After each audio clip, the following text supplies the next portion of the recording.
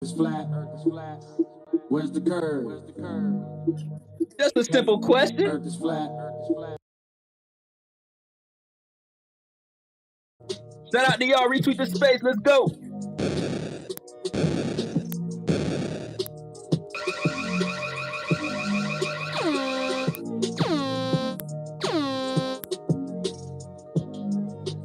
Yeah, right, we good. I swear the earth is flat. This is Flat Earth Friday, and I'll be your cruise director, Proud Flurf. If you look to your left, you'll see my host, Sacred Keys. If you have any questions, comments, concerns, please be sure to grab a mic.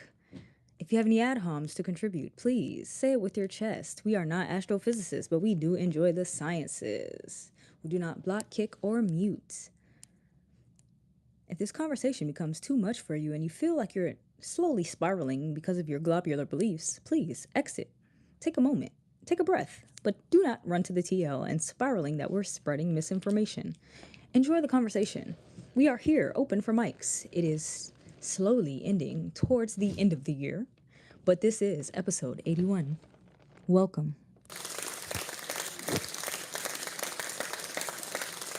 2024. You know they can't hold me. 81 straight, man. I feel like I'm Kobe. What up, level heads? A year at it, man. Week after week. We still rocking. Y'all still supporting.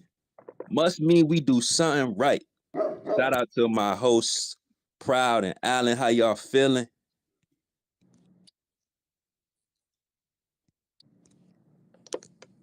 Counting my flat days. That's what's up. I see the level heads pulling up, of course.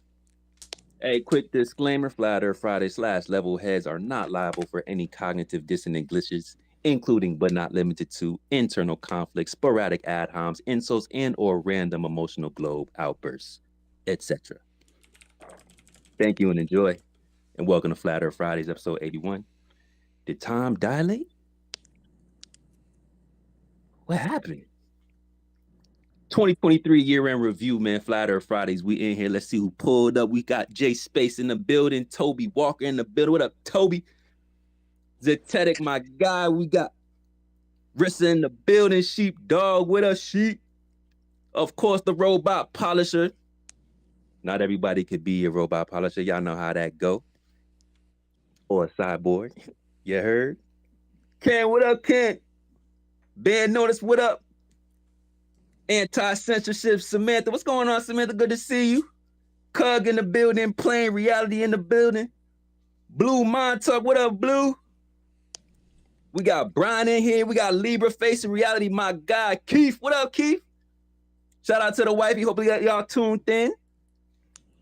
Phantom in the building. We got Chris in here. We got Chicago. We got Shinku, Mr. Xavier. We got Shaz, Leo, Timbo, Ombre, Cass, the person, Dino, Zion. I don't know how to say that. That's a little bit of some Asian writing. But shout out to you with the flower PFP. We got Motto in the building. We got Jason in here. We got Signbald in the building. Blue Naughty. Justin Concave Cellular. Earther Rusty Griggs. We got Fuke in the building. Ominous. What up? Zen Lynn Trap. Lucas Jonathan Dale Huff. And what an egg PFP. Proud, you see anybody else in here? Yeah, I see Fred throwing up hundreds from the bottom. He lit to be in here. Feel free to grab a mic anytime. I see JW in here. I see Flatless. I think you see Eric. We got a bot. Brian, are you a bot? What's up, Brian? The Dale, bot's pulling up at the end of the year? Jonathan, Lucas. Got a bunch of new faces. Hoppy just popped in. Got a bunch of new faces. I see Lucy on both pages. Yeah, man. Shout out to y'all. We got Rich in the building. What's up? What's up? Definitely when y'all come up here, grab a mic tonight. You know, show some love, talk some shit. We definitely want to know how you guys found us, how you stumbled upon Flat Earth Friday, even if it was 6 months ago. definitely let us know. Yeah, man, it's been such a ride, such a journey. Like I like think about it like all the time. Like, bro, like we started on episode 1, bro. We started Actually, on episode 1, bro. Y'all see that number up there? How many hours did we done put in? over 100. How much times y'all done pulled up?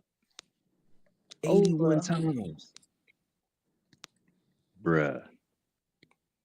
Testing, 1, 2. First of all, man, I want to say Is my thank you mic to humming or everybody anything? that come in here.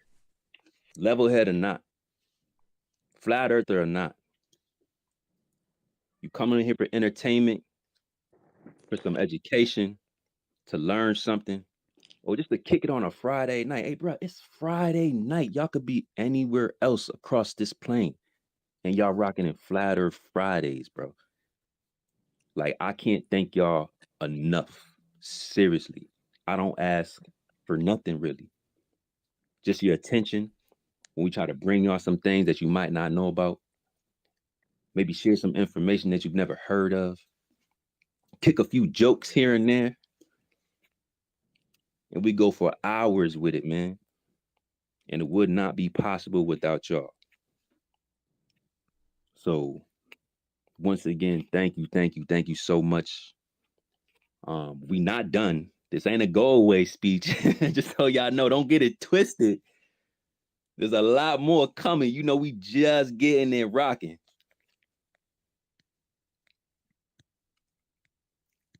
And there's a few things that I want to cover. Being that we're entering into the new year, year 2024, coming out of 2023. We got a lot of things planned. We done accomplished a lot more. But you know how the level heads do. We always got to raise the bar, right? We set the standard. But y'all going in the timeline and y'all tweeting at these globetars and y'all sharing information with people who's curious. Y'all putting in that work just like us, bro. We all got our own ways of doing these things. We all got our own style. We all got our own flex. But us all together, we are all powerful, bro. Like, that's why we created this space, for that unity. I didn't know what this was going to be. I had no idea what it was going to turn into. But just to see everybody popping in here, just to listen to the voices, share some information, bro, this is a beautiful thing. Especially off of a polarizing topic, right? Because this ain't no echo chamber. Y'all know that for a fact. So it's like, for us to have this platform, to create this space, a space that I know we don't be starting at 8 o'clock, every single time, but we here every single week. You know that. You know we going live. We never gonna let y'all down with that. Consistency is key, and we appreciate y'all for rocking. I do want to say what up to everybody that grabbed the mic. I want to rotate some mics throughout the night as we usually do. I want to get y'all opinion on our performance over the past year. Even if you haven't been here since day one or since the beginning of the year, it's okay. I'm open to all critiques, criticisms, because what I want to do is I want to become a better host. I want to become a better representative of the truth community. I learn from my peers. I'm open to being, better than I was yesterday. That's the goal. So I definitely want to go ahead and bring you guys up here, show some love, get y'all hate off, whatever it is, man. Let us know. I'm just glad that you here rocking with us. So proud. Alan, you got anything for them before we open up the mics? No, let's get into it, man. Another year, man. Another year coming. We've been renewed for a season 3. So y'all already know. It's getting spicier, man. It's getting spicier. Just stay tuned. That's what's up. What about you, Alan? Anything you want to talk to them about? Nah. Nah, not really. Let's get into it, man. I don't know if we can hear you, bro. Your mic is muted. Y'all go follow, go subscribe to AlanSpace. Dude, that sucks. He's like gassing me up to say something. I'm like, I don't have anything to say. It sucks. Here you go. Your mic is muted. Y'all go follow, go subscribe to AlanSpaceAudits, space_audits on YouTube. So much sauce over there. What's up, bro? You there? Testing 1, 2. Can you hear me? Uh-oh, Elon, chill up off us, bro. We can't hear my mans. Hey, yo, beam them south.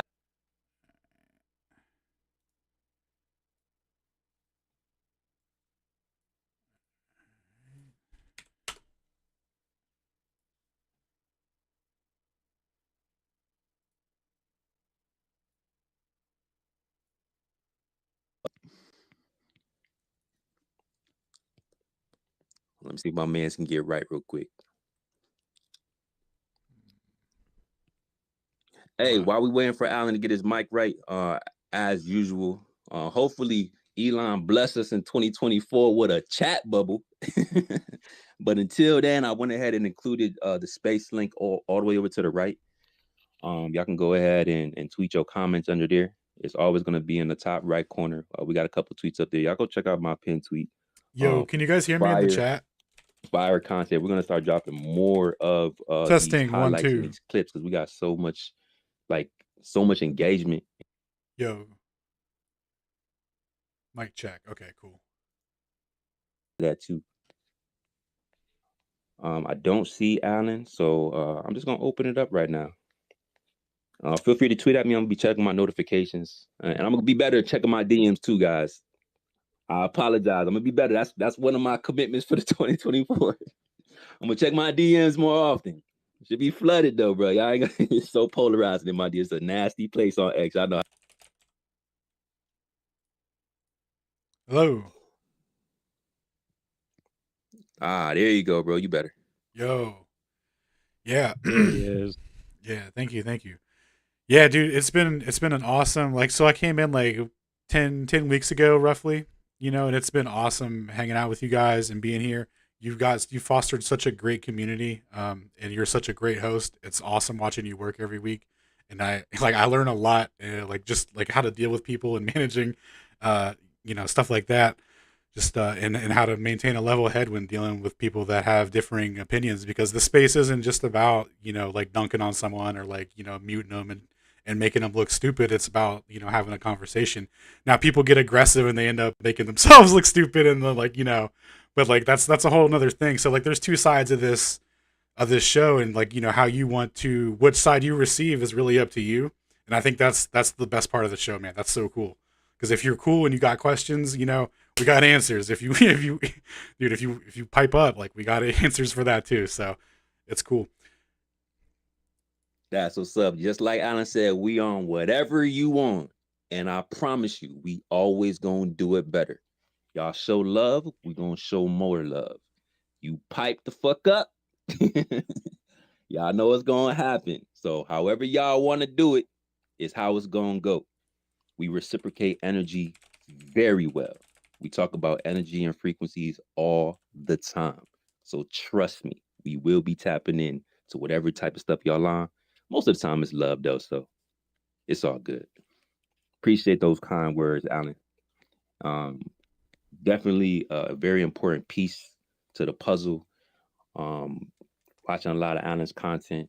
There's a lot of work with Toby, especially over in Discord as well. I think I'm going to tweet out the Discord to Ether Cosmology. They do a lot of other presentations on Earth Awakenings as well. So there's a lot of different parts, moving parts to this system, and they're all important.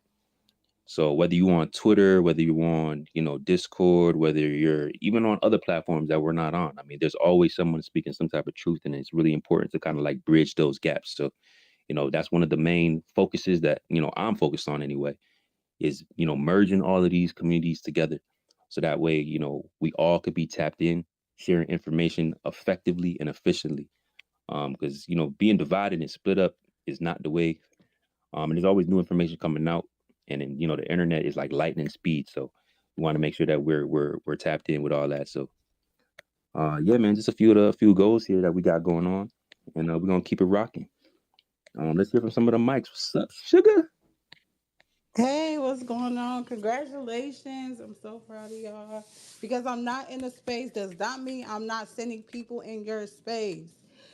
Don't get it twisted. Happy early birthday, Proud Flirt. Um, Another thing, Marcus.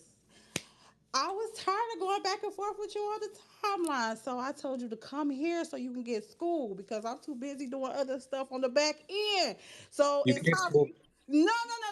We not. No. Time out. No, No, no, there, no, there's, no, no, there, no, no, you no, no, can't no, school me no. because you don't You know here? anything. You here? Hold I on, see Marcus. you. Hold on. Hold on. Hold Hold on. on. Is this Mr. Who said we live in a pressurized system? Hold on, hold Oh, on, that's hold wait, on. wait, wait, wait, wait, wait. This is him. Is this Mr. Who said we live in a pressurized system? Marcus, just let me know. Do you want to be tagged or not? Yo, I You defeat can him to the tag me goulash. whatever. I defeat him The to the Earth is a goulash. globe. I was tired on the The, timeline. Like I your don't your have flat time. Earth My math, Twitter fingers, your my flat Earth, Twitter your fingers is flat not gonna be Earth trigger math is an fingers.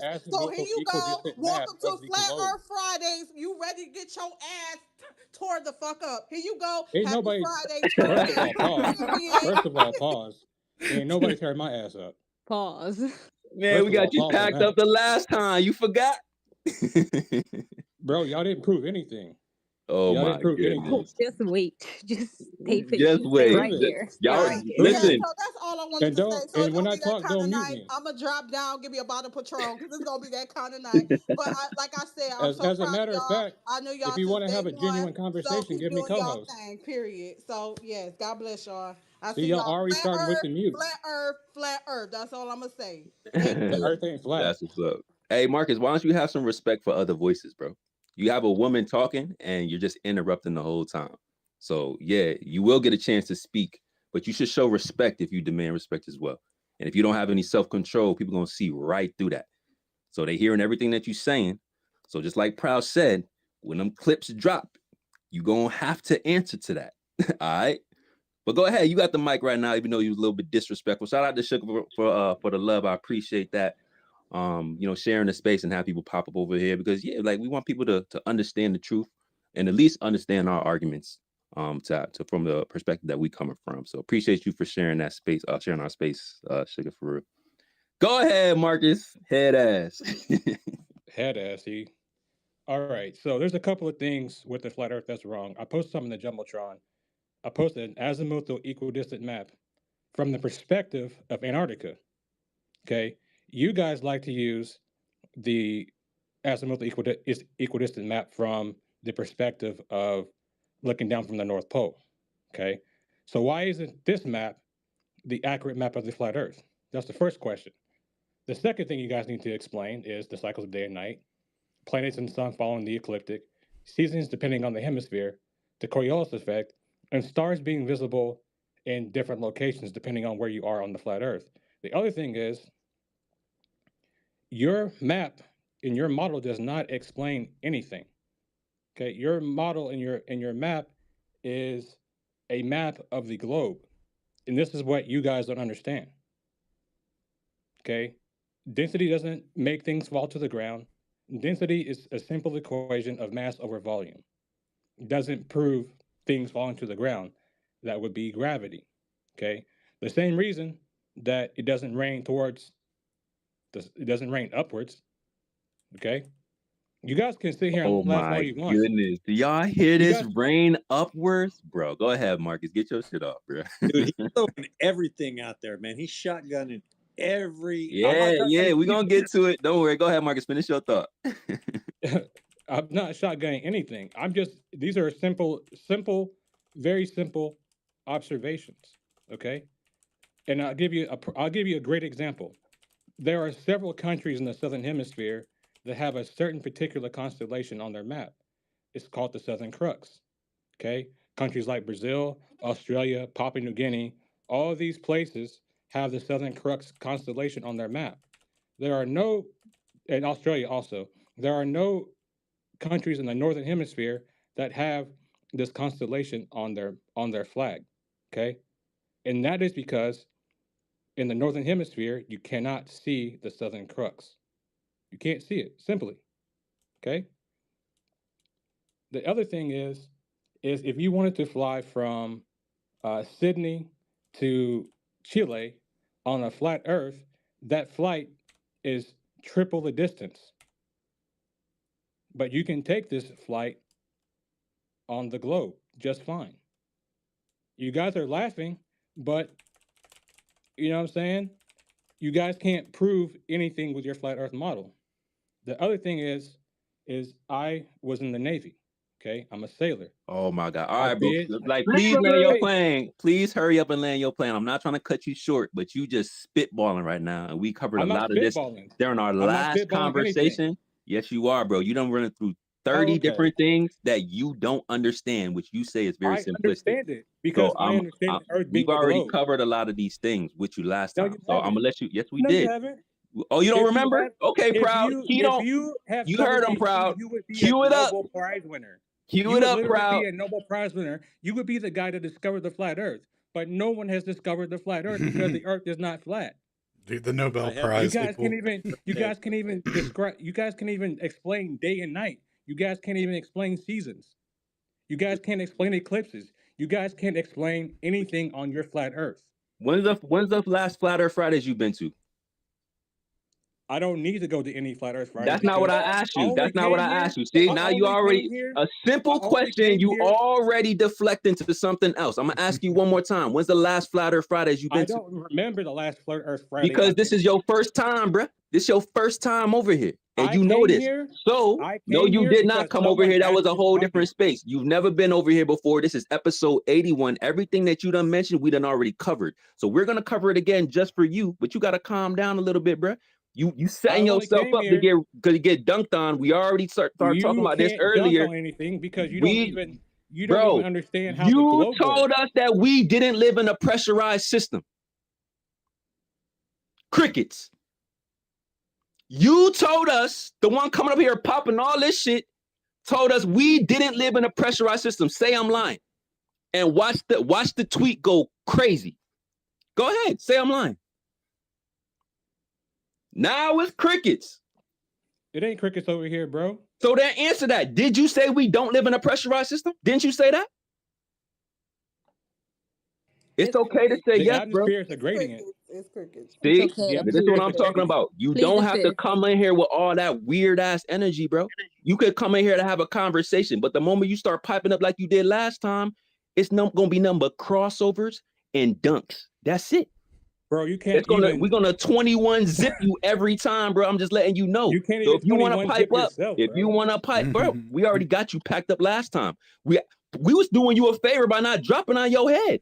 It seemed like you want us to. Drop it on my So head, if that's bro. what you want, Go if you want ahead. to be Go embarrassed, ahead. don't go Go deactivate your ahead. account neither, Marcus. Don't Go go ahead. deactivate your account neither, Go okay, ahead. my guy? Go ahead. Go Anyway, ahead. go ahead. You got 10 seconds, bro, to say what you want to say, and I want to move on to the rest of the hands because I don't really want to pipe up like this in the beginning of the space, but you really setting yourself up. Go ahead. You got 10 seconds. I asked you a question. I asked you to You asked 30 prove. questions, bro. I Exactly. asked No, you. you stated 30 inaccurate questions. Like, let's keep it a buck. That's why I brought you in here. Like, for real. Like, you gotta get school. I don't know what the hell. You went on a tangent about nothing. You asked 30 Like, questions. no, we're not doing this, bro. But go ahead. Go finish your bullshit. Go ahead. No, I want you guys to prove to me the flat Earth model. Prove He it brought up to me. Antarctica, Coriolis. He brought up about how our map is a map from the globe. He brought up density It is. and about how that doesn't make things fall. He said that's gravity, quote unquote. He said it doesn't rain upwards, and he said he was in the Navy. Navy, and oh my God, they're the worst. So Marcus, just heads up. Like, I get what you're saying about how, you don't believe in the flat Earth because the map is a projection of the globe Earth. But you can't start a sentence contradictory like that. You can't say we have a model that doesn't work or a map that doesn't work and then say this isn't our map. No or this one is our uses model. an azimuthal equidistant map for anything. So, No one uses that. So can I ask you, do you know how it works? Do you know if it's accurate and how It's it's not accurate? accurate. It's distorted. How can it be accurate? So you don't think the equidistant map at all is accurate? I'm not talking about this specific one that you posted as a question, so why we don't use it. I'm talking about the regular one. So you don't understand how that one works at all? They're both it's the same map from a different perspective. So it's the same where map. Is it accurate? So where is it accurate? I just told you that neither one of those maps are accurate. So you think somebody just made a map just because it was fun to do on a Tuesday? Yeah, Proud is asking you what is the purpose of the AE map. See? Piping up and you don't even know you're going to tell us that it doesn't work and you can't even tell us what the purpose of the AE map is actually for. This is what I'm talking about, bro. Why do you set yourself up like this? Now, we're going to get into it. I'm not going to sit there and flat smack you around jumping off. I want to get to a few things. You've been crickets for the last 2 questions that I asked you. And these are simple questions. I ain't even get into like mechanics. I ain't get into kinematics. I ain't get into dynamics. I ain't press you about relativity. We ain't get to know physics. We ain't get to know science. It's just about addressing the things that you brought up and you have been crickets thus far. He for don't no even reason. understand flatomatics. How you think he gonna Flatomatics. Flatomatics? What the hell is that? Hey, yo, just chill out, Marcus. Stick around, though, because we're going to get to that shit. I just want to say what up to the guys, and I want to cover a few things before we open up the panel to, like, open topics. Can y'all answer my questions, though? Yes, we're going to get to it, but you have 30 of them, and half of them we already covered them. And we're not going to do it right now, because it's not right now, because I got a few things. Hey, yo, bro, chill out. You haven't even answered not one. Why don't you go ahead and get your information correct? Go make sure you figure out, because I'm gonna ask you again what the AE map is for, what it's used for, and I want to answer, and then I want you to acknowledge that you said we don't live in a pressurized system, and then we can get to the 30 things that you don't understand. I promise you, we're gonna do that, okay? So mute up. I'm gonna say what up to my guys who actually come over here showing love. I appreciate you if you retweet the space. You probably not, because you a hater, and you got negativity all through your veins. And everybody can see that, which is, shout out to you, though, because you probably created more flat earthers than I have. But just mute. You don't even know if we live in a pressurized system or not. You referencing maps that you can't even define how it's used. Please do not take no shots at us after embarrassing yourself in the first 5 minutes. I just told you. 5 minutes. 5 minutes is all it took for you to humiliate yourself. Chill out, bro. Relax. We're going to get to it. We here all night long. In case you didn't know, we carry this from Flat Earth Fridays into Stationary Saturdays. We don't go nowhere. This is episode 81. This is your first time here. Please don't pipe up. If you do, we're going to pop that bubble that you love so much. I promise you that. So just chill out, mute up. Let me get to my... Bro, I just want to get to the rest of the people, bro. You got 10 minutes to just talk crazy and you don't even know what you're talking about. I don't care, bro. I don't care. You don't run shit over here. I know you want to get your get back for humiliate yourself. It's okay. Some people embarrass themselves. They can't think straight. It happens. That's why they come to Flat Earth Friday. At least respect the other Globers. Seriously, you're not the only one up here, bro. So we're gonna get to the hands. I want to shout out. I want to pop over to my man J Space. Then we go to Ken, Titan, and then we're gonna double back to Sugar, and then we're gonna rotate some mics after that. What up, J Space? Peace and blessings, love, gratitude, and care to the host with the most and the best co-host on Flat Earth Fridays, the one and only original. Y'all, it's a great day and time to be alive and be a part of the Flat Earth. I'm telling you, I got the mini-me kicking it with me tonight. Sacred, he just wanted y'all to know he was loving the jams earlier. Like, he was vibing with that. I'm just saying. They bring it all, y'all. They got the beats, the bars, the jams, the facts. They got it all. I mean, I don't know what's the problem with these people. They ain't even got self-respect when they come into these spaces and can't shut up for 5 seconds and respect themselves and the audience and the host and the co-host and the speakers. I mean, what's the problem with these people? I mean, Sacred's the best host. He will sit there and shut up and let you dig your own hole. He will even give you a chance to give you some rope to crawl out of the damn hole. And they continue to bury themselves. Like, I don't understand it. I don't. He has the patience and grace of a saint, him and Proud. Like, you should be grateful that they aren't like some of the other hosts out there that will just take your mic and trash talk you like certain Ians and their Black Rock shill buddies. I'm not naming names, not exactly, but I kind of am, if you know what I'm saying. If you witness that shit show of a space, I'm just saying. But shout out to Sacred and Proud. I love what they're doing.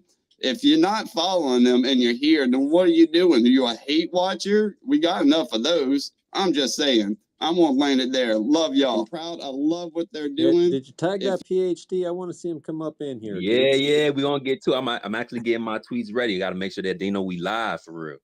I ain't going to lie. I've been on a few other Yeah. I've been on a few other different platforms over the past week. My bad for being absent. I know I cheated on Twitter X. I'm sorry, guys. I'm sorry. But I'm back. I ain't going nowhere. I tried to go test the waters over there on TikTok. We're gonna get into it. But I do want to say shout out to J Space. Very consistent spaces over there. They have a lot of different topics, multi streams. They cover more than just flat Earth, dope stuff. So y'all go tap in with J Space. I appreciate you for sliding, and shout out to Lil J. I'm gonna make sure that we send over that Flat Earth Fridays playlist for you, my guy.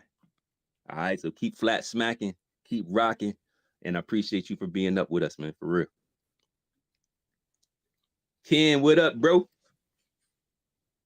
What up? What up? Last Friday of the year, ain't it? Yes, sir. 81 episodes. All right. I wish I could have been there from number one. Sorry I wasn't, but I'm here now, right? Yeah, Marcus he doing some scattergunning. I darn, I couldn't keep up with everything he was asking about. But you gonna tell me the azimuthal equidistant map doesn't work? And you know, I'm sure you believe in your globe map, that it's just fine and dandy. But I'm going to tell you something. All latitude lines are derived from elevation angles to Polaris. All of them. Okay? That's how they lay out the latitude lines. Longitude is just arbitrary starting point, 360 degrees. But those elevation angles from Polaris to lay out your latitude lines, that's done on a flat Earth. Every single map that has latitude and longitude, I don't care if it's a flat map, concave map, or if it's a globe, it's all flat map based. That's how you map it out. That's mapping. When you lay out them lines, you're mapping. Everything's based on a flat Earth model. Seasons. You got the Tropic of Cancer, the equator, and the Tropic of Capricorn. The tropics are the limits of the sun's zenith. That's it. It travels from tropic to tropic. When it's in your tropic, it's summertime. And when it goes to the equator, it's fall. And it gets to the other tropic, it's winter. When it goes back to that equator, it's spring. Comes right back to your tropic, it's summer.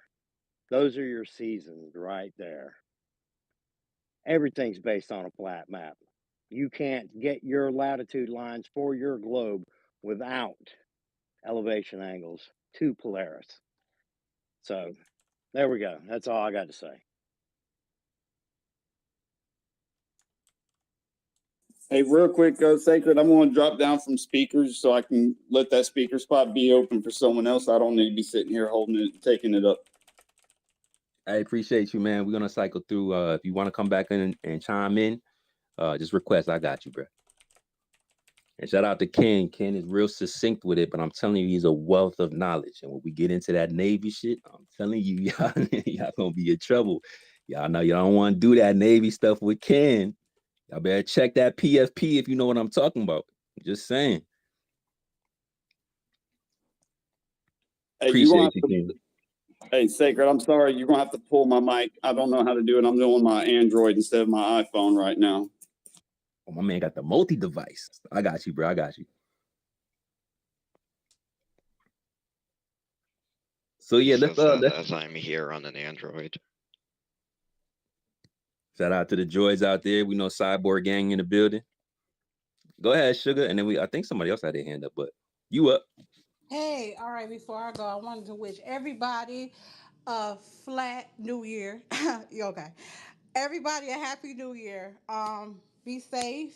Here's the thing. I'm not mad at people who believe in globe earth because indoctrination is a real thing, but do your due diligence and research before y'all jump to conclusion. Oh, flat earth is it's not. No, don't do that. At least read and research before you come in here and try to bring quote unquote facts when I feed you to the goulash, and then it gets worse and worse and worse. So just read and research. And here's the thing: NASA has indoctrinated people so much, not knowing NASA in Hebrew means to deceive. To deceive. Like, until people understand what that means. I was in the NASA space and I got kicked out. Like, come on. Like, they can't even answer simple questions. So when you come here, when I tell people to come here, just have an open mind. You don't have to agree with everything, but the knowledge that they give you, at least research and just go beyond that. Please don't be indoctrinated. And that's all I want to say. You guys be safe and happy new year. Love you guys. Words from a wise woman. I appreciate that, sugar. Oh, where my co-host go?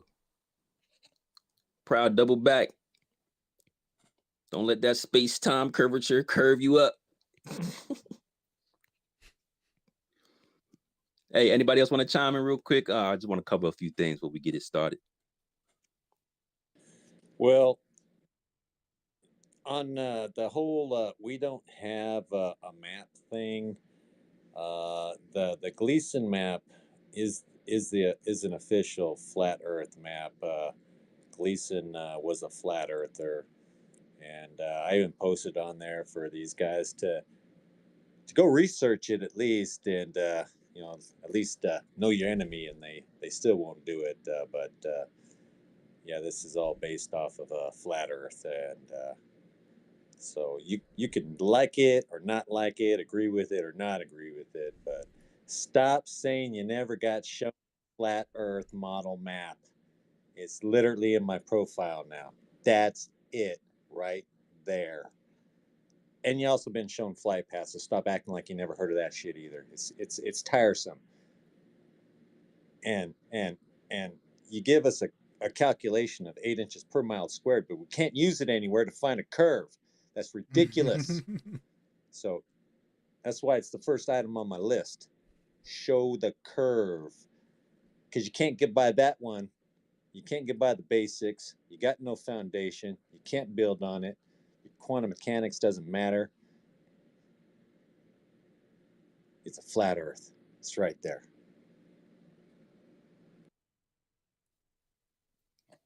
Hey, shout out to you, Brian. Hey, I think I seen that list floating around. If you don't mind, share that up top so everybody can see those questions that seem to never get answered. Just so everyone can get an idea of what you're referring to. And I gave that list to the PhD, and he went crickets on it. He didn't even comment on that shit. But So that's another prediction, an accurate one. You always go crickets. Sometimes the simplest questions are the toughest one to answer. Unfortunately, you need a lot of math magics to make it work. Yeah, it's funny. Like the globe works, but the globe only works because it's literally everyone uses the global coordinate system. So, like, of course, when you're using the system that's made for that map, you're gonna get where you're expected to go, and it's gonna work according to that. The AE map is, if you actually, let's say we had a real flat map, and then let's say that they did a trick to tuck it all away, tuck the outskirts of it away in Antarctica. Well, once they did that, they'd have to change things. They'd have to move things around on the globe, kind of like how when you look at a Mercator projection, all the continent sizes are all weird, right? Greenland's giant. Well, that's because of the transform that occurred there. And so whatever the real map looks like, it was transformed onto a globe. And then the AE map is a retransform. So whatever they moved around on the globe would then need to be removed around again on the AE map. That said, the AE map is still very useful and used in a lot of cases. But yeah. If only Dude, it was so easy to map the whole world. Yeah, we're gonna get into transforms and stuff here in a bit. After once we get rolling into the show, we'll get more into that, into where these maps, how they're derived, and all that. I'm telling y'all, follow the history. If y'all don't know your history, you're always gonna be deceived. I started learning that when we're diving in some of these papers, some of the historical events, how things played out.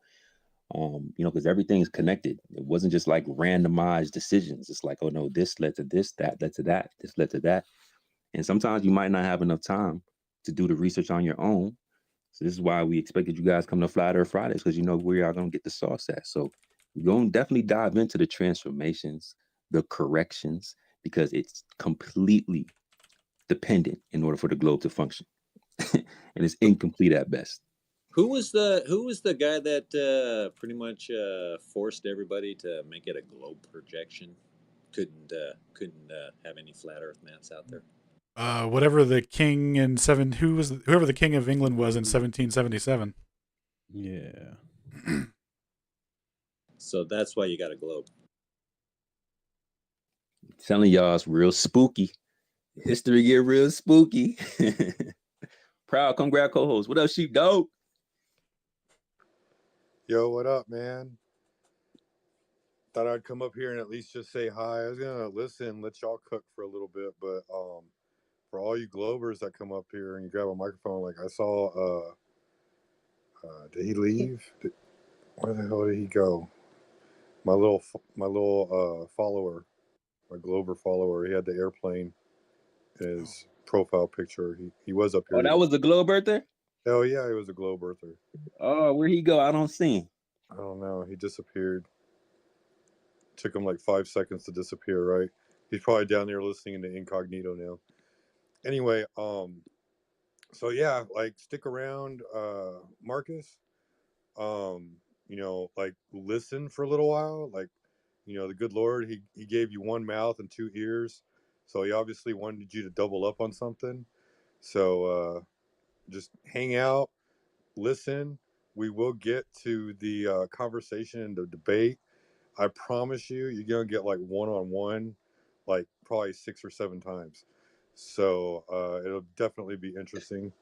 And just like, don't listen to dismiss, dude. Like, we're giving you our point of view. We already know your point of view.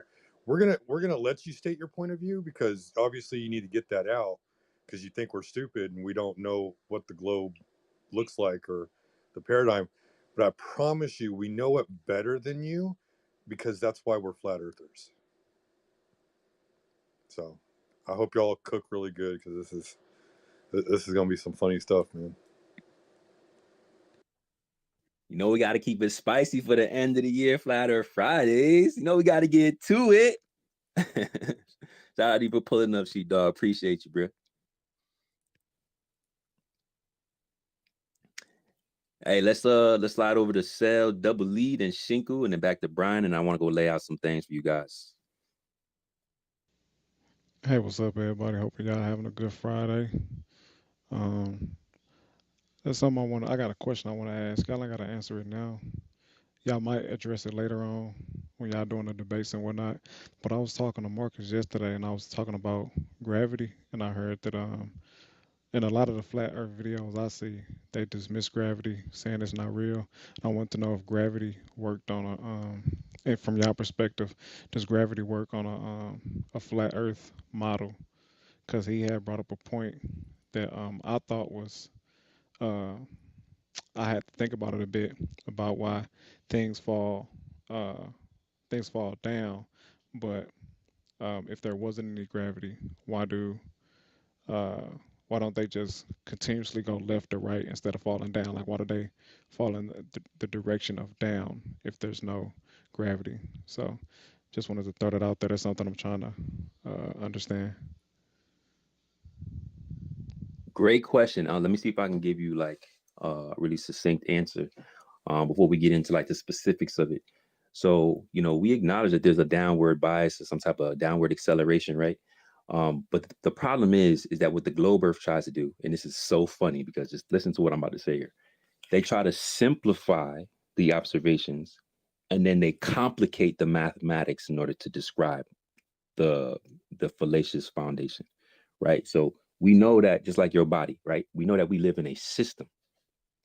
Just because we see one observation doesn't mean it's attributed to just one thing.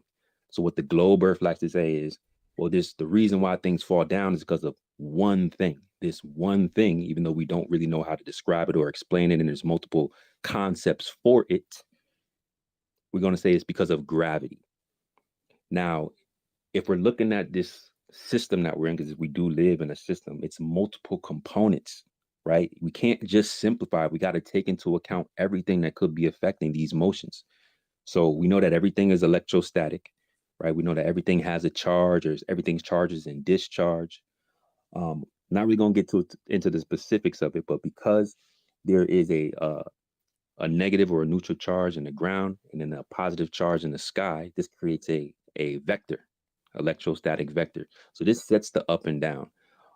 Also, there is a ether, right, which a lot of physicists in the past subscribed to because it explained a lot of the things that we observe.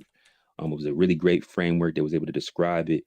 They had different ideas of it, but it wasn't explored in depth because they had to change it, because they tried to measure the motion of the earth through the ether and they got a null or failed result. So they had to get rid of something that actually worked for all the physics. So we weren't able to really research it or figure it out in totality because they had to abandon it. So we know that there's this downward bias coming from the sky. We know that everything is electrostatic in nature. And when you combine this with relativistic density, right? How dense are you relative to your medium?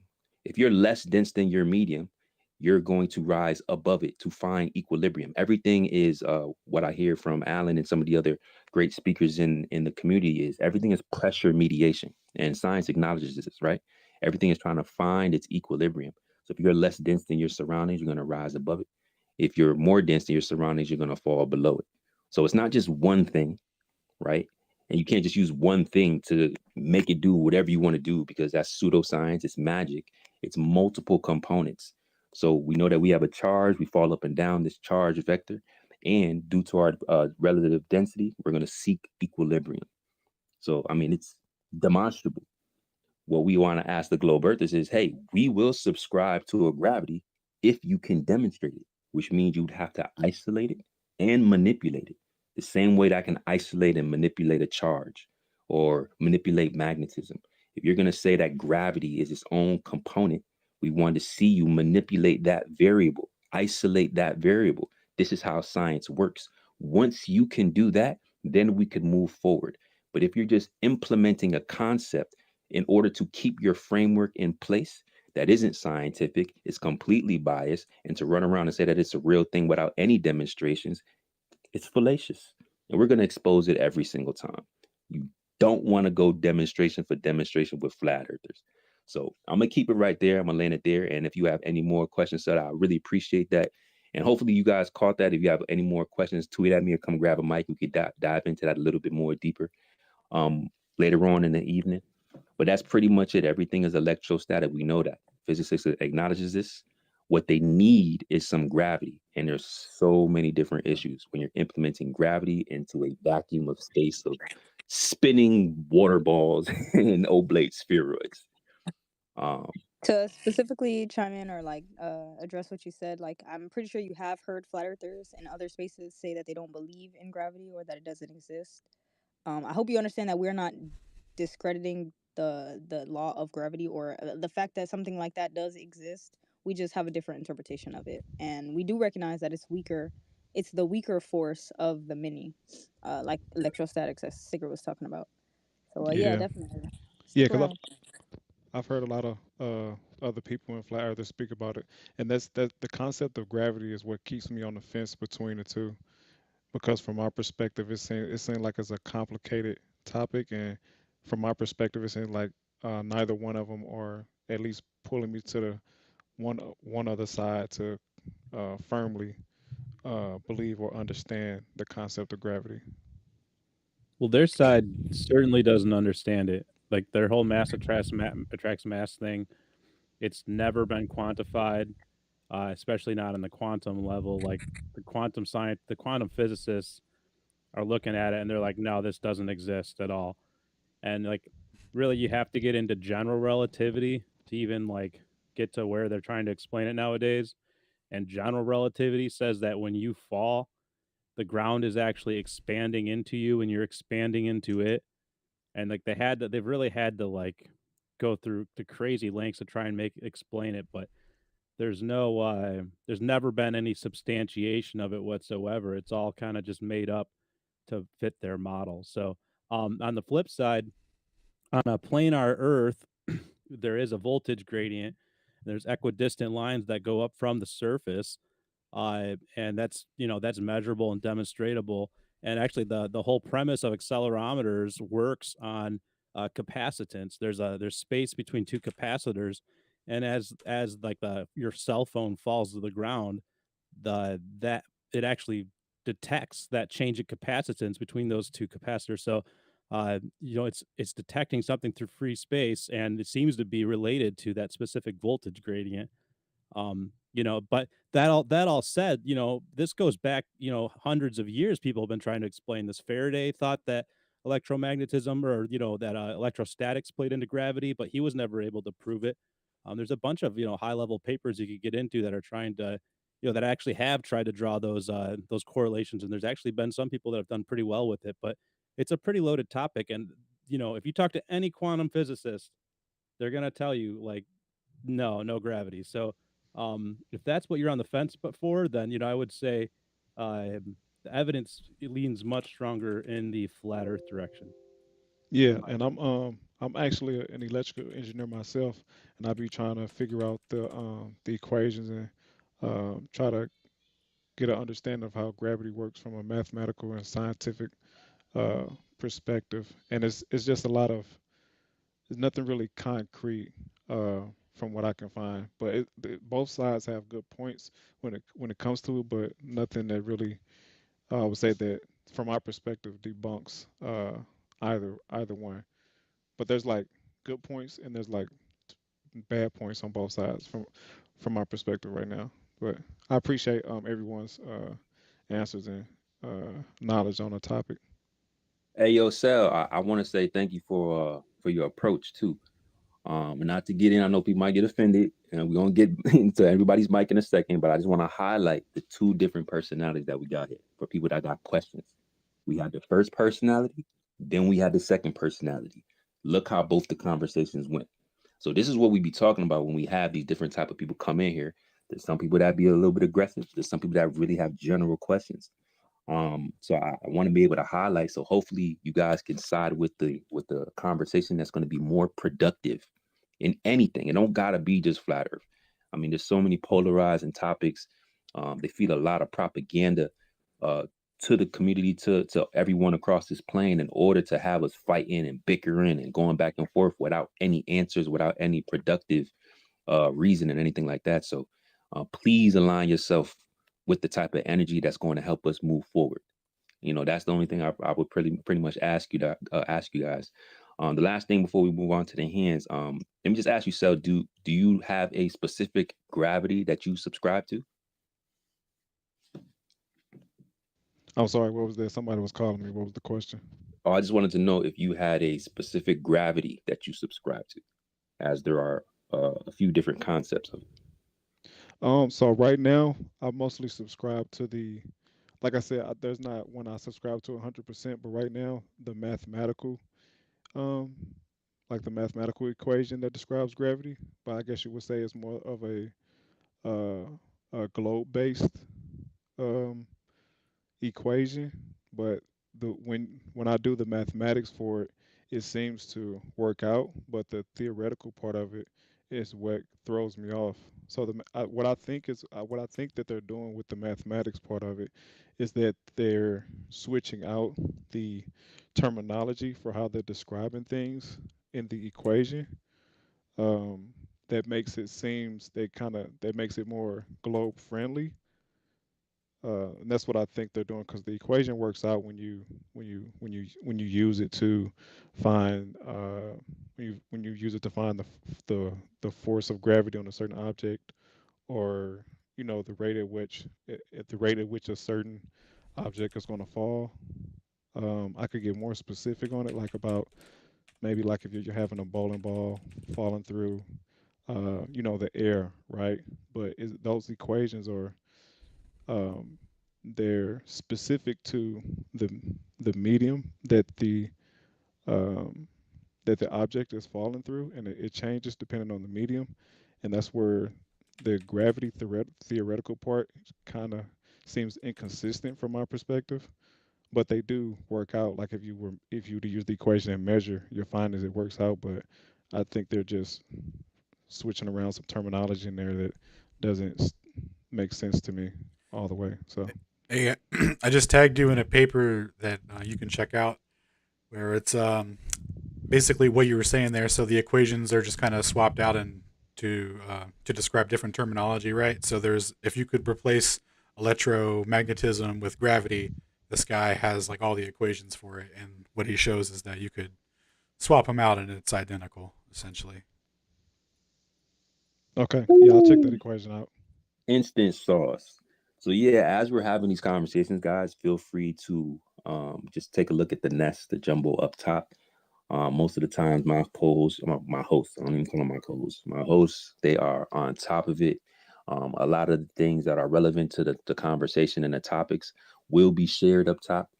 So get your bookmarks ready, get your retweets ready, send them to your DMs or whatever you have to do to save them so you can double back later. You're probably not going to get to the paper tonight, but it is there. And we're also going to probably try to link them in my pin tweet in my thread. So that way, if you guys don't, for some reason, save it, you can always double back to my page and it'll be right there. So I appreciate you sharing that, Alan. What Appreciate you would you keeping call it this open. like a equation transfer? What would you call it? He's just like he's not even doing a transformation. He's just using different uh, equations to describe the same thing. Yeah, he's showing an equivalence, or he's showing that you can kind of derive an equivalence with gravity. I mean, it's a kind of a different set of equations, but it's just another set of kinematics essentially. And the same thing's been done with electrostatics as well. Uh, the whole gravity thing is just pure kinematics in the first place. It's never been substantiated. Do things fall? Yes. Does mass attract mass? Well, to an extent, sure. But how do you isolate electrostatics from that? You actually can't. And quantum will even tell you that electrostatics are on an order of magnitude stronger than quote unquote gravity, and they can't even detect gravity. So anything that's trying to prove in the terrestrial in a on Earth lab frame experiment that mass attracts mass is inherently flawed from the get go. So that's never been substantiated in any way. The idea that gravity is some kind of point specific thing pulling to a center place, that's highly suspect. When we have convection currents, quote unquote, when you look at the geodynamo model, the outer core is actually rotating. There's convection currents that are moving at insanely fast speeds of molten metal that are actually too hot to be magnetized, but I digress. But like with all the motion going on in the earth, and all of the, like they will try to ad hoc and claim that the bulge causes gravitational anomalies, and this and that. But really, when you think about the semi-liquid interior, you can't have a point specific gravity. It doesn't work like that, especially in a rotating body. Yeah, and shout out to Witsit. He might pop in later on today. We learned last week that most of those equations are incomplete, like super simplified without all the mechanisms to actually account for what we observe in reality. So, like I said, we're going to dive into that because I think that's a very important piece to the puzzle for everybody to really understand. When it doesn't work, just simplifying it or changing the equation in order for us to describe it mathematically does not equate to reality. It doesn't. And it just describes something. It describes a phenomenon. And like Proud mentioned earlier, we don't discredit or not discredit. We don't say that this phenomenon doesn't exist. Yeah, we just acknowledge it in a different interpretation. So we're looking for exclusivity for the globe. And then even when the globe does provide the evidence, it seems to be incomplete at best. And that'd be a problem. But shout out to y'all. Let's slide over to Shinku. And then we're going to dive in some of these topics before we open it up. What up, Brett? Yo, what's up, everybody? I just wanted to say hi to the level heads and kind of add a little bow on to what Sacred and Sheepdog was saying, and also point out the interaction between Cell and Marcus, how they were completely night and day. And to add a little thought on top of that I tried to get out in Peter's space, and I know Peter's down there listening. He wouldn't let me get this thought out. I couldn't imagine why. Last week, Sean brought this up, and Jay brought it up. Last week there was a space with this guy. He basically, schooled the flat Earth, but that wasn't what really, got me. What got me was somebody came in that space and mentioned Tartaria and said how crazy Tartaria was and how loony of a conspiracy it was. And the co-host responded with, "I've never heard of that. Never heard of that at all." And immediately started laughing like it was crazy. That's the thought process we don't want you guys to have. We want you guys to hear some shit like that and be like, I've never heard of that. Why have I never heard of that? Maybe I should look into that and figure out why I've never heard of that and develop my own opinions and thoughts about that before I'd immediately just say, that's crazy. But I digress. We're the crazy people for telling you guys to actually, I don't know, use every bit of your frontal cortex and think about shit. But we're the crazy people. That's all we want you guys to use. Use some discernment, use your pineal, and actually think about shit. Just because they put a complicated equation in front of you that you don't fucking understand, that don't mean that shit correct. And they're banking on you to feel like you're incompetent, that you cannot understand the equations, that is above your head, and just to rely on the science. Trust the science. What you think that was just a random slogan that they just, this just sounds good. Like, no, bro. Like, these guys are really, they put these things out here on purpose. They think of these things on purpose, and they have you remembering these things to drive into your subconscious for a reason. Right? No, we're not just going to trust the science. We're going to test the science and make sure that it's accurate and applicable. So shout out to Shinko. Appreciate you for making that point. Anything else? I see Sean I pulled up. I had plenty of stuff to say earlier, but mostly just I appreciate that you and Proud were in that space and you guys were just okay. Mute my mic, whatever. Dude, that was a horrible. Yeah, nobody got school shinkled. I don't know what you talking about. Yeah, That was a you know what I very mean. that was a That's what the very Globies say. different environment than we are used to. As y'all know how we handle things, we let everybody speak. So I wasn't expected to be confronted by a globe shill.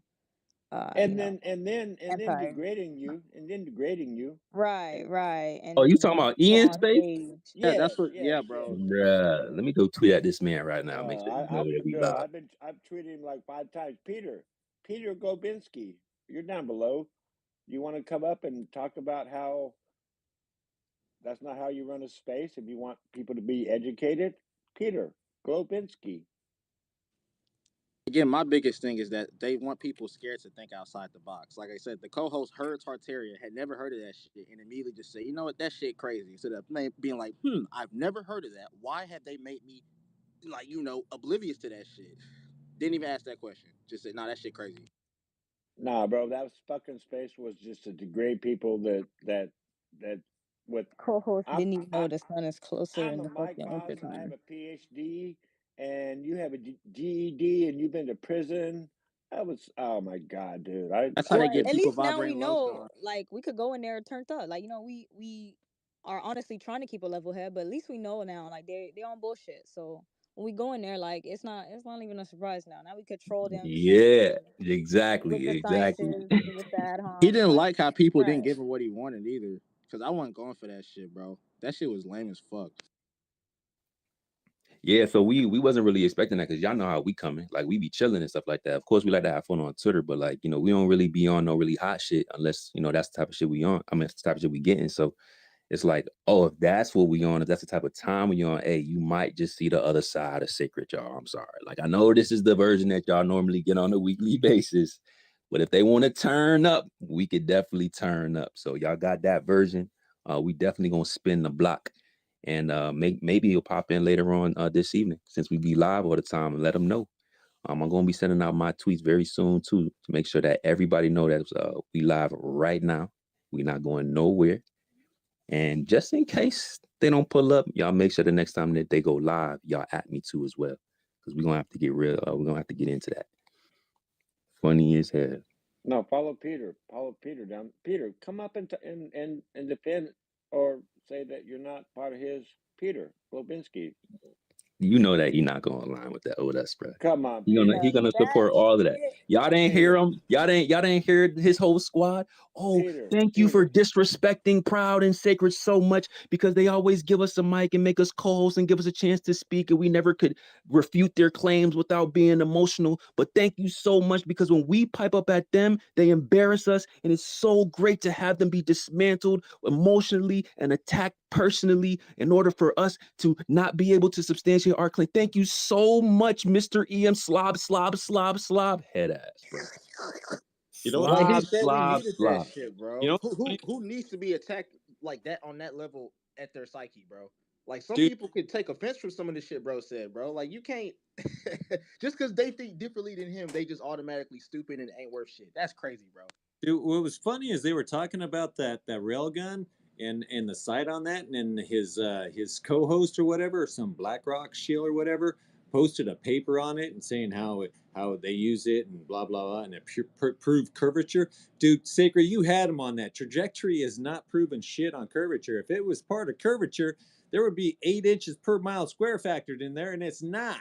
But anyway, I just posted it up under there as well. He posted some bullshit article on there. I got to page 3, and it said, hey, this is from some other agency. We who use this shit and actually have to use it, we don't approve it at all, man. We ain't buying this shit, man. We know the earth is flat, man. This is all bullshit. They won't even approve it. It's a paperwork he used for curvature. The Army said, nah, we don't approve it, man. 3rd page in. I put it up in the nest. I circled it. I haven't heard back from that guy either. God, please let him show up. You killed him on that, dude. That guy was such a dick. Bro, and I was trying to follow his lead. He said, Sacred, we're not going with magazine articles. Even though that said that they tested the railgun 155 miles out, we're not doing that. We're going to peer review papers. So I got to up my game. I'm like, okay, we got to go with peer review. We got to go with like substantiated claims, stuff like that. And that was kind of my mistake, because I wasn't able to even find any railgun. Everything's behind like a paywall. And of course, the government shields might have access to like these papers that are behind like monetary walls and stuff like that. But then it was funny, after we coming off our 30-hour space and Flat Earth Fridays and shit like that, they started using magazine articles. And I'm like, bro, everybody hit me in my DM after I charged up to the ether. I pop back. I'm like, okay, I'm back at it. They're like, bro, didn't y'all see that he was using magazine articles? You ain't see that they used a paper that said it wasn't even approved by the. I'm like, bro, that shit really went over my head like gravity. We really had faith that he was coming to the conversation genuine. Like I don't know what part of Globe show we missed, y'all, but clearly. Dude, that was, I don't know if you guys saw the little rant video on there with the guys all like, show me that, and the guys all scream. That's what I pictured all these guys. Now that's all I see. I cannot believe the visceral response somebody gets when you challenge what they believe. It's ridiculous, man. Everybody That's how you defend indoctrination. Everybody thinks they're critical thinkers until you say, hey, man, let's do some critical thinking. And then they just lose their goddamn mind, man. It's like, no, regurgitating what you were taught makes you pass a test. It's not critical thinking, man. You don't even know what critical thinking. Using 8 inches per mile square, calculate the circumference and radius of the Earth using 8 inches per mile squared. That was a question or a statement? I'm sorry, Marcus. The question, using 8 inches per mile squared, calculate the circumference and radius of the Earth. We're talking about the curve, bro. The fastest turn on the planet. We don't even know where to start. That's the problem. That's your calculation to find a curve, and we can't. That's your definition of a question? Hold on. Let him talk. Peter, will you come up and black his claim? Hold on, we'll bring Peter up in just a second. I don't really want to get into the back and forth debate. Yeah, we're gonna get into your questions, all 30 of them that you don't understand. Half of them that we already acknowledged the last time. A very simple one. I posted a list of questions, man, and the first one on it, show me the curve, man.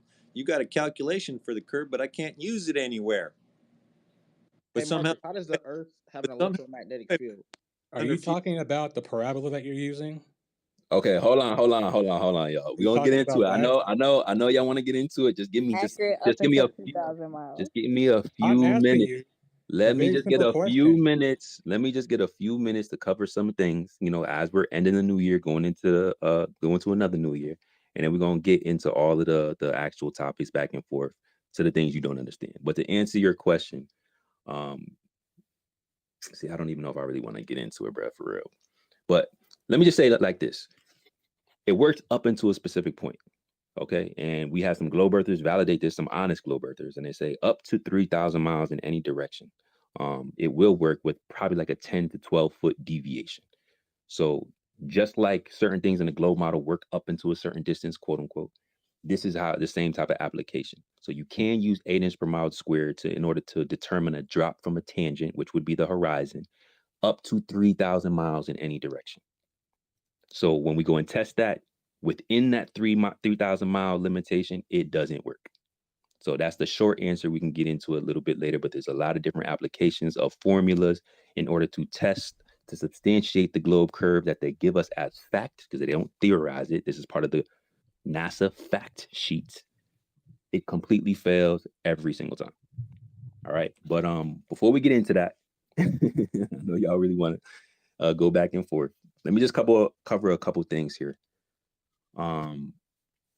So first off, let me just say, let me up the energy a little bit. So we normally don't do like guests that often. We like to stand on our own content. We like to stand on our own, topics and things like that. However, we did get a confirmation next week. I don't know if y'all seen it, but we will be having Matthew Rife of Rife Technology popping into Flat Earth Fridays. It was so funny because, I haven't really been on Twitter all week, just trying to like enjoy kind of the quote unquote holidays. I don't really celebrate that type of stuff, but, just be chilling. I jumped over to a few other platforms where I'll get into in a second as well. But it was sent to me that, he had tweeted about Flat Earth, and he popped in here one or two times before just to listen. But he tweeted out recently that he wanted to challenge the current understanding of the Coriolis effect. And he never came out and claimed that he was a flat earther. I really don't know what shape of the earth he believes in, to be totally honest. But anybody with a sound mind, anybody that can think critically, they're always welcome to Flat Earth Fridays, no matter what. Whether you're challenging the globe, whether you're challenging Flat Earth, if you could think for yourself and you have your own ideas and you want to, share them so we can bounce the ideas back and forth and see if we can find some common ground, I'm all for it. But what's interesting about Matthew Rife is that he has a specialty or a little bit of a background in frequencies and waves and things like that, fields. So especially when it comes to, health. And that's one of my second loves, apart from Flat Earth, is, the health industry, or at least health in general. Because the health industry seems to be making us sick over time, for profit. And I'm not with all of that, right? I want to see all my guys live long, live happily, live free. And it doesn't seem like that's the current construct with these scientific globe earthers or scientific health industry workers. A lot of them don't really know any better. I see everybody try to just get a bag, take care of their family, and that's cool. But I think that alternative medicine and alternative approaches to health is going to help society in the long run.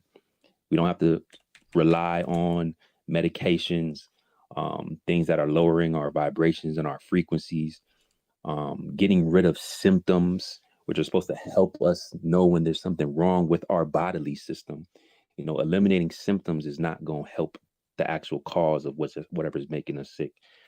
So I got a few different people that I want involved in that conversation, those that have backgrounds in frequencies and waves, some ethereal ideas, because we talk about the ether all the time. So y'all tap in with us. I'm gonna go ahead and share Matthew's tweet up top so you can see exactly what I'm talking about. I think I got it up here. And shout out to the level heads for going in that tweet and saying, hey, y'all, you should go to Flat Earth Friday. So that was the other part of the story. So he said, hey, where should I go? He said, hey, flat earthers, I want to come talk to you about this weird ass Coriolis effect. Tell me where to go. Who should I talk to? Who's the guy? Right? He said, who's the guy? And you had some there's some flat earthers that have bigger platforms in different places. There's some recommendations that they sent out, but it seemed like the level heads came through and said, hey, if you want to talk to flat earthers on Twitter, if you want to tap in with the flat earth community on X, you gotta go talk to the level heads. Ain't no place else to go. How you gonna go somewhere else except Flat Earth Fridays, Matt? Matt said, hey, heard y'all, seen the comments, ain't no place else to go. Let me tap in with Sacred. So that should be dope. Shout out to y'all. Shout out to y'all for letting them know where the sauce is at. That's gonna be such a dope, interesting conversation. I love talking to globe earthers who acknowledge the ether. Because that's an important part or important piece to this puzzle when we're trying to figure out how our world functions. And with that expertise that he has in his background, I think that'll be a really dope build. So y'all tap in with us next Friday. We're gonna kick off the new year strong as hell. That's gonna be fire. So shout out to that. So we got that coming up. The other thing I wanted to talk to you guys about is how do y'all feel about TikTok? So I kind of sold out. I wasn't really trying to go over there on that side, but I'm like, hey, we see some guys go from over there coming over here. Proud was like, hey, there's some conversations going on. They be talking shit about flat earthers. Everybody be running away. I'm like, wait, running away? They still popping? They still talking like that? In 2023, they still think flat earthers is running? Because y'all know that's the reason why we started Flat Earth Fridays. Because when I popped over here, checking out some conspiracy spaces, checking out some crypto accounts and stuff like that, I kept on seeing like this weird stuff on the time, like, yo, flat earthers don't never had no questions. I never had no answers to the questions. They always running. I'm like, yo, are y'all kidding me? This is reality, right? There's like no denying like what the reality actually is. So there's nothing to actually run from. Now, if there's a misunderstanding, then let's talk about it. And during those conversations in some of these other spaces, it got really polarizing like it do over here. And some people didn't want to have it, but there was still a demand for that combo. So I'm like, hey, we're going to create Flat Earth Fridays so we can continue the conversation. Maybe we'll learn something in the process, which I definitely have. Y'all should have seen us the first couple episodes. It's a completely different like beast at this point. Like there's so much science that goes in to our reality that has been like manipulated, that has been bastardized, that has been like just totally misconstrued. And the more I had this conversation, the more I tapped in with a lot of the people that enjoy the conversation, such as Toby, such as Sheepdog, Alan, Ken, TM, Zetetic, even Bill, Ted, Rufus, and Def. They be trying to sit there and say, oh, all they got is memes and this and that. But if y'all really be looking at their content, bro, like they really be having some sauce for real. Like this, we all like divulge this information in different ways. Sometimes people like video. Some people like papers. Some people just like an image and want to do their own research. So, we all got keys. This is the whole point why we linking the fuck up, because there's nothing that they can do with us. No matter how you want it, we got it. That's why we cook the fuck up every single week. So when I'm having these conversations and seeing the guys sharing this information, it's like I'm indulging in it in real time, and I want you guys to have that same experience. But like I was saying earlier, like there's still other platforms that still got these ideas like silly flirts don't read or like flat earthers is scared or something. It's like, bro, like we're not scared of your balls. Like pause. Like what the hell? That's like the last thing that we're running from. What the hell? If anything, we flattening them bitches. Like get the hell out of here. So probably like, yo, Sacred, you gotta come over here, bro. Like, they keep on popping shit on lives. It's weird as hell. And they don't really have like the functionality that we got. So I don't even know why it's like popping over there, but it is like it's an addictive platform. The way that they got it set up is crazy. So I just want to tap in with y'all to see like how y'all feel about, TikTok. Y'all want to see me over there? Y'all want to see some lives going on? You want to see me going back and forth? We got Alan over there. I think Bill and Ted is over there. I know Robot Polisher is over there. Toby's over there. Shout out to Ether Cosmology. There's a lot of good conversations over there, but it's like they not getting what it's like on Twitter. So when they come over that's why they don't come over. Some of them that have come over don't come back anymore because they realize, I don't know what it is over there on TikTok.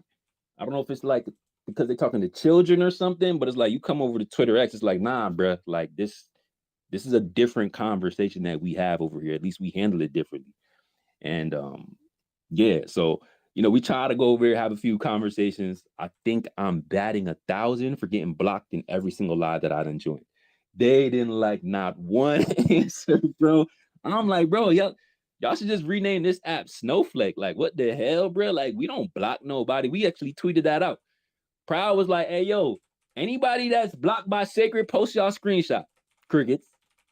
I said, that's a good idea. I retweeted Proud. I said, hey, yo, anybody that's blocked by Proud, screenshots down below. Crickets. I'm like, yo, bro, we go over the platform, talk to these guys for 10 minutes. They already blocking us, getting us out. I'm like, oh, so y'all don't really want to have a conversation. But it is another platform. It is another audience. We are looking to like expand soon to like different places. I know that y'all want like more clips of the spaces. You want to see more full length conversations. So we already got Alan like tapped in with the live on YouTube. But we're gonna start dropping over there as well, and we're thinking about TikTok, at the same time. So I want to get you guys' idea how y'all feel about that. I'm gonna tweet out, I guess my profile over there, or whatever fuck, and y'all can let me know. Sacred, no, stay on Twitter. Fuck TikTok. I don't care about that over there. Stay right over here. I'm not going nowhere, but I'm just saying if y'all want to see me somewhere else, y'all let me know. Or say, yeah, like that'd be dope. Bring some of them conversations from TikTok over to Twitter, vice versa.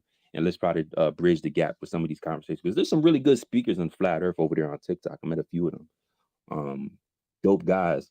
It's just that they're not willing to like get off their platform. I mean, Alan done challenged like a PhD over there on TikTok saying, hey, what's up with the debate? What's good? And the mugs is like, they running. It's like, how many times we got to DM and say, hey, come to have a conversation or let's debate. You want to make a claim, let's get to it. And it take us to go over there just to get blocked. Just like, what the hell is going on, bruh? So that's funny. I'm gonna go ahead and tweet that out now. And I'm gonna include some of the guys' TikToks. And when I tweet out the TikTok, anybody that have their TikTok up there, y'all put your own post down there too. Put your at name, take a screenshot of your profile. I want to see a thread of all the gang in there, all the level heads. I want to see everybody so I know where to find you guys. I want to see the type of content that y'all posting because I have no idea how TikTok works, bro. That shit is weird as hell. Like I'll be so lost over there. I'm like, what the hell is going on? All these videos and lives and emojis popping up. Like, what the fuck? Like, can we just talk about the science? Like, what's all these coins hitting my shit, bro? Oh I'm yeah, still that's the trying to other crack thing too. Snapchat, bro. Yo, that's the other thing too, bro. I'm a grifter now. Y'all know I just made $2.80. Oh man, when I seen that shit hit my TikTok, I'm like, bro, I just joined the live. Am I a grifter?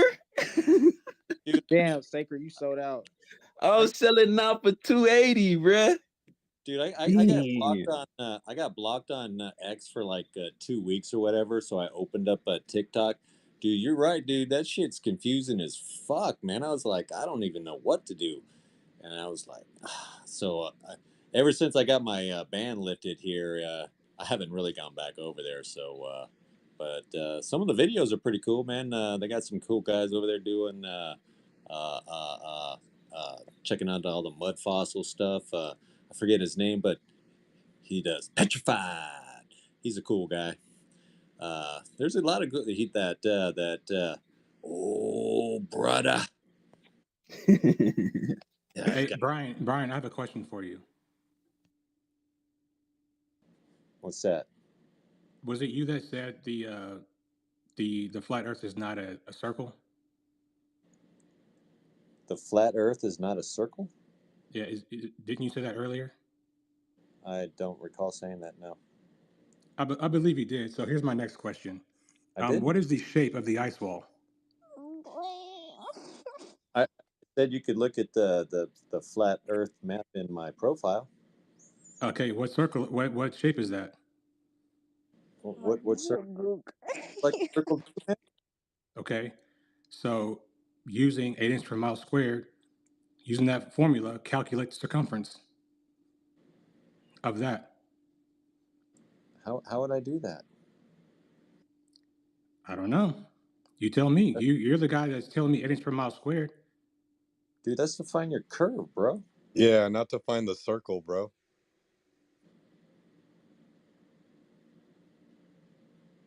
Yeah. Marcus, What I'm saying here is, Marcus, That's can you tell us how unfortunate. to monopolize and make money on TikTok? I don't have a TikTok. I don't allow Chinese spy apps on my phone.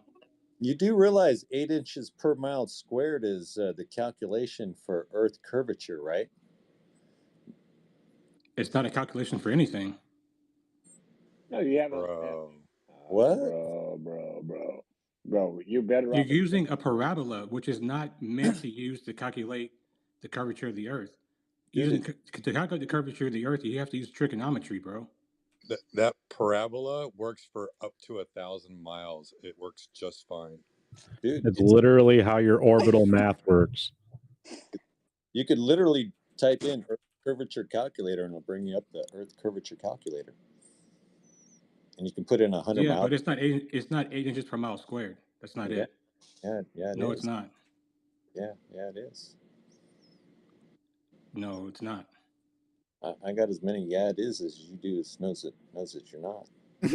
That's within margin of error up to at least 3,000 miles. Yeah, established. can you see that graphic what I is it, posted up Marcus? there? That's from a video of a PhD globe guy like agreeing with the mathematics and correcting everybody who's taking the position that you're taking now. I'm gonna link you the video as we continue the discussion. I highly recommend checking that out, and then we can all move forward.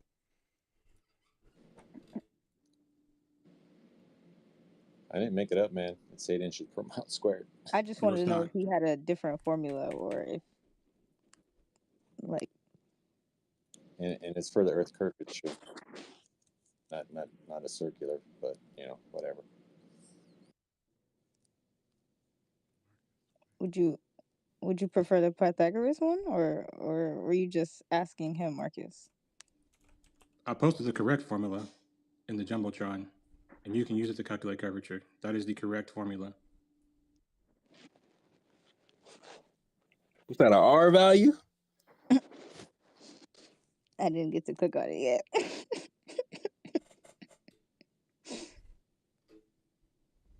Tier.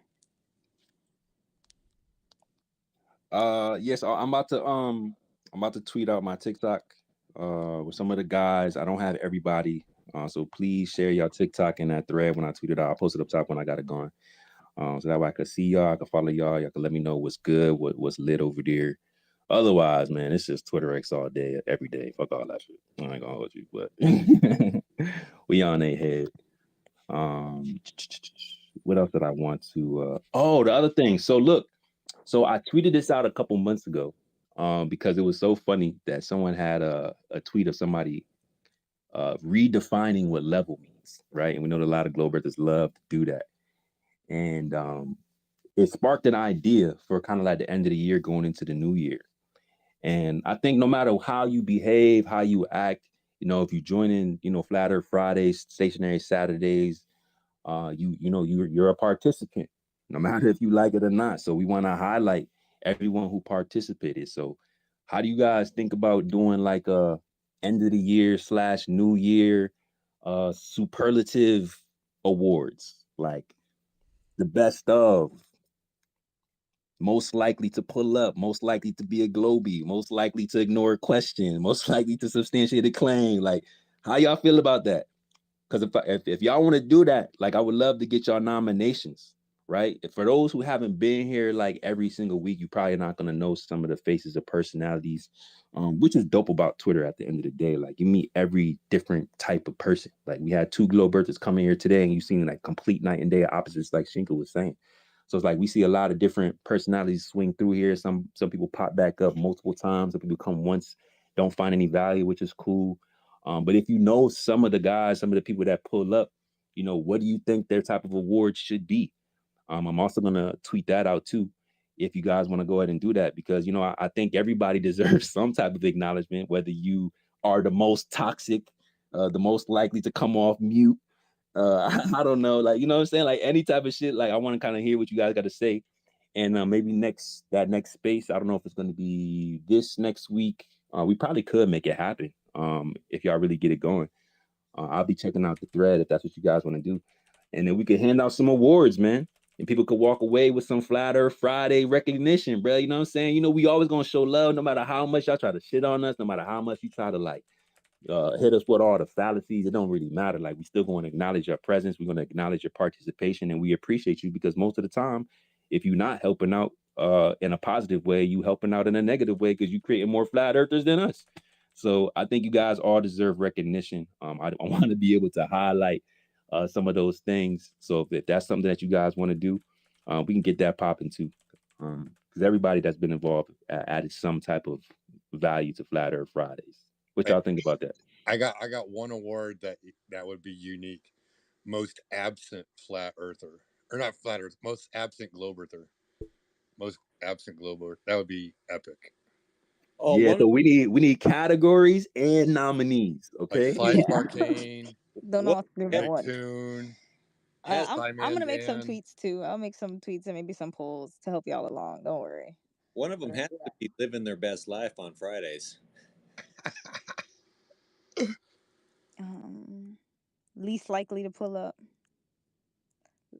Most likely to come here drunk.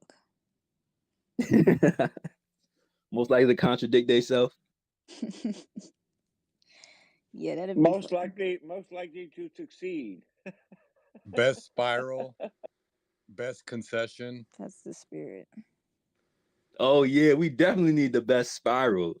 If y'all ain't been tapped in on all these 81 episodes, bro, then that's tough, bro. I'll be thinking about this shit like, damn, 81 episodes and so many different spirals have happened from the other side, bro. Oh my goodness, bro. There's so many moments. Most indoctrinated. The most wiggle room. High level. Most wiggle room. Inside joke. Hey, you had to be there. Most indoctrinated. Most likely to bring a friend that becomes a flat Send in earther. your nominees too. For sure. Everybody just added you to a list. Right. Most likely to add you to a list, but never pull up. Most likely to tweet, but never grab a mic. Yeah. So yeah, man. I think that would be really dope. I think that would be fun as hell. Like, we could just hand out awards and clown and laugh and shit for like an hour or some shit like that. I think that would be dope. So I got a few tweets that I'm gonna queue up. What I'm gonna do now is I'm gonna let Alan and Proud rotate some mics. And the last thing I do want to say before we get to some of like the back and forth that you guys are so desperately wanting to get to, because y'all know how we get down on Flat Earth Fridays, y'all heard. I do want to make sure that you guys come up and, give us your honest opinion and critiques of everything that you've witnessed over the past year thus far. We've been getting to it more than a year. This is our second year going into the third. Just like Proud said, we're going into 3 seasons with it. But yeah, man, I kind of just want to open it up to you guys. Give us your favorite moments. I want to hear some stories from you guys. I be thinking about that all the time. It's like I don't really get to talk to the people because we always talking about different topics. So, I kind of want to get your guys' review of, what's your favorite moments. Something that when you think about Flat Earth Fridays, what pop in your head? Like what did you hear that make you laugh? What did you hear that made you think? Also, I want to accept like all your critiques as well. If you have any critiques or criticisms of anything that you don't witness in the space, something that you would like to see done better for a better listening and viewable experience, I'm open to that today as well. At the end of the day, I want to be the best host possible. I want to be the best representative of the truth and of myself, right? Because I'm a reflection of you guys. So I'm open to listening and hearing all that stuff so I could be better than yesterday, like I said earlier. And yeah, any requests, maybe some topics that you guys want us to cover in the future. Maybe you have something that we've already covered in the past, but I was actually talking to Alan about this a couple weeks ago that we probably have to revisit some of that stuff, because before we was getting into some of the ethereal physics that Alan and Toby be talking about these days. We had our own structure, some of our own things, but a lot of that information has been updated and upgraded, and it's a lot of things that I'm learning in real time too. So there's some topics that we may have covered that we might have to revisit for some of the new listeners. It wasn't always like, how many people we got in here right now? It wasn't always 170 people in here, bro. It was like 10 when we first started. You know what I'm saying? 5. And we didn't get no shout outs. We couldn't mooch off at anybody else in order to get a following. We had to get about the mud for real. And we had to be consistent and we had to be accurate. Because if we wasn't, y'all wouldn't be fucking with us. And that's why we do what we do. So shout out for y'all for pulling up. Like I said, I want you guys to come up here, engage, let us know what you think, give us your best moments, some ideas, request some topics that you might want to talk about in the future. And yeah, this is all about you guys. So I appreciate y'all. Proud Alan, got anything for him? I'm gonna go ahead and make my tweets.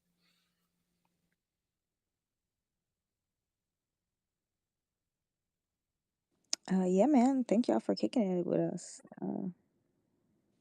We appreciate that. This is technically our last Friday of the year, so of course we just here to enjoy it for sure. Last it with y'all. But yeah, we're gonna get into the sciences. We're gonna talk, chop it up. We might have a couple more things to discuss with the future, but no, thank y'all for staying tuned. We growing. Y'all see us. Y'all see us.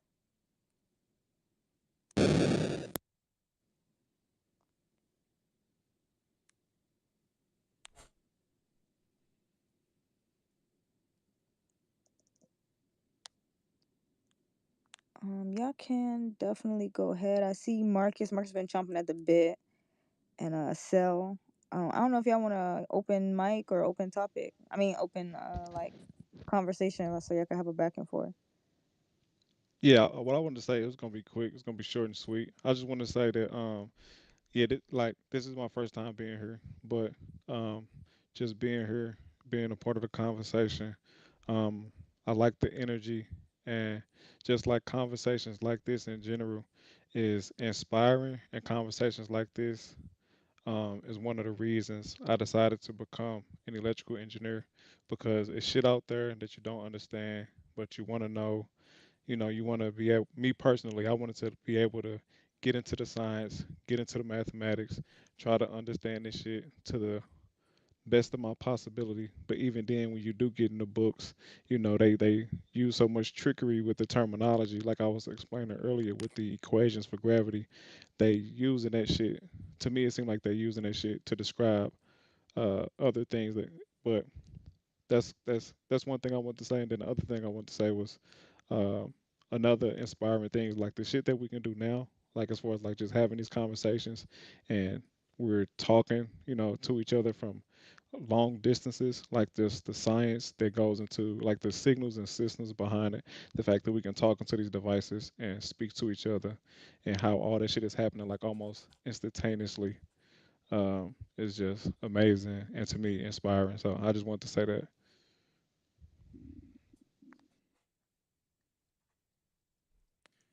Appreciate that. Appreciate that. We love the new viewers as well, new voices, new minds. You definitely should tap into that Matthew Rife conversation. You might get some insight on some of the electrics you be working with and whatnot. Um, Yeah, for sure. yeah. I'm definitely gonna tap in for it. But yeah, stick around. Stick around. You could stay up here or drop as listener, either one. We might rotate some mics in a minute though. Marcus, you've been patient. Appreciate you for being so patient on our last day of the year. Please. Actually, you can rotate me. I'm eating right now. You said you're eating right now. Yeah. Did you have your hand up or? I have my hand up, but I don't want to be like eating and like trying to talk to y'all. But I'm not Okay. full of food. You know what I'm saying?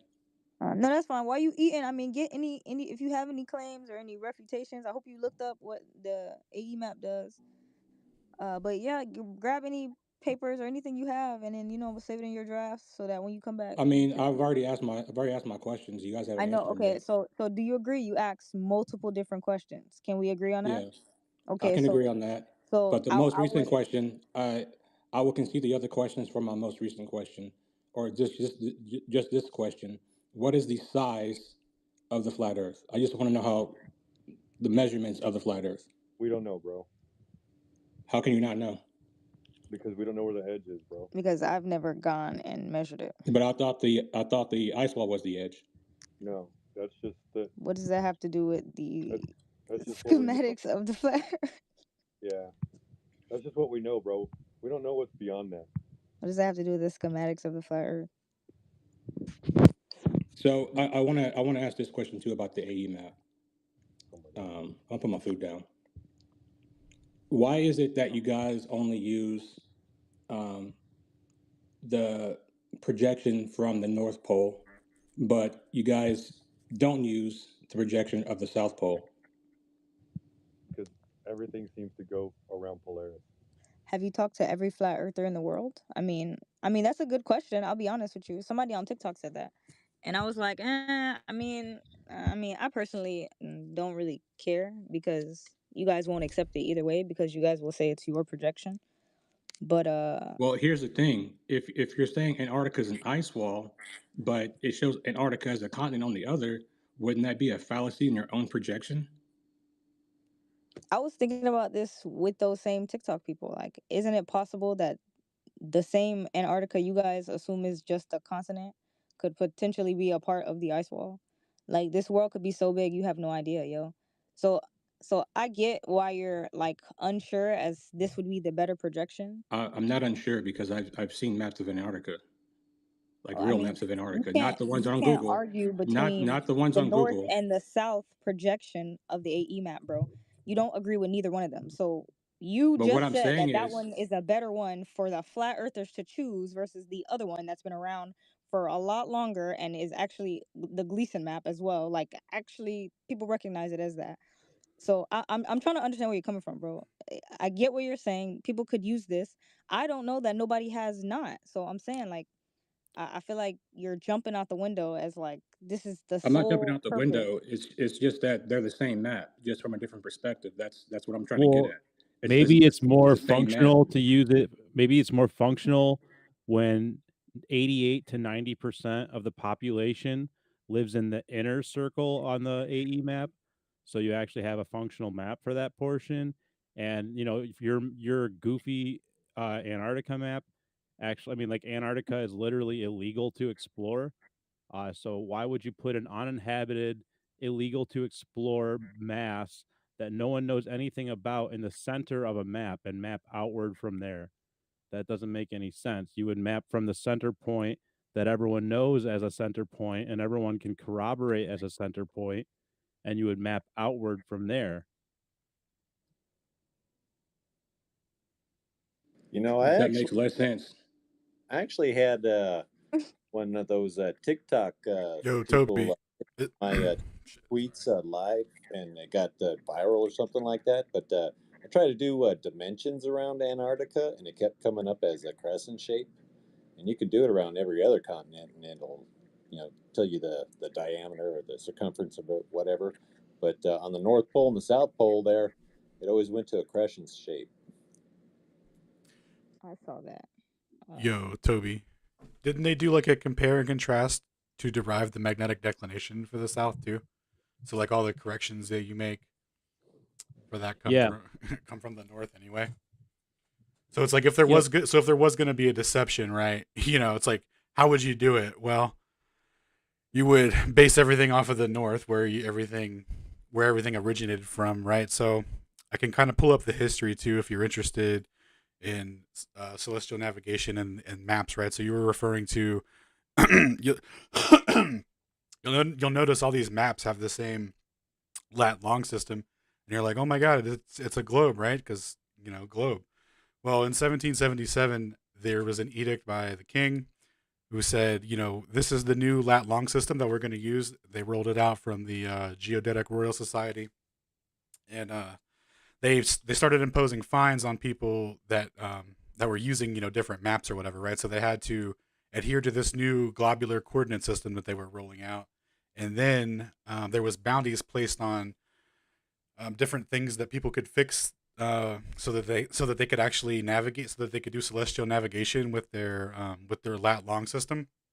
So what they had is they wanted two ships to go in opposite directions around Britain and you do celestial navigation using their lat long system, and they were offering 10,500 gold shekels for anyone who could who could come up with that, right? So that's like $2,500,000 in today's money, allegedly. Um, so this was like imposed and they came up with this in the 1777 and imposed it on the entire world, and everything's been from that, right?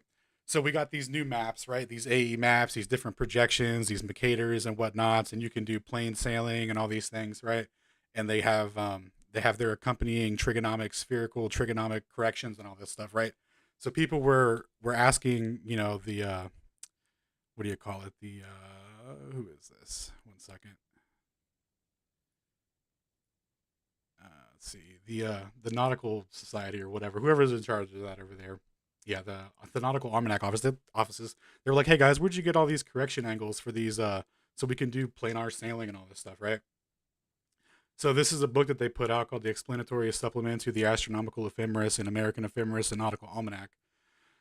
And what they lay out here is they go over the coordinate systems that they use and what they're derived from and what they're derived from. So they show you different two different coordinate systems. One's a geocentric 2D rectangular coordinate system, and the other is the coordinate system that they're trying to match it to. And they have an ellipticity and a flattening coefficient right here that they can apply. So what they'll do is how Ken was saying earlier that all the maps are derived from planar correction angles to Polaris. Well, that's pretty true, because that's what this whole book is about, essentially.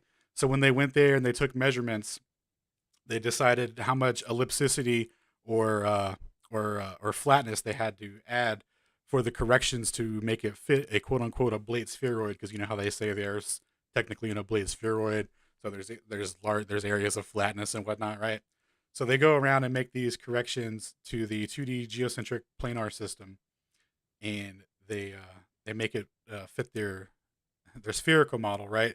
So through the end product of all their transformations, basically, to make a long story short here, is they take this and they turn it into the celestial sphere model, and it's all derived from the perspective of the original 2D geocentric coordinate system. And so they use a specific amount of stars. I think there's like, what is it, like 57 stars or 51 stars that they use for celestial navigation, and they already have it fit so that they could make it work on their coordinate system, right? And then there's an excellent book to close out here, the history of circumnavigation and celestial navigation and all that. This book called His Pronouncement. They go over the history of the map transformations and when they were like updating maps and changing things to make everything fit a globe in like the late 1800s, early 1900s. This guy's got tons of citations and articles that he references. Goes over the history of all that. So it's really interesting stuff. So like this idea that like, oh yeah, we know it's a globe and we have this perfect map, and it's like, well, the long history of like making that map is insane. And then when you realize it's derived from the stars, and we haven't even got into like perspective or how we see or anything yet. But when you realize it's like derived from the stars, they could make it whatever they want, really. So and that's just some stuff to consider for the reliance on maps. Oh, and there was a thing I posted at the beginning of the talk. It was a video from like NBC or whatever, right? They were doing this news piece on the history of maps that they used to be used, right? So before World War II, when we were flying overseas all the time, right? People were trying to use the maps that were given to them, and they realized that none of the maps work, and the military had to issue a new map and say, "Oh yeah, this is the actual map you have to use." Like there was this whole big thing, and they didn't until people needed to go over there, and like the travel was common for people.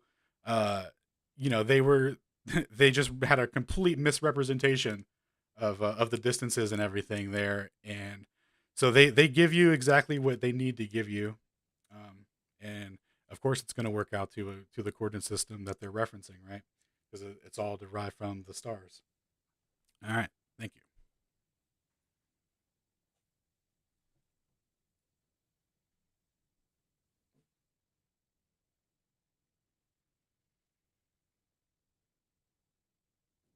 So Marcus, you have like a lot of questions.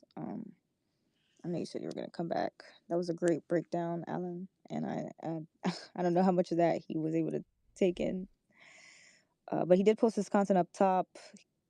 Give your question a break. Eat your food. Let's go around the room, check out some other people, and then maybe once you take a look at the content, we could come back. What's good, Sheep? What's up? What's up? Can you hear me, Proud?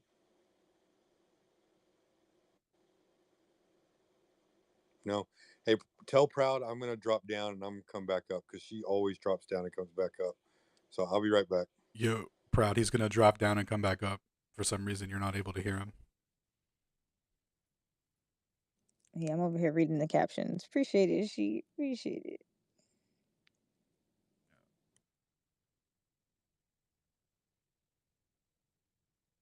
Uh-oh. The host is having connection issues. Uh-oh. Uh-oh. Don't think about it. Don't think about it. Don't put it into the ether. If there are any globies down there, if anybody wants to come back up, grab a mic, request. Let's get this going. I see y'all. Y'all not hidden. Y'all didn't switch over to incognito. Your number one favorite fan is down there, Proud. Brenda. I haven't noticed. Y'all hear me? Yeah. All right, I'm tripping. My whole thing is glitching right now, y'all. If the space crashes, we're gonna start it right back up. All right, so tap in with me. Go outside and move the Tesla rod, bro. They tweaking. Move the Tesla rod.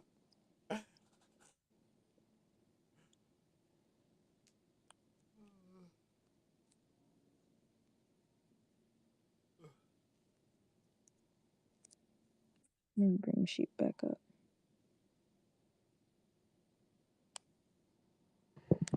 All right. Can y'all hear me now? Can you hear me, Proud? Yeah.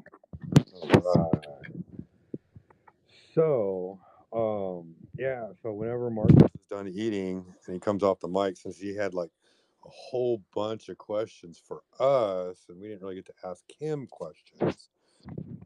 The first question I want to ask him is about this formula. You know, the R value, the radius value. Yo, Sheep. Who Where, measures the radius? Get out Sheep. the microwave, bro. Get out Wherever the you had your mic like 4 seconds ago was perfect. Is it messing up now? Yep, perfect. No. There it is, right there. All right. So yeah, so the R value represents the radius, right? We all know that going into that formula. R minus is it R times R cosine or R minus R cosine? Yeah, R minus R cosine.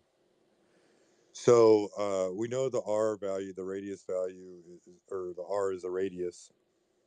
So my question to him is going to be, who measured the radius?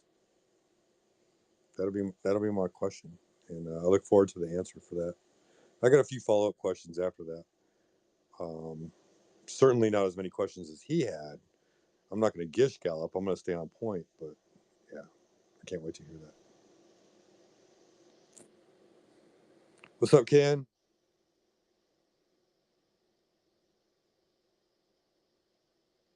What's up, Shinku? What do you do? Oh, nothing. Just feeling a little bit of dead space. God, man, I wonder where my little globe earth stalker went. I swear it was probably Tum Tum, but I don't know. Maybe that's why he didn't grab a mic. I'm trying to figure out why people think us living on a flat topographical plane is crazier than temporal pockets. Dude, I love that you remember the temporal pockets. Bro, because that introduces temporal paradoxes, which would mean the pocket has existed yet has never existed, which would mean that we can also live in a temporal paradox and would never know. Like, bruh. Dude, the classic grandfather paradox. With enough mathematics, you can become your own dad. That's what I'm saying, bro. Like, they just throw an equation on that bitch and call it a day.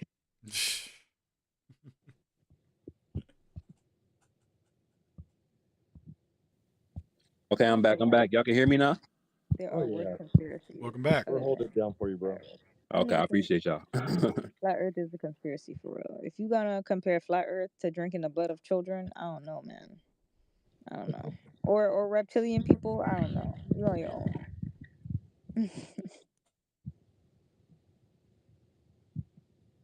Or the celebrities that are still alive. Michael Jackson still being alive. Marilyn Monroe still being alive. Where do I put that? That's not a bad one. That's not a bad one at all. Sheep. I'll make a list. Mandela effect. Oh no, that is what is that is a fact right there. And then they like to ask us this question: if we have a balloon that's circling the Earth in place of a satellite, how can it circle the Earth in 93 minutes? And I have a response to that, which is we had airships 200 years ago, and they trying to bring them back 2 years from now. So if we have the technology to make an airship be in the air for 5+ fucking days, you think they can make an object 1/3 the size go fast?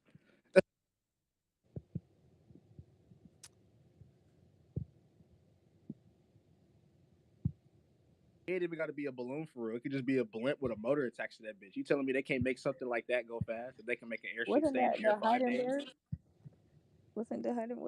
Wasn't there a blimp they Yeah, had? the Airlander. They try to drop it. Yeah, they try to monetize it, and it's crazy because it's like who gonna be able to get a ticket? Because I'm definitely taking that whole past the 60 South Parallel. They gonna shoot that shit out the sky. Yeah, they just gonna pop that balloon. Don't do it. Don't do it. Not that. It need to be like steel paneled or something. Ain't no discreet way in there. At the same time, who getting a ticket for these things? And it's like if we gropped up enough to commandeer one ourselves, pay for it, I should be able to fly anywhere I want. So I want to take it past, the 60 South Parallel. I pay for this bitch. Yo, I just want all the listeners to know, like, if you don't know, you know how many times people have literally told us to get ourselves killed in search of the truth, like dead ass, no cap, just straight up, just jump in a line of fire. If you get shot, doesn't that help your cause? Like what? Like you telling me out of all the science there's not a better way to handle it, like other than literally trying to die to prove that we were right? I don't think that would work. Like we would be dead. Who would be aware that we were right? We would just be the crazy flirts that disappeared one day on their way to the ice wall. Like Dude, and then they would be flat Earth death deniers or whatever. They would be like, "Oh no, they're still alive. I saw them at the football game or whatever." yo, like it wouldn't work, y'all. But people really believe that that's a sufficient way to falsify the globe model, risk getting shot, lying to the government, and trying to sneak into Antarctica. And they were dead ass. Like this is what we're up against, y'all. Don't ask the questions. That's the issue. They just take it as it is. Like, oh, they only down there for science. Like, bro, they have a whole fleet that's meant to intercept you 500 miles away from that shit. Like, that's not no fucking scientific team down there, bro. I seen somebody on TikTok digging in ice, some type of scientist, air quotes, and he was digging in the ice to look at dust samples of 1,000-year-old ice. And I promise you, bro is getting paid to dig up ice and look up dust samples. I don't know.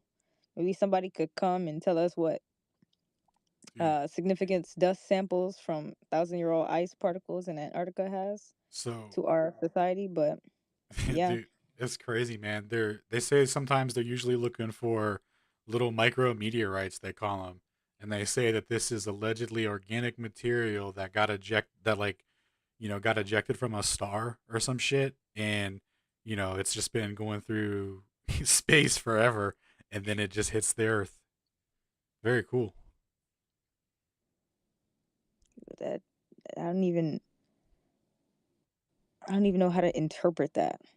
Dude, they say shit like that, but when you say, "Hey, we're not moving," they lose their minds. Dude, when you say we're not moving, they freak out. But when there's a field of study dedicated to looking for micro meteorite dust and ice, which may or may not exist, everyone's like, "Oh, dude, that's so cool." Oh, really? It came from a star? Like, yeah, dude.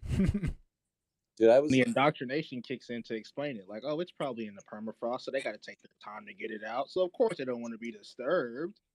dude, I was like, I asked them, show me a guy in a spacesuit getting a vacuum, so they did, and he lasted like 30 seconds. But I noticed the water boiled and exploded in the container it was in. I was like, so what were they drinking on the Apollo missions? And they come back and tell me that the cabin was pressurized and the spacesuits were pressurized. And I was like, I still got a problem with this, man. They opened up those doors and lost that pressure.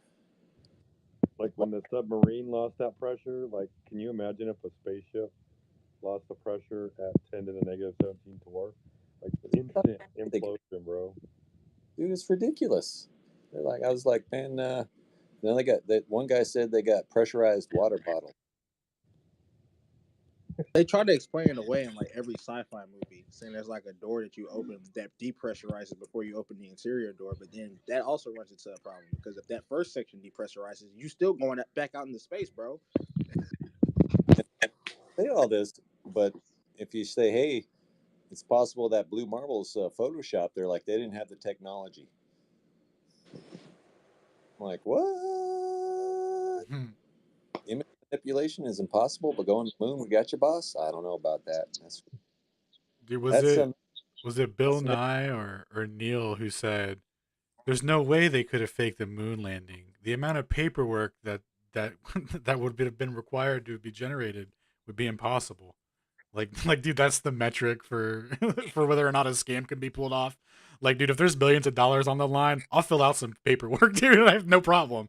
Dude, I also saw another video of I think it was the first test, or maybe I don't know, man. But it was like one was a full on vacuum, and then there's like another chamber in there that was like a half a vacuum or something. They said, I guess, because he was able to get in there fast Oh enough. yeah. But the guy's tube air tube came undone, and he was finished for. And you could hear the guy saying out in the safety of air, he goes, "Yeah, if you're in space, you're dead." But luckily, this guy is right next door to him in a halfway decompressurized chamber or something like that, and was able to open up the door and get him some air. But yeah, I'm tweeting the video now. yeah, that's you're gonna just go out there and play some golf, huh? And This is the part where we just like to poke holes in the logic, guys. Where we just, So the steel man of their position, as they say, well, that 10 to the negative 28 torr or whatever it is, that's not a negative number. That's not a different metric. It's just a really small number. So it's not the same as like a lot of pressure. It's a really small amount. So it's not that big of a difference. That's dead ass what they say. Right. It's 1 over 10 to the 17. I get it. Yeah, but this pressure difference keeps us in the atmosphere, so it right. does fucking matter. Right, but they literally, that's how they try and argue it, as if it's a non-issue. Like they're like, nah. Exactly. They go, nah. And then, but then you have your boy here. So I just tweeted this. It should be in the space, hopefully. Actually, I don't think I shared it. Give me 1 second. But yeah, that video that he was just talking about, where they're doing a test in a vacuum. The guy's suit bursted within like 10 seconds, and he immediately loses consciousness. And he says that he felt his saliva started to boil, right? And then when you get into the SR-71 Blackbird pilots and all that, the suits that they wear, and they're all pressurized and all that, same situation there. If their suit fails at that altitude, like they're gone. Like you don't like that guy passed out. So like it's over. You don't have like there's no like, oh dude, my suit failed, and like for the last 2 seconds I used to say no, you're already gone, dog. The guy is already unconscious, dude. Like let's get some duct tape. And the guy's like, he's like, well, you can see it happen, you can do it. And I was like, well, he didn't last there. And the guy goes, well, how long you want him to last in there? And I was all like, I don't know. How about a trip to the moon, play around the golf, back home? 3 or 4 days, like, whatever. Yeah, longer than seconds and almost dying. No, exactly, man. My favorite's the vacuum chamber that they have, right? Like gets to 10 to the negative 6 torr, and it can't even keep the air out. Like air seeps into it over time. But that's the same vacuum chamber that they use for the bowling ball and the feather drop. And the walls in that vacuum chamber are 8 foot thick, but somehow we made it to the moon and like take it 10 to negative 17 tour, landed on the moon and went and played golf on 10 to the negative 9 tour. So we had no ability to test for any of that stuff or prepare for it. It just works, man. You just got to believe. Got to have faith, man. Don't tell me I'm not in the cult. That was after they took the wormhole through the Van Allen belts. Dude, they came up with dark matter, dark energy, black holes, bending space and time to come up with a 380-year-old guess that they haven't been able to come up with. And I say, hey, man, perhaps it's just electromagnetic stuff and we're not moving. No, you're crazy. Hey, but you evolved from an amoeba monkey salamander, so I don't know why you think that you're special. Dude, that's crazy. People rather be coming from monkeys than God. I'm like, really? You got two choices here, man. God or the monkey, and you're choosing the monkey. I just want to point that out. Chose the monkey. Don't forget the pocket dimension of time, which we could all be in, and this conversation could have already happened multiple times and we wouldn't even know. Don't forget that aspect as well. I'm sure I was the same way in every single conversation.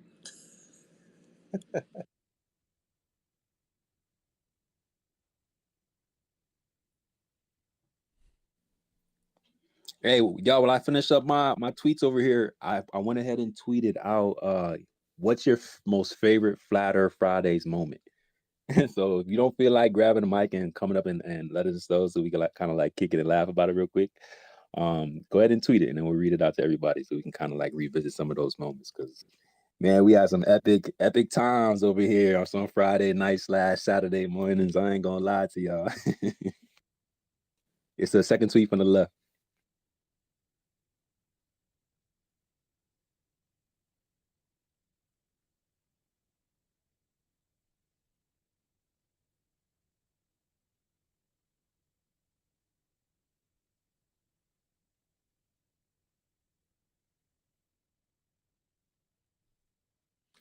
And Proud, help me out with any requests because I don't think I could see all the requests.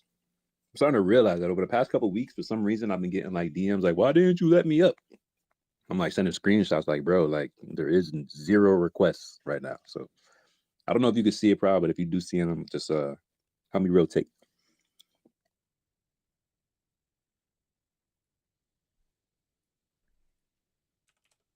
And why is this dude Marcus spamming the nest like this, bruh? What is the point of all of this? It's probably why the space is finna crash. He's saying all this fallacious rhetoric. Hey, you know what? All those maps are flat. To ask you guys, why are these not accurate projections of the globe or the Earth, but yours is? Of the globe. Bro, you're gonna have to show me a radius. You're gonna have to give me a measurement of the radius before you start calling it the globe.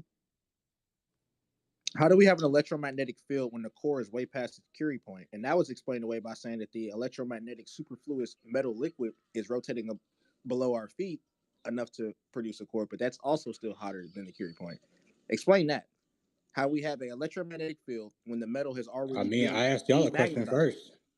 Y'all haven't answered 0 of my bro, questions. we've answered all your fucking questions. Common sense questions, bro. I mean, Marcus, we don't really agree No, you on the haven't. same shape of the Earth. So for you to ask me why none of these are accurate depictions of the Earth, we don't really agree on the standard depiction. So these outlandish depictions that nobody else in your community would agree with, like what kind of question is that? I just want to understand, like, because you use a distorted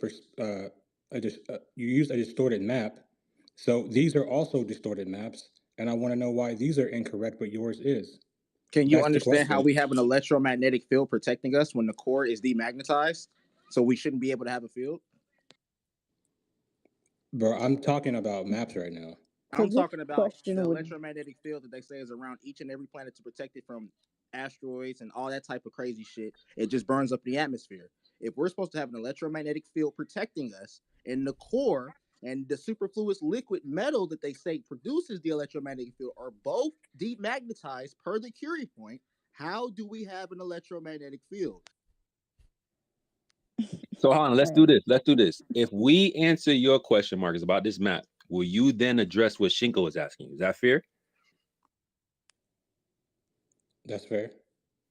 Okay, so humor me. Do you think that it's possible for, and this is just a possibility, right? That this is a flat Earth, and then what they did was they took the flat Earth and conformed it over a sphere, which created distortion. Then they created a coordinate system for us to navigate this distortion, built in those corrections into GPS, so now we don't even have to think about it. Then flatten the globe to create this all these different maps that you're using that show distorted land masses.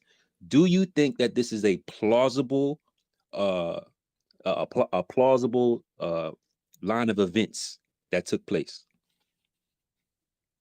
No.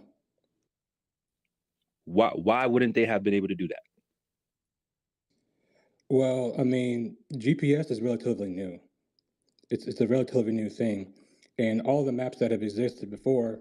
So you guys say in 1770 whatever, the King of England did whatever and made everybody use a globe style map. Well, people have been using regular maps without GPS and getting places just fine for centuries, for hundreds of years. So why all of a sudden is there this grand conspiracy? They would need to do more work to cover up the shape of the Earth. It doesn't make any sense. Okay, let me slow it down. I'm gonna say it one more time because I see You don't that need you're to say it getting slower. fixated. You don't Well, need to you're say it not slower. acknowledging what I'm saying. What you did I was don't you have to. highlighted a specific part of what I said, and then you said all of a sudden they're doing conspiracy. That's not what I said. So I'm going to clarify one more time so that way you can answer my question in the correct way, because I'm not just focusing on GPS. That was just a highlight. I said, what if, or is this possible that this is a flat Earth? I already told you They no. took the flat Earth. Yeah, but you didn't give me a reason why. All you did was focus on GPS. So I'm asking you to Yeah, highlight why. it's Well, too bad. before you say no, you're not listening, bro. Relax, calm down. I'll let you speak. Ain't nobody interrupted you. And you see how you interrupted me? Zero respect. You don't even have respect for yourself.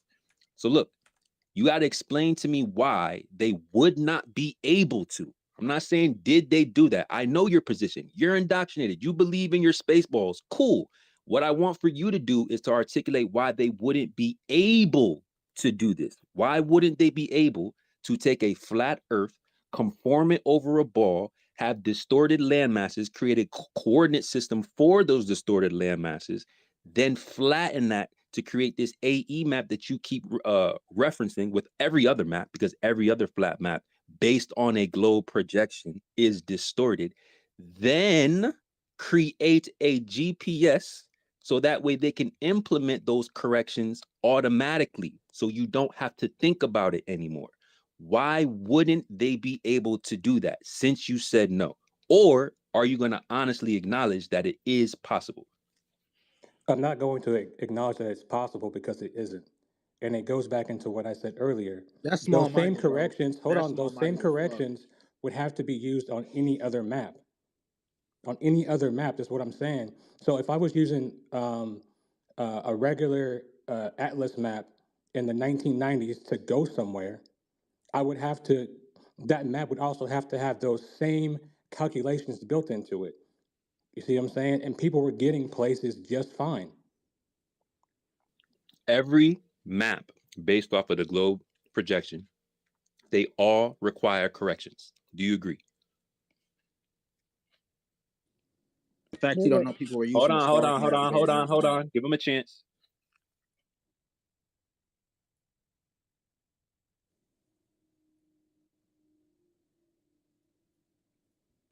It's on you, bro.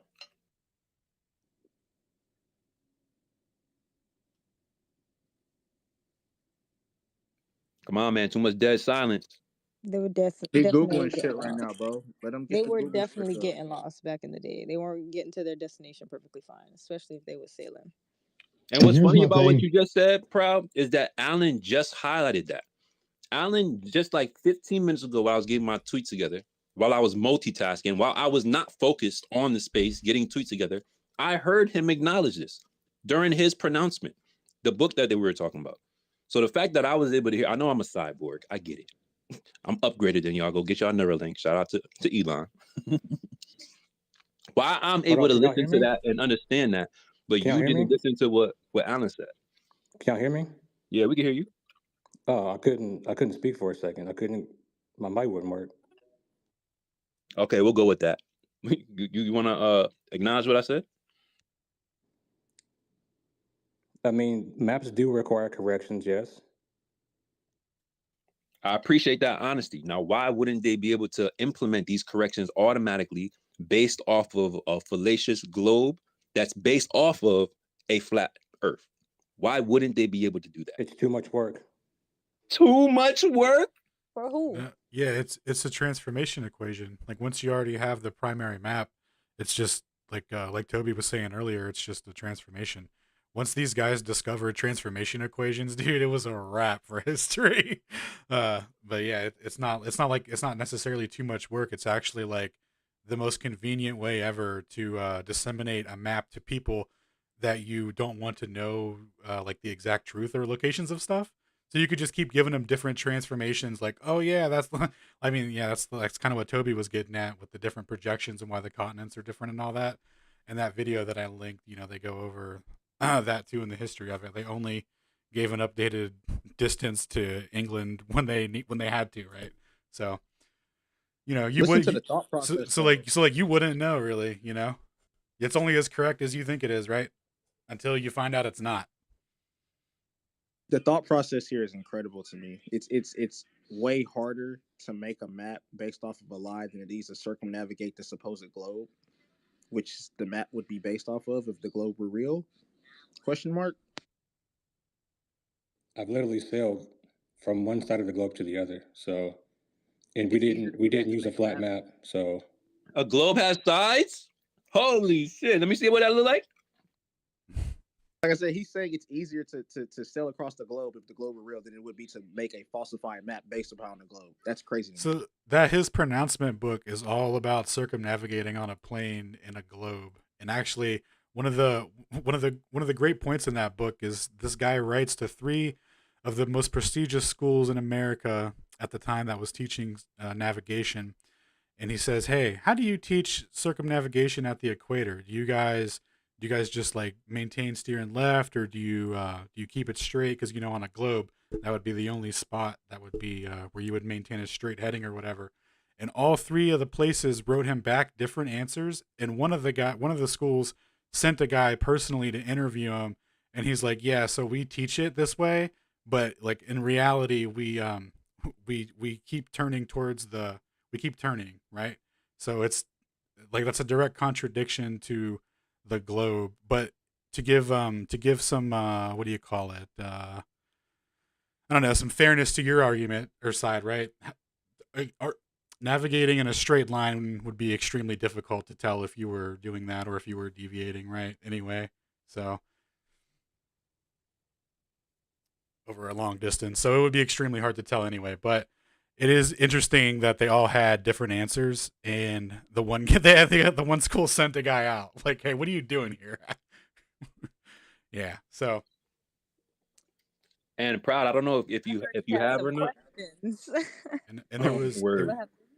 yeah, and actually, since you're into sailing and stuff too, you might want to check out Herbe Raboni, who was on what's his name, Taboo Conspiracies channel. He actually participates in that what is it, some sailing event that's every couple of years or something like that, and they do like this whole Antarctic trek or whatever. Um, and he's a flat earther, and he points out all the crazy stuff they do with the magnetic declination and how the boat speeds don't add up and the distance is way off. Like, and so it's like we're always like, "Oh, where's your Nobel Prize? Where's your whistleblower?" Like, well, we got a guy, but like nobody cares, right? Like, he's definitely not going to get a. You're not going to give that guy a Nobel Prize for, exposing a giant lie, right? If such a lie existed, so, just some stuff to consider, man. And if you want the links to that, maybe as a fellow sailor, you'll get some, You would actually get a Nobel Prize for that. it'll resonate with you a little bit.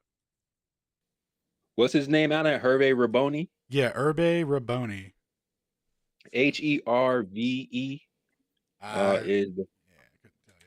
I think so. Sounds right. And if you watch any anime, you would see it in Dragon Ball Z in the hyperbolic time chamber with Cell and Boo. Is the hyperbolic time chamber? They show you many shots in the Cell and Boo arcs. Is that room a curve or a flat plane? I mean, come on, bro. Oh shit. Are you telling me space is flat? Oh, well, it actually is according to the math anyway. So yeah, that checks out.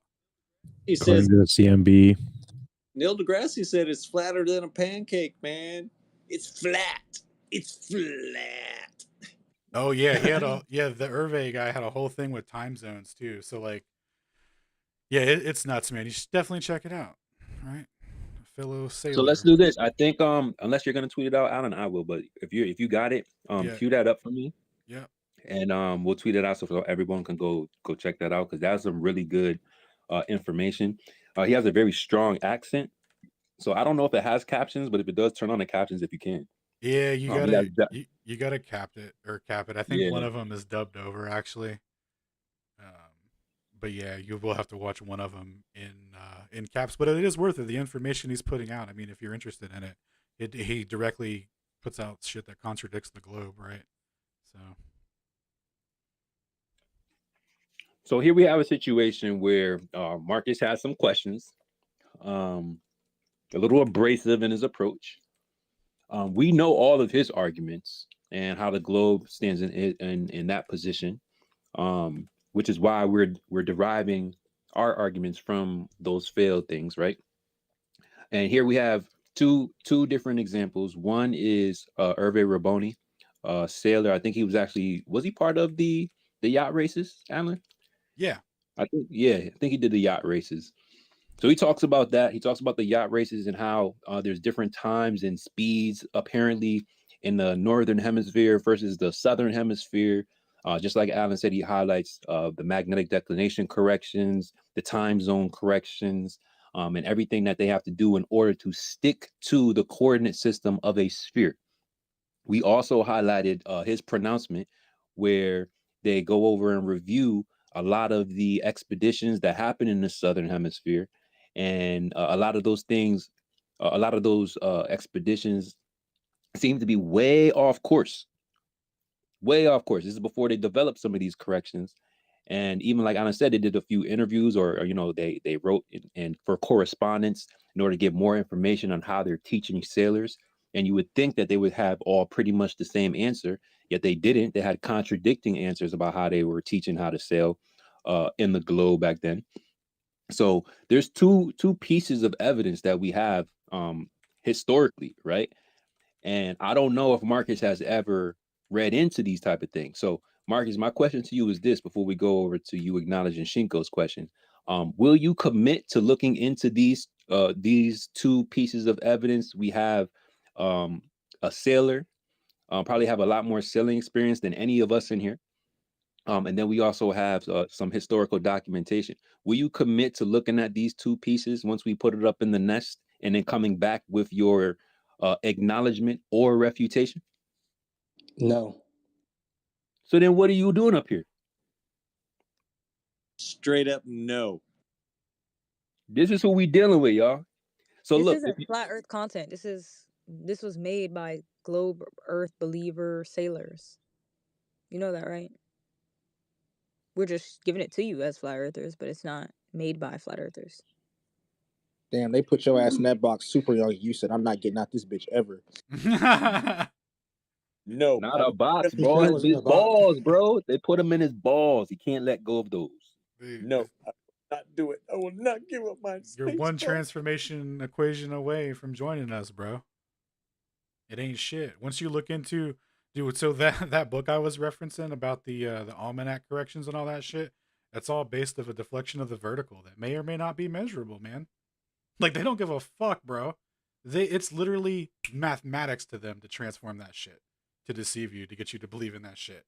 We got a dude out there sailing who's like, hey, the speeds aren't matching up to the distances traveled here for this race. Well, why doesn't this, what's going on here?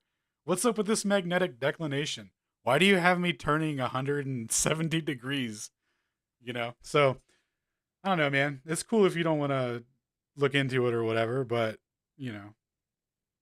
I'm not going to look into it because I've already sailed the seas, so I already know Hell yeah. how to measure the distance. That's pretty close-minded, man. Sick. Got it. It's not. It's not. You're picking and choosing what information to acknowledge. That is That's a called being bias. closed-minded. Do you have a different way of navigating the sea? Where you don't have to take into magnetic declination? I Take mean, into we use account? GPS in the Navy, so it seems to work just fine. Exactly, and that's exactly why I highlighted the GPS, and Alan about to body that point in a second. You don't really want to get into GPS right now, my guy. We got Alan as a co-host, so be very careful. But that's exactly why I highlighted that, because it's what I said was they use GPS for people like you that don't want to think. So it's automatic. You laughing, but that's why I highlighted that. And you just said, well, I don't have to do it because GPS works perfectly fine. Translation, I don't have to think, guys. I And then can before stick to that, my you laws. charts and too that before we that, use. you reference old maps, and Alan just pulled up what happened to those people who would have used those old maps. So we're trying to understand where you're coming from. Are you using GPS? Are you using the maps where they have to account for the declination? Like, we're trying 50-50 with you, Marcus. So like, give us something here. I'm still wondering how we have an electromagnetic field around this motherfucker. Oh, I got you. So the static electric, gradient that's high potential in the sky and low potential at the surface of the Earth. That following the right hand rule would create a magnetic field. That's it. That's what I think creates it. That's just like straight up nature. I'll be right back. And don't forget about, you say you got to go real quick, Alan? Yeah, I'll be back in like 2 minutes, and then we can get into whatever. But I'll be Yeah, right the back. GPS. Don't forget that. Yeah. Go ahead, take your time. GPS and inertial navigation systems. Don't forget about your gyros, boys. Ooh, we got some sauce for y'all. Hey, yo, tweet out the space. The stationary Saturdays already? Damn, bruh. Shit crazy. Hey, while we wait for Alan, go ahead, D369. What's up, my guy? Then we're gonna rotate some mics. Proud, handle that if you can, because I can't really see. Hey, what's going on, Sacred? I just wanted to, you asked about like feedback earlier, so I wanted to give a couple things. I was thinking maybe if you pin some rules at the top, it would help kind of like, I don't know if it really would help, but hopefully it would help people coming in from the globe perspective to kind of understand a couple things. One being that disproving a claim either way doesn't require a replacement claim, right? Because they always ask you, so what's your thing, right? We don't need to provide a thing if we just disproved your thing. That's on everybody to find out the truth, right? And then the second thing is there is no agreed upon flat earth model. We don't have that yet. So asking us, what does your model say, that doesn't stop us from disproving anything, right? And I had a comment for Cell. Cell, look into what Ken Wheeler discusses on gravity. He talks about electricity forming via the dielectric hyperbole, which is an inward acceleration or attraction. And magnetism is actually the outward spherical aspect. It's what we call the field. And this is like when we look at electrical wires, and Veritasium, the channel on YouTube, he has 2 videos about this specific thing where he clearly demonstrates that electricity doesn't flow within the wires, like as we kind of think of it. And then on top of that, the Earth has a magnetic field, right? Somebody was just asking about that, how we have the electric and magnetic field. So it's a torus, right? We have the magnetic field, which forms the donut, the outward sphere. And then the inward force would be the hyperbole. So now we got to think like everything in the universe kind of scales up from the quantum to the cosmological, which means we're likely at the center of a giant torus, which the center would be known as the plane of inertia. So that's probably what's going on here. And that's why we would have the downward force, because we'd be at the center where the hyperbole is meeting from both sides. That's where the downward force would come, would be the hyperbole. And then one last thing for Marcus, anything we hear about Earth's core is essentially theory and mathematics. Like nobody's been down there. We don't know what's inside the earth. And that's my spiel. Yeah, I was asking that more so as like how could they explain it as far as the globe model? Because with it we went over how the torus field works and how Hollow Earth interacts with that as well, and how they show you how the torus field works if you watch any kaiju movies, you know, Godzilla versus Kong, that type of shit. Yeah, I'm with you. Yeah, I was gonna say real quick, D3. Bro, we could lay out the rules, and no Glober's gonna listen to them, man. That's why we're all laughing up here on the panel, because like we tell them the rules, and then we say, "Can you acknowledge that?" And they will literally walk right past the question and go straight to their next question because they don't want to listen. What you think will happen if a flat earth, if Marcus asked a flat earther question, will you acknowledge this globe earth proof? And we was just like, no. That man will run to the timeline. Oh, these flat earth morons, these idiots, they don't want to address nothing. They don't got no answers. They're nitwits. They don't want to look at the science.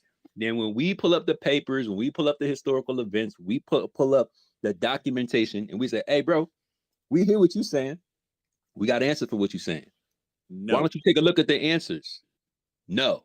But you better answer my questions, but I'm not going to look at the answers. Head ass. It'd be like Red facing Debo. What you gonna do, old boy? That was so funny. I was taking a drink. I almost it came through my nose, man. I laughed so hard on that, man. It was like, did he just say no? With a period, with a straight mute after that. A period. No. Ain't gonna. Nope. Not doing it. Not doing it. Not looking at any refutations, but you better give me an answer, but I'm not going to look at it if you do give me one. He still ain't answered Ball my question. head logic. He still ain't even answered my question about the electromagnetic field. Oh, yeah. So let's see. Let's do it that way. So since you are completely avoiding all the evidence that we're giving you, why don't you answer Shinku's question? D3 already answered it in the flat earth model. I want you to answer in the globe model. How do we have an EMF field whenever the core and the super molten liquid that they said generates said core are both past the Curie point and are demagnetized, which would therefore not produce a EMF field? And real quick, let me just highlight, thank you, D369. I appreciate that feedback.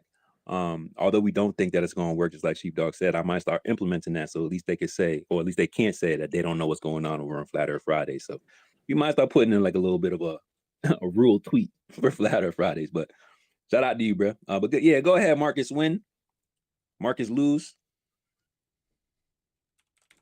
First of all, don't give me disrespectful with my name, bro. No. No. No. Okay. That's fair. And it's also fair for me to say that I don't know enough about the Earth's core. I'd have to look into that. Do you believe something blindly without doing your own research about it? I applaud you for admitting that, but do you understand where I'm going with this? I mean, most people here believe in God and they haven't seen him, so I mean, there's that. Ooh, that sounds like a fallacy of some sort. It's not a fallacy. Maybe poisoning the well, perhaps straw man. I don't know. It's not a fallacy. No one was talking about God. No one even brought up God. All of a sudden, God's got to be brought up. Come on, man. I'm not even religious, and I know this bitch is a flat topographical plane. So what's your argument there? It sounds like deviation of the topic of some sort. I didn't deviate. I straight up said that I would have to research the Earth's core. I didn't deviate. That's a direct answer. I call Sounds like a non sequitur. Saying that you believe in something that you haven't researched yourself, yet you just know it's the truth, yet you haven't did anything to prove it's true or not. You just believe it's true. Do you understand where I'm going with this? I'm glad you admit that your belief is a religion, though. Like you believe in your scientism religion. I don't believe in any religion. Try again. Oh, but you do. No, I don't. But you just You're demonstrating it a second ago. That's crazy. No, I don't. Everything you believe, you can't prove, bro. It's faith. You're in a Belief cult. without knowledge is faith, bro. It's religion. You don't have to have a God to have a religion. Hold on, say that again, Sheepdog. Belief without knowledge. Say it again. Belief without knowledge is just faith, and you don't need to have a God to have a religion. So, like Taoism is a religion, right? Hey, that deserved to be a Buddhism tweet. is a religion. That deserved to be a tweet. That's definitely gonna be a YouTube short, bro. Robot polisher. Where you at? Oh, he in here. I don't know if Marcus Wynn met him, but you gonna get real familiar. Shit. Hey, Marcus, I respect you for saying that you need to look into it, though. That's what's up.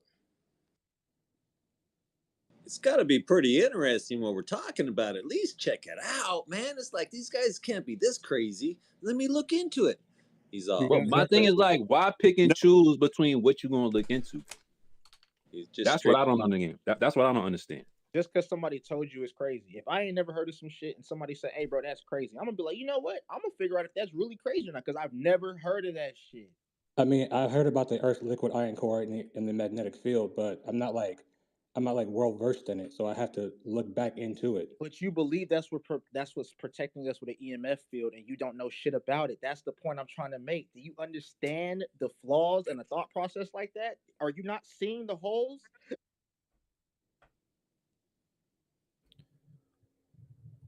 No, nothing. Damn. There's no holes in that, bro. No. Oh, really? I mean, you should just look into it because there's a lot of problems with it. They used a bunch of supercomputers that couldn't even properly model it. And then even when they do get like a somewhat of a model, it has tons of holes in it. It's supposed to have the pole shifting. It's supposed to literally have a pole reversal every like 780 years or 780,000 years or whatever. But on your guys' model, that just like didn't happen last time. It just skipped it. So that's supposed to have happened forever ago and it never happened. And then the secular variations all just totally wonky, makes no sense with any sort of geodynamo model, really. The convection, the way the convection currents work, there's no explanation that would match the magnetic flux rates and the lack of variation. The whole thing is just really got a lot of holes in it. I mean, really, you think about it, you have to somehow generate a magnetic in your guys' model. You have to explain a magnetic field being generated within a sphere that's rotating, and it has to be such a strong magnetic field that it would, I don't know, it depends on what you believe. Some people believe it might hold the atmosphere in, but like there's no like it's something to at least ponder. I would just put it that way. Like we live in a giant electrical magnetic field, and so I would ponder that and think about what that might mean for the reality you exist in. So someone just tweeted at me. Her name is Brenda DeBase, and she says she can answer the questions about the Earth's magnetic field. Man, she can't even figure out if she's a girl or a guy. Damn. Brenda's a known globe shield. We don't take fucking opinions from known globe shields. Sorry. I mean, an answer's an answer, right? Are you? I mean, so Marcus, are you tagging Brenda in? Is that what this is? I mean, she just tweeted at me. She said she can answer the question. It's up to y'all if y'all want to accept it or not. Are you Just tagging relaying a somebody else message. in? Hey, Are let you? me ask Marcus a question real quick. Hold on, I let me asked just figure Brenda. this out, guys. Hold on, I'll let you go, Toby. But Marcus, are you tagging somebody else in to help you out with globe answers that you don't have? Yes or no? No. Okay, so do you want to? do you want to answer some of the questions then? I will point out that that Brenda chick dude is also pretty much saying Alan is wrong on everything he's pretty much talking about. All right, I mean, I don't know her. put that on the I don't shelf know her, for so later, I was just maybe? relaying a message. I don't know her, so It's all right. that's We on know her, y'all. Mark. Or we know him, Marcus. We know who he is. Go ahead, Toby. Like I said, I don't know her, him, her, whatever it is. They're just tweeting at me, and I was just relaying a message. So that's all. Can we try to be a little respectful? Well, hey Marcus, just one quick question. I'll try. The fact that the magnetic field, the poles of the magnetic field are not even aligned with the same axis as the rotation, don't you think that's kind of weird?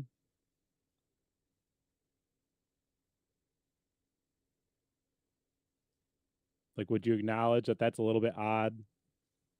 Between true north and magnetic north? Yeah, or Is that what you're especially referencing? south. It's even worse in the south. The the declination in the south is insane. It doesn't match anything close to what what you would think you would have on a rotating sphere. It's a totally different axis, and it's actually not even really an axis. I'm personally trying to figure out what the plane of inertia is on a ball. Well, yeah, especially when you have a semi-liquid interior. Like, explain how we have a perfect uniform rotation. That makes no sense whatsoever. Well, it's not perfect nor is it uniform. It wobbles. Do you Well, believe yeah, in but that's temporal? not that's the opposite of what you would have from the semi-liquid interior. Like, that's not the minimum energy state or whatever. Marcus, do you believe in temporal pockets?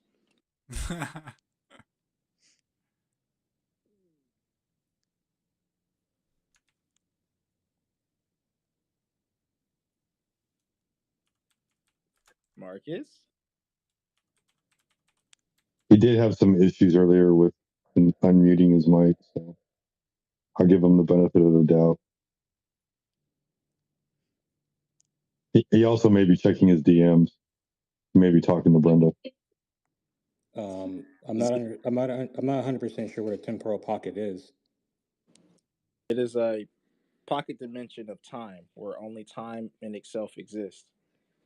But since it's a pocket dimension of time, temporal paradoxes would also exist, which would mean that pocket dimension has existed yet has never existed.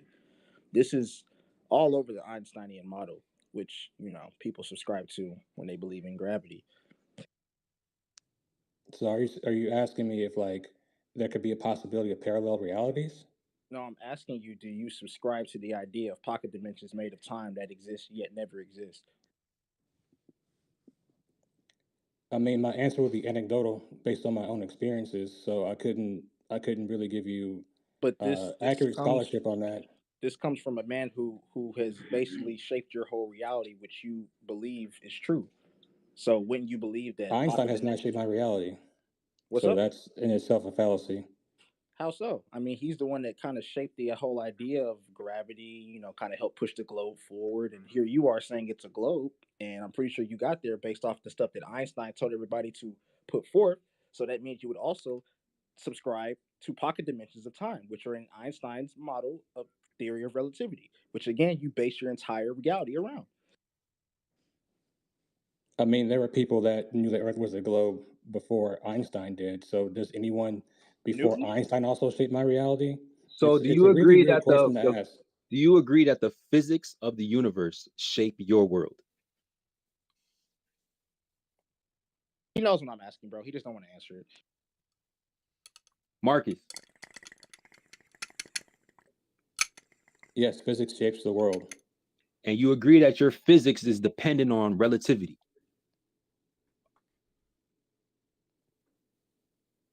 Sure. Marcus. Sure. You said yes? Sure.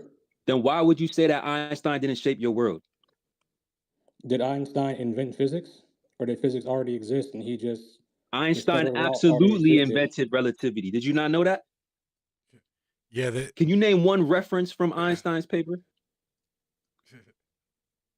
Yeah, he literally made that Just paper because up, by the somebody way. writes a paper. So up until that point, up until that point,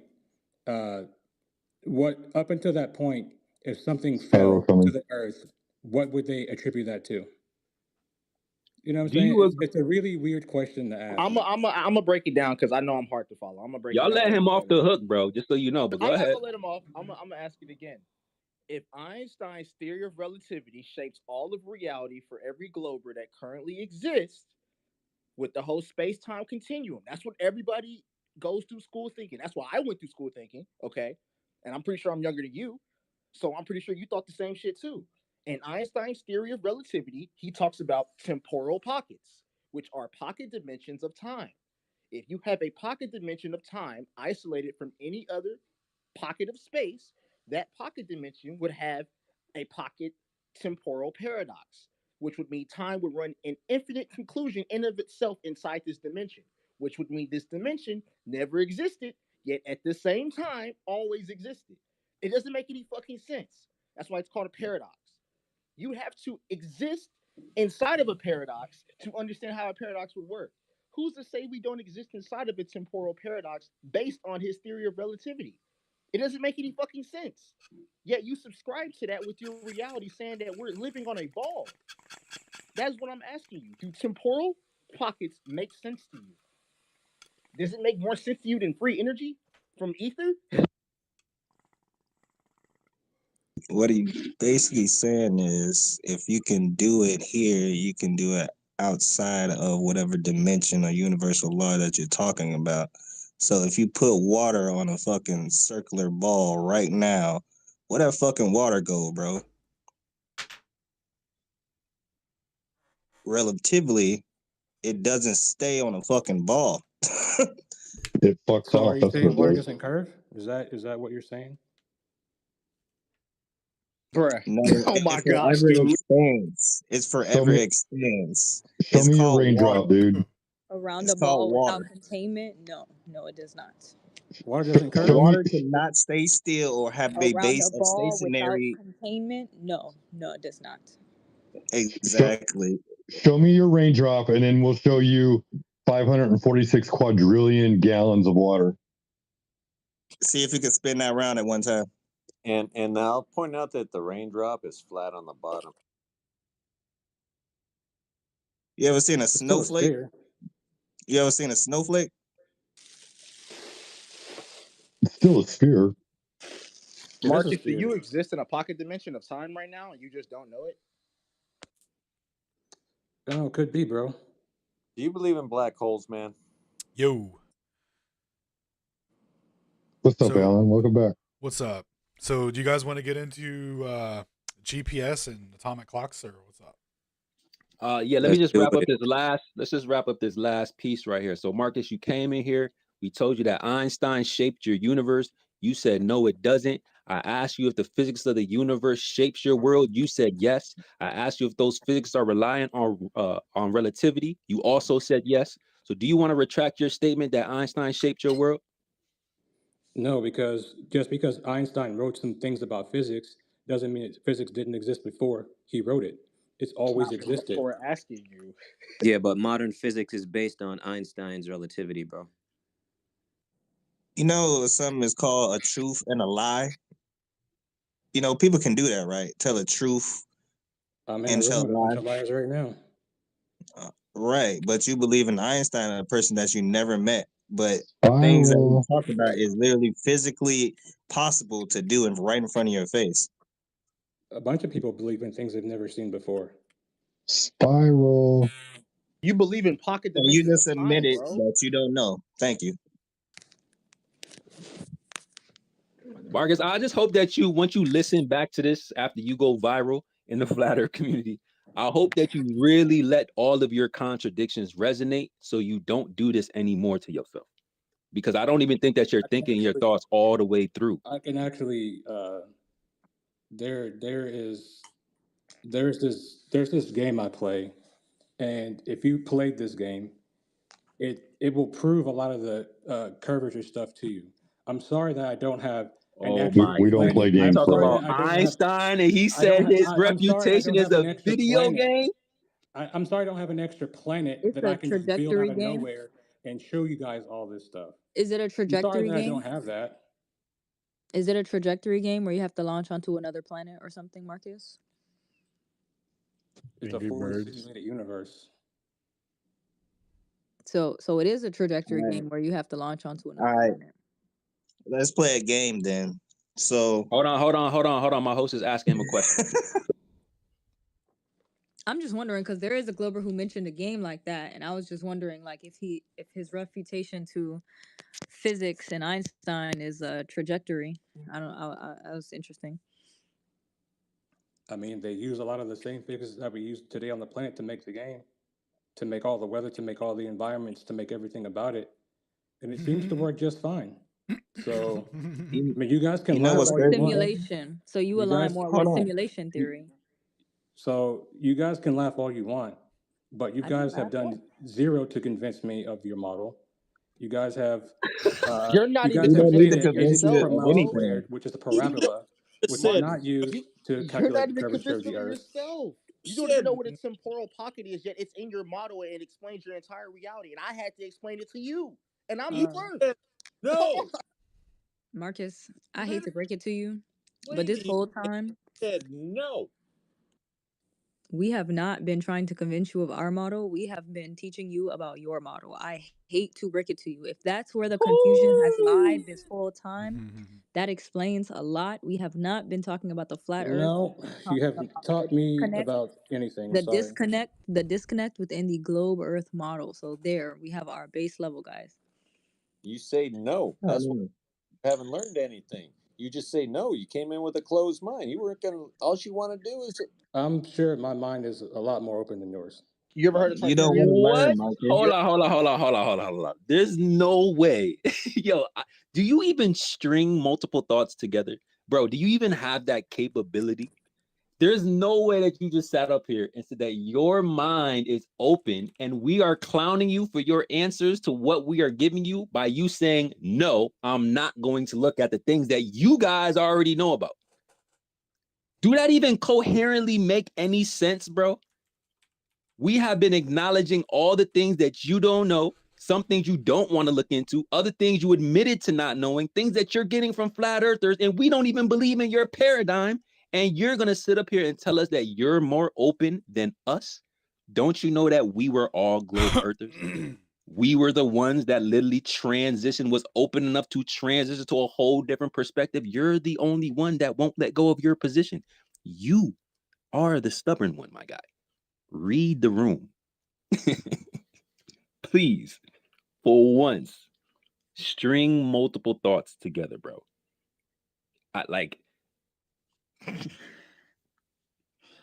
Bro, oh my, it's gonna be hard for you on Twitter next week, bro. I feel bad for you. Go ahead, y'all. And then we're gonna get to Alan, because Alan about to body his GPS position, and that's gonna be a whole nother thing that he don't understand, but it's okay. No. It's for y'all. It's for y'all to get the sauce. And don't worry, we're gonna substantiate all our claims. We're gonna link the papers. We're gonna link the YouTube. If y'all don't like reading, we got the videos too. We got whatever you need, whatever you want. We got that shit. Serving y'all every week. Go ahead, and then we're gonna slide to Alan. That's why they keep on asking about maps and flight plans, because that's their answer every time we give them the answer. No. Not gonna look at it. Well, explain a flight from Santiago, Chile, to Sydney, Australia, on your model, because on our model it goes over the ocean. On your model, the shortest line is over the Earth, over land, which that flight does not take. Bro, people on that flight said that they seen Antarctica. Why are they flying down? Just because you can see Why Antarctica they doesn't mean flying you're all flying the way over it. down there? You shouldn't need to go all the way. You shouldn't see no ice in that flight. Why are they going all the way over there, bro? Why you can see that from the They're high window? up. Because They're they're high 40,000 up. Do you feet in know the the air. distance, bro? Do you know those distances? Do you know the flight path that they take? Do you know that they over the dip Pacific. down?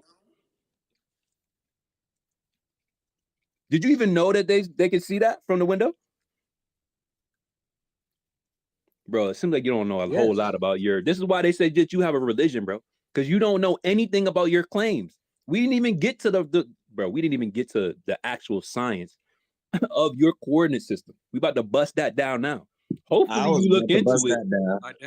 I doubt it, but I'll entertain it for a I little was bit. about to break that Yeah, down. I know. Really. You Yo, Marcus. ever heard of Tartaria, Marcus? I bet I have. Have you looked into it? I have. What do you think of it? I think it's very well possible. I mean, there was a comment about the comment of 1811. I think that was the destruction of Tartaria, personally. So you think it's more difficult for them to wipe out a whole generation, flood a whole land, do all this reset, more difficult than a transformation of a coordinate system? You told us that's the reason why they wouldn't be able to transform a flat plane into a globe and then flatten it. It's too much work. But you're open to Tartaria, though?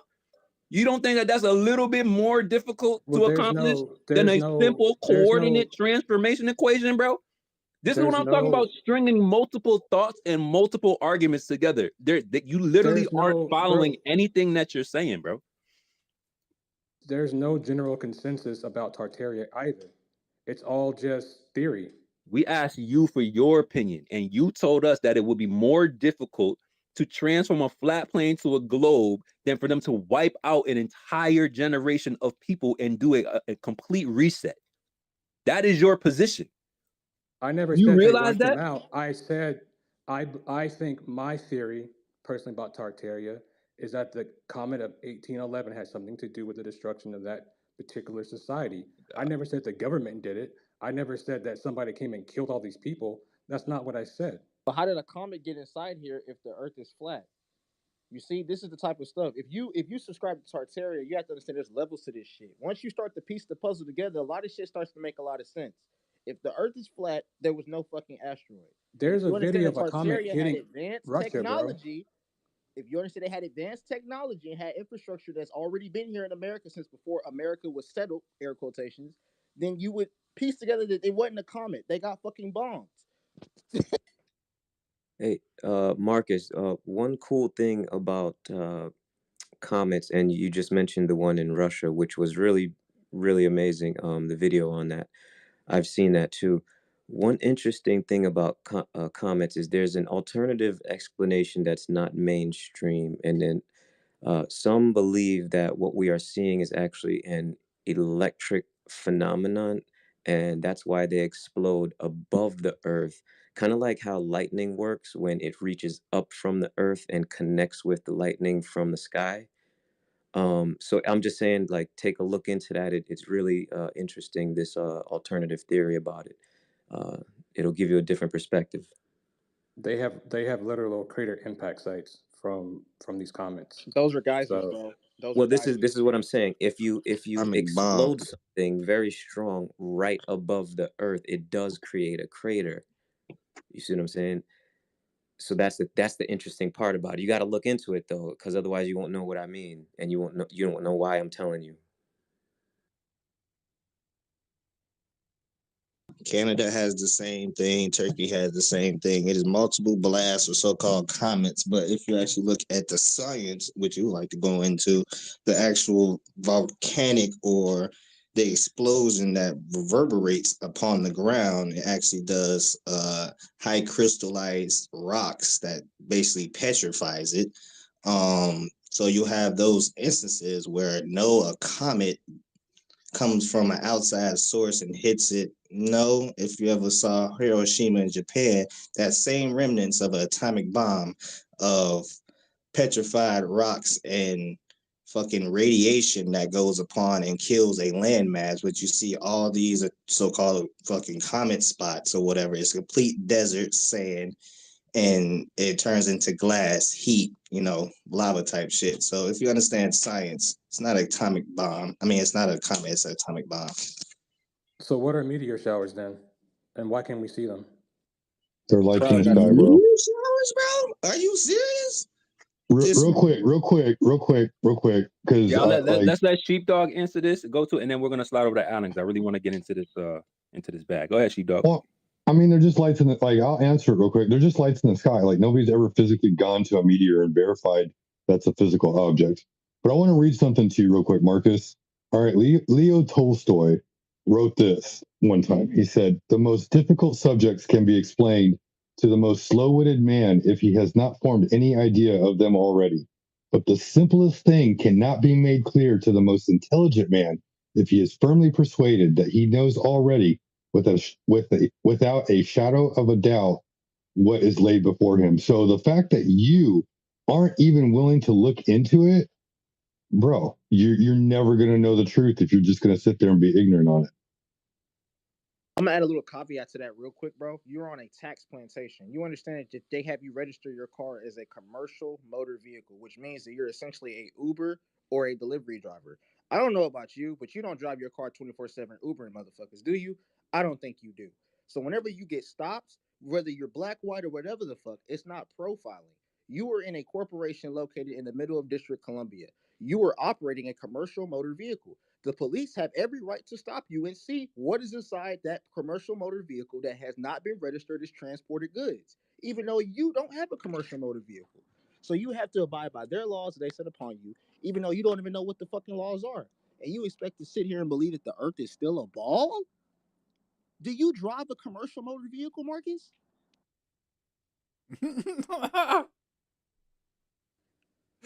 Actually, I have my shit up under my own dealership, so That's great, Oh but your shit. personal vehicle is not yours.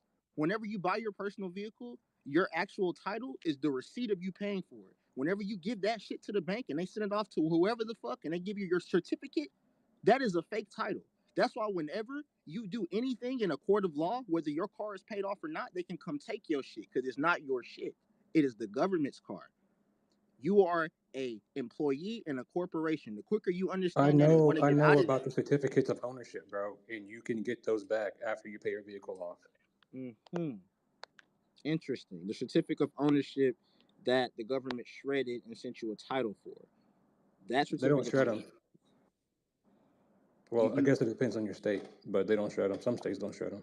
you completely missed the fact that they have you register your car as a commercial motor vehicle, and they Nigga, who cares? who cares? Who cares, bro? Yeah, you got We're not to even look talking into the about that. We're legalese talking about definition Bro, flat of who Earth right register. now. cares? Dude, they have you register your car like you're an Uber, and then they have you put your registration sticker on it, which means that you're subscribed to the commercial motor vehicles law, which means that you have to get stopped by every cop in every state because you have the sticker, which means you're subscribed to get stopped by them.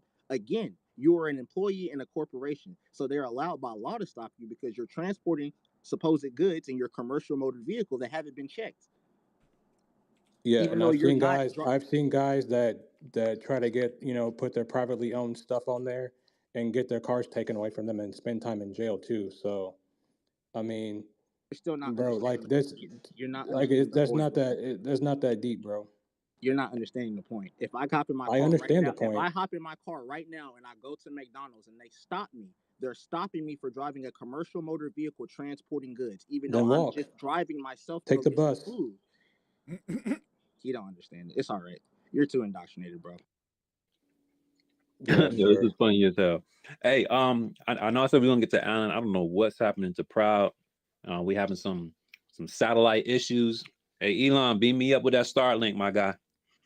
But let's hear from Boy in Black real quick before we get to Alan.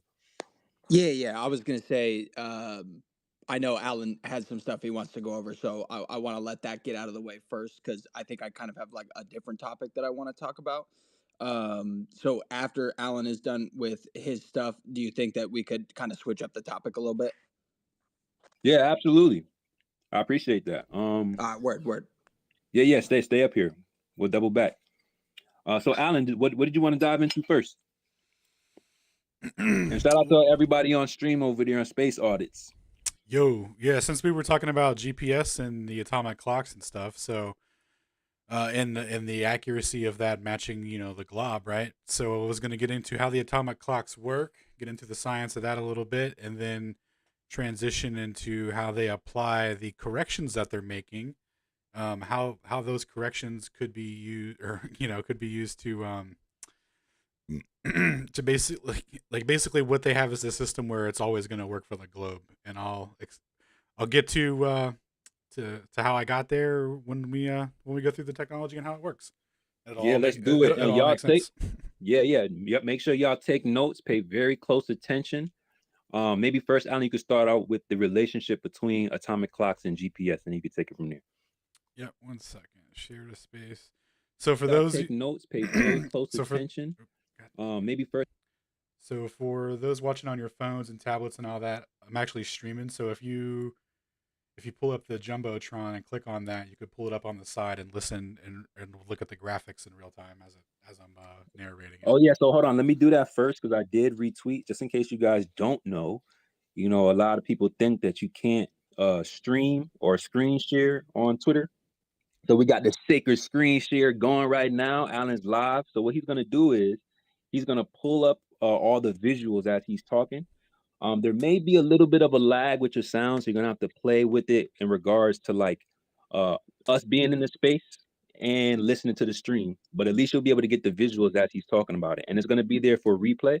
So I just shared it up there. It's from Alan says Flat Earth Fridays episode 81, and then he'll go ahead. You could do a pop up, the screen, the picture in picture, and then you could stay in the space and watch whatever's going on visually. So yeah, y'all tap in. Go ahead, Alan. You got it.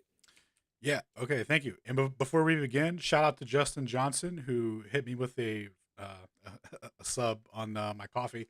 So thank you for that. Much appreciated, brother. All right, we'll get into the atomic clocks. So here's a link to a YouTube video. You guys can check this out in your spare time, but I'll give you the cliff notes here. So here's an atomic clock. Here's an old model, a cesium atomic clock. Hang on, this is gonna bother me. All right, there we go. Sorry about that. Okay, so here's the atomic clock. Here's the interface. Then here's what the insides look like. So we got this nice chamber here, a bunch of circuitry. What does all this mean and how does it work, right?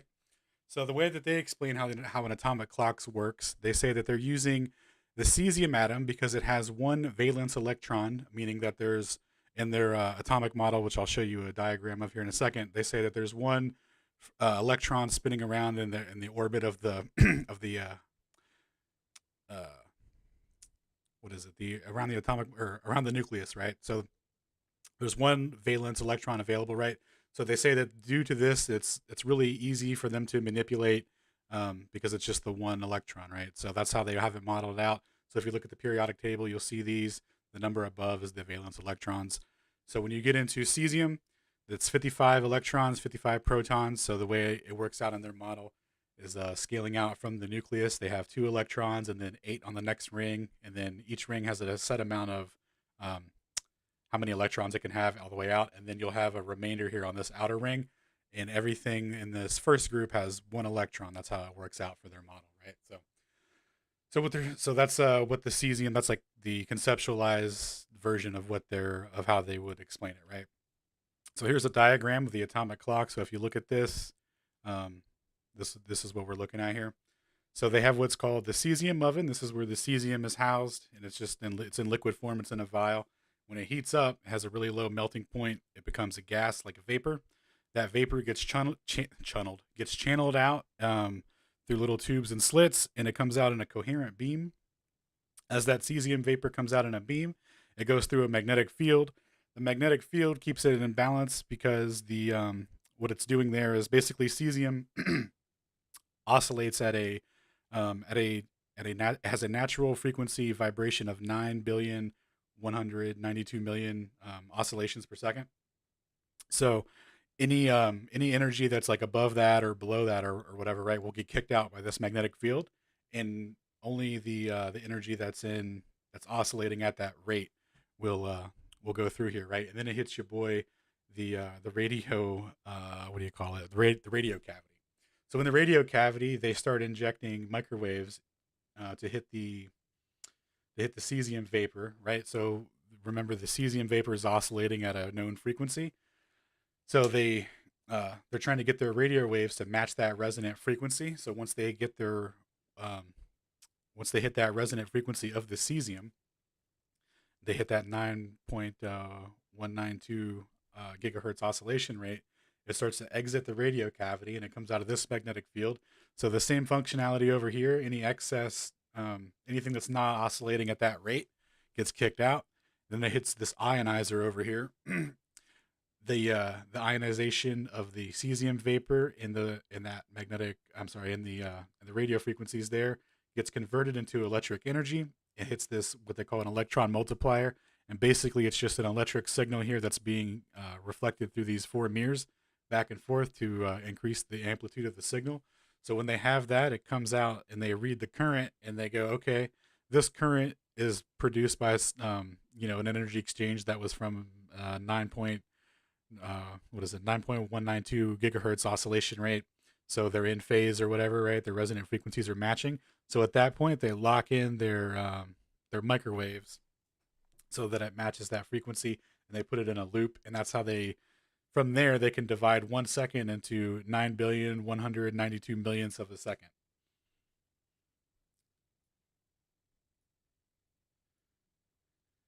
All right. Any questions or anything before we continue? So basically, you're Yeah. saying that there's a frequency. Hold on, my bad. I'll let you chime in a second. So basically, you're saying that there's a frequency of the cesium, and because it oscillates at a certain rate within a specific amount of time, they can keep track of time based off of this frequency. Yeah. Yep. Okay. They use it as a reference. Yeah, exactly. And then if this frequency distorts, I guess is a good way to say it, then they use magnetic fields, electromagnetic fields to manipulate it. Yeah, so magnetic fields, and they can input more radio waves to keep it oscillating at that rate. Because what they found is that these clocks, whatever craft that they're put in, right, truck, plane, doesn't matter. The wavelengths retard proportionally to the movement of the craft that's carrying this thing, right? So there's an additional correction that they have to put in called they call it a SAGNet correction, where it's accounting for the absolute velocity of the craft relative to the center of the ECI frame, which is how it would mathematically work out, like in their model, and how they use GPS, and how their interpretation of like how they're applying the correction and why would be that it's accounting for the absolute velocity of the craft. So, and if we remember that in Einstein's theory, clocks aren't. I'm sorry, not clocks. The speed of light isn't Speed of light. supposed. Yeah, the speed of light isn't supposed to change, um, proportional to an observer or anything like that, right? It should be the same. So the fact that they have to make this correction is a direct contradiction to relativity in and of itself. But there's some additional stuff to get to. But yeah. I'm So about to this. ask you a question, Yeah, go ahead. or really a statement about that, which basically had my remembrance of research. I don't know if you actually looked at stars, um, like the actual real stars, zodiacs, where you say constellations and stuff like that. They're basically, I don't know if you ever had an Etch a Sketch. So it's basically a flat plane, like you would say, stationary that has a point, but that point is never 0 point. It actually ovulates and keeps basically expanding itself. So when you have certain frequencies that ovulate to a certain speed or certain tone of frequency, then that can create a certain actual physical image or actual mirror. Um, that's what you say, like dimensional travel. We're dealing with time because with time, it can time is never the same at any point, even on the same plane, because the different uh, obs- observer uh, has a different perspective. So it's relative to what's basically is the perspective of that person at that moment, not um, hearsay, basically relative to the entire plane of the electromagnetic field. It basically oscillates at different speeds at different places.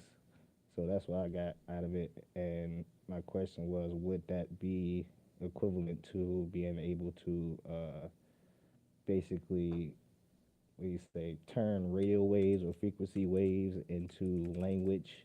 Would you would say the same thing with CPU that we have now, that you can turn sounds into words? So I think what you just asked about was a Fourier transformation, and let me let me send you a diagram, and you tell me if this is what you're talking about or not.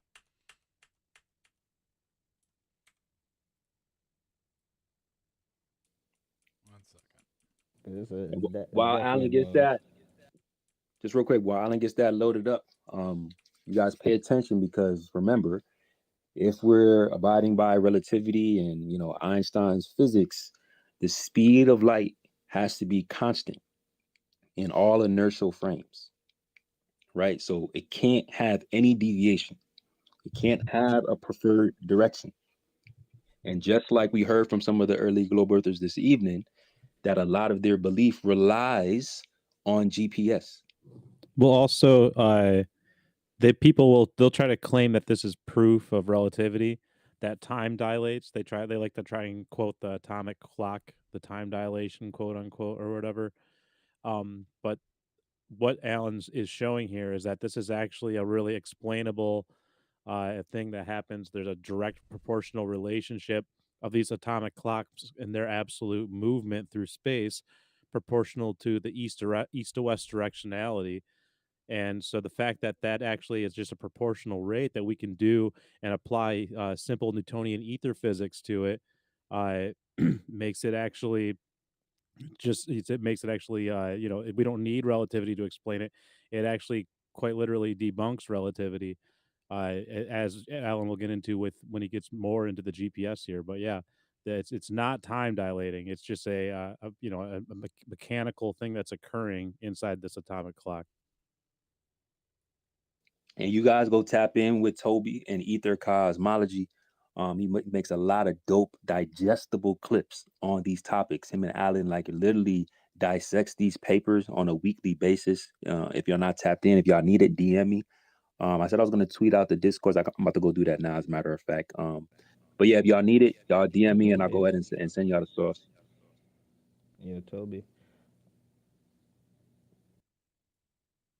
Yo, thanks for the shout out. Every Tuesday, 7 p.m. Central, or sorry, 7 p.m. Eastern. Ether Cosmology Roundtable. Yep.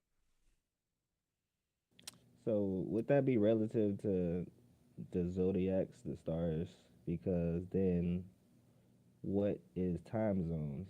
And why do different areas of so-called plane that we have, or this world, has different times, even at the same moment of time?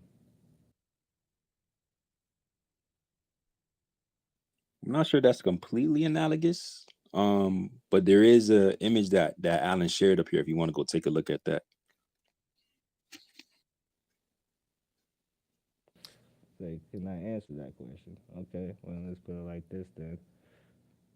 Is it relative that if we have something called a plane, I don't know if you saw the Flower of Life, the image of Flower of Life. Um, when you say something has a point, you're really removing the actual laws of the fundamentals of what physics are, because we don't know the real math. Because if we're starting at zero, then we're already wrong. So when you say something that is relative, then that means it has to repeat itself or have a basically mirror of itself. So if you start at, let's say, 3.14, then that has to multiply itself and expand itself, right? So in relative, in time zones, or time that we have in this little matrix, is that relative to saying that time had an instance where it stopped and never existed at one point? Yeah, we're gonna go ahead and move on. All right. So let's see. Atomic Exactly. clock. Can't answer it. Cool. I just don't know if it's That'll be a relative right better now. answer. I am just wait a second and we'll get to those questions afterwards. This is more focused on the speed of light, time, like as I refer to the atomic clocks and GPS. That's exactly what I'm talking about. You just don't know what I'm talking about. All right. So we'll continue on here. So the idea of Einsteinian clock synchronization would work as follows. You would have a stationary clock here at a stationary frame. You would have your clock A and B. You would have, you would have a moving system here, clock alpha and beta. At the moment when alpha intersects with stationary clock A signal would be sent to clock beta that encodes its time. There would be a 1/2 correction time to the assumed speed of light, that it's a constant velocity. And that 1/2 correction time will be subtracted from this clock's activation time, right? And this will give the quote unquote correct velocity for. I'm sorry, when this clock activates, it'll be in sync with clock A. That's the theory, right? It's a 5-step process here. That's kind of the general overview of it, but it's based on two important factors: that the speed of light is the same in both directions and also in one directions, right? Because we got a half speed correction here, so we're assuming that it's the same. So in Einstein's entire theory, relativity, special in general, is built on this built on this principle, right? The constancy of the speed of light So we have a satellite, whatever that may whatever that may be, right? They say that that's in a free fall orbit, right? So they consider that an inertial frame. So there should be no reason for it to be correcting for its absolute velocity. There should be no reason why the electromagnetic signals sent in this clock should be retarded proportionally to the velocity of the moving clock if Einstein's theories are true. So the GPS technology, this atomic clock, the fact that an atomic clock stays synchronized in motion and all that is is proof that the relativity theory is not true, right? So this, in the way that they model it, in the way that they GPS works, right? Everything is referenced to the center of the ECI frame, right, in their coordinate system. So their their definition of what's happening here, these corrections that they're deriving, is that they're saying that the absolute velocity relative to the center of a theoretical point that they made for a coordinate system is being detected. This is a direct refutation of relativity, right? So when they get into the experimental trial and error setup that they did to figure out how to synchronize atomic clocks in motion and all that, we get into Heffel and Keating. So in 1971, these gentlemen took 4 atomic clocks going east and west, two trips circumnavigating the globe or the plane, depending on which coordinate system you believe in, right? So on their journey, the clocks wildly went out of synchronization. All clocks were supposed to gain speed going in a certain direction. They were supposed to lose speed going against Earth rotation. So when they were going to the west, they were supposed to lose speed. When they were going with the rotation, they were supposed to gain. Well, 2 of the clocks gained and 2 of the clocks lost, and vice versa on the trip. And in addition to that, they were the clocks going on the west went way outside of their what do you call it, the air tolerance, right? So they were way off, and in the original papers they were not in alignment with the Einsteinian prediction, right? And this is all due to this relative motion situation, but the reason the clocks were off by so much. And after they made corrections in 1972, they republished their work and they were like, yeah, we confirmed relativity theory, blah, blah, blah. Atomic clocks are synchronized to relativity theory. But we just learned that they absolutely aren't. So why are these guys who in 1971 said the results of this analysis are in a reasonable agreement with the theoretical predictions? However, those who doubt the validity of the convention of relativity theory, and there are many people in this category, probably will not be converted by the results shown in Figure 4. Indeed, the difference between theory and measurement is disturbing, and our final analysis does not improve the agreement of the does not improve agreement, and the improved version of this experiment should be considered. And they've done different iterations of this. They absolutely did. And you know what they found is that the big factor there is they have to correct for the velocity of what's carrying the craft. So the speed of wouldn't that indicate that time doesn't exist? What's that? Wouldn't that indicate time doesn't exist because it doesn't have a point? No, time's absolute. Time and space are absolute. How is time and space absolute? He's explaining it now. Again, he did not explain that because what he just explained was 2 relatives of opposite and even still has not have a correct point of origin of what the time is with the electromagnetic field. So if Yo, hey, going at different Sacred, can you coordinates, demic then this it guy? doesn't fit. Like he's literally just saying shit, bro. Hey, Nah, I I'm am. just Just, how saying about shit. this? Can you just I'm just wait? saying shit. Can you just wait to the end of the presentation? Hold your questions to the end, if you can. Raise your hand and then I'll Are get you to you. following He need to along? watch himself Are you able to follow talking along? Can you? easily if I'm asking a question. But I it's mean, just it's not. a No, presentation, your bro. We're question live doesn't make streaming. any sense, bro. We're What live Because streaming. none of you what you don't said know. none of what you said makes any sense, and you keep changing your question. Like Because you don't I'm know. not gonna reply to you anymore. You have a nice night. Yeah, I am. You Just chill changing up. my Just mute question. up if you can, bro. Just mute up if you can. All right, Go ahead, Alan. so their whole premise about not being Bad able joke. to remember the velocity, or to not being able to measure the velocity of Earth's orbit through space, which is what the whole special theory of relativity was put forward to explain, right? The Michelson-Morley experiment is directly contradicted by GPS every day. So no orbital velocity is ever shown. And further, what these clocks show, because there is a velocity dependent correction of the first order, if other such velocities existed, right? If the Earth were, I don't have the paper for that one yet. If the Earth were orbiting around the sun, and the sun was orbiting around the center of the galaxy, and the galaxy is moving through, space through with respect to this cosmic microwave background and all that, right? These satellites in their orbits are going to be parallel and perpendicular to these plane of orbits. So those velocity corrections would absolutely have to be present. So you know how they say that we're moving in like 5 different vectors, but you can't feel any of them, blah, blah, blah. Well, funny story. These clocks explicitly feel it and need corrected for it. And the only velocity that they correct for is themselves. And there is another velocity correction that they account for. Now they say that this is due to Earth rotation, but what they're actually accounting for is an ether wind.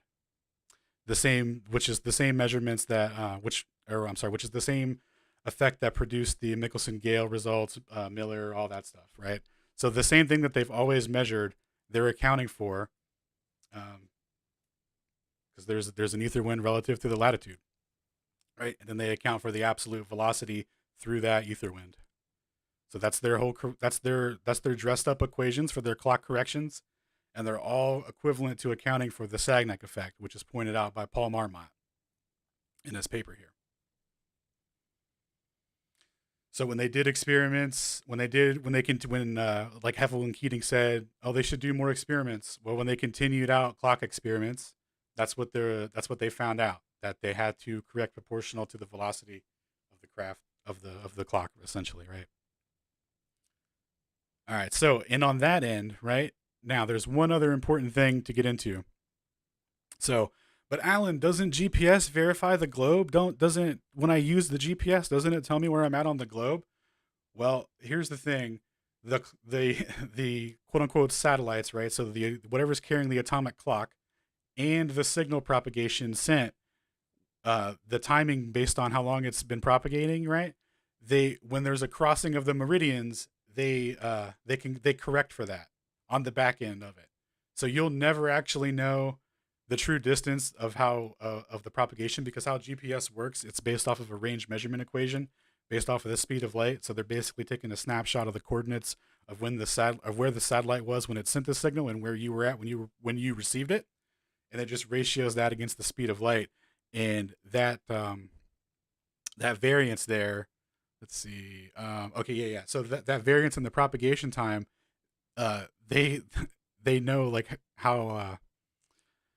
They know the correct distance to apply that to make it fit their coordinate system, basically. Like it's all done mathematically on the back end. And this was noted by, let's see, now the explanation I'm giving wasn't the one that they noted, right? But the corrections would cover this up. And the corrections are noted in this paper here. Let's see, by Wolf and Pettit here. So what these guys found is that they were analyzing, quote unquote, what they thought were raw data sets from the GPS, what do they call them? GPS data collection centers in Colorado, like the official data place or whatever. And what they found was all the data was already Sagnac corrected, that they analyzed. So what that means is they say that there's like a 3% deviation for the speed of light that they apply for these corrections for quote unquote Earth rotation. So they sweep up all these corrections, all these velocity dependent corrections, all these measurements, and they sweep it up under a Sagnac correction with a plus or minus 3%, and everyone is just is completely content with accepting that, even though on the back end before it hits the collection agency, right, there's all this other stuff is going on. So when you break down under the hood of it, GPS not only directly refutes special relativity, it directly refutes the idea that the Earth is in motion, because all these clocks are synced to the ECI reference frame, right?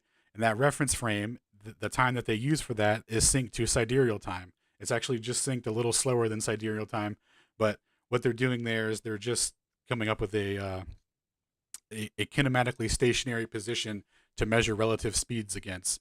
So that's how they derive distances with GPS. That's how it all works on the back end. It all works off of a varying speed of light in the ether. And for everyone who don't know, ECI is Earth-centered inertial frame. Sidereal time is the spin of the sky, which they attribute to motion of the Earth, which we just got finished dismantling. But Alan, let me ask you this question, just for those who this may be new to them and maybe like a little bit information heavy. If the speed of light was actually constant, what wouldn't they need in some of these things that you've highlighted here? What wouldn't they need? Okay, Yeah, what so wouldn't they need? the corrections that they apply for the um when they get this clock going and it's synchronized with their 1/2 corrections and all that at the velocity, or I'm sorry, at the altitude that they're at, right? Because they say they're at like 20 kilometers or whatever, so they're at an equidistant gravitational potential. They say so they don't need any further gravitational corrections at that for that orbit. So theoretically, nothing. This clock should stay in sync um, for like forever. It shouldn't need a velocity dependent correction, let alone a velocity dependent correction for the rotation of the Earth. Because think about this, right? The satellite's in orbit around the Earth. It's not attached to the Earth. Why is it accounting for the Earth rotating under it? That's super weird. But like, let's go with that. So okay, it's accounting for that. But then how is it accounting for its absolute velocity relative to what? Right? Like relative to the fictional coordinate system center? No, that doesn't make any sense. That's retarded. It's a mathematical coordinate system. So what's it relative to? It's relative to absolute space. That concept of absolute space. Now they can represent that mathematically, right? They can use an absolute frame of reference and all that, right? But they say, oh, that's just for convenience. We just use that for convenience, guys. Just they're all valid. But what we're finding out is that they're not all valid. So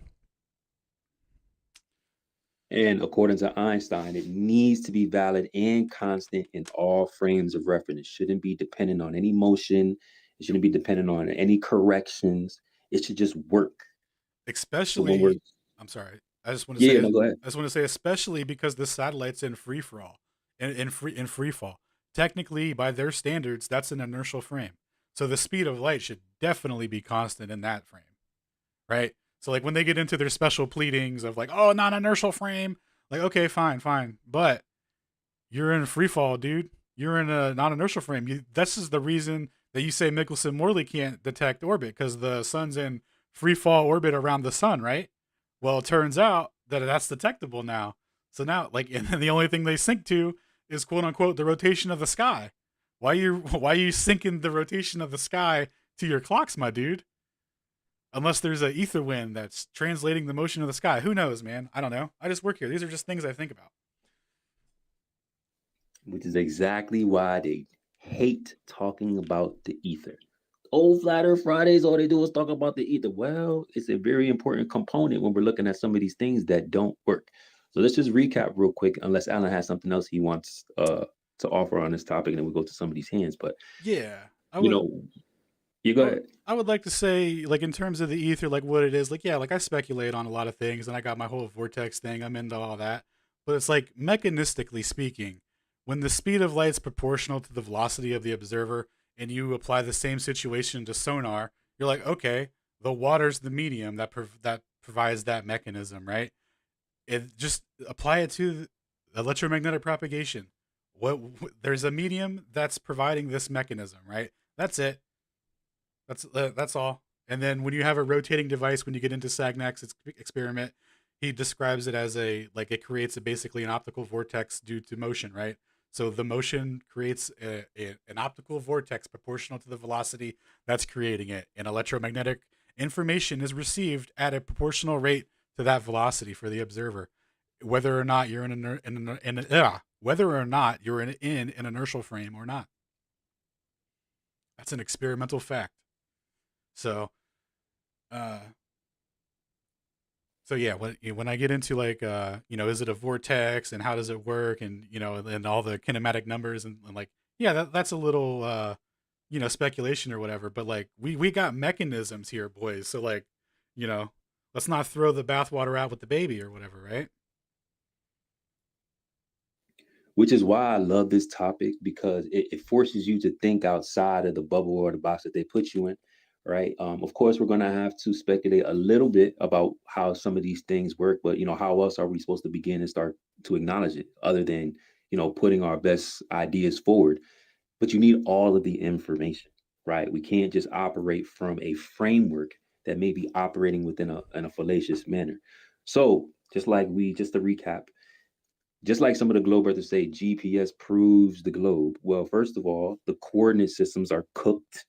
We've reviewed that already. And not only are the coordinate systems cooked in order to make the framework work, the actual device itself needs to be manipulated in order to align with the physics that they're saying proves all of these things. So they need C to work because they need C to be constant. Yet we find out that it doesn't seem to be constant. It seems to be dependent on velocity or the movement of the observer, which completely refutes the framework of the physics. So you wouldn't know to look into some of these things to see how the actual instrumentation is dependent on certain things and specifically corrections. Like this is supposed to be proof, yet it seems like the proof that's being put forward necessitates corrections in order for it to work. So this to me was mind blowing. Like when I actually started to look into this, because you talked to me about this last year, I would have no idea about any of these things. And I think this is very important to the conversation because all of the physics of globe, earth, and the universe rely on these fundamental concepts of constancy of speed and light, the bending and warping of space-time, these frame of references not being absolute. Like these are definitive statements within the framework of physics that we're finding out aren't true, y'all.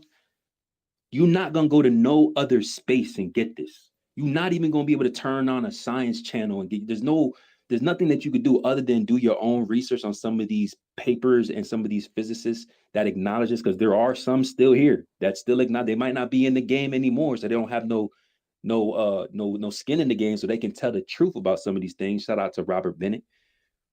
But it's like most of the time, bro, you're gonna just find a fallacious framework. You're gonna be given, hey, this is how it works. We haven't figured it out yet. Don't pay attention to these corrections. Don't look into how these things work. We got it all covered. You're only gonna get stuff like this, like spoon fed to you in Flat Earth Fridays. Like not trying to toot our own horn, but I mean, come on, bro. It's a Friday night. Where else are y'all getting this from? So I find this to be highly interesting. I really appreciate Alan and Toby and some of the physicists who are coming out. They're talking to these guys on YouTube and on the channels and stuff like that. Like for real. Like we're having actual dialogue with these people, breaking down the mechanisms behind the ether, behind the fallacies within special relativity and general relativity. Like there's physicists that do not believe in none of this shit. They might not be flat earthers, but they're aware of how the framework isn't as solid as it's being handed to us. So I encourage you guys to go and look at some of this content, tap in with Toby, tap in with Witsit, tap in with Alan, tap in with Flat Earth Fridays. Look at some of the videos. There's a lot to digest, but they make it so easy to understand because they have clips. They got long videos. They attach papers in order for you to do your own due diligence. And then if you find anything that you don't agree with, we implore you to come back and talk to us about it. Otherwise, you're going to have to acknowledge some of the stuff that this might not be the truth. And I think we all want the truth. Whether you agree with flat earth or not, this is not just about flat earth, bro. This is about the construct of what we live in, what they're giving us as a reality versus the actuality of what's happening. And if this is happening the way that we're seeing that it is, why the deception? Like, what is the purpose? There's got to be something important. So just keep that in mind as we move through some of these conversations. Alan, you got anything else? That was beautiful, bro. No, that was it, man. Thank you. I put a screenshot up to show the different velocity or the potential velocity vectors that would have to be corrected for when a satellite's in orbit when it becomes parallel and perpendicular to the planes of those vectors, right?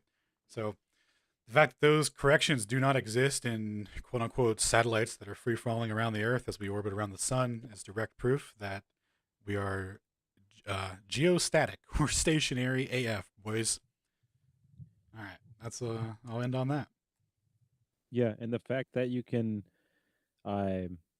they specifically have to account for that relational velocity of one craft to the other, that means that we aren't moving definitively, because that means we would be able to measure that motion.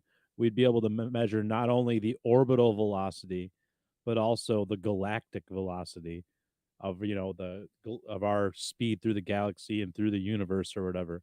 So yeah, that's like double whammy. Not only is it not proof of relativity. Oh, my mic was muted. Did I sound weird? No, No, you're good. You're good. on All right, point. cool. But yeah, so not only is it not proof of relativity, but it's actually quite the opposite.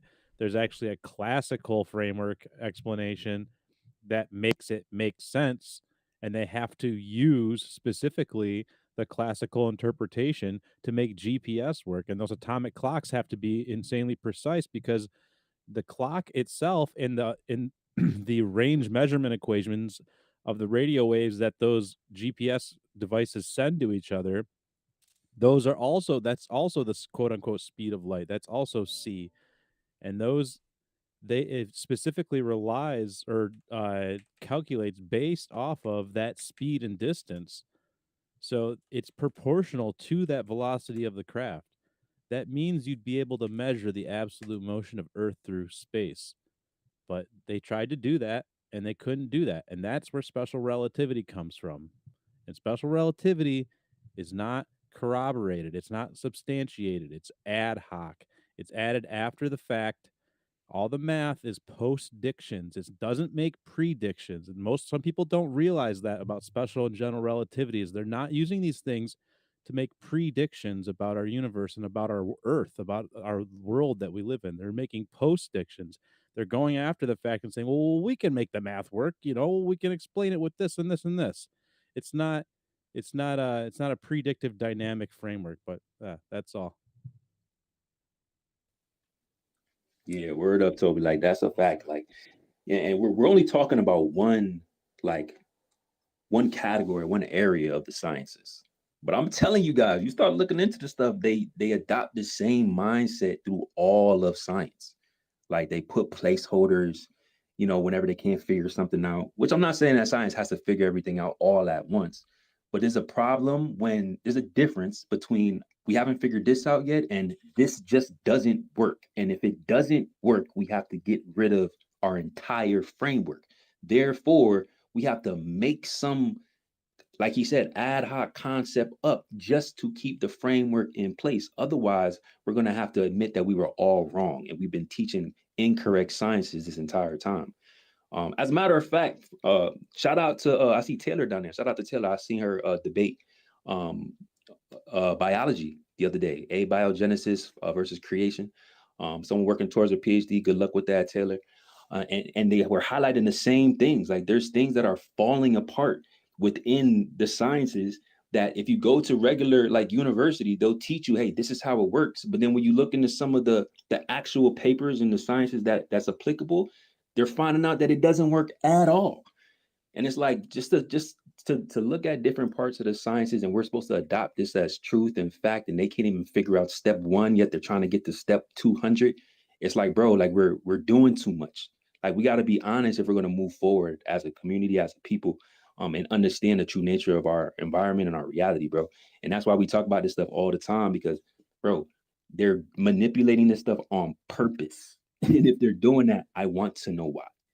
I'm gonna leave it right there. Let's go to Sheepdog, and then Proud, you can handle the hands from here. I'm gonna throw out some tweets in a second. Go ahead, Sheepdog. I just threw my hand up, just in case if you're like, so you were being, just so you know, you were being non sequitur with what Alan was saying, because there was this is a specific study to show the relevance of why atomic clocks and GPS are like in disagreement with relativity, and how relativity is just completely wrong, and it actually points to the idea of an ether, a medium, that like what they were saying with sidereal rotation, it aligns with that, with the annual motion of the stars. So I just wanted to share that. If you got any questions and they seem kind of non sequitur, I'll try to answer them. Like you said something about like time zones. Like time zones are just arbitrary lines that align with GMT. As far as like time with satellites, I think satellites either operate off of GMT or Zulu time. I can't remember, and then they make a correction based off of your location. I wasn't saying anything Alan was saying was wrong. He was explaining that I was trying to get in to the point. It was off topic, but I was just saying that it correlates to the connection of time doesn't exist. That's all I was saying with that. Well, Because it's man-made. Time is absolute. Alan's correct. It's absolute, but the chronology of time or the yeah, calculation, straight line of it, yeah, it doesn't work yeah, that way. that's a man-made concept in itself. So I get what you're saying. It really was just non sequitur to Alan, and like Alan was trying Yeah. to stay on point. So I'm sorry about the impasse. Everything Yeah, connected my bad for the because even miscommunication, Toby man. said too. Yeah. It's fine. We all saying the same thing, but in a different way. I was just trying to basically get my understanding with what my perspective was, with your perspective, and it definitely makes sense Well, because so your relative man perspective means is your perspective is philosophical. Because I mean, like let's face it, it's man-made. Time is man-made. yeah. Um, I mean, but it's what Alan is alchemist. showing That's what I'm you saying. is Yeah. he's showing you that there's these actual measurements that they keep making corrections for, and like why would they need to make corrections for if relativity is correct? And the corrections for it are to switch relativity back to a geostationary, geofixed reference frame. And that was the big clue right there. It's like they're telling you it's this and then recorrecting it for a stationary Earth. Well, to not be off topic, then to be on the same topic. Well, then if we're understanding the frame or the electro magnetic field of a plane, when we're talking about this flat Earth or globe thing, I usually don't go with both. I mean, I usually don't go with either or. I go with both. It's like a torus field. So if you understand that and the Oh yeah, aspect no, of what he was saying, it kind of correlates with that. So I that would just put yeah, that no, out that's there. a whole nother topic. But yeah, Alan and Toby and my Whitson ain't here right now. He might pop in later or might be in tomorrow. But they're over at Ether Cosmology. If you don't follow Ether Cosmology here on Twitter, AETHER Cosmology, um, they they have a Discord server, but like whenever there's an event going on, they'll tweet it out. Toby's really cool about that. We appreciate that, Toby. Yeah, no, they're all on board with like electrostatics and the toroid field, and I mean, like go in there and listen. Like they break it down and they like actually pinpoint other things. Like they talk about light and what light might be within the ether, and it's super cool stuff. So definitely recommend like linking up with Toby and Alan and seeing about getting into the Discord over there, so that way you can listen in on their topics. And with that, I'll kind of move to Boy in Black if you don't have anything to add.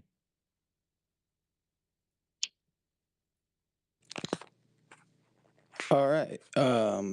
Sorry if I'm speaking a little bit quiet. My son woke up. He's currently laying on me, so I don't want to be too disruptive of his sleep there. Okay, so are we good to sort of shift topics now? Hey, everybody's waking up. Your son, we got people in the audience. This is what we like. Shout out to Little Boy in Black. Yeah, go ahead, bro. You good. All right. So basically, I just want to preface this whole thing by saying I'm not a scientist. I'm not a physicist. I'm not a chemist. I don't know half of the shit about any of that. I have a high school education. What I can say is that I'm an observer. Okay. Now, I actually, two of my coworkers, and even my older brother, flat earthers. Okay. I've worked with these guys for 6 years. Salt of the earth, amazing, amazing people. They're some of the nicest guys I've ever met. Okay. Their worldview has nothing to do with my opinion of them. Okay. Now, I was really introduced to the idea of flat Earth, I think in like 2016.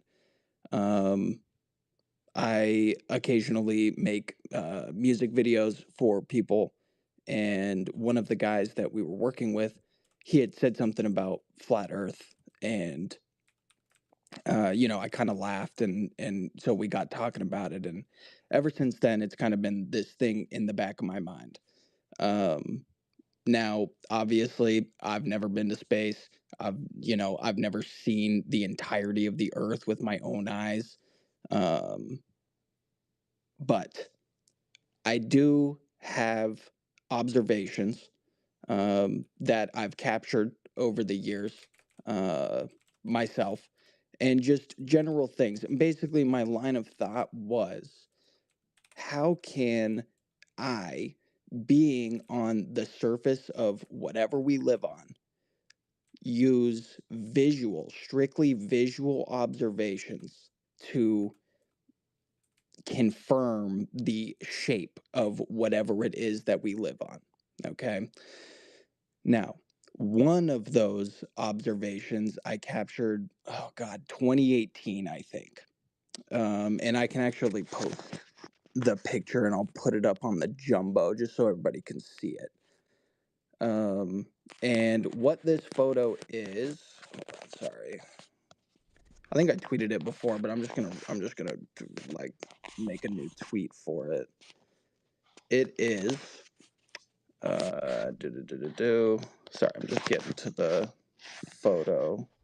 It is, so I was driving down the freeway and I looked over. This was during sunset, and I looked over and I saw something very strange. What I saw was exactly what I'm about to share. Again, just so everybody can see it. Yeah, here we go. Okay, all right, so it should be up there. Hopefully it'll propagate for everybody here in a sec. So this image is way, way, way off in the distance. No idea how far it is. You can see in the back of the image. Now, I think I took it on Snapchat when I took the image, so it's oriented strange. I think when I downloaded it to my phone from Snapchat, it kind of went all haywire. But you can see way, way off in the distance. So on the left side of the image there, you see mountains, okay? And way farther off in the distance, you see two clouds on either side. So they're basically right next to each other. And you can see the shadow of these clouds being cast onto the clouds, the bottom of the clouds that are directly above me. Okay. Now, this is one observation. Again, not a scientist. I don't know anything about any of that. Okay. All I know is that I personally have never in my entire life seen the sun go below the clouds except during a sunrise or a sunset. Now, let's say I were to be able to magically teleport myself to whatever location would place me where the sun that's setting from that current image is then directly above my head. Do you think that we would see it below the clouds, casting a shadow on the clouds, that those two like column clouds that you see in the back of the image? So I can answer that for you, Boy in Black. Go ahead. So basically what you're seeing there, the shadow is not being cast on the cloud, it's being cast in between you and the cloud. It's just a shade in between you and the cloud. You can't see it from your frame of reference. What do you mean by that? Well, if you got up high enough, you wouldn't see a shadow on the cloud. It's just a shade in between you and the cloud. So you're saying if I was above the clouds, I wouldn't see the shadow? If you were above, if those clouds are below the cloud that's being cast a shadow on, Well, then there's a I don't chance. know. There's a chance. Like I personally have never seen this. This is an explanation for it. So it's a shading or shadow between you and the clouds. So if those clouds that are casting the shadow are below the cloud that is casting the shadow on, you got high enough that there wouldn't be a shadow on those clouds. Well, Kind of I mean, like just if you had a if you were shining a light if you had lights down hallways and then you had a light turned off like in the middle hallway, but you had two outer hallways, the light wouldn't shine down those hallways, down that middle hallway. It would just be shaded. It's kind of hard to explain without like it would be actually shaded. doing a physical Well, thing. basically, well, I mean, I can recreate this just in the room that I'm in currently. If I take my flashlight and I put two pens onto my counter and I angle the light downwards so that it's shining up, right? Those two pens that I have set upright vertically are going to cast a shadow on the roof of my I know house. what you're saying. If the light is below the horizon, the light would shine upward onto the bottom of the cloud or Onto the the bottom of the shadow. clouds, right? Yeah, I know what you're saying on that. So the alternative explanation is that as the sun moves further and further away due to perspective, as it gets further and further away, it's not going down. It's just moving. The angle is changing in size because it moves further and further away. So like when you got your zenith, that's 90 degrees, and then you got your 3 o'clock, and that's like 45 degrees, and then you got your 6 o'clock, and that's like 20 degrees, and then you got your sunset, that's 5 degrees. But that's just because it just keeps moving further and further away. And but really what's happening is it's shining a shadow on those clouds that it's shading the light that when you look up, it's shading that area above you. It's not necessarily shading the bottom of the cloud. So the shadows are shining on nothing. It's just a straight black corridor going through the air.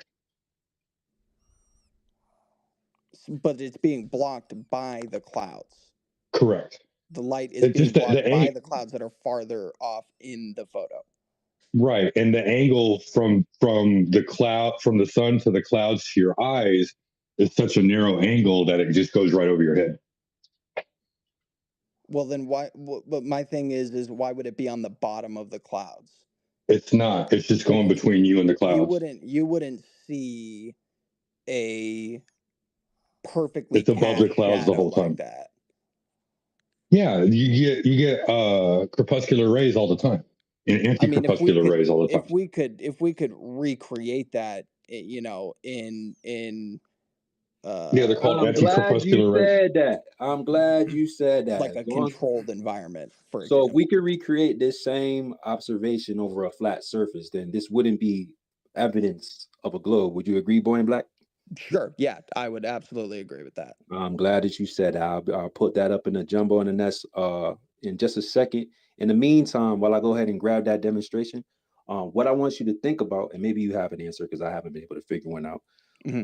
Wouldn't you think that if the Earth is actually going under, the sun is actually going underneath the Earth, then we should see like a Terminator line of shadows on the clouds? Like we should see this curvature of Earth on the clouds, like every time that it's cloudy and it's about and the sun is setting. Wouldn't you think So the I curvature don't of the think Earth should shine on the clouds? I don't think so necessarily, just because I've never actually like obviously we see sunsets and sunrises every day. So I don't necessarily think that that's what we would see like for like a Terminator line. I mean, you kind of get that when you see the colorization in the clouds, but that's just because it's such a vast distance that it's coloring it sort of through, when you get like super red, pinkish, purplish clouds. Well, I mean, think Is about it. even Like because even the the why sun sky is does why that further why away not without or though? color. closer away? But think about it, why not, right? Let's say if I had a basketball, and let's say I was able to have some condensation or some clouds that orbited or right around the Right, basketball, just right? And clouds. then I have a sun that's going underneath it. Like there's a space between the surface of the earth and the clouds, right? Because they said that there's a physical obstruction of curvature. So Sure. as this sun, or we're rotating on a globe Earth model, but let's just say as the sun is going underneath the earth, wouldn't it cast that shadow? It would cast that globe shadow onto the clouds since there's a separation there. You would agree with that though, right? Like how would you avoid that? I mean, I guess it would depend on what's farther beyond the horizon as well. Like, because there's other variables here that we got to take into account, right? There's other mountains, there's other things that could possibly obstruct or even uh, make that view differ. The line that you're talking How on about, a like flat the surface though? what's We up? live on a flat surface though. I said how on a flat surface. How on a If flat you surface? put What? yeah, how would that be relative to being instructing if the so-called sun is above and not, on the side or anything like it's literally above in the clouds, so it's not obstructing anything. I'm not understanding Well, you. no. Basically, what I view this image as is just one visual observation that we are on a ball. Not even necessarily that the ball's moving, not even necessarily that the ball's rotating, just that we are possibly on a ball. Okay, you see what I'm saying? So Hmm. I'm not using Yeah. any presuppositions that the earth is moving. I'm not using any presuppositions that the sun is rotating around the earth, like, cuz even if But the model that you're telling us is a ball, right? sure. But okay, another experiment. You get a glass clear bowl, put some Mhm. water in it, and go outside in the sun. And the sun would give you a mirror image of itself on a flat surface, like a little spinning ball that's rippling in the water. So, how do you get that from a ball or globe aspect if the so-called ball of a sun still reflects onto the ground? It's flat. So are you saying that it's possibly reflection of light from like a body of water? Yes, which the Well, mirror or you say this firmament or atmosphere is, because the atmosphere in this which you're saying the sun is at, we have 7 levels of the atmosphere. sure. So where we seeing the sun, which we can see the sun go up and down of the atmosphere, we can see that clearly of observation. But you're saying that if it is above the ether or inside, it would be relative to be inside, even on a globe or a flat, because it has to be seen as a mirror to reflect as such. Yo, I mean So that picture can't be on a globe. Like that. well, I Uh, would say that it can't be on a flat plane because if the sun is always above us, always always above us, right? Isn't it always above us? On no, that's the on whole. That's like No, it that's rotates. simple flat Earth like perspective, right? The sun merges into the horizon as it quote unquote sets. As it goes out of your field of view, it literally converges into the horizon. It's a compression of your ocular view. Yes, but wouldn't it still be physically above us? No, because it rotates. We just said that. It's on an elliptical plane that rotates, No, just hold like on, the hold on. I mean, stars. it's going out of your so as it's set. Like no matter how, like there's things between you and the sun, and as it goes out of your field of view, those things that come above the horizon, anything that sticks up, juts up above the horizon, is going to cast a shadow on the clouds below, or for whatever perspective of the sun is at. That's Well, just a that's what that's I'm just a that's what I'm natural saying. phenomena of perspective, regardless of whether you're on a globe or a flat Earth. Well, what That's a I'm saying phenomena of is, perspective that you can't get away from, and the like fact that you would try and think this means you're on a ball. I mean, just look at it. Use your eyes honestly and look at that. You think you see a ball there somehow? I mean, have you ever seen shadows on the without a light pointing up? Have you ever seen shadows hit the roof of something without a light pointing up? Have I ever seen shadows? Yeah, have you ever Exactly. seen So that shadows would hit mean tent. it's like not the a roof? ball. Yeah, in a That tent with literally a means that's not a flashlight. Yeah. ball. Literally describing a So house. is the sun going down? Is the sun physically moving But down? listen. No, it's No, it is converging into the horizon rotating. as it leaves your azimuthal grid of vision. As something goes, as the stars and the sun, quote unquote, rise from one side, that's actually just them coming into your field of view because you can't see forever. So the sun Exactly. has to converge into the horizon You ever necessarily. been on a boat, bro? You ever been on a boat? If a boat goes literally 200 miles up in the sea, you will not see it. That is just complete absolute right there. You can't see it. So So when you're again, saying if it goes down, it doesn't go down because you literally have territorial areas where they have sunlight for 20 hours. So you okay. can't put that as in going down or going up. So again, hypothetically, let's say from where I took that image, in that exact moment, hypothetically, let's say I could teleport to where the sun would now be in my field of view. Would it be Right. above me or would it be lower? You're It would saying be lower, if you're asking, but it you're would It not asking, would be be going lower. So I down or would be up. closer to the sun if I were Depends to on where you're instantly at. no, teleport. Are you no. teleporting to solar noon? Sure. Let's say that. All right, so Hypothetically, you're it's going to solar. teleport 6 to 10,000 miles away. Then yeah, it would be right above you. Okay, so then it hasn't gone down at all. No, No. it just moves away. As it moves away, it converges due to perspective, due to the laws of Okay. perspective. Well, I've It never seen converges downward shadows. in your field of view. I've never seen shadows cast I know upwards. the angle has changed so dramatically that it gives the appearance that it's casting up because the See, angle is so narrow. But really, and it's just a collimated shade in Have, between you and the cloud, bro. bro, have you so ever again, watched the the shadow's sun? not casting on anything. It's casting between you and the cloud. It's casting on the bottom of the clouds that were directly above It's me. casting in between you and the cloud. I mean, I saw this with my own eyes. I literally have a picture of it right there. I understand what you think you're seeing, but it's collimated, man. It's just like an anti-corpuscular ray. So if you ever went road tripping and shit like that, and you saw the sun, bro, you can literally see the sun and follow the sun. If you ever heard of any ancient freaking texts or whatever, they never had a fucking GPS. They followed the sun and the moon that was in the sky rotating because they knew it was going to a certain direction in north, south, east, or west because they knew it was dropping going over there and to a further port, so you would know that, oh, that's going west, and then when it goes up and goes that way, oh, that's going east and we go that way. That's how they learn how to That's navigate. kind of non sequitur, man. Um, so like, I'll go ahead and drop this video for you, dude. I'll find it and put it in the jumbotron. Okay. It due to do you know what perspective is? Do you know how perspective works? Are you talking about like railroad tracks, like meeting in the middle, even if Right, they're parallel? After a certain distance, they meet in the middle. right. Okay. Yeah, Everything but if you converges walk into to a the center other focal end of point. if you walk to the other point, you're gonna see them parallel again. Right.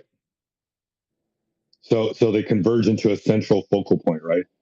And that convergence seems to appear to happen at the horizon, correct? You're saying the convergent point. Well, when the sun goes down, it goes below the horizon. It dips below the horizon. No, it goes down in your field of view because it converges into the horizon. Like the literal definition of a horizon is not a physical place. It's the apparent location of where the sky and From earth meet, or from it's from your perspective, right? So like if always I from were your to perspective. from where if like I'm the center when I'm There's standing there looking, I'm in the center and every direction I look around me, the horizon Yes. should theoretically be at the exact same point distance wise from where I'm correct. standing. That's your circle of vision. That's called a circle of vision. Okay. That's literally, it's a So slit so theory when right there. something moves further and further away, like if you look at lampposts going down a long straight road, right, with no hills on it. Sure. It eventually those lampposts get closer and closer to the ground, even though they're all the same height. I mean, Exactly. again, if we can recreate this image in a controlled setting We where can. Okay. It's Look. multiple examples. Look. If you ever Hold looked at a on, person, bro. have that person walk Bro, away hold from on, you. All right, go. hold on. My bad, y'all. Search mechanisms is never working for me. Anyway, let's just move past this. Let's give Boy in Black a chance to look at this.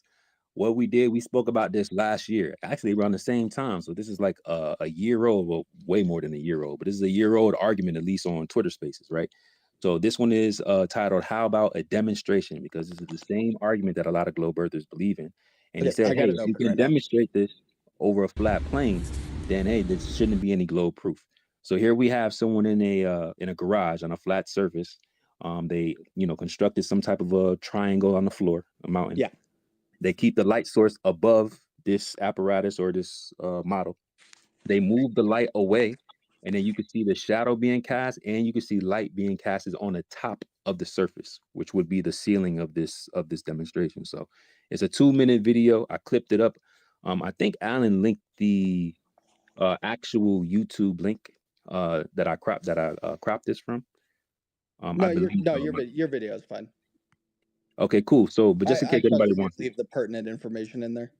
Yeah. So go take a look at that after you sit through it. Come back and tell us what you think, if this would be a viable demonstration or not, with having light shining on the ceiling that's below the light source. Okay, so we have the light source that's above the ceiling of this apparatus. Right. And then the triangle, right? I see.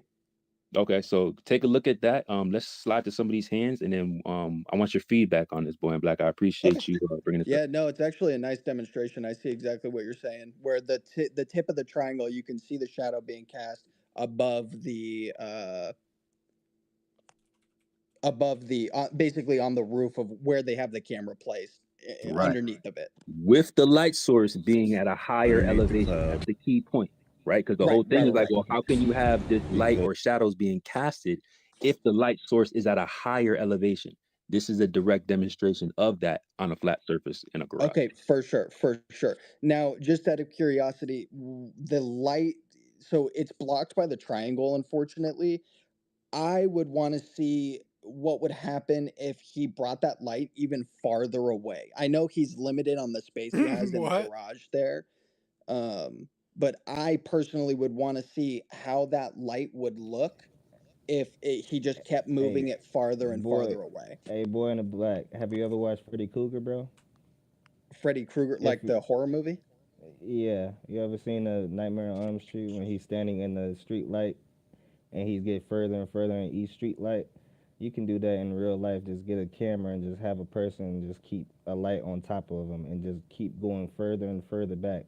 They will look smaller, and every time you look at them in each perspective of foot, they will not be the actual same height as they look as they keep getting further and further away. It's the same thing with light and reflection of the sun and you. It just keeps getting further and further away, but it looks smaller and smaller and looks like it's going down because it's getting smaller, but it's not.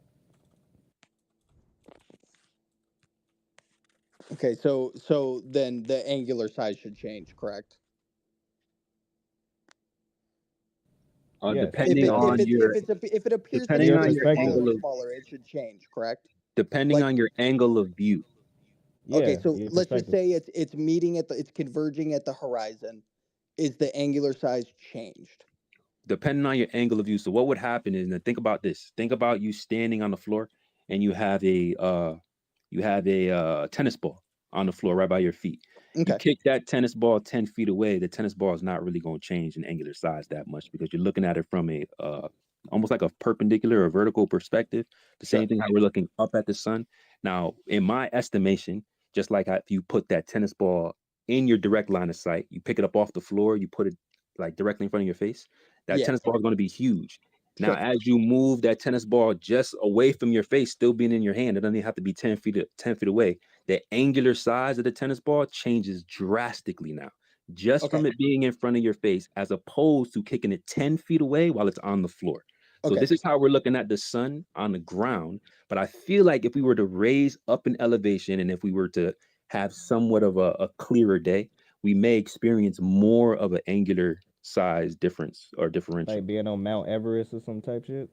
Yeah, probably even Okay, higher than that, to be so totally honest. if we let's say we went into an airplane and we went up like 30,000 feet, maybe even like I don't know, a helicopter, something that we can keep stationary that doesn't have to move a certain direction to You never been on maintain a its plane, path. bro? What's up? You never been on a plane? No, no, no. I'm saying get into something that we can keep in one place, like a helicopter, because a helicopter hovers, and then go up as high as you can. I don't personally know how high a helicopter can go, but I think a simple 25,000 feet. experiment. What's up? I get what you're trying to say. You 25,000 would feet. want he wants to leave the reference frame, get high enough, and he wants to see the sun circle around the entire Earth.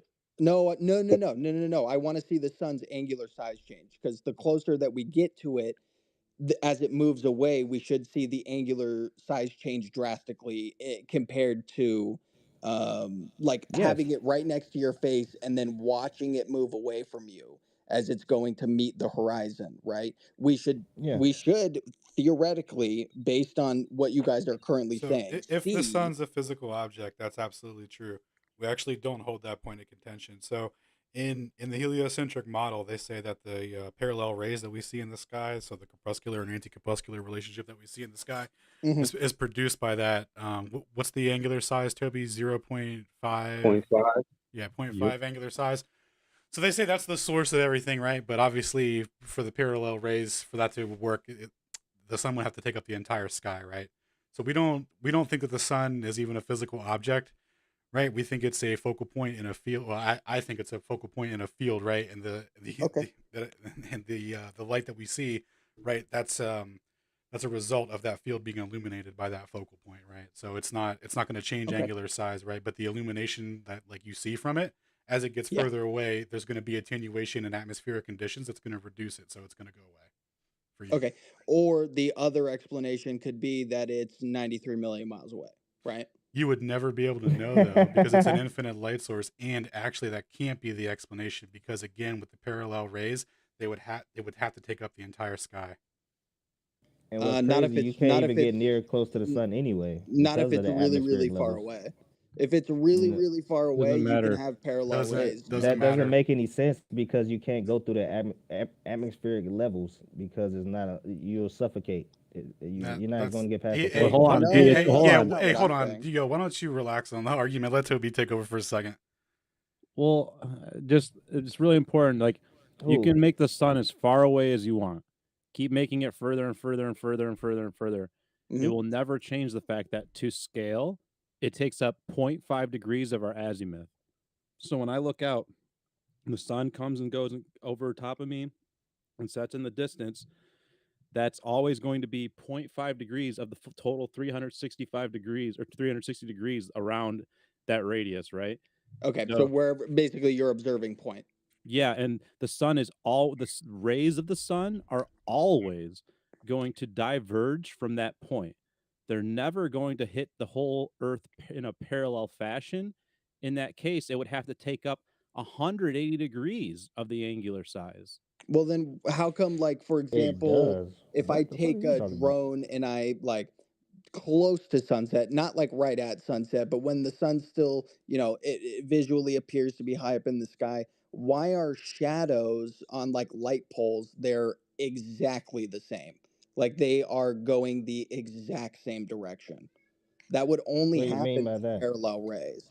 Well, there's Yeah, plenty it of does. Yeah, pictures of That's true. I don't know what he was talking about with the parallel rays. Yeah, that's true because we like all you're have a Hold on, perspective I of am. seeing. exactly. Bro. Hold on, just 1 second. Let's let them build real No, quick. We'll, the we'll stop rays in a second. the rays are going to emanate, they're going to diverge from a single point. Now the rays nearby you and the rays emanating from that point may be relatively parallel in some situations, but they're always going to emanate from that point. Well, And you can't have parallel straight down rays on the Earth. Now, importantly, in your picture, if you look at it, like, are you proposing that there's actually those curves, those clouds are actually curved, and that's the curvature of the Earth, and you're seeing the sun peek through the curvature of those clouds and the curvature of the Earth right there. Is that what you're proposing? That sounded like nonsense to me. I don't understand what you're asking me. Well, you know that clouds, the bottom of clouds form on a perpendicular voltage gradient that's perpendicular, or it's parallel to the ground. There's a voltage gradient. That's what the bottom of clouds forms on. So those clouds, that voltage gradient in your model would actually have to be in a concentric sphere. It can't be straight like in your picture, especially if you're proposing that that's somehow peaking around the curvature of the Earth. Then we need to be able to see the curvature of the clouds here too. What I see here You is a do straight see plane, and I see an obvious artifact of perspective. I see the sun merging into the horizon, and then I see shadows being casted from mountains over into the clouds from that sun merging into the horizon, because you can't see forever, and sun has a limit, has an light has an attenuation rate. So you're seeing the edge of that sunlight cast a shadow onto the clouds. Okay, so let me get this straight. I want to touch on one other thing that you had said. You said that in certain situations the shadows may appear to be parallel.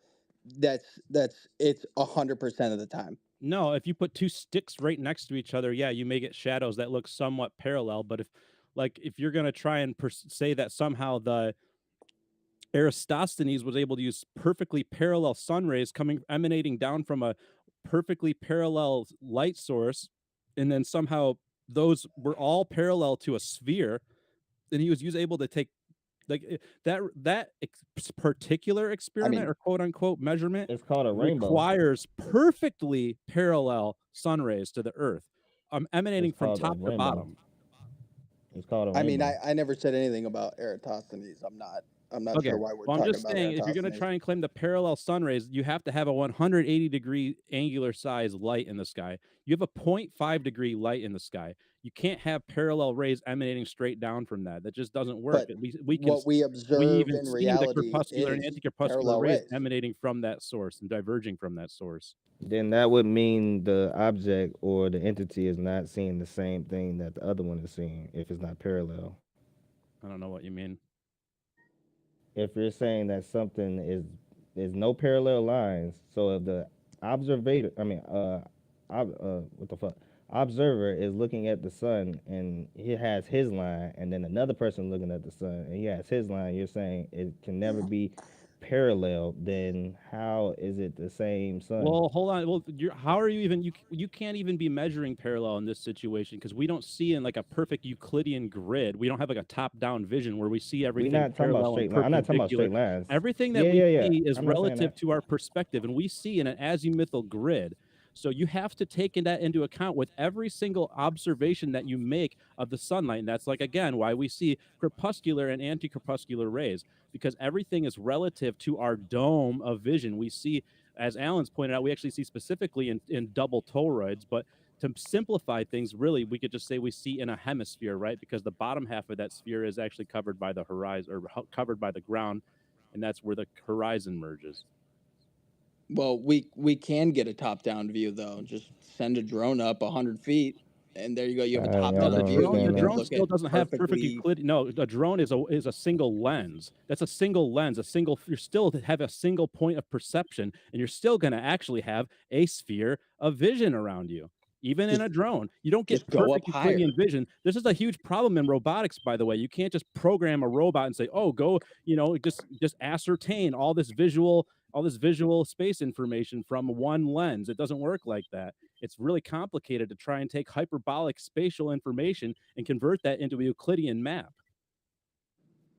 Wait, I we're really talking want about you maps guys to now? I was talking listen. about shadows, dog. I'm just talking about the shadows that we observe every day on the planet Earth. Yeah, and you're talking about observations from one perceptive point on a plane, and you're trying to say that somehow it's peaking around a curve.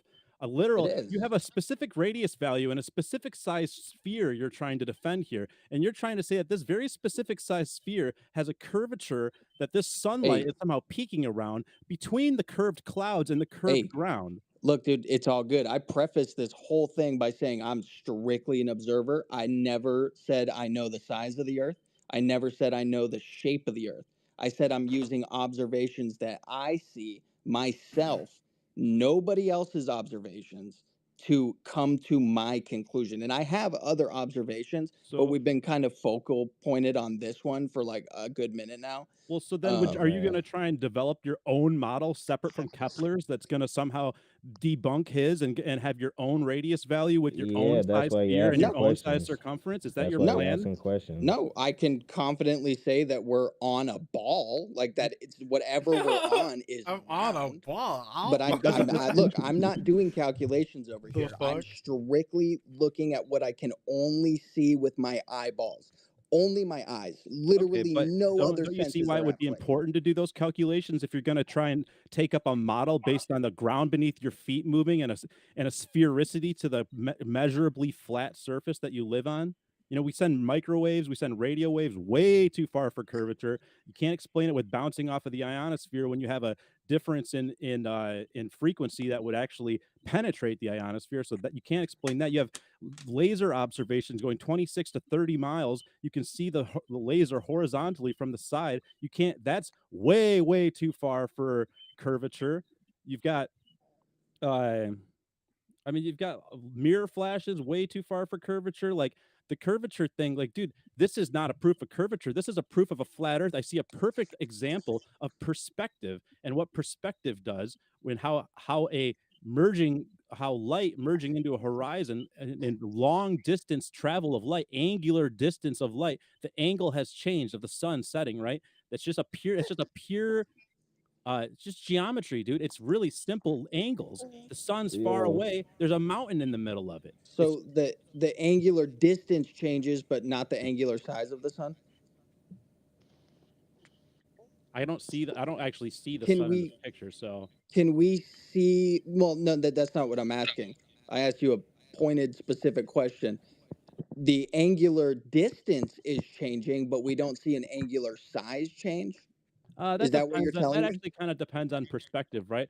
Like if I throw a UV filter on my camera and film the sun to put a specific level of UV filtration, Sure. then or sorry, of ND an ND filter, right? If I put a specific ND filter on my Yeah. camera Or and like I a hydrogen alpha filter or some shit. sure, yeah. Then yeah, like the angular size is probably not going to change. I'm probably not going to get much of an angular size change with that. But that's Okay. that's specific to that freak or that range of light. Now, if I film it with my camera without that level of ND filter on it, then yeah, I'll actually notice a very large change in angular size and a very Well, large difference in the that just has to relative do. amount.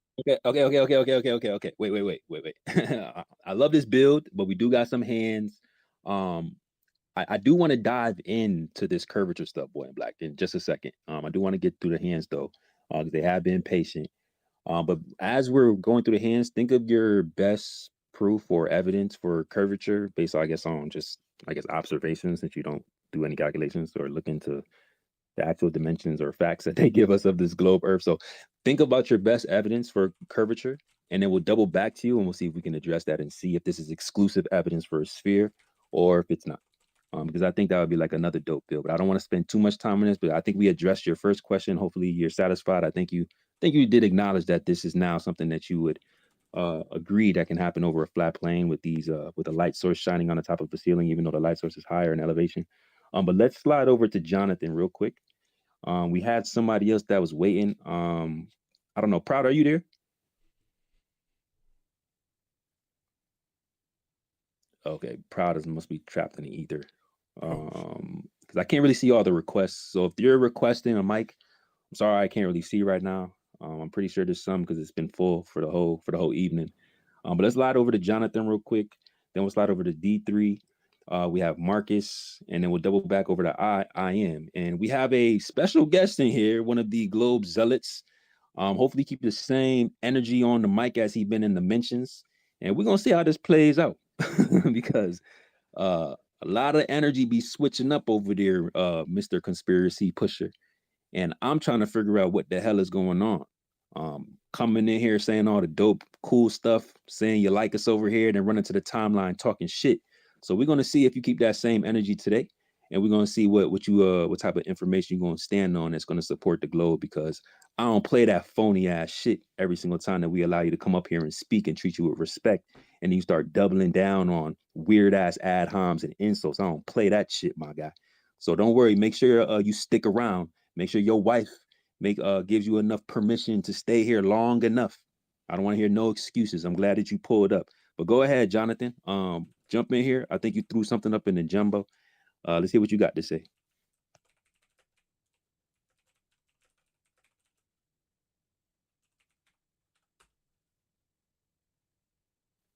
Might be a little bit of a mute glitch. We'll be patient. All right, you hear me? Yes, sir. What's going on, bro? All right. How's it going, Sacred? Have you having a good holiday? Yeah, man. Hope everybody's been enjoying the week so thus far. Good. Yeah, hope everybody's had a good holiday. Yeah, so I posted 3 things up in the Jumbotron, actually. The two things I posted last had to do with the conversation that we were just listening to, so I'll kind of defer for a second. Let me find the first one I posted. It's like 5th, yeah. No, it's the 7th now. 7th from the left. I posted 3 images. This is the experiment that I told you guys about last week. And the reason I'm here now is to get some feedback. Tell me what you think. Tell me what I did wrong, if I did anything wrong, what doesn't seem right, however you want to put it. That way I can do a version 2 of this at some point. And my intention is to be able to present this to any audience and hopefully generate a sense of, wow, I think I learned something. I think I understand my world a little better. So again, I'm not here to try to convert anybody. I'm just here to show you this, see if it's interesting to you. So I'll begin. There are 4 images here. If you look at it, I believe it's the one on the top left for whoever's looking. This is just some review, and I'll go through this quickly. I don't want to take up too much of the time. Here's just a quick review of basic geometry concepts in the best way I can explain them, or how I'd like it explained to me if I could go back in time. So this is a mountain, as you can see. This is the curvature of the Earth. This is basically how my brain thinks, and this is leading up to how I set up this experiment. I basically went to Mount Mitchell, as I said last time, and I wanted to measure how low the horizon appeared in reference to true horizontal, using visual evidence from 2 water lines within a clear prism. I posted some of that today, caused a little bit of a stir, a lot of good discussion. So here it is, the full explanation. You see a little mountain, you see curvature, like I said. The red line is the distance from the center of the Earth, of the curved Earth, to the surface of the ground that you are looking at when you look out at the horizon. In this case, North Carolina is about, on average, roughly 500 feet above sea level as you look out across the plain from the mountains.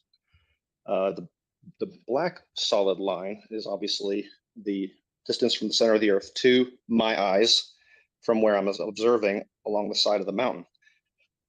Unfortunately, the clouds were covering the very top of the mountain, so we couldn't go up there. So we stopped along the way at one of the lookout points at 4,460 feet above sea level. And so we're going to use those numbers later.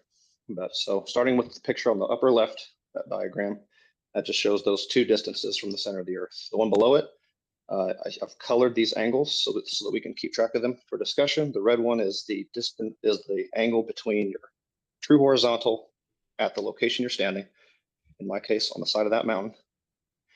And then the blue is what remains of 90 degrees. So whatever that angle is from horizontal to the horizon, 90 degrees minus that angle is the blue angle. Okay. And then below that I'm showing that I've filled in the red rectangle to show that there's another 90-degree angle that could be filled in with that same angle. And so then zooming way out, show half the Earth. You can see from what you recall in geometry class, the equivalence of these angles. Hopefully this is pretty straightforward. So basically we're led to understand that in order to find that angle from horizontal to the horizon, you would just do the inverse cosine of little r over big R. Again, little r is not the radius of the Earth, it's the radius, it's the distance from the center of the Earth, in this case, to the ground that you're looking at, out at.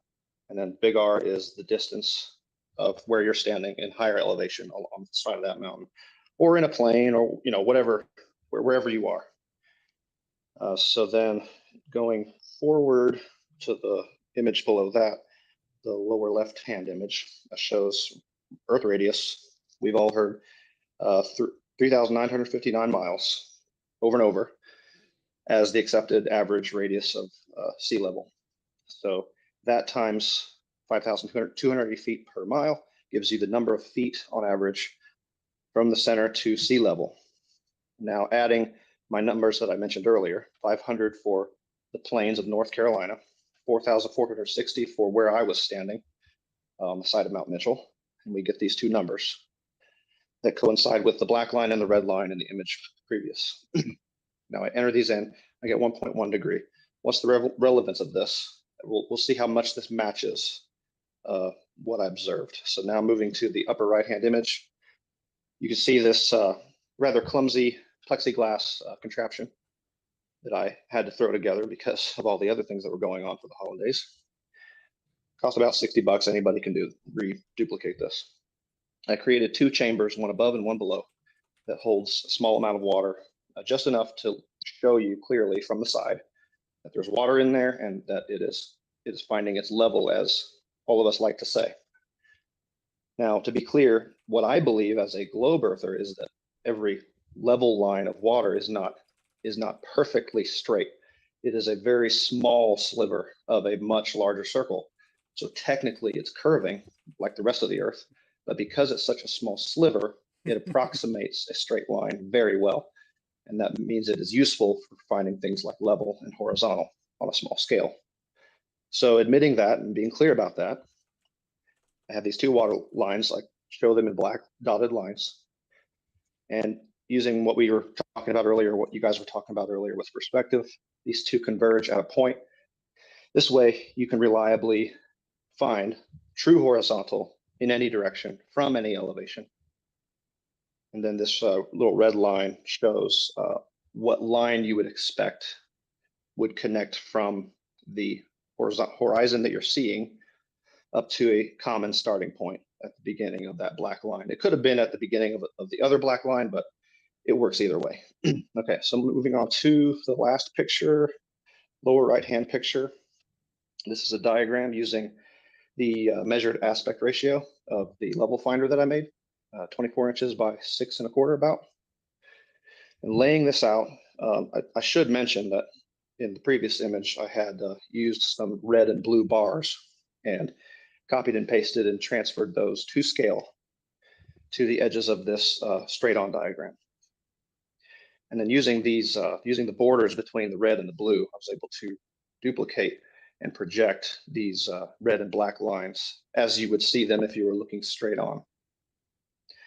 And now it's just a simple matter of tilting the thing so that the black line is level, the way we know water to be, and then measuring that red line. And it comes out, it's hard to see in this, I apologize, but that comes out to 1.07 degrees, which is a little lower than the 1.1, but very close. In fact, I expected it to be a little lower due to some refraction, some natural dry air refraction, which is always present. And that's it. So it's fascinating to me personally as a globe earther that this was so close to the predicted amount. Is this just a coincidence? Is this a mirage? Particularly, I found the mirage counter argument to be the most convincing. So my conclusion is that this whole thing is inconclusive until I can prove that this is not a mirage, and I can eliminate that as a possibility. So with that, I will open it up to discussion and tell me what you think. Does anybody want to chime in before I give my thoughts? I think it's an excellent attempt. Keep going.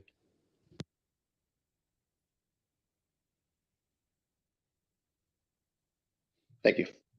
All you Anybody else? sacred. Say it again, Toby. I said all you sacred. All right. So yeah. So first of all, I appreciate you for putting boots on the ground, bro. Like, you know, this is really dope that you took this upon yourself just to do this for Flat Earth Fridays, especially as a globe earther. I appreciate your approach as always. This was a great attempt. I also think that it's inconclusive. I was trying to do some quick researches because it slipped my mind on the different types of atmospheric horizons that are present. And I'm trying to find the actual definitions, but I can't find it right now, and I don't really remember. But I would ask, like, you know, as you're drawing like these lines to the horizon, you know, which horizon are we talking about? Because as we have for certain observations, right, that the horizon is apparent, it changes all the time. So I don't know, when you're drawing this red line, is this like the assumed horizon to the physical obstruction of curvature? Like, is that what we're assuming for the red line, for the red dotted line, whatever you want to call it? The logic with the red line is that I first started with the black lines and then saw where they ended up, and try to, you know, clear my mind of any preconceived notions and attempt to think of all this as if I'm seeing it for the first time. And so the natural reaction is, I would have expected that to be on the horizon that I see. So now what I'm going to do is by brute force, I'm going to drop a line from the black dot where my two black lines converge. I'm going to drop a line and see where that intersects the horizon that I actually see, because now I'm curious. I want to know how far off I am. And I can do this with perspective. And so I drop that line, put a dot right on the horizon where it intersects, and then I draw the line on back to the same starting point. And because this is a rectangular device, I can visually just reconstruct it looking straight on at it. And now I can measure what that angle is. What's the top black line? The top black line is the surface of the water in the upper chamber. The surface of the water. I should have used color dye. I apologize, and that'll be a part of version 2, Lord willing, in the future, so it's easier for everyone to see. But there is water there. I assure you. It's I actually have the raw image in an earlier post on my account. Looking at that, it should be pretty clear. That's water, and then the black dotted line below is similarly the surface of the water in the lower chamber.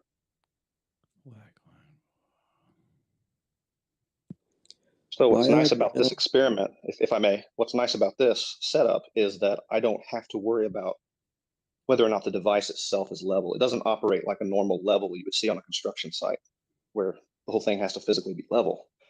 In this case, I'm actually relying on the water itself to show me what level is, regardless of the slightly off angle position of that container.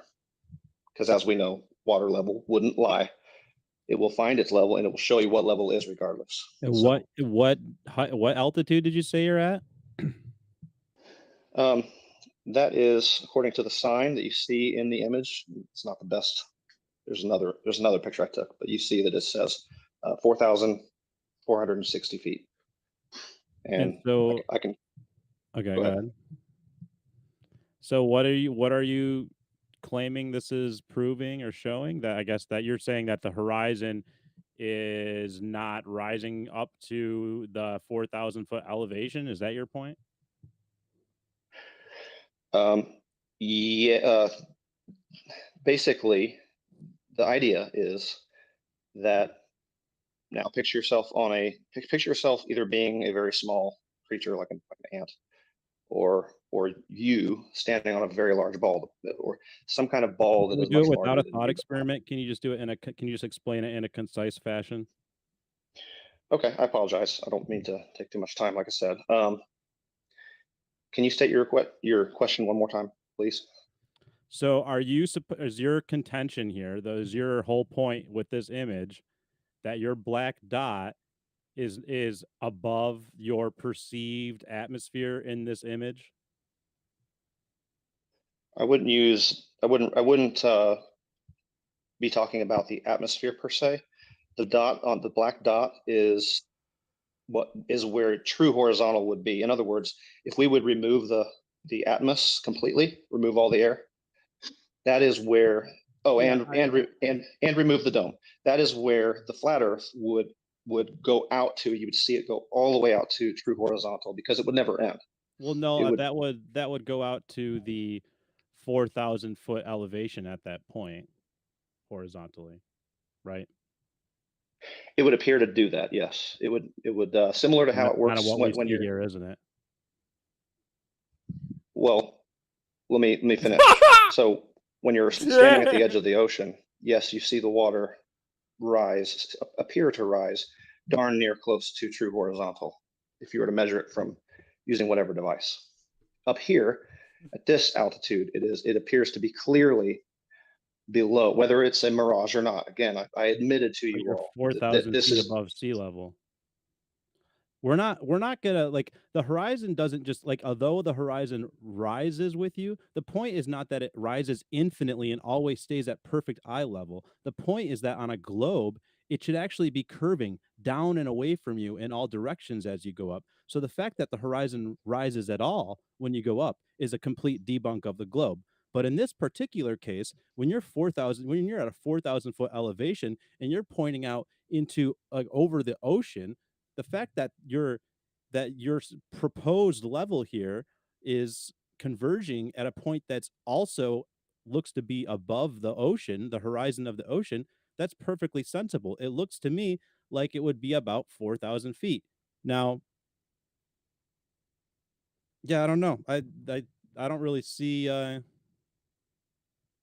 also really skeptical of your lines because I can't see the water at all. And I can't really see the horizon very well either. And that's also another thing that you need to take into consideration here is that your horizon line is quite blurry here, and you actually have a lot of atmos blur that's occurring, right? When you're looking far out over an ocean like that or over a body of water like this, you're going to have an insane amount of attenuation of your vision. Can I respond to that real quick? Yeah, go ahead. Okay. So yes, there is plenty of blur. My counter argument would be that you still see a step change in the tonal quality as you transition from earth to sky. There isn't a smooth continuous blur as you might see if it was a foggy day and you're walking down a gravel road and the gravel would fade off gradually without incontinuity. There wouldn't be a sudden change. If there was, you might think there's a cliff there and you'd stop, like there's something there. So I don't see a gradual fade like you would see if it was just the atmosphere doing it. I see it fading to a point and then suddenly stopping. There is a cutoff. And about the blur, yes, it's blurry across a certain number of pixels, but at the same time, I'm not using the best camera equipment. Like I said, I'll be out there again with better equipment, with better methodology.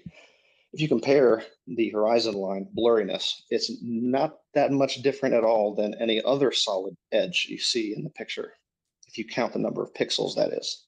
So if I compare it to what I know is a clean cut edge, I would say that horizon is satisfactorily a well-defined horizon. Well, you also have another problem here, right? Like, what is the focal length that you're using on your lens here? Because you don't even have the thing you're taking a picture of isn't even in the center of your field of view. So you're actually going to have lens distortion occurring, and this is actually a totally bunk setup in the first place. I hate to say it. Oh, I'm sorry you think that, but as I said, I will take what you guys say today and well, like, let's just say, like like, my friends. Just to give you like an idea what I mean by that, like, so if from a photographer's point of view, they don't want to use you don't want to get a like a wide angle lens and go right up into someone's face and take a picture of them, because if you do that, it kind of distorts their face a little bit. It makes the center of their face larger, right? It kind of the reverse pin cushions their face. But so the best way to take a portrait of somebody is actually to use a 55 millimeter lens, and you stand far away from them, and you take a closed in image from far away, because then you actually get a more proportional relationship of what you see. You get closer to an actual like a Euclidean representation of them, right? You don't have so much of the hyperbolic effect when you're doing that. But with any lens, you're always going to have that happening. And so that's something you really would have to take serious consideration in if you're going to try and do a measurement like this, because you're going to have warping relative to the center of the lens, and it's going to be either pin cushion or reverse pin cushion, or just like that's just a natural effect of optics, that you're always going to have a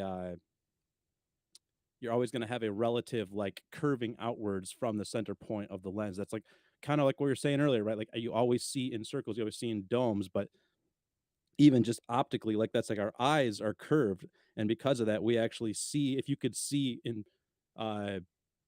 if you could widen out your field of view somehow, if you could somehow open your periphery and open your focus, you would notice like a curving like that. But you can't do that because you can only focus at one thing at a time. But in any case, just saying that that's something that's like really, really important when you're trying to take angles like this, right? Is how is that angle being represented through your lens onto your your sensor. I agree. Yes, even in a rectilinear situation, you'll still have some stretching at the corners and at the edges. So absolutely. And I will do some research on what kind of lens I was using. To be, like I said, this is all a sort of first attempt using somewhat crude methodology. This is my phone I was using. And this is, like I said, $60 worth of plexiglass and glue. So I will look into whatever lens this is in my phone and tell you. I can come back to you with that. And yeah, and I know that there's a way, and I know because I've really geeked out about this on Excel spreadsheets. I've actually constructed images using points and Stationary vector Saturday. math, and actually projected the image of a path going out into 3D space. So yeah, I know there's a way to correct for that. I think it would be really. First of all, I love the experiment.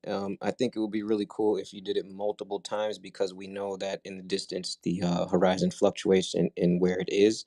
And also, I have maybe you could attach like the little point lasers at the lines that you have where the water lines are, and then when you do the experiment, you can put something behind the area where you're shooting, so you could actually see the laser lines, and then you can photograph that, so then you can have an actual point where they converge, rather than like doing it with a graphics program.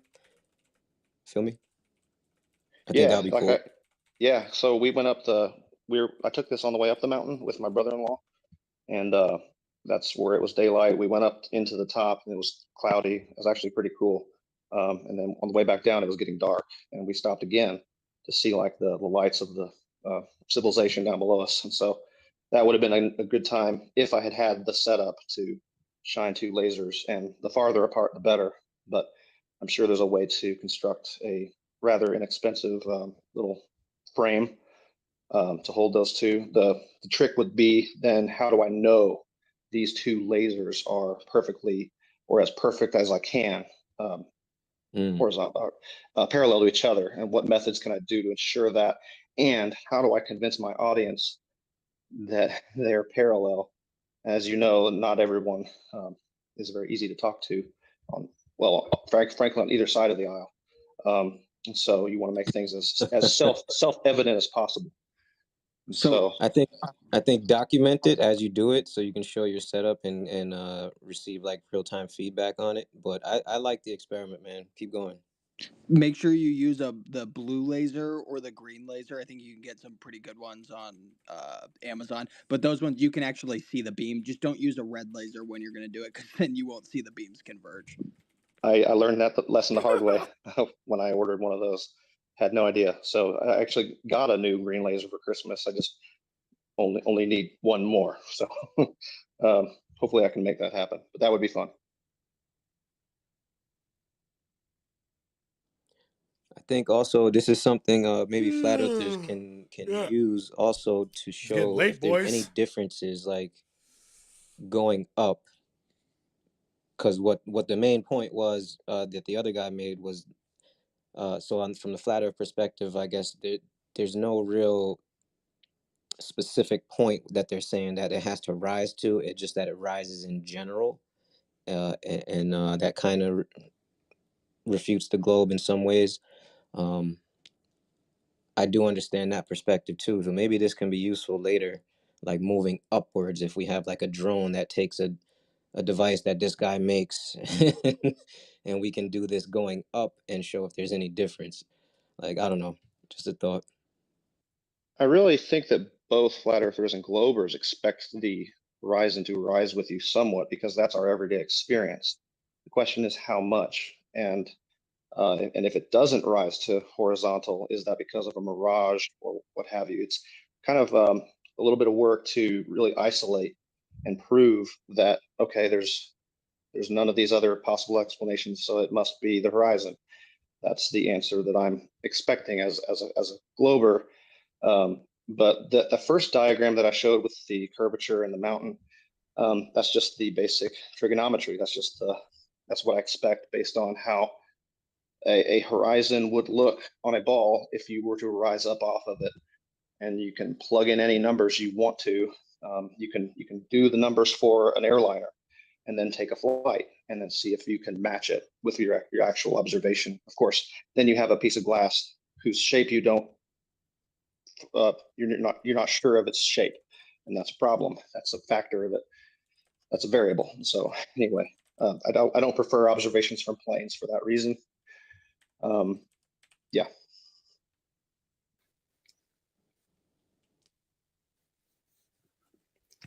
So yeah, I was just gonna say, once again, man, that was a great demonstration, great attempt. I think there's a few flaws there.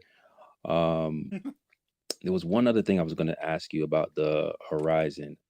Maybe it'll come back to me, but just real quick before we get to the rest of the hands, this other image that you have like the sun, like within the clouds. Oh yeah. So I told you at the beginning that I had posted a couple more things as I was listening to the conversation.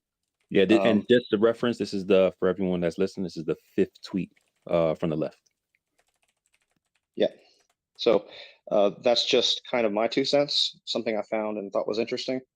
We were all, or the people that were talking were discussing how light could behave if you move it far enough away and cause a shadow from the top of a mountain up on the bottom side of a cloud, all that. And so that was with the sun still above the piece of cardboard or whatever represented the clouds there. But I did want to point out, and I'm sure most of you have seen these pictures. We've all been watching and following all these different points and counterpoints for a long time. But I just wanted to remind everyone, hey, I still personally haven't seen a very good explanation of why the sun in all these pictures appears to be below the clouds, like as it's starting to set. That to me shows that there's some credence to the idea that the reason for the shadow is, yeah, the sun is in some sense physically below the clouds. And if that's the case, the cloud line is typically about a mile above the ground. And how can that possibly be? You would have to see the sun go by at supersonic speeds just to make it around the Tropic of Cancer at the rate that it needs to complete one day. Does that make sense? So yeah, I haven't heard a very solid explanation, I guess. Maybe you guys can provide one. Yeah. Have you seen all the pictures we have where it'll show like the sun inside of the clouds, the sun in between clouds, all that kind of stuff? It's just an optical illusion on both sides. I'll see like flat earthers say, "Oh no, look, the sun's like in the clouds" and all that kind of shit, but it's an optical illusion, the same way that it is from that as well. Thank you. I'm glad that you dispelled that no worries. particular viewpoint.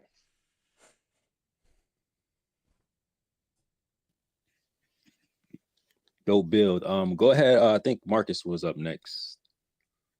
No, I had his hand up first. He got it just before I did. All right, cool. Go ahead, Ian.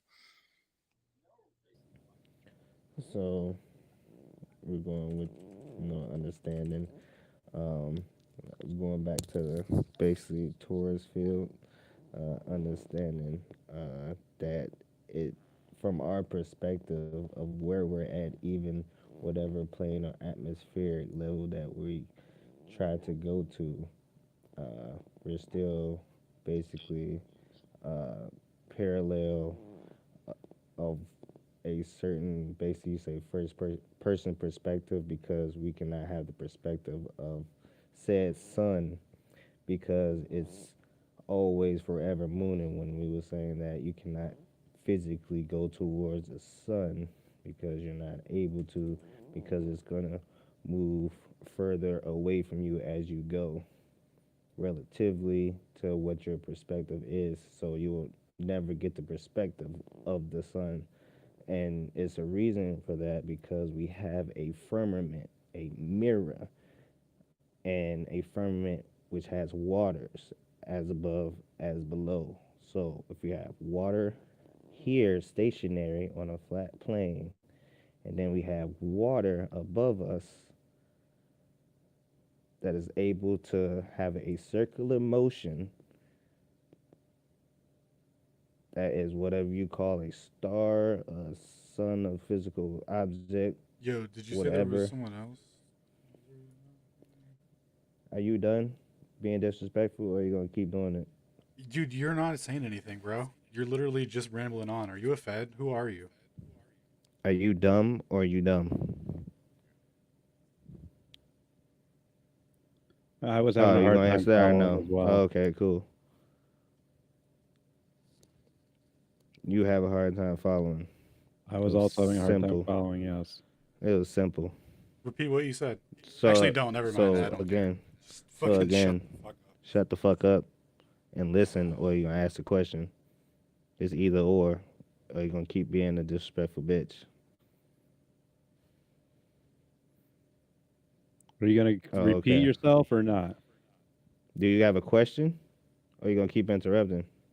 Since you don't You're know what not I'm talking saying about, why would anything. I I'm not. continue? How? Why would I continue if you don't know what I'm talking about? So ask a question if you don't know what I'm talking about, Because you're or just you just come people in respectful shit.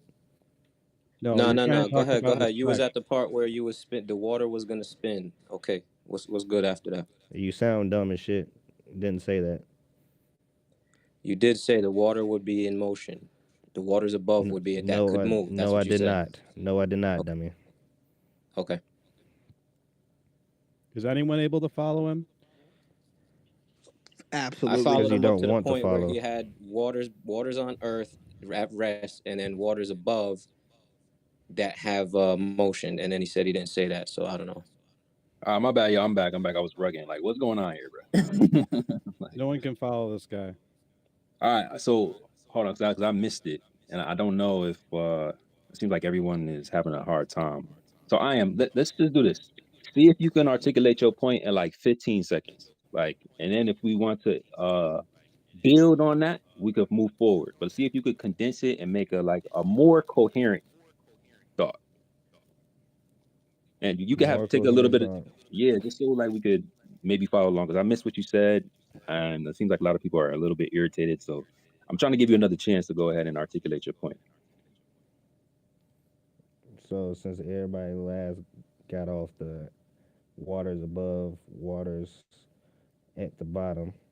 So again, understanding ancient texts telling you that if we're going Yeah, off right, dude. the flat earth theory, which I'm saying and turning into a tourist field discussion, and you're talking about the discussion between either globe or flat. So I'm putting in perspective that if we're looking at a perspective of an atmospheric level, that you see the sun and the moon that are so-called physical objects that you can see because physical objects are things that is created in reality that is in our perspective. So we're able to see the sun either if it's a fucking star or anything like that because it's in the waters of the atmospheric levels. So understanding that we live in a dome-like shape firmament that is protecting our plane in a pressurized system that we know the ether or the space, whatever you want to call it, is not able to suck us in and suffocate us. So we have a protection barrier. So what we're seeing is a perspective that we'll never get because it is already created upon its own laws of atmospheric levels. So you can't get close to the sun. You can't go to the sun. You can't go to the moon. Those things are not in our reach. That's what I'm saying. And I'm saying that we live in a torus field that connects that because in a rotation of electromagnetic field, not saying waters fucking rotate, they have motion and flow. It's a difference. Motion and flow on a stationary plane. So it has a barrier above the heavens, or what you would say the clouds, or the atmospheric levels that correlates to that. Do you Okay, understand, okay. or is I still asking stupid shit? Okay, I pretty much agree with like most of what you're saying. There probably is some type of fluid-like medium up above us. I just don't know the shape of that barrier. One of the things that we were talking about over the past couple of days, since that last toxic space we were in, I'm just gonna meet you real quick. There's a little bit of a feedback. Was that the fact that there seemed like there's evidence of a flat plane, based off of the equipotential or equidistant potential field lines, this electric gradient that we were kind of talking about a little bit earlier. We have like these equal layers of 100 volts per meter, and they form the shape of like well, not the shape of, they form like a line or like a layer, and it wouldn't necessarily do that if we have two Gaussian surfaces, one being, or both of them being curved, right? So if we had like a curved surface on the ground, or if we had a curved surface in the sky, they wouldn't form those field lines, which is equidistant, or yeah, I think it's called equidistant. So I'm gonna post something up here. I think we tweeted about it a couple days ago. But that would be my only refutation of a curved dome. But pretty much everything Well, else, I think I agree with. yeah, I mean the aspect of what we was talking about of looking at it from a perspective, it's a curvage. It looks as a curvage, but it still is a flat plane. That's what I was saying earlier about look at the photo of Flower of Life. If you look at the photo of Flower of Life, it is a representation of flower petals, which is a flat surface that is rotating or doing a motion of elliptical fucking plane, and it's basically increasing itself from each point. So if you put it in perspective of what we think what a plane or a galaxy that we live in, then that would same thing correlate with all the atmospheric levels of the so-called dome shape, or I mean the curve shape, because it's no such thing like he was saying parallel line. I was saying like straight lines. There's no such thing as straight lines, but it is parallel lines because you still have to have a connection of a positive and a negative, as above as below. So that's what I was saying. Yeah, I don't know if I completely agree with that, but okay, that's something to think about. What do you got for us, Marcus? And then we slide over to Boy in Black. And then I kind of want to read some of these highlights because I put out a tweet a little bit Yeah, earlier, dude, that really fucking cleared it up, about some bro. highlights of Flat Earth Fridays, What and the some of them are kind fuck? of funny, so I want to talk about it. But go ahead, Marcus, and we'll slide over to Boy in Black. All right, so someone has said earlier that perpendicular voltage gradients create clouds. So I just want somebody to unpack that because I've never heard of that in my life. Or not perpendicular, parallel. There's like parallel voltage gradients to the ground. And if you notice that when clouds form, the bottom of them is flat, right? That forms along the ionization there is forming along that voltage gradient, that parallel line of voltage gradient. Yeah, that makes no sense. I just posted a Are visual you for you. arguing with Richard Feynman? You're disputing Richard Feynman? Do you know who Richard Feynman is? Is a better question. Marcus? As far as I was taught, condensation from liquid to gas is how, it's generally how clouds are created. There's variations of that, but I've never heard of the parallel voltage or whatever. That's some new shit. You're Oh, aware what of the you mean, like creating your ionization. own You're aware of the clouds? crucial part of the forming of raindrops, the ionization that occurs in the clouds as a result of the moisture and the warm air rising through the center of the cloud in a column, and then entrainment that happens with the cold air around that, and it all comes So I'm together. aware of that, but I've never heard it referred to as a parallel voltage, whatever. Well, where the bottom of the cloud, where that point is where that's like the ionization point, right? That's where the charge is built up of that medium. That's why it floats there. It's not just magic. It's based on that voltage gradient. Yeah, when one molecule mixes with another molecule, it, I mean, fuses together and makes hydrogen and H2O into a fucking cloud. Well, in their And, model, you can do that in a sauna. Sauna is the same aspect. no, in their model, ionization is relative to atoms, not molecules. So we're not the definition of in atom molecules in there, but all right. Can you guys see I the image that I parallel shared? voltage have to do with like electrical circuits and stuff like that. So I never heard of it referred to as something that's a part of like cloud creation. It's super That's just fascinating, man. next. I highly recommend the Feynman lecture about it, honestly, all about electricity in the atmosphere. But yeah, there's a voltage gradient. Our ground below us, ground wire, that's a negative charge, but then the sky has a positive charge, and that they say it's caused by cosmic rays. They say it's caused by a mix of cosmic rays and solar energetic particles. But they actually have never measured that in a quantifiable way. It's all based around simulation models. I just looked at like 5-6 different papers all about them simulating the ionosphere, but they can't quantify it in any form. But there's a voltage gradient. There's a highly charged positive voltage in the sky, and there's a negative charge below us that we stick to on the ground. Toby, can you Okay, see I the just looked at a hold diagram. on. Toby, can you see the gradient that I posted up top? I shared it from Alan. I can't really see the jumbo right now. I'm like glitching. Oh yeah. So I see Okay. when Alan posted. Wait. Yeah, I can't really see if it's posted or not. I'm like stuck back in space time. But if you No, can see it, can you direct them to that image? Yeah, and actually, I can add on to this one, and I'll drop the one from the Feynman lecture, because it's interesting because when you're grounded, the voltage gradient actually goes around you, like it goes around even like a tall building.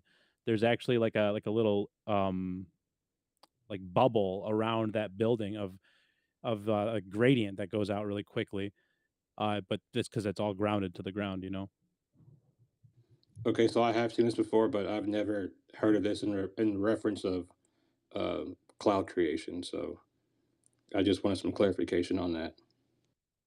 It's not cloud creation. It's just that where the clouds are forming, they form that flat bottom based on the electrical charge in that area. That's why they look flat in that area. That's what they're saying. So I believe. And then I just have one question about that, and I'm not refuting or accepting either of the claims here. So what about there's some like weird cloud formation. I don't know what the fuck it's called. But it's like that super wavy on the bottom. Like there's crazy pictures of it that you can see. But what do we think is going on with that? Because they're not like you can see that they're not perfectly flat on the bottom. So what do we is there like a variation in like the electrical charge, or like what's going on there? It's a good question. Anyone?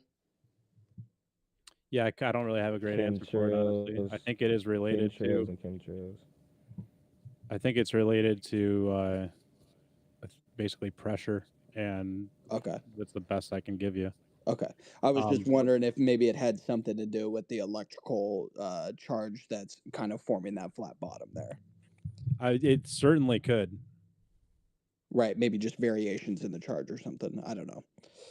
If I you don't. ever That's why look at a I storm was curious forming, because bro, like I had seen some crazy clouds here in Arizona recently. I took some pictures of it, but they just looked crazy. So that's why I took a picture. I looked up and I was like, "Oh, that's fucking gorgeous. Let me take a picture of that." Um, it's like not a hey, proof boy in of black. anything really. What's up, man? You ever been outside doing the thunder and lightning storm or anything like that? If Yes. you ever look that you never see electricity or lightning or anything like that until the clouds connect. So it's actually looking for a positive Positive connection charge. exactly to charge itself. So you have these chemtrails and chemtrails that are relative to creating storms, rain, Okay. So and able to have. lightning isn't just the friction between the molecules. No, it's not the phrase. It's the actual because you can't put a positive and a negative together to avert the molecule to basically separate or either mix in because it won't. It'll just actually delete itself. Oh, okay. You need So both friction positive friction charges. doesn't cause static. No, because it's literally the same molecule or the same positive charge that is connecting to make like what do you mean it's not the same Friction. thing? Friction causes static, which causes Right. lightning. No, friction is a positive and a negative. That's what friction is. What are you talking about? A So charge, so friction and like charge is two different things. when you have socks on and you like rub your feet all over the carpet and then you touch That's something metal, there's a friction. shock there, right? But That's it's the friction. friction that causes the electrical charge, right? Did you rub your feet on metal and then touch metal? No, That's no, no. I said the friction from the socks in the carpet causes uh, an electrical charge, and then when you touch something metal, it discharges. again, are you metal? That's what I'm saying. I'm You're not not metal. touching I can metal. touch metal. Exactly. Again, understanding. Metal's a Calm good down. electrical Calm conductor, that's down. for sure. Yes, calm down because we're electromagnetic beings, correct? So you're not putting metal against metal. You're putting electric against metal. That's two different things. That's friction. That's literally a positive and a negative, sir. That's what you just explained. Besides the point, I was just wondering about those fucking wavy ass clouds. That's what I was asking about. Hey, I've got a question for Sacred and maybe Alan. You guys can help me out with that image with the gradient moving from negative to positive going upward, and it's all equipotential. Um, how can now we say that it doesn't work on a sphere? So if I draw two circles, concentric circles, and I connect them with lines going perpendicular between the circles, does this not work on a sphere? I was trying to read into this before, but I got a little lost with it. So if you guys could clear that up, how it doesn't work on a sphere. So the gradient would measure differently horizontally. You could go you could go to altitude and take like a drone or something and just go horizontal, and you would eventually get fluctuations within that gradient due to it being a curved distribution of it. So the fact that it stays the same across, all distances kind of falsifies that. So we're talking about like longer distances out, like down the line, basically. Yeah. That's the way I Okay. would that's the way I would imagine like falsifying or verifying the measurement, right? Yeah. So, Yeah, it makes sense. Okay, thank you. mhm. Okay, and then I did have one more thing. I had my hand up for something else specific, but obviously when you turn the mic on, it put your hand down. Am I good to go on that? Can I?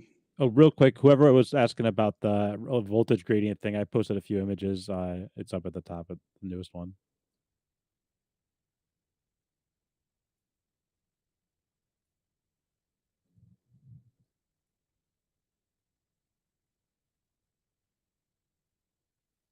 My bad, y'all. I'm like glitching super crazy. I'm gonna try to restart and jump back in here. But yeah, I think that was Boy in Black. But go ahead, bro. Okay, word. All right, so I'm gonna post something up in the jumbotron here. So this time I actually am coming with a direct refute to a claim from the flat Earth model, and the claim that I am refuting with these specific images is that the sun is its own luminary. Obviously, that's true. Everybody knows that. And that the moon is its own luminary. That is not true. As well as both of them being local. So those are the three things that I'm refuting: the local sun, the local moon, and the moon being its own luminary. Okay. Let me get to the. Let me post this in the Dude, he went from jumbotron real quick. fucking I'm just a high school dropout or So whatever this with a picture is of a shadow to images I I'm took a few refuting days your whole ago life. when the moon You was got there real visible quick. during the day. Right here. There we go. Okay, it should propagate up in the jumbo here in a sec. So what you're seeing here is the daytime moon as I was seeing it. And all I did was grab a ball that I had in my car, a little Spalding bouncy ball, and I held it up to the Dude, what same the light fuck? source. Now, if you look closely at both of these images, you see that the shadow on the opposite side of the ball is the exact same. So, what that tells us is that the sun is illuminating not only the moon, but the earth at the same time. Okay. And this is a simple experiment. Anybody can do it anytime you see the moon during the day. Just grab a ball, hold it up to the sunlight so it can hit it, Hey, and the I'm just shadows a will guy in a match car. exactly. I just Hey, one I thing just about got my that with the ball, basketball. a woman last week, she brought up something about this that makes a lot of sense. Look carefully at that ball and then look carefully at the moon, right? On the ball, what you see is you see a darkened area where the shadow begins. And then when you come back towards the darkness, towards the other end, it actually is lighter than the middle part where the darkness begins. Now, what you see when you look at the moon is you see the line where the darkness begins, and then you never see any light behind that. Okay, so what you're saying is since we don't see the darkened portion of the moon, then we are not seeing a shadow being cast, but instead the moon just like illuminating one part of itself. Actually, I wouldn't reach. I don't like to reach like that, so I'm gonna say that we just really don't know what the hell is going on. That's what I'm gonna I mean, say. we do know what's going on. It's the sun illuminating the moon, Yeah, well, and that there's a just, shadow but being that cast. based on your evidence, that what I just pointed out kind of refutes that because you don't see the same exact thing, and that was your claim. Well, that's because of the atmosphere that would drown out the light that's being, dispersed through the atmosphere is basically drowning out the shadow that you're gonna see on the moon. Now, let's say I were to take a camera, just a regular DSLR, and I were to zoom in on the moon and crank up my exposure, crank up my ISO, you're gonna see the rest of the moon. I think a direct refutation to that would be Selenelian eclipses and how they don't match where the shadows should be. And if you repeated that experiment while a Selenelian eclipse was happening, you would see that it doesn't match at all. Because a Selenelian eclipse shadow comes from the top bottom, and in order to have that on your globe model, the sun would need to be below the earth. Not only that, but like Boy in Black, you're the one that provided that, right? Yeah. Yeah, So yeah. like we if you look at this on a flat Earth model, like if you actually look at the mapping of the moon and the sun and Mhm. how they would move up and down on the flat Earth model. Okay. Quote unquote, we don't really have a model per se, but how they would probably theoretically maybe move. I still think they're just apparent positions. I think there's some kind of polarities in a field. But looking at that, taking all of that into account, it's actually really interesting because what you find is that the lunar eclipse, quote unquote, happens when they are at their highest points and farthest away from each other. So I think that's actually some kind of polarity event. But in any case, uh, the fact that there is some kind of phenomena happening between the two of them doesn't necessarily mean that the same type of sunlight, quote unquote, that you see is, hitting a rock floating above us in space. What it appears to me to be is some kind of plasma phenomena with with the sun, and there's some kind of excitation of a field occurring, and that's proportional to the distance of the moon and the sun. And so that part of the sun of the moon actually excites when it's in that field. Once it enters that field, it actually excites and illuminates in that way. And what's interesting is on the flat earth model, when you only actually when you actually have to see um or what you see with the crescent of the moon, with the phases of the moon, is also relational to the vertical distance of the sun and moon as they go up and down with each other. So before you go trying to claim this as some kind of proof of something about a globe, Nope. you should try and consider how it could No. work on a flat earth model, because No. there's a million and one ways it could. No, I wasn't claiming that it was proof of a globe. I was claiming that it disproves a local sun and an illuminary moon. That's How? what I mean, that's what my claim was. I Yeah. literally just explained to you that it definitely doesn't disprove that. But it does. It's the same light source. You're seeing the ball in the image get hit with the same exact light source as the moon. That's what you're seeing there. It's the No, same light what source. I'm seeing there is a little rubber basketball Hmm. in the sunlight. With a shadow that exactly matches the daytime moon that you Well, as that see. was already pointed It out, it that that's does yeah, definitely well, it not does an not exact exactly match. match. And even if you pull out your more expensive cameras, which I think that would probably be the better argument, is if you did that first. If you zoom in, um, a lot of times when people do that, they don't actually see the rear end of the moon where it should show. So I would love to see that too, though. Just if you can do that, that would be awesome. Next time I see the daytime moon, I'll definitely pull out my DSLR and see if I can get a shot of that. Or I mean, Cool. I have a telescope, so I could even try to do it with that. But you can't really adjust like the same way that you can For the on a brightness, yeah, camera. Yeah, you can't like yeah, do I know. ISO or any crap like that. So, It's also but I'll interesting how definitely the give it a go. backside of And the I believe we're coming up on a new moon here, right? I'm pretty sure. Um, I could be wrong. I haven't checked the moon phases recently, but I think we're coming up on a new moon, so it'll probably be, I don't know the next time I'll actually see it during the day. I can look that up though. So I don't know if I'll have it for next Flat Earth Friday, but maybe the one after that, depending. I'm pretty sure since it's a 28-day cycle for the moon phases. Um, I don't know. We'll see. Another refutation of that, to prove that it's not like reflected sunlight. The moonlight actually has an entirely different temperature than sunlight. Like the moonlight, you can measure it. It's cooler in the light than when it is in the shade. As far as the opposite with the sun, where it's more cool in the shade than it is in the light. So are we saying that the moon produces like some form of anti-light that does not produce heat, but instead produces a colder temperature?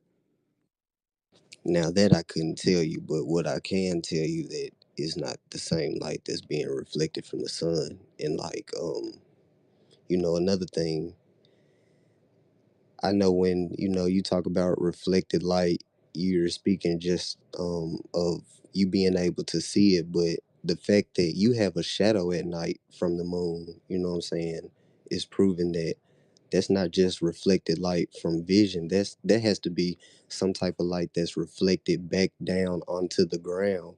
Yeah, And the moon is pretty big, so when the moon is reflecting light, it tends to create a pretty big light source there. Oh, okay. But yeah, when you do measure them, like the temperature, they do have two totally different temperatures. Like moonlight is cold and sunlight is warm. So That I can't speak to that. I've never actually tested that myself. Um, but yeah, those are just some of the observations that I've made, over time. And again, just strictly visual observations, things anybody can do or see. And especially with that ball experiment right there, repeatable, observable. Dude, no one here is disputing that a ball illuminates in the sun. And interestingly, in your comparison there, the backside of the moon is transparent. It's the same color as the sky, which is totally different than your picture of your ball in your hand in the sunshine. Again, Who there's here do you think atmosphere was in the way. disputing the idea that a ball illuminates in the sun? I'm never said that. I don't know. All I That's know all is you that the prove. moon is being illuminated by the exact same light source that the Earth is being illuminated by. Well, that's And ball light but up. you can't say that because Must I be what just the moon told is. you Must be what that thing in the sky is that lights up at nighttime is. Must be what that thing is that disappears. The back half of it disappears and has phases that are a perfect clock. Must be what that is. when It you must be the same see thing as this little rubber ball in my hand. There you go, flat earthers. when Bet you you guys see the never thought moon at about this night, before, huh? when you see the moon at night and it's on like you see half of the moon lit up, guess what? You can see the back of the moon. Hey, you know what would be really cool, guys? If we had another way, because remember, we're only seeing a couple different slivers of the spectrum, right? When we're looking at the sunlight and the reflection of light off the moon, if that's what it is, right? It would be really cool if we could incorporate somehow more of the spectrum to see what that data tells us. Well, yeah, maybe infrasound during a solar eclipse. Wouldn't that be interesting? Maybe there'd be infrasonic waves that propagate across the Earth during a solar eclipse. Oh yeah, there are. Huh. Like How I do you said, I'm not a scientist. I just know that a light will light up a ball, and the moon in the sky is a ball, and it gets lit up by the exact same light source that is illuminating our daytime. but Dude, how can you say we that? went to kindergarten too, so we're all familiar. Yeah, so why do we think that the moon is some plasma light source How of do Because we you how got some can past accord? kindergarten and we started doing critical thinking about the world around us and the people that lied to us. right? And how can Hey, you say hey that with Toby, selenelian You, eclipses don't you, you can't reproduce that same experiment with a selenelian eclipse? Why I couldn't you? I don't know what that is. So with that being said, it's some stuff that you may I need know a to look lunar into. eclipse and a solar eclipse. Those are the two That eclipses that I know. that's Go ahead, cool. That Fifth. means that Explain, it's some Fifth, stuff that you may need to look into, bro. Fifth, explain to him what a selenelian is. A selenelian eclipse is basically an eclipse that happens from the top down. It's kind of like horizontal, but in order for you to reproduce this with your experiment, you would have to have the light source come from below the earth, which you can't do because during a selenelian eclipse, the sun and the moon are both visible. Do you know why that's a problem, Boy in Black? I absolutely do not. Please explain. It would mean that your sun cannot be above the horizon for this to happen. So if your sun is above the horizon, then what is casting the shadow that's coming from the top down? Casting a shadow from the moon to the earth or the other way around? No, it's just the moon. It's just like a regular eclipse, but it's coming from the top down, not left to right. It's coming from the top down. So if the sun is above the horizon, where is that shadow coming from? There's well, you say a regular eclipse. There's two different kinds of eclipses. There's a solar eclipse and a lunar Hey, I'll eclipse. provide a picture for it for you in the jumbotron so Please you can do. get like Please a do. better understanding of it. Okay. Please do. Yeah, so there's And a then couple problems. There's a couple problems. The one where he's talking about the shadow seems to be in the wrong place. sure, sure. They try to, put the moon at an infinite distance to try to explain this, pretty much. Like I But said, I haven't actually looked into that myself, so I don't know about that, and I don't want to speak on something I don't know about from like my own observations. Yeah. We're not really That's asking you just to how I operate. address it. Yeah, we're not really asking you to address it, but we're just Oh, like for giving you sure, the information of for sure. why it seems to be a problem for the globe.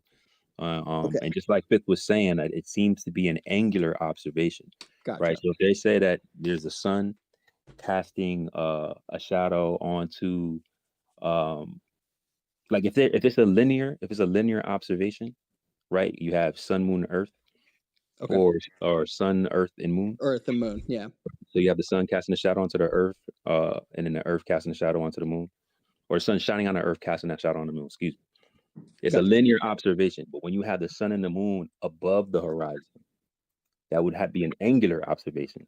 Right. So we're saying, how can the sun So shine it kind of down? defies the visual observation that we would expect to see. Right. So it's like this. I see what you're saying. Basically, the sun is shining down onto the earth, and then Sure. all this, for some reason, the earth is supposedly shining up at the moon, or casting a shadow up at the moon, and even the shadow is on the top as opposed to being like at the bottom. So they blame this on like refraction and distance. Um, Okay. so the problem is this doesn't seem to be any distortion that's causing this refractive effect, right? We still see the sun and the moon in its like regular position or regular size or whatever it normally looks like. And the shadow's in the wrong place. Gotcha. Okay, I see what you're saying. I think I kind of know what you guys are talking about. But I definitely want to see it for sure. Um, I wonder when the next one's gonna happen. Maybe I could see it in real time. That'd be pretty Oh cool. yeah, thank you for reminding me. So this is funny because they call this the impossible eclipse, but it happens during every single eclipse. And Oh, what's gotcha. funny, Like every single lunar eclipse. yeah, every single lunar eclipse. Okay, So gotcha, gotcha. what's funny about it, actually, it might be any eclipse, but no, it's lunar because solar would have to be the sun and And the the moon moon, next to each other. right? Because the So solar eclipse is when the shadow of the moon is on the Earth, yeah, and that's a problem too. right? But Yeah, yeah, yeah, yeah. you're right. Yeah. But what they say is that this is a location based effect. So you can literally just plan to be in the right location without having to know any of the atmospheric conditions, For which they're sure. saying causes this effect. The But effect. you don't need to know it. So it's location based. So to me, that seems like an issue. If they're saying, hey, look, this is due to refraction, but without knowing the conditions of the day or the environment that you're in, you can just go to a specific location and witness this effect. To me, that doesn't seem like a plausible explanation if you don't have to know any of the atmospheric conditions. So do you see kind of like why that's a problem for the globe? You know, 100%. I see exactly what you're saying. Okay. And I think Um. Fitz shared a image up top so you can see where the shadow location of these eclipses relative to Okay. where. Oh, okay. Word. And then I would say that's my piece. And then I just want to say I appreciate you guys letting me come up and throw my bullshit around. Um, and you guys have been real respectful and giving me the time to talk and explain things, and I appreciate that, and you guys answering and doing your best to do it in as much detail as possible. I think that's fantastic. um Toby, you're kind of a dick. Sorry, man. You can get a little bit What? snippy. So maybe just tone that down slightly if you want to actually educate people. Maybe you actually have some um proof when you say you have proof of something. I mean, those are proofs in my eyes. We can disagree on that, no worries. But if you want to educate people, man, you got to be nice. Um, just saying. And then to kind of transition into what I know Sacred wants to move into, some of the replies to the his favorite parts of the his highlights for Flat Earth. I'm gonna post this in the jumbotron, and you guys can watch that with your viewing pleasure. It's Dope. one of the replies to what you had posted, Sacred. Oh yeah, all right, I'm gonna go take a look at it. Hey, how did you find our space, bro? So I started perusing Flat Earth Twitter. I don't know, probably like 3 months ago, 2 months ago, something like that. And as it kind of got into my algorithm, you guys actually popped up one day, like on my feed. So I saw that, and I kind of just jumped in and was listening. And yeah, I appreciate you guys taking the time to do this. Hey, shout out to Elon for sharing the space. Appreciate you, Elon. That algorithm, man, that shit goes hard. I appreciate you having a constructive conversation with us, bro. That's all we ask. A conversation that we can build off of together. That's Yeah, literally Yeah, it. man. no, 100%. And I think that's important. Just having an open discussion. There's no reason for anybody to, get mad at each other or whatever. Like we everyone's entitled to their views, man. We all get to we all get to have our views, and I think that's important, and open discussion is especially important. So yeah, I appreciate it. Yeah, no one's stopping you from clinging to your ball, man. I love my little spinning ball, man. It's pretty neat. Not the It's You little it's like a one, the it's being, a you little like one. being tucked away in an insignificant corner of ever nah, expanding man. nothingness. I think it's beautiful. I The think the ground fact beneath that your we're feet alive. moving. You No, like no. that? Hear me out real quick. I think the fact that we're alive and conscious is the universe knowing itself, and I think that gives me a massive amount of purpose, and it makes every day beautiful when you look up at the night sky, or you look up, just during the day, the beautiful culmination of clouds and the colors that we see. It's beautiful, man, and I have a great sense of purpose in my life, and just thinking about the fact that we are the universe knowing itself, the universe being aware of itself. I think that's absolutely gorgeous, man. And if you can't see beauty in that, I mean, hey, to each their own. But I don't think it's really about us not being able to see beauty in that. I think what we're saying is that the globe paradigm doesn't acknowledge that conscious beauty. The globe I see paradigm what you're says saying. that, yeah, the globe paradigm says that you're an accident. You have no purpose. You're insignificant. You're minute, and there's nothing to this. You were just here, like off of a whim. You would probably win the lottery 100 times over before this happens again. And I think what we're saying is, yo, there's an immaterial aspect to this. For There's sure. there's a real life frequency and consciousness. There is a purpose, and it seems like, since science can't explain step one, there's a creation, and which would mean that there's a creator. And Right. I think that's what I find so interesting about some of these scientific debates. Like I mentioned earlier, shout out to Taylor, she pulled up on mic. They talk about striving towards creating life out of nothingness. Because the moment that they achieve abiogenesis, there's no need to acknowledge any of these other immaterial aspects, I see right? what you're saying. So basically, eliminating, like you're saying, they're kind of using it as a way to eliminate some form of faith in a higher power or creator or something of the sorts, right? Not even necessarily just that. If you believe that you came out of an explosion of nothingness and you're just random, you evolved from bacteria, then you want to strive to be the greatest version of yourself. And then if you get surrounded by negative self talk from people around you who didn't achieve their dreams, telling you that you can't achieve yours, yeah, bro. I mean, the Fermi paradox and the dark forest theory, they slap, but it's just, they still suck. I see what you're saying. And if there is a creator, I would like to believe that this creator is powerful enough to create the universe that we inhabit. I think that if there is a creator, that they are completely capable of creating something way bigger than just a dome on a flat plane. That's my take on the spiritual aspect of that. And I think that that I mean, even look at Isaac Newton. He was a religious person, but he denied the Holy Trinity. He thought that it was goes directly against his religion, is what he believed. um, and he thought it was disrespectful to the creator. um, and yeah, science and spirituality, I think that they can co-inhabit, and if everyone works together to um, just find out what the nature of our reality is, I think that everyone can do wonderful things. And again, that gives me a great sense of purpose, and I wake up every day with a sense of wonder and a sense of what's going to happen next. I'm excited to be alive, and my son, like, what a blessing to have this mini version of myself who is now conscious and is eventually going to be their own person and creative and remarkable in their own ways. I see so much beauty in the world that we live in, whether it's a flat plane or a spinning globe. I can find so much beauty in the everyday and the mundane. And I think everybody can do that if you just, no pun intended, look at it from the right perspective.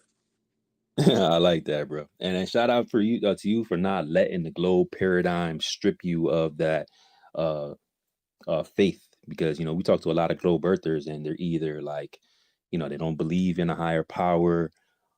We talk to even some teenagers that come up here that's interested in conversation that are like totally fixated on space and know a lot about the universe, which is great. I always encourage people to learn more. But when I ask these guys, like, what do you think about all this? And they say, well, I'm just here to live, work, and die. And when I heard that from a 16-year-old that's studying the universe, like, it almost broke my heart, because it's like, man, like, there's so much more to this than Fuck just that. that, dude. There's way more than just live, work, and die, man.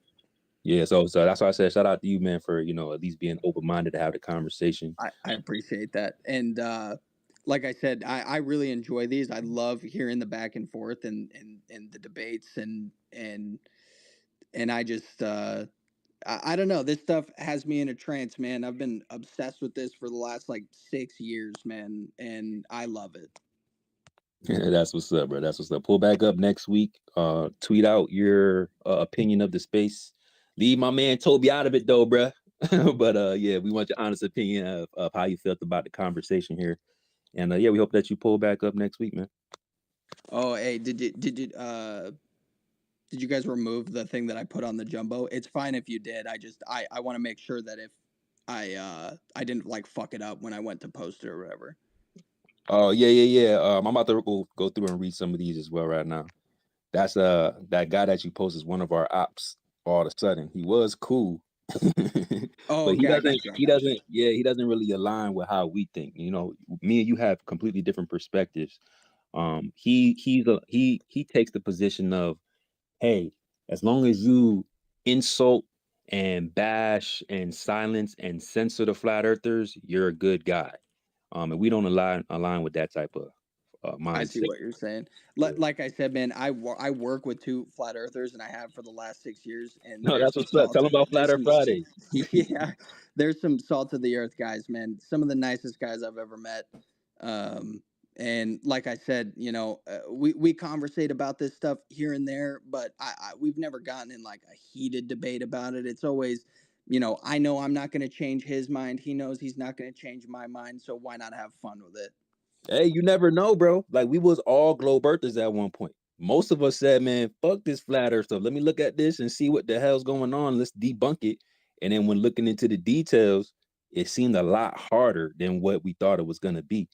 So I mean, we challenge you, go look at every single piece of evidence, come back next week, bring your best piece, and do it on your own, come bounce some ideas off of us, and let's see how it turns out, bro. Because most of the time, if you're an honest person and you're not attached to one idea and you're open to at least wanting the truth, because we could be wrong at the end of the day, most likely not, but as long as you have that open-mindedness, bro, like, you may just detach from the paradigm that's been given to you by the same people that give us the food that lowers our frequency, that give us medication that lowers our frequency, that gives us music that lowers our frequency, and want us all focused on gravity, yet we know everything is about frequency and vibration. So just be careful who you align with, bro, and what type of information that you're digesting, because it could directly contradict exactly like the light that's still within you. I'm just saying, bro. Like, I'm not No, no I see what you're special saying. voice, but I'm just saying.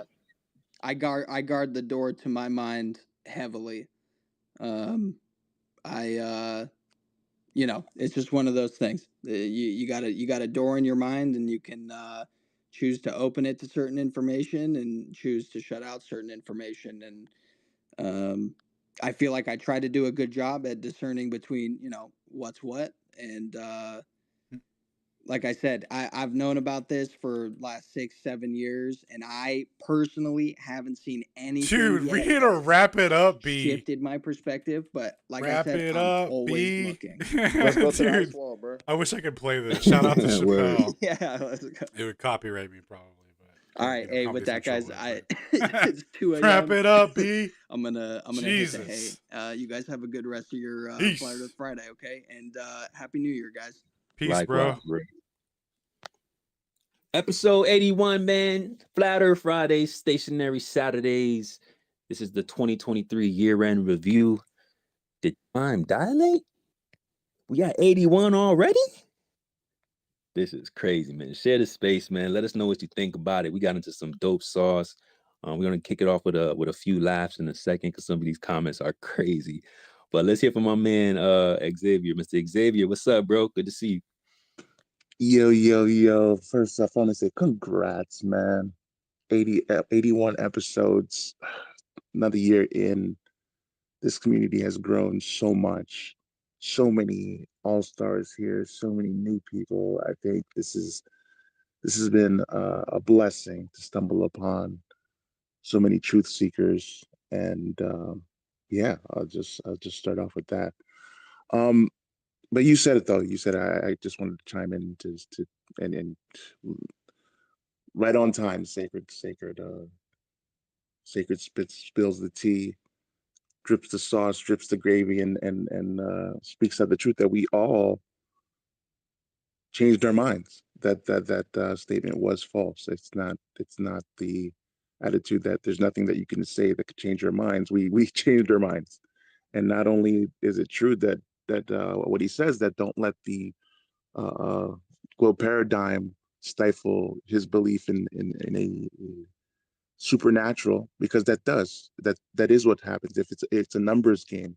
And if the gentleman was honest, and he would admit that most of the people who believe in the paradigm, the globe paradigm, are absent a belief in a higher power. Neil deGrasse Tyson says, "Hey, let's not ask why everyone isn't. Why is there any what did he say? I don't want to mess up the quote. To paraphrase, there was people who believe in biology, like the gentleman said, he has a son and he sees miracles in his son, and he believes we are conscious because the universe is acknowledging itself, etc. There's a common denominator with sentient beings there, and there's a lot of scientists who deal with biology, who deal with sentience, that believe in a higher power and a creator. And a lot of them who don't, a lot of theoretical physicists. There's where you find the atheists, but the majority of the scientists, you're going to find atheists there. That's not an accident.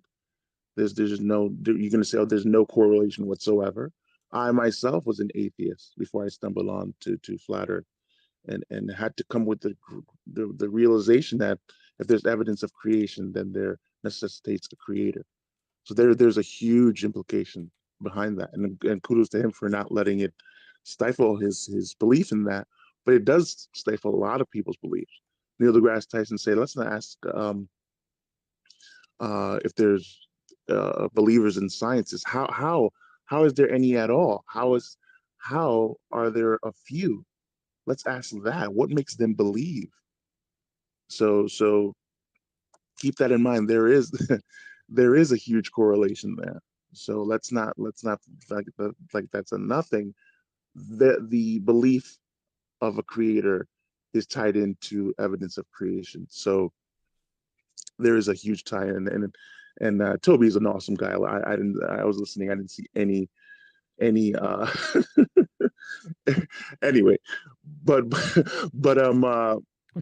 there's a key element to what he said. He says, I have irrefutable proof, or something along those lines, where Here's a reason why there isn't a local He came in sun. hot. He came in real hot. He came in real hot, and then the gentleman Fifth talked about his Selenium. What's going on with the shadow coming in the wrong place? You talked about atmosphere before. Well, here's a huge issue with a location-based shadow happening in the wrong location, and that hotness that he came in with was returned with. That's interesting.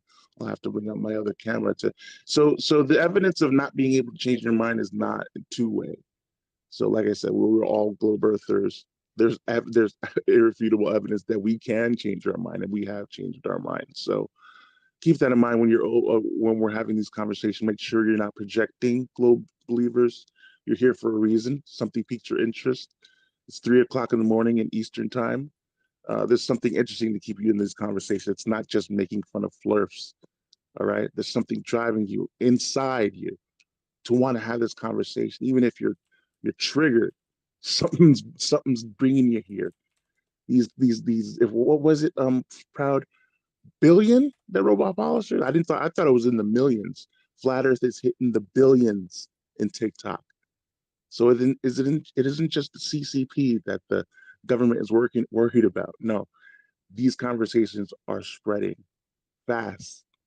They're kids, they're just children. I mean, TikTok has a lot of children. I call it a satanic app a lot, but there's a lot of children that are listening to Flat Earth, and then they're telling their parents, "Hey, I want to build a science project and talk about how the Earth is flat," and that's triggering to a lot of people. A lot of people. So yeah, Sacred, what you said earlier is that anybody who votes for that, hey, you got my vote, man. If you could survive that satanic act, do your thing. Do your thing. I know Proud is there every once in a while. So, man, that is the avenue. Think about billions of people. Billions. Okay, that's all I had to say. Thank you for that. Congratulations again, Proud and Sacred, for building something from the bottom and reaching so many minds that are brilliant in this panel. And I salute to every one of you. Hey man, I appreciate it, but it ain't just us, man. It's all of us, right? I mean, like I said from the beginning, we could not have done anything like this without you guys. I've learned so much from everybody that come to the space, whether you're a globe earther or a flat earther. Doesn't really matter. Everything that I take in, I go ahead and I do my due diligence, and I always end up learning. And on top of that, we have fun over here. So like, I really appreciate all of that, bro. And y'all got to tap in with Mr. Xavier on Sundays with a standard form space. Really precise and direct in the information that you're getting over there. We kind of like move from topic to topic over here. But it's very focused over in his space on Sundays. So y'all go tap in with Mr. Xavier. And just some of my feedback, I've seen a lot of growth from Mr. Xavier as well, bro. And I've always respected and looked up to him. And I really appreciate you being part of the team, my guy. Shout out to the level is. Hey, if y'all like what we got going on here, man, tweet out the space. We still rocking. It is Stationary Saturdays. And we're keeping it moving. I do want to kind of dive into some of these tweets over here, though. Reliving some of these moments. Flat Earth Fridays. Let me go ahead and pull up some of these real quick, because this is... Oh, shit, I'm glitching. Y'all still hear me? Yes, sir. All right. So here's one from Matthew. It's the first one that popping up. So the question is, what's your favorite Flat Earth Fridays moment? Shout out to Matthew. This is what he says. Peter and Joe B going one-on-one with Witsit. It went exactly how everyone was expecting it to go. And it was glorious. Pretty sure Joe B's head is still spinning from Witsit. Put him in the blender for a good 30 minutes straight. Again, didn't really have to go like that, but it is what it is. And that was a really good build, if you want to call it that, even though it was kind of one-sided. Shout out for Robot Polisher for clipping that up. But they were like direct questions. And what was particularly interesting about that back and forth was there were questions that were related directly to his field of study. And it seemed to be a lot of things that he didn't really know, admittedly, during that conversation about the things that he's studying in. Now, granted, he said that he hadn't graduated yet. He's still in the first layers of, I guess, orbital mechanics and whatever else he's studying in engineering, which is great. Go ahead and get your education if that's what you feel like you need to do. It's important, especially when you want to go ahead and make a bag, do your thing. But just having a someone who hasn't finished college, or both, I mean, because Witz hasn't finished college either, and just the lack of understanding from one side and things that I've learned in that direct conversation myself, it was amazing. It was hilarious. Like I said, it didn't have to go like that, but hey, I mean, energy is always reciprocated. So that was definitely one of my favorite moments. I think that was, what was that? That was at episode 77. I think it might have been episode 77. That was freaking hilarious. They dove into like Newtonian mechanics, evidence for like heliocentrism, and a couple of other things, and not many refutations or explanations during that conversation. So, shout out to the Globe Earthers for that build, because without those back and forth, we're never really going to get, some of these answers or get ideas or new perspectives. So that was definitely one of the most hilarious things that I witnessed in Flat Earth Fridays, and that was just a couple weeks ago. What else we got over here? We got Cug, my man, Great Gonzo Chops. Cug says pizza pies. So I think this was like a Saturday morning, stationary Saturdays. I don't really remember for real. Time dilating and all type of shit. But it was a guy that came in, and like the only thing that he could say when we're sitting over here flat smacking the globe is like pizza pies. Every single response was just pizza pies, pizza. It was the most hilarious thing. We probably should clip that up because that shit was funny as hell, bro. It had everybody in here dying.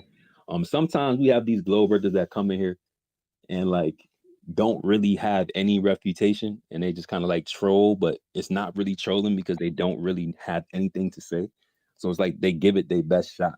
And this was one of those situations where you just had somebody just like trying to clown Flat Earth without any science, without any claims, without any reputations. And he just kept spamming pizza pies, man. But I don't know, like that shit was hilarious. Shout out to Cub for engaging over there. That shit was funny as hell. What else we got over here in this tweet? Brian Space Slayer, my man, says Peter saying Witsit was using a word salad and then needed Witsit to define word salad. So Peter and Witsit had a back and forth, and Peter tried using his tactics that didn't work, I guess. I don't know why he was taking that approach instead of just having an honest build. And the only refutation he had at the moment was saying Witsit was using word salad. And, that's just an easy way out to get out of having to stand on your claim, because we hear that all the time. And, I will admit, there's definitely a perspective that is brought to the table from a lot of different minds in Flat Earth Fridays, because you're not going to find these things in books all the time. Anytime that science is pushed forward, from what I've learned, it usually comes from like a fringe idea, right? It's never like, it never comes from like the heart of whatever they're studying, because they're operating within a framework or a paradigm. It takes someone to like think outside the box in order to expand our understanding of reality or the sciences or whatever we're studying. So, when I hear Alan talking, or I hear Toby talking, or some of the guys in Discord, or if I hear Witsit and they're referencing papers that I've never read, papers that they didn't put in front of us in school, things like that, it brings a new conversation, a new perspective on these different type of topics. So when we're having these different interpretations, it might be foreign to our current understanding. And it takes somebody who's honest in order to want to comprehend what's being said to them. Because if whatever's being said, if it's a direct refutation to the framework, it's going to be hard to digest, especially if you embody that science. If all you are, if who you are, if how you define yourself is through one physicist or one idea of the sciences, and that's all you know because you've excelled in that study, and someone is telling you, hey, this is why that's wrong, it's probably going to be hard for you to refute it or to accept it or to acknowledge it or to build upon it, So when you take the easy way out and just kind of like use fallacies or ad homs or whatever else you got to do in order to get away from the science, it's hilarious to see it in real time. But what's funny is that what Whitson would do, he'll engage, right? He won't like get mad that you're saying word salad because he heard it so many times. I'm stringing together a definition that you haven't thought of yet. So as I'm telling it to you in real time, using words that have more than 2 and 3 syllables, it might take you a while to digest what I'm saying, coming from his perspective. So he'll say, okay, tell me exactly what was word salad, right? And he does this all the time. I wish he was in here. He does this all the time. He's like, bro, okay, if you're going to say I use word salad, please define it and tell me what didn't make sense. What was incoherent about what I said? And they never say what it is. They don't even know the meaning sometimes. So it's just like, why would you use a phrase or reference something to attack somebody's credibility and you don't even use it in the right manner? It's just a hilarious thing. And I wish Globe Earthers would stop doing that. Like, at least if you're going to call it for what it is, if you're going to call it word salad, you have to stand on it and be able to highlight what is actually word salad. So shout out for Brian for highlighting that moment. That was also a couple weeks ago as well. That shit was hilarious. One of my personal favorites, shout out to Jason. Jason Bjorn, he tweets out this moment that we had between two Globe Earthers, right? So basically there was one Globe Earther that used to come over here. Shout out to Marsh. I'm still over there in that chat. I don't know. I think he kind of like logged off of Twitter, but I think I kind of seen him in here earlier. But we were having a back and forth regarding some topic refuting the globe particularly. And the reason why I say that is because we asked him, okay, why, like, how can you explain this? How can you explain this on the globe? And what Marsh's answer was, I'm too indoctrinated to see this any other way. So I appreciate that honesty, right? For a Globe Earther to say that, they were indoctrinated, but I just never thought I would witness anything like that, like at all. So shout out to 58. 58 Swallow came through and he got like super upset when Marsh said this because not a lot of Globe Earthers come over here for some reason. Like we be chilling. Like we don't be like attacking nobody like at all. Like we just be kicking it. So, he be feeling like some of his guys don't really be pulling up to support him. So the one guy that was there that time had just told everybody like, hey, I am indoctrinated. And 58 got so upset, bro. It was so crazy seeing like two Globe Earthers fight over what was just said because he's like, bro, like we're like the only ones in here. And you sat over here and told the whole Flat Earth Fridays that you were indoctrinated, bro. Like, how can I respect you? Like, you just keep falling flat. Like, y'all had to be there. As a matter of fact, I think we clipped that up. I might throw it up top so y'all can see that. Let's slide down to Peter chimed in. So Peter goes, his favorite moment when he said that when Whitsitt says quantum mechanics disprove gravity. Now, this was interesting, right? Because this back and forth happened on so many levels. It happened on like the quantum level, our local level, and on a cosmological scale. Like they took gravity to every single layer and like, which is like refuting every single thing. So from what I remember, Peter asked, which is like, hey, bro, like why is quantum mechanics refuting gravity? Like, how is it possible if the framework doesn't include gravity? And I guess from like the layman mind, I guess that may have made sense. But if you're incorporating like gravitational particles that are theoretical and fictitious, which means that they're trying to implement gravity, then that would mean that there's a direct refutation if they can't detect any gravity on that scale. So I don't know why that's funny to you, bro, but I mean that back and forth was hilarious because if they're not detecting any gravitational relationship or forces on that level, if they can't combine that with the current understanding of what gravity is, bending and warping in space-time, then yeah, that seems like it's a problem for the globe. So I'm glad you found that hilarious, bro, but I don't know if that really helps you, to be totally honest. Oh, he said, yeah, I don't know, bro. But I appreciate you engaging. We got Real over here. I'm just gonna read a couple more of these and then we're gonna move on. I just want to highlight the people that decided to like engage with this. So realize Real. His favorite moment was today. Shout out to Marcus Wynn, who decided to tap out. I don't know what type of time he was on today, but Real's favorite portion of Flat Earth Fridays, at least today, was what he says this: the dude today who believes that a video game proves heliocentric model was pretty goddamn funny. Good laughs for the last episode of the year. That's what's up, man. I appreciate you chiming in. Yeah, bro.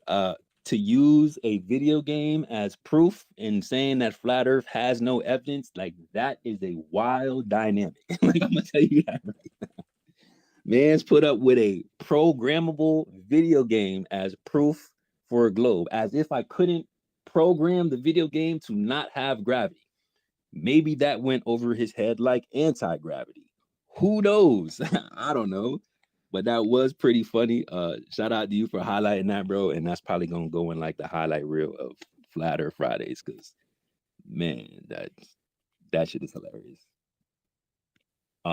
Tyler the Pilot, this is somebody that doesn't pull up at all, like ever. But I guess he be tuning in because we be lit over here. He says that his favorite moment is when somebody said that jet fuel didn't exist and nobody challenged them or asked for evidence of such a effing stupid claim. We talked about this in depth.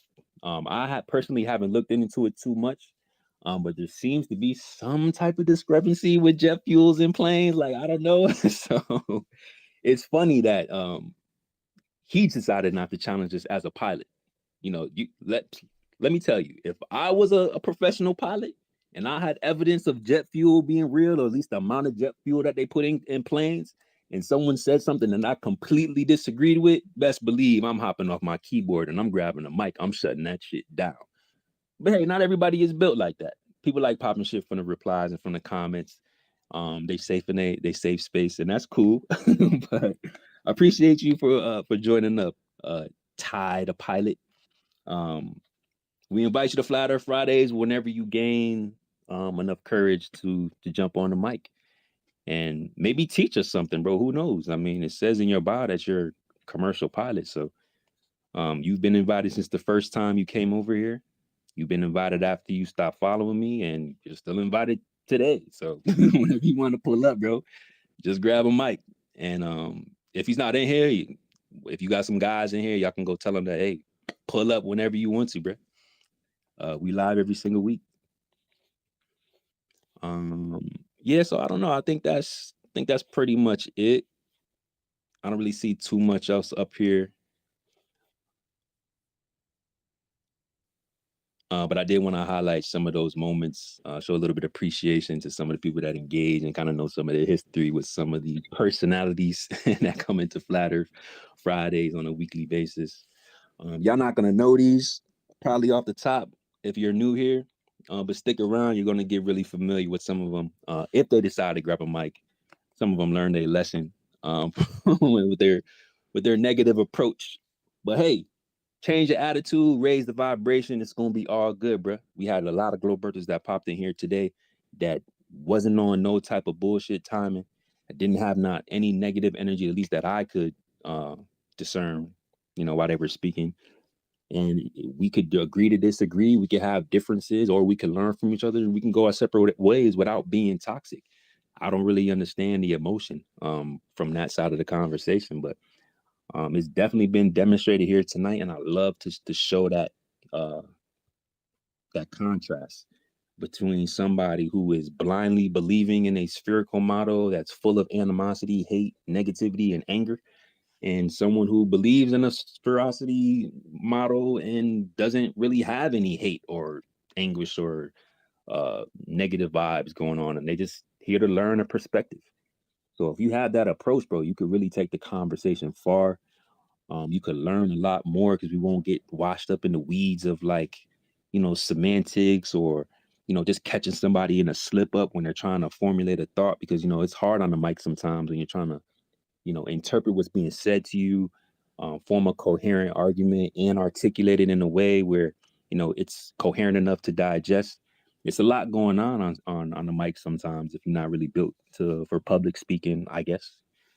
But hey, we don't have to highlight those type of things if you approach this in an honest manner. We're all not perfect. We weren't created perfect, and I think that was for a reason.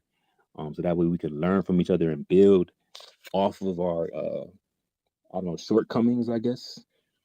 And just treat everybody equally the same way. But energy is reciprocated. So whatever type of time you on, that's the type of time we're gonna be on. But yeah, I just wanted to highlight some of that, since we coming to the end of the year. Shout out to y'all that engaged. If you have any more highlights, feel free to go ahead and comment under that tweet. I might go ahead and retweet it so you guys can find it again. Oh shit. Norwood's in the building. Norwood, what up, bro? I was about to say, I know you see my little saffron hand up. Come on, Nah, Sacred. bro, I Call was on over me, here fool. reading. What's good? Good to see you, man. It's good to see you too, man. I really appreciate the fact that when Flat Earth Fridays spills over into Spherical Saturdays, you keep the room open, right? I love you for that. You know that. So I do have some questions. It is coming close to the end of the year. So if you want to pause, wait till we get into January. I don't know how many shots you've been taking lately, but I don't want to beat up on you too bad. So if you want to do this now, we can. It's 4 a.m. here on the East Coast. Like, I'm ready. Or we can wait. January is what, like Tuesday. I've got to watch Michigan tote home the ass whipping that my Crimson Tide's going to put on them on Monday. So it's completely up to you. You want to do this now? You want to wait? It's completely up to Bro, you. the I'll go last back time on you mute was and I'll put in my little here, saffron hand up. bro, the last time you was in here, you told us you was a flat earther. What happened? You can't just disappear for a couple months and come back a globe earther again. I didn't say I was a globe earther. I just said it's Spherical Saturdays. Oh, you that's told us you was demonstrably a flat earther. You don't remember?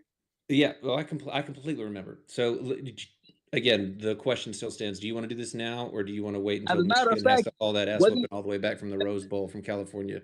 It's completely up to you. Snap. as a matter of fact, wasn't your girl in the hot tub? The hot tub was full of flat water, bro. We already established that. Oh yeah, she's always in the hot tub, and I call that hashtag winning.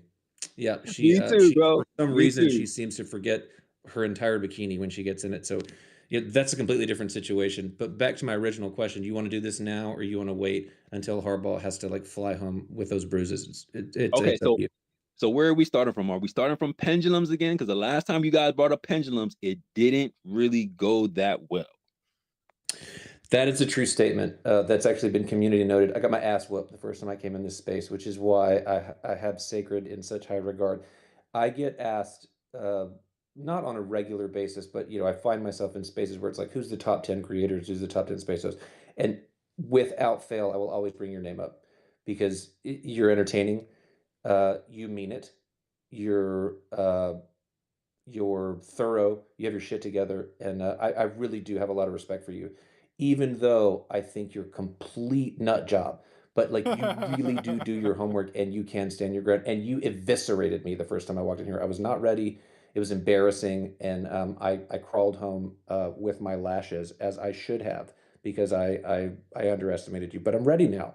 So again, back to my original question. Do you want to do this now, or do you want to see if the Cowboys beat the Lions and then Bama beats Michigan and it's a Washington Alabama national championship? It's completely up to you.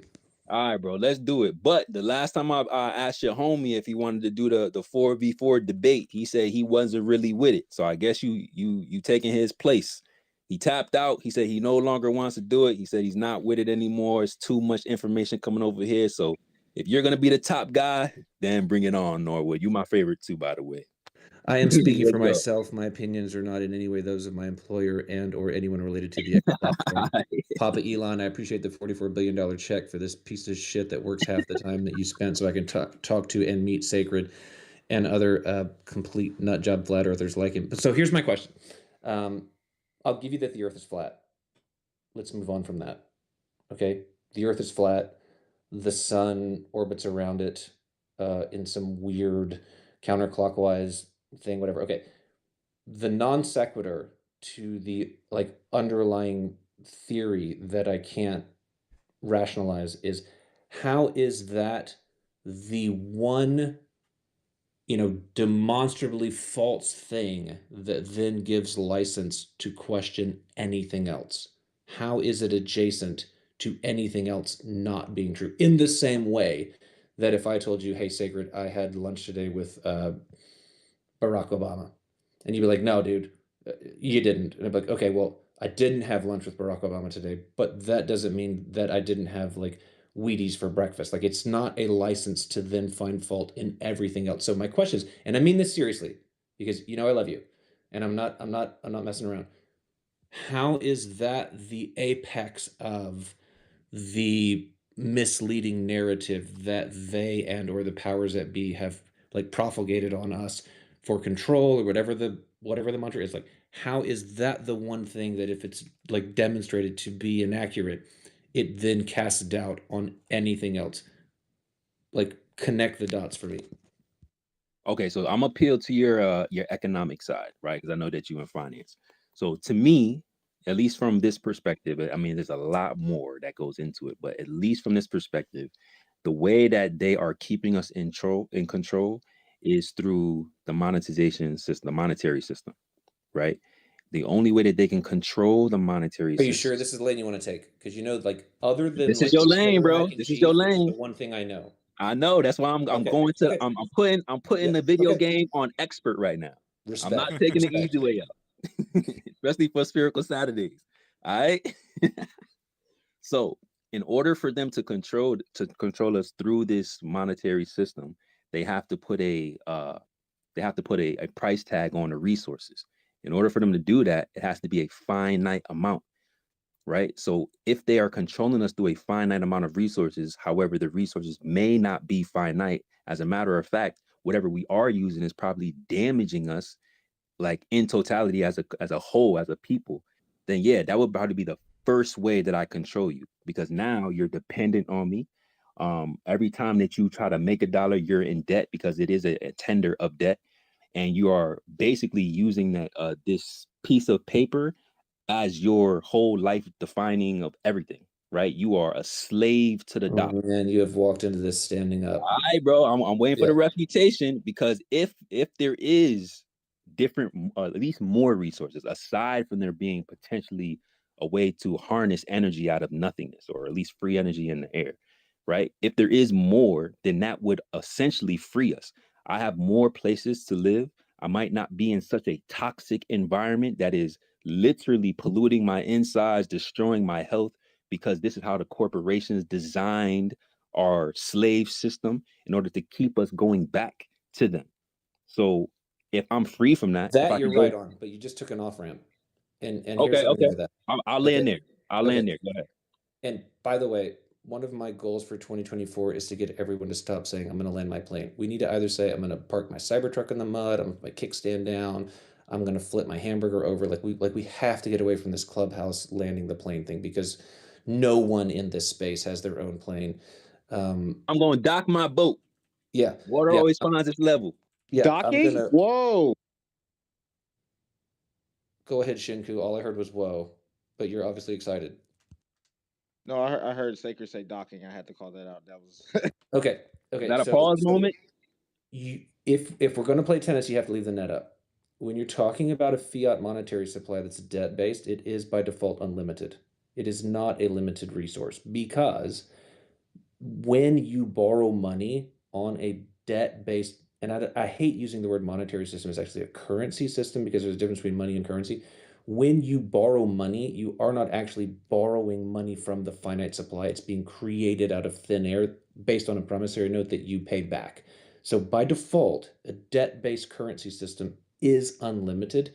So immediately your argument breaks down. It's not a control of limited resources. Also, you have not demonstrated that the surface of the Earth being flat and or orbital is in any way less or greater in area size, right? So like the cubic centaurs, or acres, or square miles that the surface would have underneath it, fossil fuels, or above it, you know air rights in terms of like real estate in my country.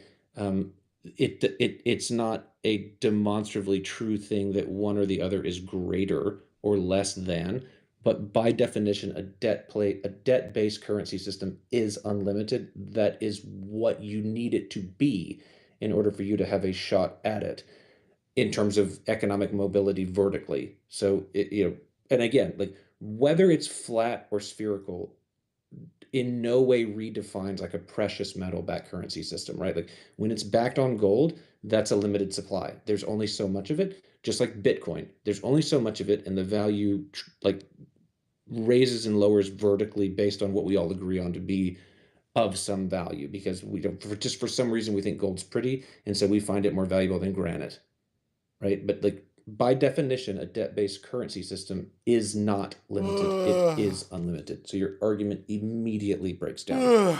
Shit. So that will be called a fallacy because I didn't say that the currency system was limited. I said the resources. So I don't really see money as a resource. It's something it's used to attain resources, right? You can't do anything with money if no one values it.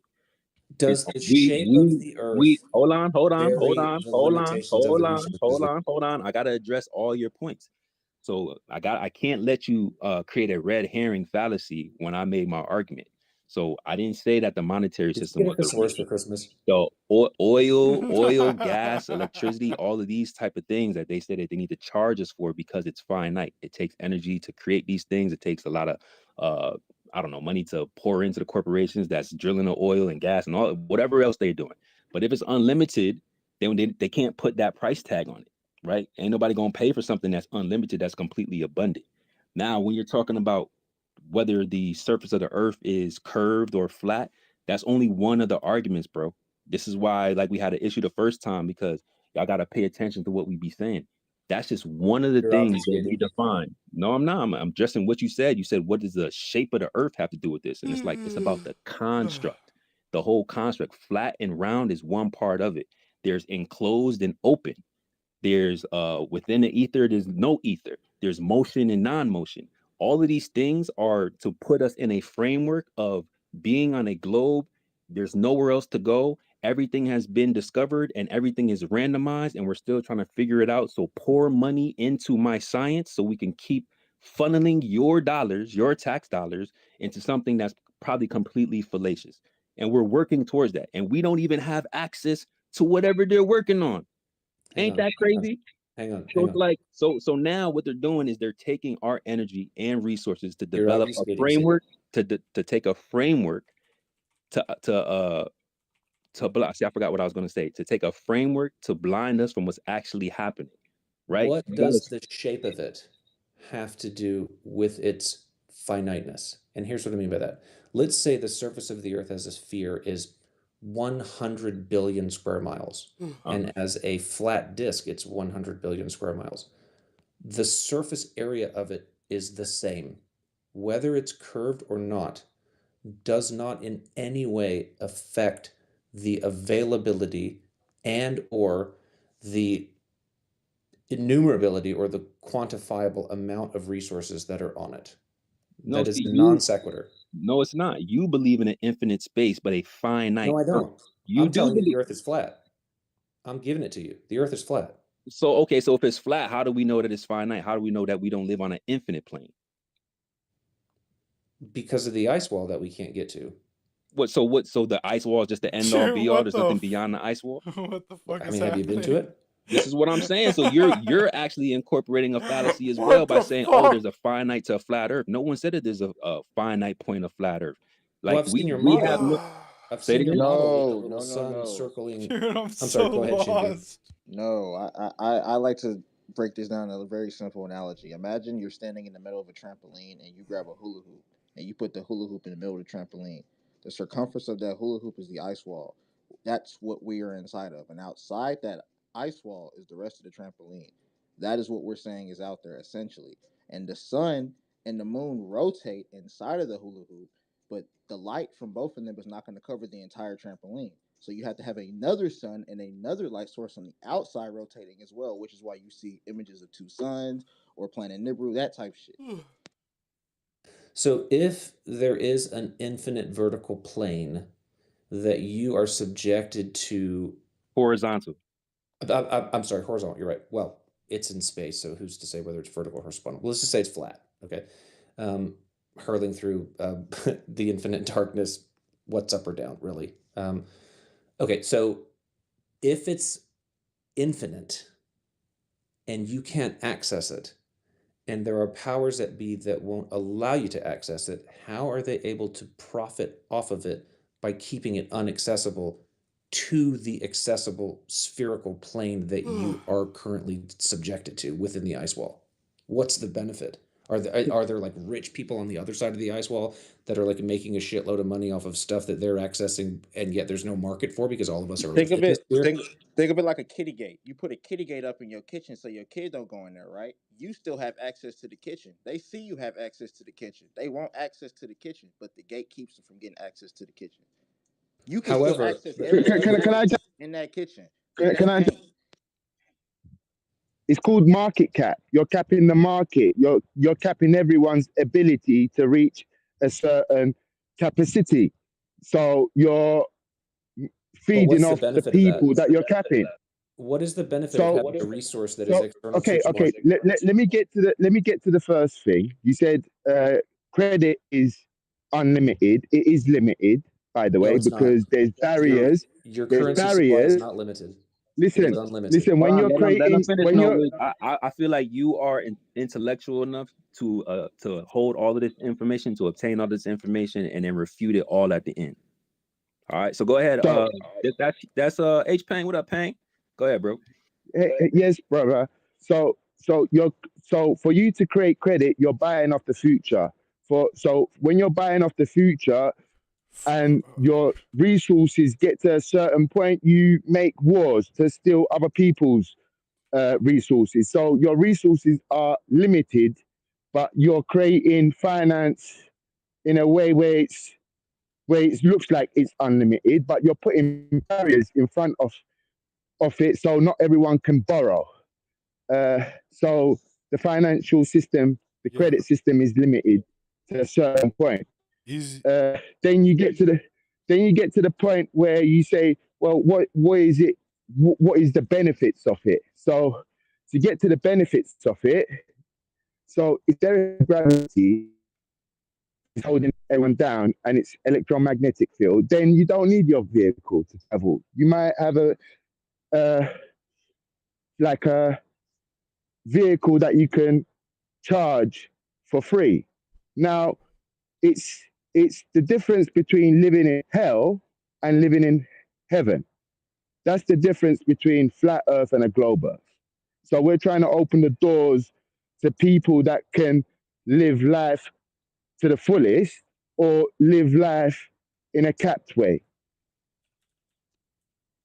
I mean, use real world examples around you. Why did they stop using hemp products? Cars used to run off hemp. Cars used to run off moonshine. Why did they stop allowing vehicles to be run off of that instead of oil? Why did the two people who made water powered cars just mysteriously end up dead? The first one got poisoned, and the second one was killed in a shooting massacre that was probably orchestrated by the MK Ultra sleeper agent. But we're not gonna get into that. Like, why is everything that gets away from oil and quotation marks fossil fuels immediately just demonized and destroyed? Like, that type of shit should already ring a red flag of like, what the fuck's going on.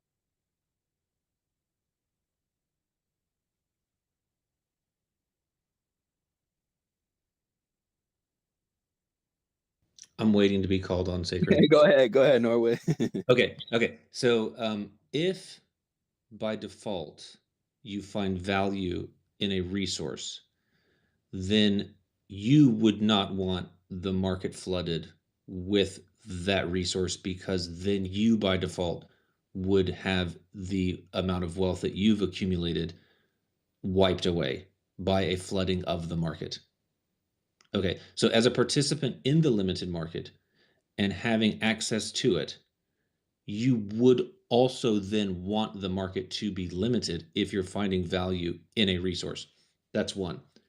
Two is your currency supply on a fiat money system that's debt based is unlimited. It is unlimited. It is literally my job. I've spent 30 years doing it. Not quite 30.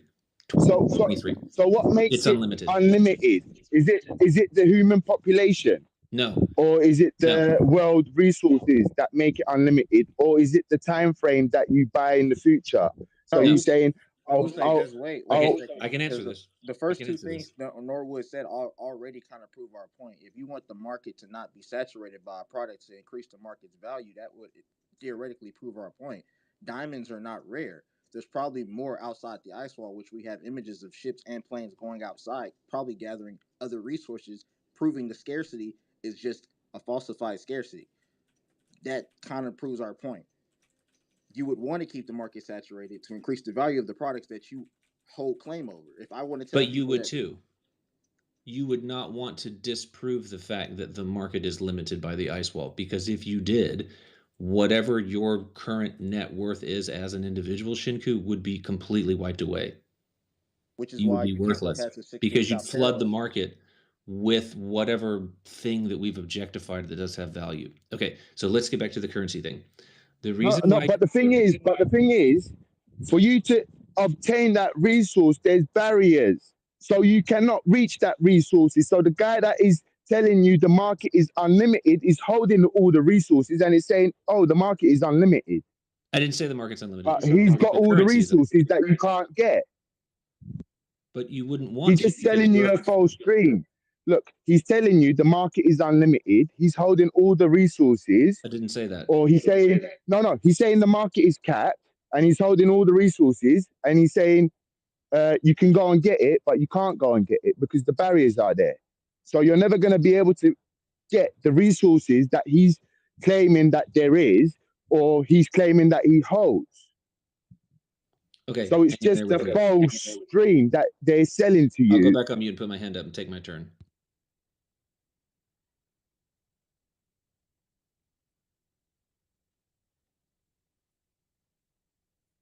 You done paying?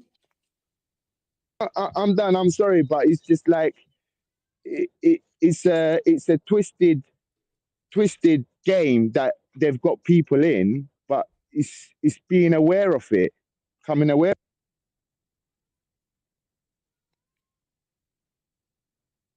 I don't know if you want. I'm done. Okay. Yeah. Go ahead, Norwood.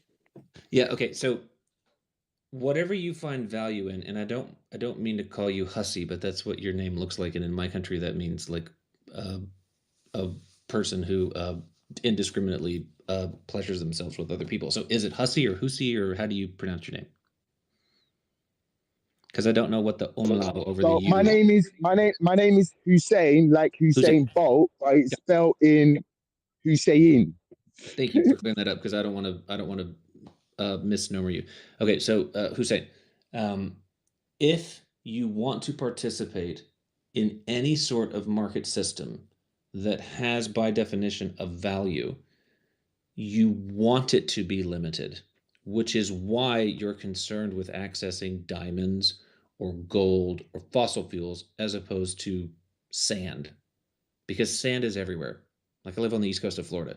I got a shitload of sand, like all over the place. It's meaningless. Okay. So again, my original question is, I'll give you that the earth is flat. That's fine. I'm okay with that. Okay. So if the earth is flat, how does that then lend license to doubt anything else? So, for example, I don't think, and I don't mean this insultingly, it's just the first thing that comes to my head. I don't think that the Bigfoot is real. Okay, I think that's a hoax. But if I prove that the earth is flat, how then does that give me license to think that Bigfoot's real? Like Yo, connect the dots for me. Can we move on to another person? Is there another mic that wants to rotate in? Yeah, this is just like, we're not talking about anything related to flat Earth. I've been really zoned out for a lot of this. Nah, no, I was trying to give Norwood a little bit of mic time, y'all. This is how Norwood is. But yeah, we gotta know Norwood, but let's let Norwood dock his boat maybe at another point. Yeah, park that I'm plane, gonna bro, or plant my whatever. Cybertruck in the mud right there, and Yeah. I would appreciate any flat earther to answer the question, and I'll wait forever and not take another turn until the question gets answered. If we can demonstrate that the Earth is flat, in what way does that give a license to cast doubt on anything else other than the fact that we have been told that the Earth is a sphere and now come to find out it's flat? In what way is that a sequitur in a conversation as an interlocutor to me that demonstrates that anything else can be doubted on? Like them putting a fake, like them telling us that they're floating around in an international space station and investing millions of dollars into it, having a whole space agency dedicated to it, having multiple space agencies all Yes. around the So world whether it's dedicated flat to or it. spherical, how does that in any way You disprove get that you the International gotta Space Station exists? you gotta think bigger than this. You probably older than me, and I'm telling you this right now that they've indoctrinated you from a young age to believe that it's a spinning ball in space orbiting a fucking sun that's orbiting a supermassive black hole speeding through nothingness. That main goal of theirs to indoctrinate everybody to believe that should be questioning the entire narrative of everything they told us. That alone But gives the you space evidence station enough. can still be in low Earth orbit along with all of Elon's, Starlink satellites, and that have nothing to do with the curvature and or flatness of the thing that I'm currently on. Okay, so you didn't actually Connected want up. an answer to your question about why they would, like what they would gain about it. Are you like, what is your point? Can you just get to your point then? Yes. Whether the Earth is flat or spherical, how does that in any way disprove that the International Space Station exists? I'm not. Who said anything about disproving the International Space Station exists? Well, you just said that we're pumping a bunch of taxpayer dollars into something that is irrelevant, which I'm assuming that you're saying that because it's a flat thing, the International Space Station is not up there. So, does the ISS exist or not? Yes or no? And in what way does Dude, I that haven't depend been on up the there. shape of the Earth? Something's up there, sure. Something's up there. That's my whole point. Is that Okay. they're lying to us about what it is and what they did. There's no documentation of the construction of the ISS, and there I should mean, I be. actually know one of the chief engineers of the ISS myself. He works at Boeing about 30 miles Okay, south. but Tell him to there's come no in here okay. then, bro. Why He you never works at brought him in where? here? He works at where? Boeing, the same company, Boeing, that was named during the Grush hearings to be part of an international UFO cover up. The same Boeing that took government Oh, I'm not saying that Boeing reconstructed. is not full of shit. I mean, 737 Maxes were dropping out of the sky in Africa like Bro, then what you my mean, point is, Norwood? So if what you does know that that they have to full do of with the shit, shape of the Earth? bro, if they're saying that it's full of shit and they're lying to us about where we live at, that means we don't know where we came from and we don't know where we're going. Like it's that simple. It's really that simple. I was just trying to play into your economic I'm not mindset. denying that. I'm just saying, what does All that They right, have but want so that everybody changes to believe that everything. lie. Norwood. They want 8 billion motherfuckers to believe the same shit. That don't strike you as odd? Think about that shit. Like, no, sit here and think about I'm that not for a fucking disagreeing with minute. that That don't point. strike you as odd? What They want else? 8 billion people to believe the exact same shit. And if you don't, you call crazy and made fun of. That I'm don't not strike calling you you as crazy. odd? That's not my That don't point. strike I'm that giving you don't that the strike Earth you as is odd? flat. What I'm saying is that now that we've established that it's flat, how does that disprove any of the other lies? They want 8 billion people to believe it's a ball. And if you don't, you ostracized and made fun of. That don't strike you as odd? That's not my question. My Bro, question you're is, getting if we trolled. establish His that it's a question. plane, how does that disprove anything else? Like, what is that as to evidence that is a sequitur to anything else that they're lying about? So, for They example, I want can 8 prove. Yo, billion stop with the people to examples. believe the Trying to same answer thing. this shit is retarded. Like, Anyone I'm trying to Yeah. answer answering this for it right now right is now, legit bro. retarded. I'm answering for it right. Okay, so hold on, because Norwood, I really feel like we've gave you so many different examples of why this is important, and you're saying, okay, I acknowledge that, but why is this important? So I don't I'm not really saying it's understand. not important. I'm saying, how does it lend evidence to anything else not being real? So, for example, think about it like What this. the fuck are Bro, you talking Think about, about it. bro? Yeah, we've Bro, already they got acknowledged this. globe shaky like rattlers for fucking toddlers, bro. Hold Like, do on. you understand this? Like, this is just Dude, not how logic works, man. Right, especially that's not if even a he's logical question, man. We've been Yeah, dude, it's we've been not. dealing with this for 20 minutes. Like, just get the fuck on, bro. well let me address his trolling too as the last thing because he ignored what Toby said because if he linked credence to an international space station that it's in a thermodynamics violation area, you answered with a presupposed fallacious argument of orbits. Orbits presupposes what? the space orbits something falling around something. So yeah, it is a sequitur. If the International Space Station is in a thermodynamics violation area, then that's another lie. So it's two lies. So there's a direct sequitur that you ignored Toby's response to another question like he normally does. So now that we know he's trolling and he's not really asking something in good faith, I vote also. Let's move on.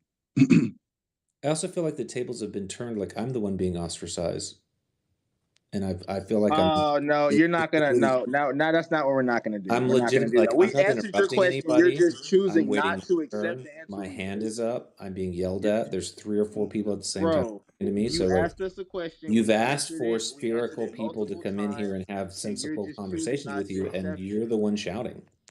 I'm calm right now. I just hit a dab. I'm chilling. They want 8 billion people to believe we're on a fucking ball. That don't strike you as odd? Does that not give us enough leeway to believe that everything else they tell us is full Bro, of shit? If they he want doesn't 8 give a billion fuck. people to believe we're He's on a not ball, asking you even a though that's not the legitimate truth. question. I It's And if you fucking believe that we're stupid. not on a ball, you're immediately I appreciate that ostracized. question. Let me answer it. Okay. So you've said that, do I find it odd that they're trying to convince 8 billion people that we're on a ball? Yes. If we were not on a ball, I would find that incredibly odd. Now you're saying, doesn't that mean that everything else they're telling us is full of shit? Okay, I'll give you that. So what do you mean by that? Because we've established now that we're not on a ball, tell me everything that is now not true. Dude, break it down. Like everything that Are you they are listening to telling us this is not shit, know. bro? No, I'm This listening. is the worst shit I've ever listened to, Senku, dude. stop getting trolled by this fucking guy, dude. He wants you to like just. Again, there's 3 people talking. I'm We're being moving cursed at. on. We're I'm moving being on, dude. ostracized and Yeah, shouted you at. are being ostracized. I'm ostracizing the fuck out of you Yeah, right out here. ostracizing the hell out of this guy, dude. He's So just literally just trolling us. He's not saying anything substantial. You're repeating yourself. You're asking Because my questions that question's have not being no answered. answers, and you know they don't have answers. You're asking the same questions again. So do you believe in No free one, energy? no one is. It's not All a right, real hold on. Y'all question, can't talk bro. over each other because no one can Is really germ hear. theory not true now? Because the earth is flat. How are you talking through the mute, bro? Relax. Hold on. Okay, Toby, finish your thought, and then we're gonna move on to Raul, and then we'll go back over to H Pang. And then, no, I don't know what else you need to hear, bro. Like we've given you the answers. I mean, maybe you would go back to your girlfriend if she lied about cheating on you and say, "Oh, well, why wouldn't I have to believe you with anything else since you already done play?" And maybe that's your whole spiel. I don't know, but when someone lies to me, then yeah, everything else you're gonna tell me is then a potential lie, bro. Like that's just what it is. But go ahead till we finish your thought. Let's go to Raul. We'll go over to H Bang and then back over to Xavier. And then we'll let I no was just pointing out that he was asking questions that he didn't want real answers to. And when people gave him real answers, he obfuscated from what his original question was, and he did it over and over and over again. He kept repeating the same points and questions over and over and over again. It was all essentially, substanceless. And yeah. I don't know, Norwood. Fair assessment. Not gonna lie to you, but I was expecting a little bit more heat from you. Go ahead, Paul. Raul, is it Paul? Raul, my bad, bro. Well, last thing before we go, I don't even wait till my turn because he directly ignored Toby's direct response to it. We know something is there. It could be a Project Bluebeam. We see something up there, but forget what we do know. It's not in a thermodynamics violation area, the ISS. So if these warring countries that are warring with each other are saying there's something up there, it's not just about the shape of the Earth. There's a direct lie that he said that we know it's still in orbit. What does orbit mean? These words have meaning. He did another fallacious presupposition, and he ignored Toby's direct response into something else about he's being bamboozled with a whole bunch of responses. So I just want to point out he ignored the answer that was given to him directly. I was actually fucking with you, Norwood. I'm kind of disappointed, bro. Go ahead, Raul. What's up, I man? would answer, but it's not my turn. Go ahead, Raul. Hey, yeah, hello guys, how you guys doing? Yes, I'm here because I'm trying to the fact that people think that we've been to the moon is false because NASA, not even SpaceX, have been to the moon at all. because until we see an actual space station on the moon, just like the movie Independence Day, then I'm gonna shut up at the flat Earth, and I'm gonna give it to the Globers. Come on, guys. If we're gonna explore the space, don't you think it will make much more sense if we actually create a space station in the moon instead of relying on this puny, stupid international space station that is floating in the middle of it's just the logistics to land on it is so hard versus if you go land on the moon with a space station, and not to mention taking off from the moon, it will actually be much more easier because there will be less gravity, right? Why hasn't anybody done that? Why has nobody claimed any no country, no company has claimed any footprint on the moon? Until we do that, I'm not sure I understand. Until we do that, I don't see us colonizing Mars, colonizing space. What I do see us is going past the Arctic wall, actually colonizing those areas because there's a lot of land. Once everybody knows there's millions of acres out there they have not been colonized. They're free to grab. The prices of everything in this 7 continents are gonna crash in price. People need to understand everything is controlled. We're living in a false reality that we have been conditioned ever since we've been in elementary school. Ever since we walked into that stupid freaking elementary school, we saw the stupid globe. We saw all the freaking planets that were brainwashing us, and they're doing that right now. And many people don't see it, and many people don't see it too, to the monetary system, how they literally control us. Of how when you have a home loan, the banks are actually having the majority of the of the of the benefit in that loan. Meanwhile, us the citizens, we don't get any benefit. It's freaking ridiculous. Ridiculous. People need to wake up, smell the coffee.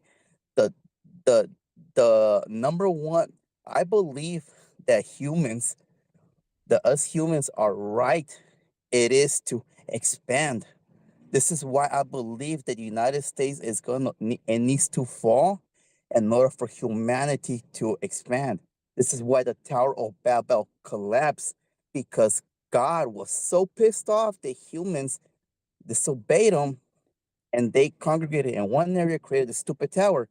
God wanted multiple nations, and we didn't listen. That's why he destroyed the tower, confounded the languages, and created multiple nations. Every single one of us, we could create our own nations. And this is what they don't want. They don't want multiple nations because if there's multiple nations, we cannot be corrupted as easily. So it's like until we see the space station in the moon, I'll shut up. Until I don't see it, I'm gonna be crying bloody murder. Hey, what's up with the space station in the moon? So can anybody shed some light on that, of the Globers? Why can't we build on the moon? Why can't we? Because if I was Elon Musk, if it was possible, I would have been building a spaceship, a space station on the moon.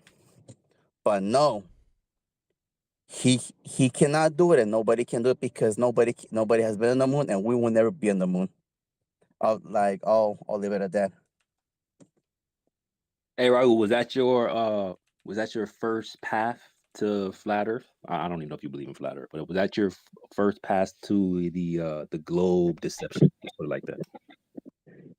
That was pretty much the way that I started getting woken up was Genesis, reading the Word of God, Genesis, how everything was created, the creation of the reality holiday was created, I was like, no, when I started reading that, I was like, I cannot be a Christian and believe the garbage that comes out of NASA, because NASA is literally what the Bible calls false prophets and false teachers.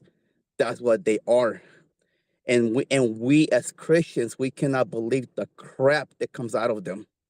And what I call NASA, I call it grown people Santa Claus. That's what I call it, because it's like, and if you guys want to believe that, go ahead, believe in your own little globe. But what? In the end of the day, me as believing as a flat Earth, I believe history repeats itself. I'm beginning an age to get 3 ships to go past the Arctic Wall, and an aircraft carrier, a destroyer to protect myself from NATO, and as well an extra ship to bring in and out cargo from the mainland. Meanwhile, I start creating new colonies over there. That is my idea of doing something big. I would love to do that. And it's like, I'm tired of this reality. I'm tired. I want out. I want out, and it's just being here. It's just I don't feel that I'm free. I don't care if you're in Mexico, you're in United States, you're in Russia, whatever. There's no freedom, and it's like, and many people are so caught up with what's going on right now, and with Israel. If people knew that right now the current Israel, that's the fake Israel, the real Israel is made of 12 tribes, people wouldn't be supporting this current Israel. So it's like, Christians, we know our word really good.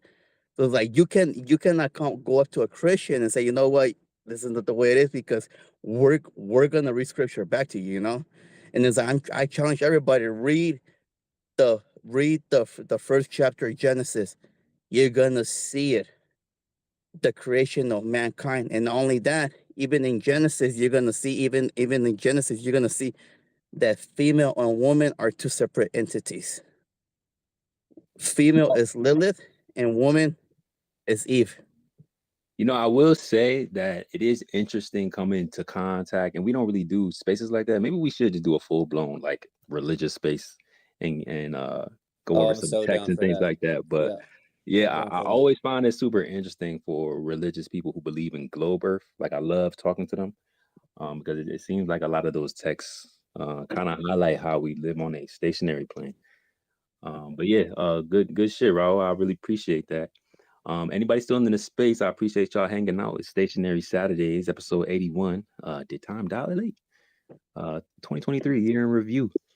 Share the space. We still rocking. We've been live for a few hours. Don't know where my co-host is. I think Proud is trapped in the ether. Hopefully she come out that motherfucker. All right, but yeah. I don't really know if there's any requests, but I do see Norwood with his hand. So Norwood, I'm gonna let you go ahead and chime in. But bro, like 2 minutes and 17 seconds. That's how long Raul talked without being interrupted. I'm not you asking for timed 2 it, minutes bro. yeah, I You did. are I'm not asking for 2 OCD, minutes bro. and 17 seconds. I'm not asking for 2 minutes and 17 seconds, but I am asking to not be interrupted, and I promise I won't take 2 minutes and 17 seconds.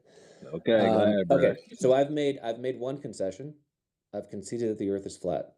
I'll make another concession, that the International Space Station, in orbit around the flat plane, horizontally or vertically, depending on how we define it, in infinite black vacuum of space, is in violation of the laws of thermodynamics.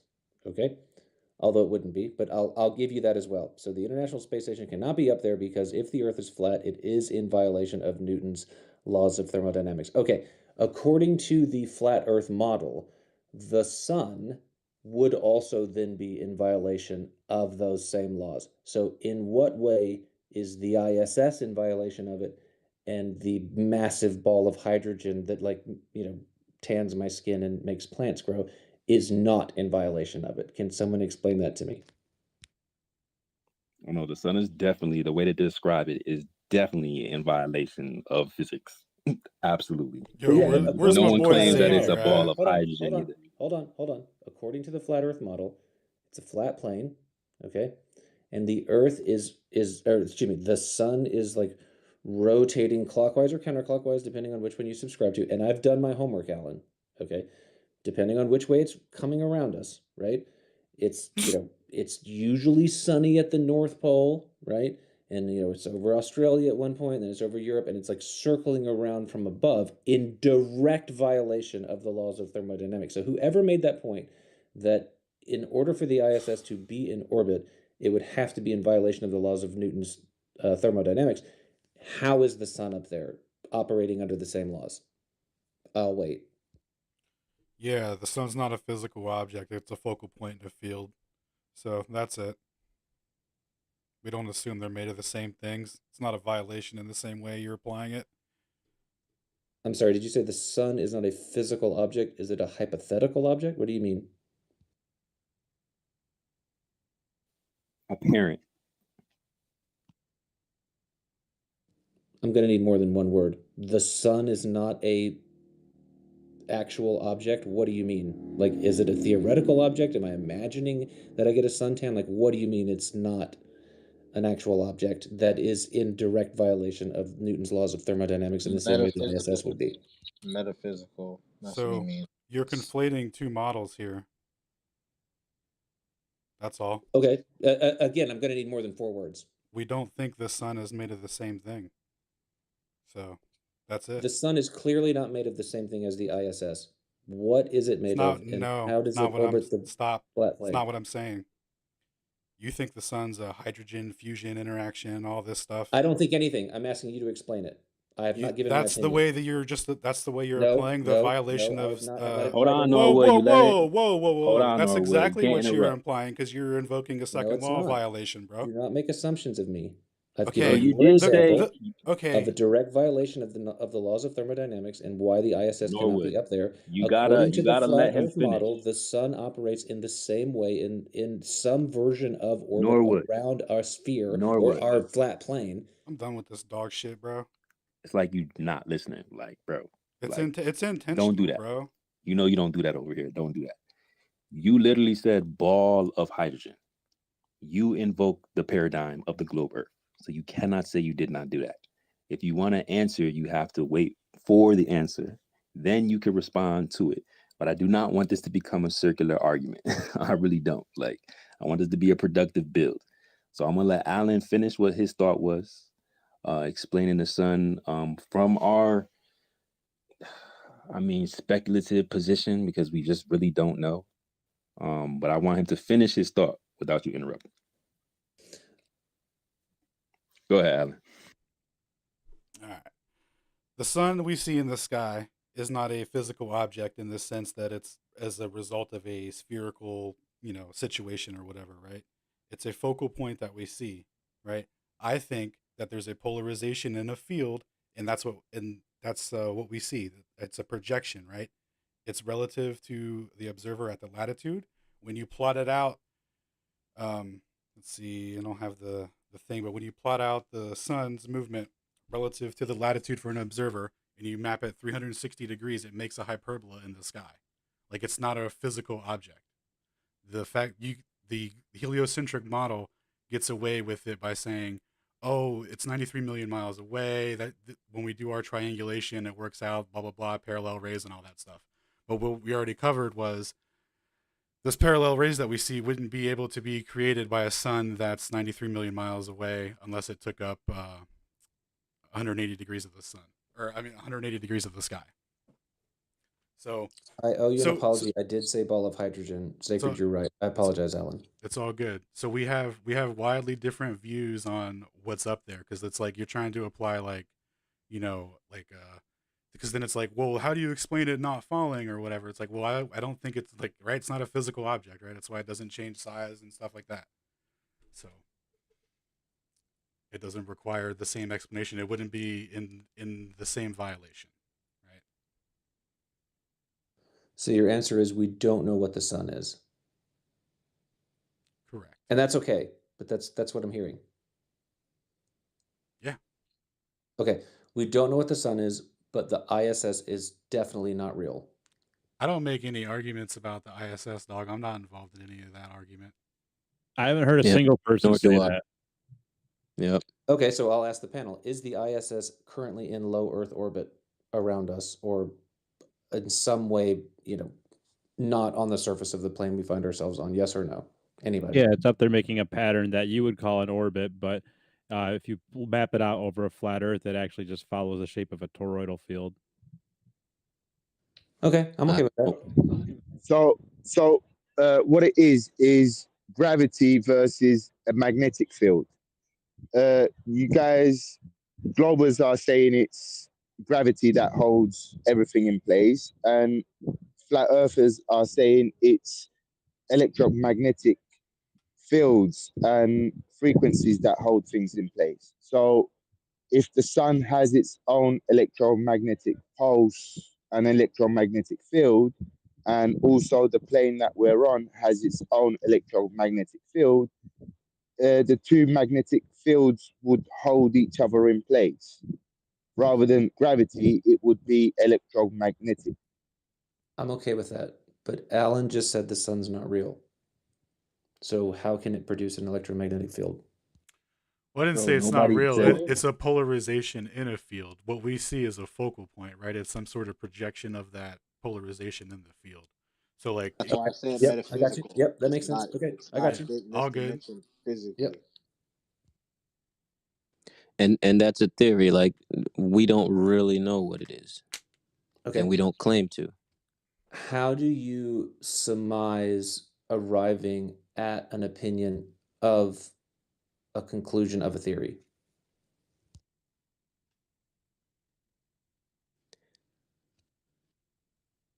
State that again. Yeah, I don't even know Yeah. if I understand that question. Yeah, okay. So how do you arrive at a theory? Like, what steps do you take? What experiments do you conduct? Like, in what way do you arrive at a theory? Like, what is the barometer and or apparatus that you filter through evidence to arrive at a theory that you then conclude is the case? So in your opinion, you've arrived at a conclusion that the sun is a focal point of, X. How did you get there? Well, it's not a physical. Sorry. So with the plotting again, or when you plot the movement against the latitude, like in a straight line, and then you do it 360 degrees, the fact that it makes a hyperbola for everyone, like that tells me that it's it's in a field, right? It's following that. Now the other part about the field situation, right, is that an ether wind following it. This is a lot over your head, like, so I don't expect you to get all of this, right? But this is, you asked for why I think it's in a field, right? So the ether wind is following a toroidal field motion. This is noted by single-axis gyroscope readings. If we're to assume any sort of symmetry for the globe, even if it extends out on a plane, the way that the angles would work, it would still technically be the same, right? So if the ether wind's following that toroidal field and everything's in that field, and when you plot the sun out like that, and it literally makes a little toroidal field in the sky, it seems pretty intuitive that it's that's the relationship, right? How did you arrive at the 360-degree radius? So I will show you the video of it. It was taken by FE Core, where they were doing sun observations, and they. I've seen that video. Yep. Okay, yeah. So it's that one. When they plot that out, and then they wrap it in 360 degrees, it makes that. That's the shape it makes How in do the you know sky. it's the same focal point coming back around and not one of 200 that are making passes? What's that? How do you know that it's just one focal point and that it's not one of 200 focal points that are just taking a turn and making passes at us from our perspective as the observer? I don't understand your question. I don't know. Okay, so for example, if you believe that there's an extra material being that you claim as God, and I'm not making a judgment on it. I'm just saying, as an example, if we say that we live in the material world that is a closed system, that is the universe, and that there is a supernatural being external from it that is the creator of, okay, it exists outside of the things that we can test and or demonstrate to be part of the enclosed system that we consider the material world, our universe. Okay, if we make that assumption, how can you then disprove that there's not 50 million gods? So if you're saying that You cannot demonstrate how you arrived at the conclusion conclusively that there's one focal point and it is the sun that we experience. If you cannot demonstrate that there's only one of them, how can you then like denounce that there's 200 of them? How is it that then there is not 200 focal points that we claim that are the sun and they're just taking turns because we can only see it at the time that it takes its turn above us? How is it that there is not 200 focal points that we then claim is the sun? How do you demonstrate that there's only one? Not sure. I'm not sure what you're asking. Does anyone else understand? I don't think we can demonstrate that if it's outside, if it's something that's outside and external to what we're observing. So yeah, I get what you're saying, but I don't think we can do that. So there could be more than one suns, according to the flat Earth model. Well, no, according to the way that you're No, putting it, according to I your would model say that you're yeah. making up right now, dude. Like seriously, no one is saying this but you. So make up whatever you want. If you want to use it to try and smear someone or something, like you're only really smearing You're yourself. taking this Like very no one said personally, this but and you. I'm not attacking anybody on stage, and yet I'm constantly No, being you're being a sophist, a complete total sophist. I'm so tired of listening to it. okay. Then enjoy your closed system that's just flat earthers, and don't complain that globalists don't come in here. I mean, I don't know what you want me to do. Like No, you're I'm not a trying to understand globalist. your You're just a perspective. sophist. You're not defending the globe. You're not saying anything of substance about a globe That's or true. physics or a curve or motion. You're I've just up given you here that the Earth dish is flat. galloping. You're literally saying nothing, and you're trying to bait us into having a meaningless conversation with you, so you can waste our time and your time. I mean, are you being paid? Like, why are you trying to waste everybody here's time? I'm not really sure why we're talking about me. I'm trying to talk about your theory of the Earth being flat. No, you're trying to talk about some theory you have about some being that's Yeah. flashing a light over a dome 20 times. No one said that but you. Yes, Alan said it. No. No, Whoa. you No. said No. that. Hold on, Alan He dog. said didn't that it say was that. Dude, so not flat. only Norwood, no. Norwood, Hey, Norwood, hold on bro. a That's the second. thing. Hold Oh on a my second. goodness. Go ahead, Alan. Not only did I not say that, bro, I only let you continue your train of thought because I didn't want to interrupt you. I thought you were That's gonna fair. like make a coherent point. So like, don't So the attach sun me is a to real that. thing. Don't no. It's a focal point. Yes. Okay, of what? And how Who can you demonstrate that there's only one? who knows? Next line of questioning That's before my you point. Yeah, start a new perfect. Okay, fucking now straw we can move man. on. I don't know why I'm being attacked. Like that was my whole point. I'm just trying to figure out what you guys think. Yeah, dog. Go ahead, Neely. So new. Okay, dude. No I way. do. You I see? do actually know. I do know how it works. Okay, let's hear from I'm Molly. glad What's you're up, here Molly? then. Go for it. Okay. So this is one of the things that I try to talk to people about with time actually not being an actual thing. It's a concept in the 3D, but it doesn't exist in any other dimension. Well, at least not in the higher dimensions. And we reference things to time, but time is not linear. That's why we can change the past without actually going there. And this is why when we speak to people, they all have different stories from the past that don't match up. I mean, I come from a big family. Everything we say is different to each other, and I'm past the point of thinking that I'm wrong. I just think we all maybe come from slightly different parallel universes because our stories are so different. And it's Dude, how all of did my family another one members, just not come in just like here? one that has a different story. But with time, essentially the 5D is like clay that can become anything. So it's only by conscious creation that anything exists at all, and that's conscious creation through frequency. And this is something that we do see in particle physics and quantum mechanics, like with the double slit experiment. It's conscious creation, it's observation that creates what we see. But if you ever want to sort of do a self experiment about speeding up time or slowing it down, it is very easily affected by your plans for the future and your hope for the past. It's not actually even difficult to do. What's frustrating is when it does it for external reasons, like this year was not a year. Like this, I think that most people that have these kind of quantum mechanics kind of mindsets are going to agree. This, like 2023 was not a full length of a year.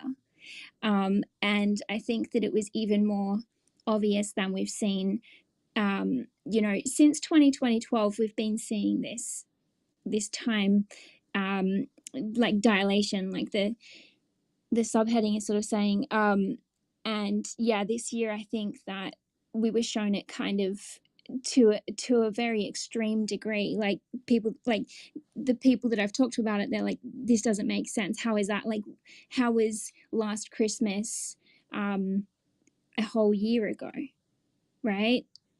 Like, and I think that it's happening so that we can see that this exists, because if it's only ever slightly out, you'll just question yourself.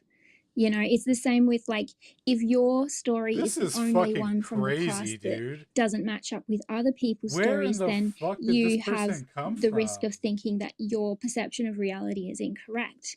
But if everybody that you meet has a different perception of reality, then you're like, hang on, something else is going on. And then even more than that, like with the Mandela effect, like most people remember things like the Monopoly man having a monocle, or like if you look at killer whales, they didn't have a saddle, right? Like we watched the Free Willy, right? It didn't have a saddle, and now apparently killer whales have saddles, right? And What is going on? What are you talking about? this is time dilation being proven to us and Killer parallel whales with universes. saddles? What do you, come on. What's going Have a on? look. Yeah, I know. It blew my mind when I was already looking at No, the Mandela effect. why are you just wasting our time? Killer whales with saddles? What are you talking about? This is The nonsense. Mandela effect. Do you think a killer whale has a saddle? Yeah, so Can we're you gonna rotate a mic out, we're gonna maybe? rotate that out, dog. Allegedly. Sorry? I'm a little confused, Miley. I don't really know what you mean by killer whales with We're getting saddles. trolled, dude. This is a troll. No, Miley actually believes in what she's saying. Like I've heard her speak about these type No. of things. I'm saying She's like the being genuine, gray, y'all, for real. the gray on their back. That is called a saddle. That's what it's actually called, is a saddle, but it's like the gray color on their back. Okay, How well, do we draw tie that this to into the conversation? yeah. Tie this to time dilation again. Parallel universes in the Mandela effect, and it playing out in more of an extreme way so that we can see that it exists. And like time dilation and this year not being a whole year length, it was more obvious than some of the previous years so that we can see it play out. There's a huge problem with your argument, Molly, and we know each other, and I'm not trying to pick on you, but your claim is that in order for the material world to Yeah, dude, exist, you're gonna let consciousness has to Norwood recognize talk. it, but in order Bro, for come on. consciousness to exist, it has to be a result and or a product of something material. Like, for example, my consciousness exists because of the gray matter that's within my skull. So in order for my consciousness to exist, the material world that is within my skull has to produce it. Therefore, by default, the material world cannot be a result of consciousness because the material world has to come first. It breaks down You immediately. just created a metaphysical paradox with that thought process. The Exactly. 5D exists first, and our So consciousness. consciousness exists outside of the material world. Yes. Okay, so how is it separated then to me as an individual? How does it pick my brain to be me? Because your soul chose to come here to evolve Earth. Do you have any evidence to demonstrate this? Soul memory. No, do you have any evidence to demonstrate this? That I Well, this was is why conscious. this is why these phenomena are happening now, because So that's a no. if things weren't obvious enough for everyone to see, then we would overlook it. So my question Yeah, is, no. The answer there is really no. But I mean, there's okay, some observations like she might bring up that might make sense. But again, they're things that we can't test and prove, and that's where the metaphysical is the metaphysical and the physical is the physical. You know, so we're here to kind of talk about the physical mostly. that's my point. Yep, thank you. We agree. Yep. No. So You don't agree with with shit, the dude. title of the space though, time dilation, like did time dilate? Is that something people are actually discussing or like no? And I Yep, think fair the point. space title is missing an A. I think it's dilate. Or I might be wrong. Yeah, I don't think it is. Is it not? Why Is why it? am I thinking it's dilate? Is it just dilate? That's No, the it time is. dilation right there. You thought it was spelled differently. There you go. Shit. And fucking Jiffy or Jif peanut butter. Oh my god, yeah, perfectly. Yeah, exactly. That's why I come here, Sacred, for like that right there. I've been wrong this whole time. I know, bro. You come in every time you come in here, you learn something. That's why I don't She know why did you make ain't a bring fair point there about your the time Boeing friend. dilation. So look, y'all, I can't really see if there's any requests. So Alan and Mr. Xavier is gonna help me rotate some mics. So if you want to talk about something, feel free to request back. I think there is some though, because I'm getting like spam DMs. Why are you not letting me up, Sacred? But I really can't see anything up. My bad. Prow's supposed to be helping me out, but Prow's in the ether somewhere. So yeah, so Molly, just to clarify, we kind of like touched on some of these topics earlier in the evening. I know it's a stationary Saturdays now. We touched on the speed of light, absolute time and space. So we did touch on this, and how like some of these concepts that we have been given may not be in actuality. It may have some type of fallacious reasoning in order to keep the framework of current physics intact. So although it does say did time dilate, I don't know if we actually subscribe to time dilation.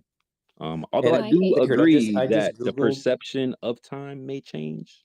You know, I we just can't Googled give. the spelling of Mm. dilate, and according to Google, your spelling is correct, which means it's false because everything on the internet is not true. So you're wrong. I'm sorry to tell you This that. guy, you Fair see, enough. man, this is why you get yelled at when you start trolling, Norwood. This is exactly why. I love you, dude. You know I do. So yeah, so we did touch on some of these topics earlier.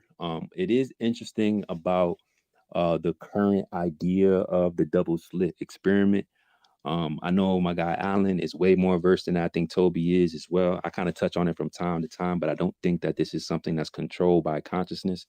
Again, it's another uh, explanation that's based in a fallacious framework, because they can't acknowledge the field that it's in. They can't acknowledge an ether or the potentiality of an ether, which would explain, that demonstration. Everything is particleized, so they have to give light, particles, photons, and that's fallacious reasoning. We're not dismissing the actual phenomenon of what that is. We're just challenging its interpretation. So they'll say, hey, when you look at this thing, it does something else. So that means consciousness can change our reality. And in some ways that is true, but that's the best thing about, or that's the purpose of a con man. They give you a little bit of truth and then they mislead you with fallacious reasoning or misinterpretation. I But do think you not agree that we can see this also in metaphysics with manifestation? I So did we not. see it in science and metaphysics. Well, I mean, metaphysics is actually a field of science, but it has kind of It is, but that evolved. doesn't mean we see it. Well, I mean, I think a lot of people would disagree that we don't see it. I You have just feel seen it it. though, No, I've seen timeline shifts, and I've seen She's seen the timeline manifestation That of shift. in Dude, no things come that way I've on. thought demonstrates of, a lot of and people would argue with me, though. no, just people that I've met. That I does mean, not mean a lot of you people would can't argue with me. really tell her about her own experiences, but when That's we're true. just talking I'm about not. the actual, like I'm the not. Yeah. science itself, we're just talking about the interpretation of it. Go ahead, Molly. But the, I'm gonna let you finish docking your boat, and then I want to slide uh, to Xavier, and then we're gonna get to Big D and then D369. Go the ahead and bog reason down your Cybertruck, Miley. Go ahead. the reason that it works is because it's frequency. So, like for instance, love is a type of frequency. We've got other frequencies that we emit. Light is frequency. There's a lot of things in our reality that are frequency, and the smaller the particles, the easier it is for them to be affected by frequencies that we emit. And that's why our observation of particles actually does change their direction, and by extension, it can lead to conscious creation through processes with frequency.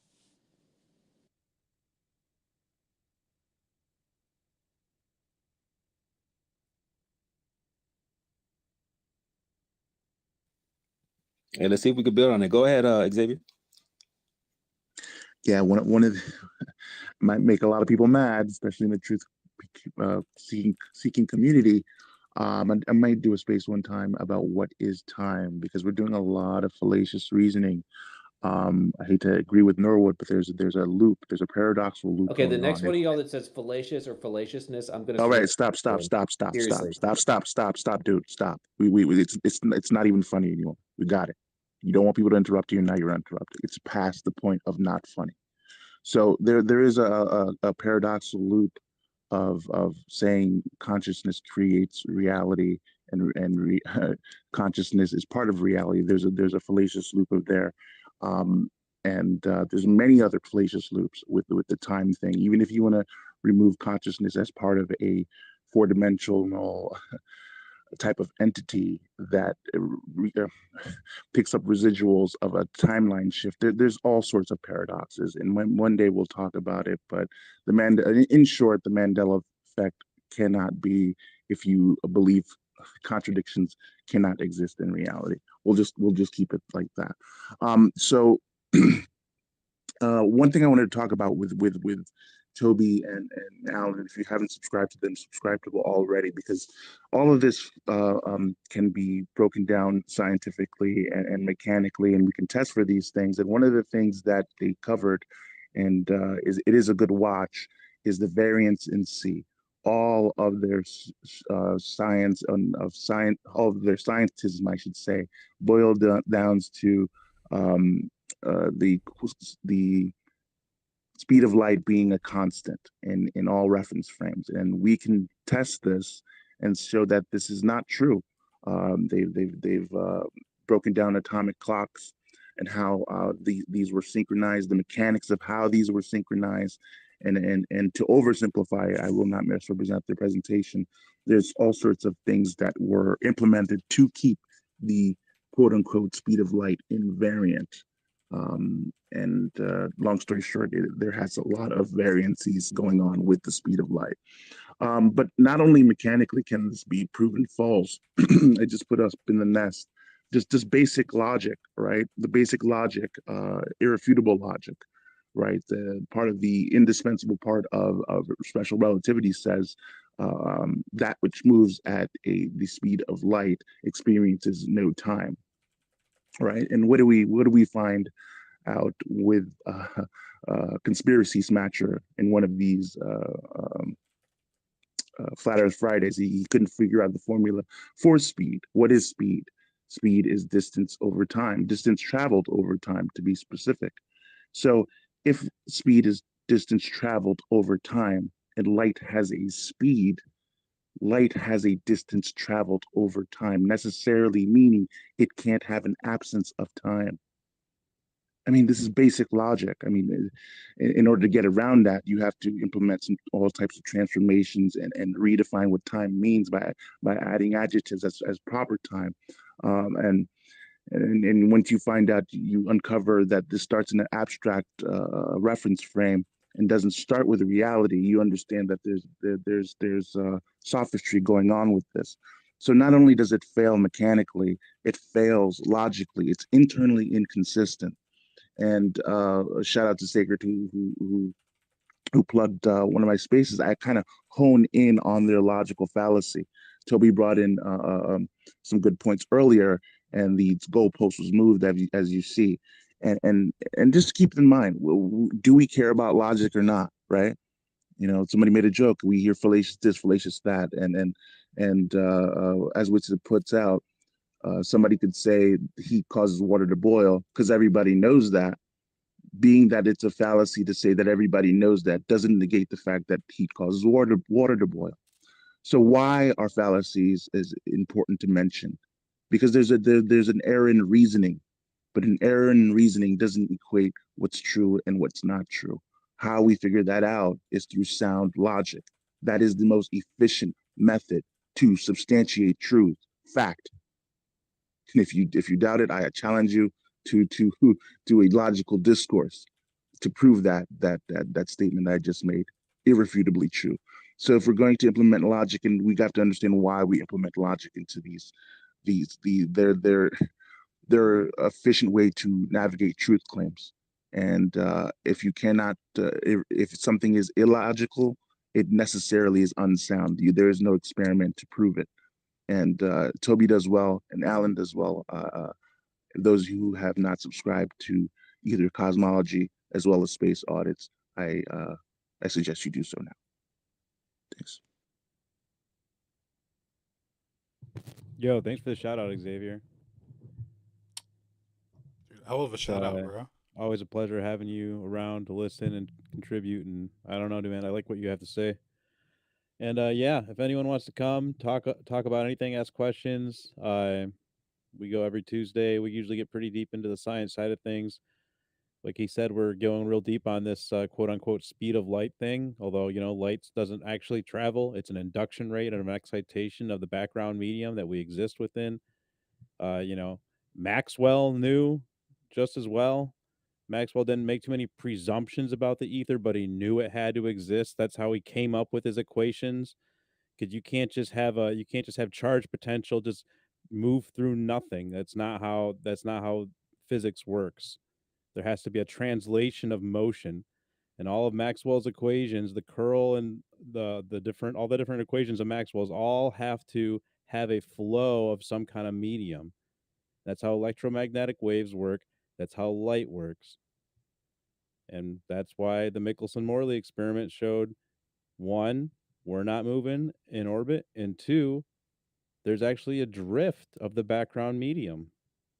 And what do you know? GPS has to measure proportionality against that exact same background drift, the directionality of east to west and west to east, C plus V and C plus C minus V.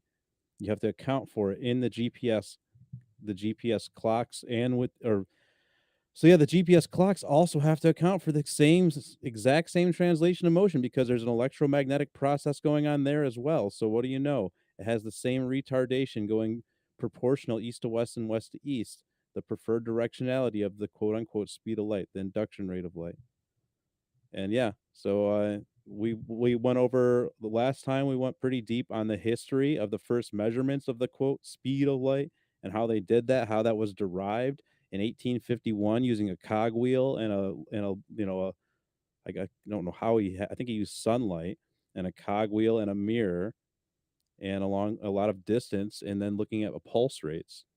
That was how they first got their first measurement on the Earth. That was Fizeau. And yeah, there was also a lot of measurements done around refraction rates of light, and they actually deduced. I think Arago actually deduced the speed of light, quote unquote, using diffraction rates of water, different streams of water as well. So they knew back in the 1850s. They knew what they were doing, and they knew specifically about the drag. Fresnel had hypothesized about the drag and even came up with the equation. And then what do you know? In 1851, Fizeau comes along, and the drag is pretty interesting because what the drag showed was that the light actually, when it went with the flow of the water, it went faster, and when it went against the flow of the water, it went slower, with a direct proportional relationship of 44%, 44% with, 44% against. And that you also would add the refraction, the quote unquote slowdown of the refraction rate of the light into that as well, which isn't that interesting on its face by itself. That light, a laser beam, slows down, quote unquote, in glass and in water, and they try to say that like there's some kind of particles that are bouncing around and they're all over the place, but that's just nonsensical. It's just simple. It's just a wave. It's an electromagnetic wave that's propagating through a medium, but they just can't acknowledge that medium, so they have to throw all this particle crap in there, and that also lets them get their cosmic distances with these particles that are just flying through space, but because they can't have a background medium for it to propagate through. It's crazy. But in any case, I digress. They knew about that quote unquote speed of light. They knew about that induction rate. So when they went and set up Michelson-Morley, they thought, all right, let's just see if we can figure out this whole motion thing, right? We can prove our circle around the sun, our orbit, our insane mix of free fall, downward acceleration, and forward momentum orbit that doesn't make any sense and is purely kinematic and doesn't account for dynamic forces whatsoever. We can just throw all that out the window. But anyways, let's see if we can measure that speed because we just know it's moving, right? And they go and measure it, and it's expecting 30 kilometers a second and they get 7, and they're like, well, this is a instrumental error, and then they just chalked it up to instrumental error for like 15 years or 20 years, however long it was, till Einstein came along in 1905. He comes up with special relativity, and he takes the Lorentz transform, and he uses it to say that, it just it contracted in perfect proportional relationship to the sun. And so we just didn't measure anything, and what we did measure was just an instrumental error. But then, of course, Dayton Miller came along, and Dayton Miller is like, well, that's kind of funny that they got that instrumental error. Maybe we can take a closer look at that and measure that over time and in different directions, and see if we can maybe get a little bit more out of that. Maybe if we go higher up on a mountain, and control for as many variables as possible, maybe we can get a little juice out of that instrumental error. You see, maybe there's actually something going on there. What do you know? The instrumental error had a pulsing relationship with the Earth. It correlates with the equinoxes. It's not correlating with a rotation of the Earth, because that's what they tried to say with Michelson, Gill, Pearson. Because they had to they had to come up with something, right? Because like eventually people are going to figure out that you can measure this background motion. But so that was why they eventually came along and said it was rotation, and you can only purely measure the rotational motion. But Miller had actually showed that it correlated with the equinoxes, so they had to try and bury Miller, and they tried to bury his work in multiple ways. Not only did they smear him, they sent out people like Shanklin just to go and smear him purely, not say anything substantial about the work to actually refute it. They actually picked his early work before he even figured out what he was doing, and then they smeared that work. And then even Einstein said, well, if Miller's stuff's real, then, the whole thing collapses like a house of cards. But in any case, Miller showed it correlated with the equinoxes, which would be, in their model, that would be the orbital motion. That would be like somehow that orbital relationship that we have with the sun and the analemma we have with the sun, somehow that is correlated into a rotational motion, which doesn't make that's not how it works in their model. You can't, and just the idea on its face that somehow we measure a rotation motion, but we don't measure an orbital motion, especially because, as me and Alan have belabored for weeks and weeks now, in 2004, Ruyong Wang unequivocally linearized the Sagnac effect, which means direct linear motion. You can measure it with that proportional velocity of light, which they knew back in 1851 anyways.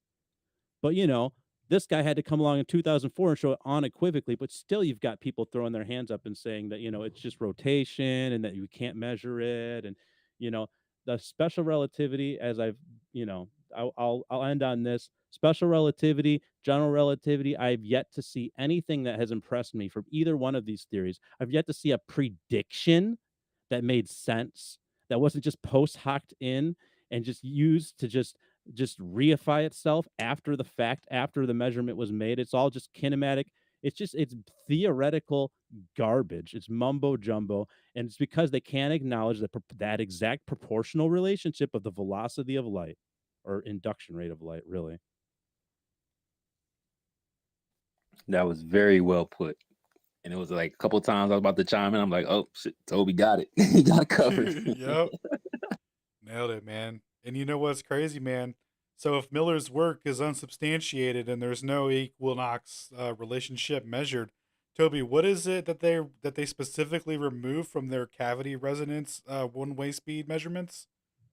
Oh yeah, you're talking about in 2017 they did a resonance experiment, and in their regressional model, they had to do error weighting to account for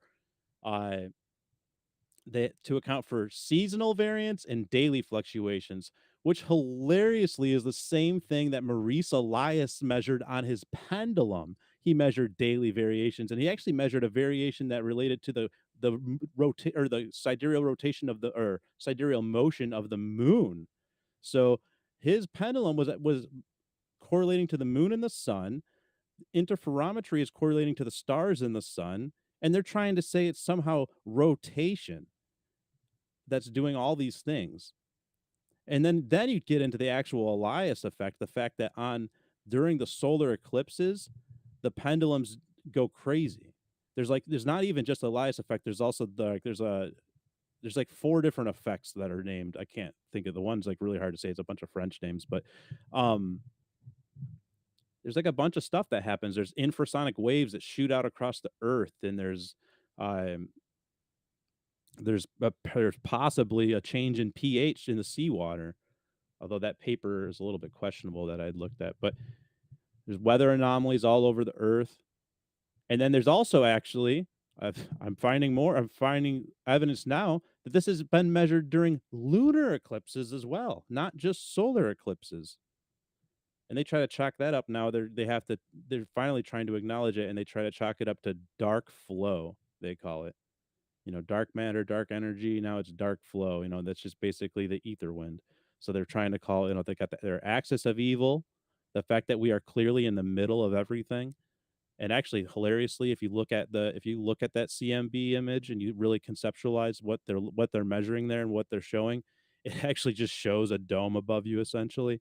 But that's the axis of evil, right? They call that the axis of evil. And then the flow of life, the pulse of time, earth time that gives us our life, they call that dark flow. It's insane.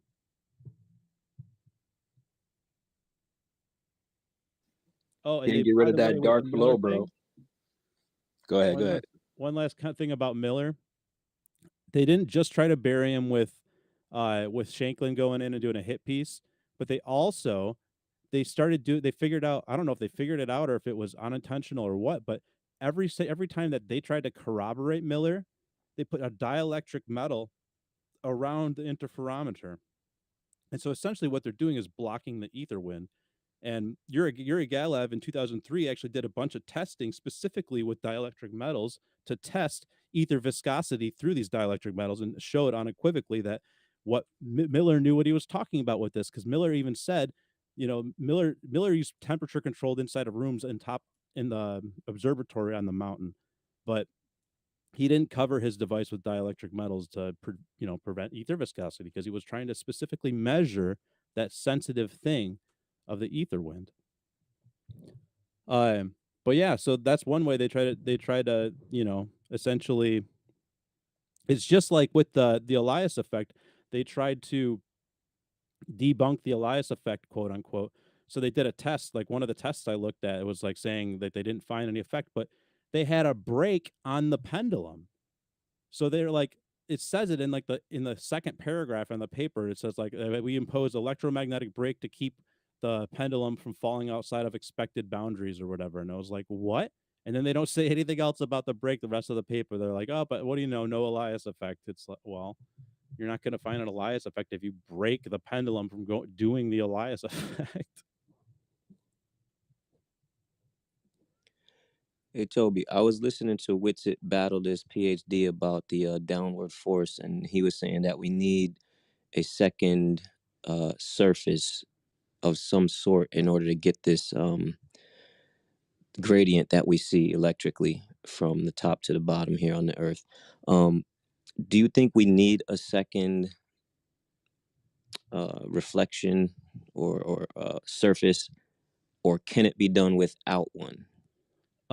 Dude, that's a really good question, and that's actually something I'm trying to dig into right now really hard. Like, because the thing that's crazy is that, like, okay, so the ground is ground. I think I may have mentioned this earlier already, but the ground is grounded, right? There's a negative force to the ground, but the sky is like insanely positively charged, to the point where they have to say that there's galactic rays that are ionizing it constantly, and that the sun, there's also, well, they actually can measure a relationship of the sun to the ionization, quote unquote, of the quote ionosphere. Although I want to drop that term. I don't know if we need to start calling it ionos, but even ionos is like a lame term, because it's just talking about ionized atoms, which is their way of it's reifying their atomic model, which is whatever, I guess. But in any case, something's up there, because like, yeah, that gradient's like very real. And it's the fact that they have to have something in their model that keeps it charged like that, like they use those cosmic rays that keep it coming in, I think is really, really, really interesting. And I also am wondering as well, what keeps the ground below us negatively charged. because they don't have a good explanation for that either. They say that thunderstorms keep it negatively charged, but that to me seems like it would be a something that would happen because of the negative charge. Like there'd be the positive charge above, right? The top Gaussian surface, as Witsit would say, and then we have the negative charge below, and then weather patterns, these storms and stuff. This is all happening because of the charge differential there. It's not what's charging the ground up. That's silly. Thank you. Yeah, no problem. It's a super interesting concept to me. Yeah, if they're saying that it's thunderstorms that's doing that, like that's crazy. Like you would think that the thunderstorms are an effect of that, not the cause of it. And that's what I'm talking about, the fallaciousness and the reasoning, bro. Like it's just like, come on, like Yeah. they're really just like redirecting and guiding our understanding purposely. And I think that's the whole point of this conversation is they're doing it on purpose. What we're asking is why? Why are they doing this? If everything works so simplistically, and what you guys call the lab frame, or like, why are we deviating from that? There's a reason. There's got to be a reason. I appreciate that, Toby. I went ahead and I linked, I retweeted Ether Cause. It's the third tweet from the left up top. I probably got to clear this jumbo out because it's like super glitchy right now for me. But if you guys want to go jump in Ether Cause with Toby and them, they go live. What you guys do every Tuesday? Every Tuesday, 7 p.m. Eastern is what we've been doing lately. Yeah, and that's just when they go live. I mean, you can go in there whenever, and it's so lit in there. A lot of great voices, a lot of great minds, and a safe space too. So, shout out to Ether Cosman for real. I want to slide over to Norwood, and I want to rotate some mics because I think we got some requests. I can't see anything, bro. So like, I'm pissed because I probably had like so many requests earlier and I couldn't see it. So my bad, you guys, if you down there listening and didn't get a mic tonight. Try to be better with that. But let's hear from Norwood, and then we'll slide to some other hands as we rotate the mics. I'll drop off. Sacred, I just want to say thanks. It's always a lot of fun for anyone who bristled and or got prickly at my comments. I promised you it's just how I am. I grow on most people. If I don't grow on you, that's okay. Like I can't get along with everybody. But thank you for the mic, Sacred. I got to run. All the markets are open, and being an arbiter of our unlimited fiat debt-based currency supply, I have to go, take advantage of people who don't know the difference. So anyway, it's good seeing you, dude. I promise you, the next time any one of you see me in this space, I'm not the enemy. I am not necessarily in agreement with you, but I'm not the enemy. So hang in there. And usually people come around, except for plaintiff number 1 and plaintiff number 2, who have over $1 million worth of real estate that used to be in my possession, and good for both of them. So anyway, Sacred, I gotta run. Love you, dude. Like, you're one of my favorites, and I will say that anytime I'm asked that, top 10 hosts ever, period. Like, you're on the list forever, dude. And I mean that. Like, you're a lot I of fun. appreciate you, bro. You definitely grew on me. I don't know about everybody else, but that's all that counts, man. Appreciate you sliding by. We'll talk to you next time. And just for the record, the word of the day here on Spherical Saturdays for all of you level heads is fallacy. I've DM'd the Wikipedia definition to Sacred. He can share it in the Jumbotron after I leave. No, it's fallacious, bro. Come on, you can't mess it up. But on the way out, Look, fallacious. you can't argue with Wikipedia. Okay, it's on the internet. It has to be true. I've Googled it and gone to Wikipedia. Ask Elon. Like, he's completely in agreement with everything Wikipedia says. So anyway, I gotta run, guys. Sacred, good seeing you, dude. Truly. Later, I bro. mean, yeah. No, it's wild, bro. Xavier, you got your hand up still. I don't know if you wanted to chime in or something. No, I must have left it up there. I'll take it down. Okay, I'm telling you, I'm still glitchy. Oh, Proud is back. Might try that real. Proud, you up now? You back in the ether? Out of the space-time curvature? Okay, let's hear from because we ain't hear from Vitamin or Big D. Let's hear from Vitamin first, and then we'll slide over to BIG. I don't know if I'm calling you Big D ever again, but okay. Hey, Sacred, can you hear me? Can you hear me? It's a little muffled. Let me but tell. I mean, Can you hear me now? I mean, yeah, we can make it out. It's not that bad. Yeah, sure. It's late at night. I had trouble sleeping. Yeah, so flat earther since 2015, convert to Islam for 20 years, so flat earth Muslim here. I've stopped talking about it as much because I've been dealing with Muslim Christian relations recently. But do you guys remember Aaron Dover? He was a big flat earther back in the day. Unfortunately, he died. Some say he was murdered. But he had some really interesting videos. I remember one where he was talking about in 1915, he was trying to figure out like if radio waves back when there were absolutely no satellites, if they would travel long distances.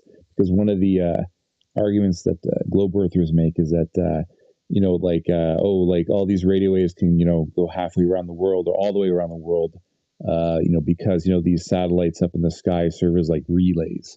So we found this old video that from like the 1950s that talked about like the beginning of radio, and he found like one instance. It was all over the newspapers where they created these made these radio waves in Maryland, and they ended up in Hawaii and Paris, which is impossible on a globe because radio waves travel in straight lines. So, and then they memory hold this, the powers that be are just like, okay, yeah, like I get because they realized later, like, yeah, this is going to be a huge problem because back in the day there were no satellites. So, yeah, it's impossible on a globe. So, yeah, it went all the way from Maryland all the way to Hawaii and Paris, these radio waves. So, I just thought it was really interesting. And he's got some other stuff too.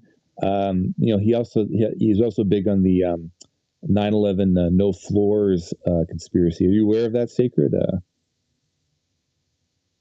The 9/11? What about the 9/11 conspiracy? So Aaron Dover has a 9/11 no floors theory, which basically states that the World Trade Center buildings were built to be destroyed, and they only had a few working floors. Like he went on the elevator when World WTC 1 was still up, and they're basically like the floors are like 1, 48, 68, and then like 102 and 103. So it only had like 5 working floors. So when they were knocked down or demolished, there wasn't there was the amount of debris was like not indicative of like a building that had like 100 plus floors in them. So like there was like no fridges or anything like that. So his whole thing was that like these giant towers were constructed because to serve as like a radio tower. Very bizarre man, Aaron Dover, but very brilliant. So I just want to know if you knew anything about the whole 9/11 no floors theory or just Aaron Dover in general.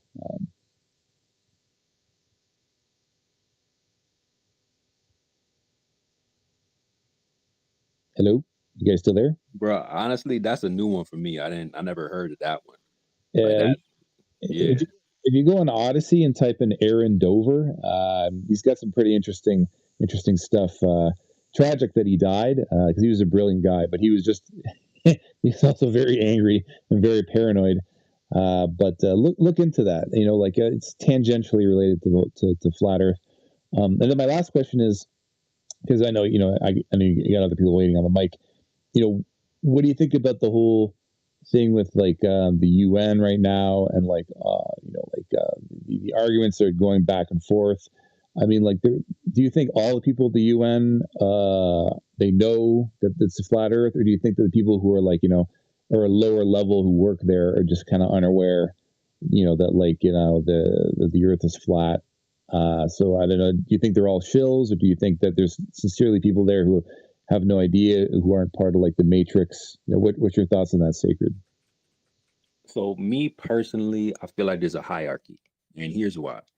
So we have some NASA employees that have joined the space at a I don't want to say an administration level, but it was like almost like a monitor, some access monitor level. I don't even really know what that means, but that was their job title, like access monitor. Don't know what that means, but they were able to speak about their job. Now we've had other people that came into the space that says, "Hey, I got family members that worked in NASA, and they were not allowed to speak about their job.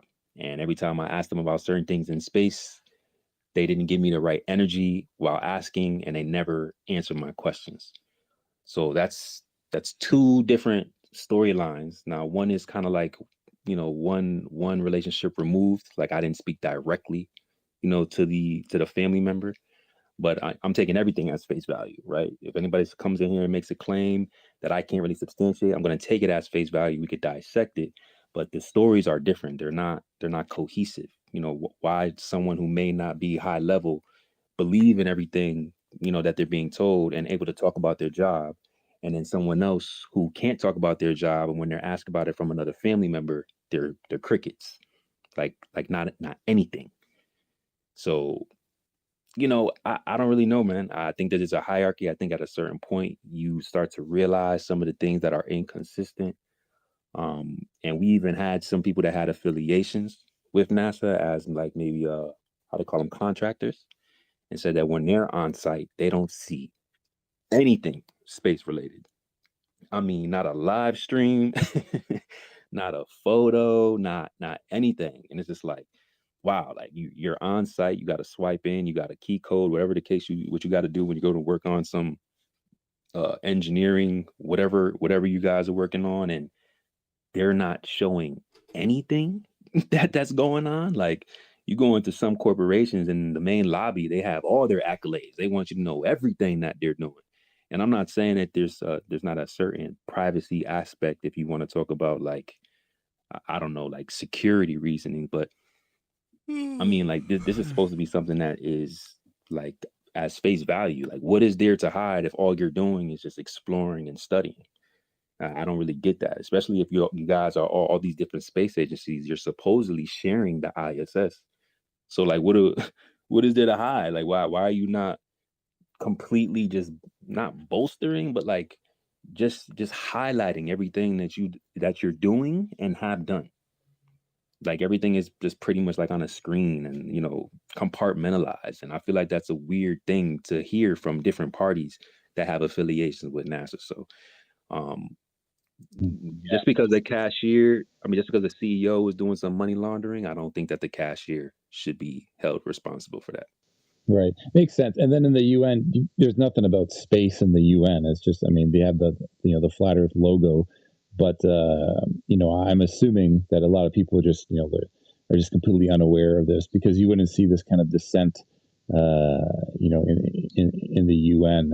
Really horrible what's going on in Gaza. Like, my heart breaks, man. I just it just seems that, like, the powers that be, like, there's a lot of cracks even at the top level. I mean, a lot of people are just starting to get, I don't know, I just feel like it's all coming to a head, and their power is just unsustainable, at this point in time.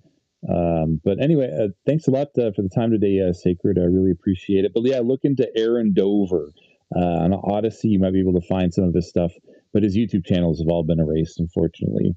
Very brilliant guy. So I don't know if anyone here wants to comment on it, if they never heard. YouTube censors? Really?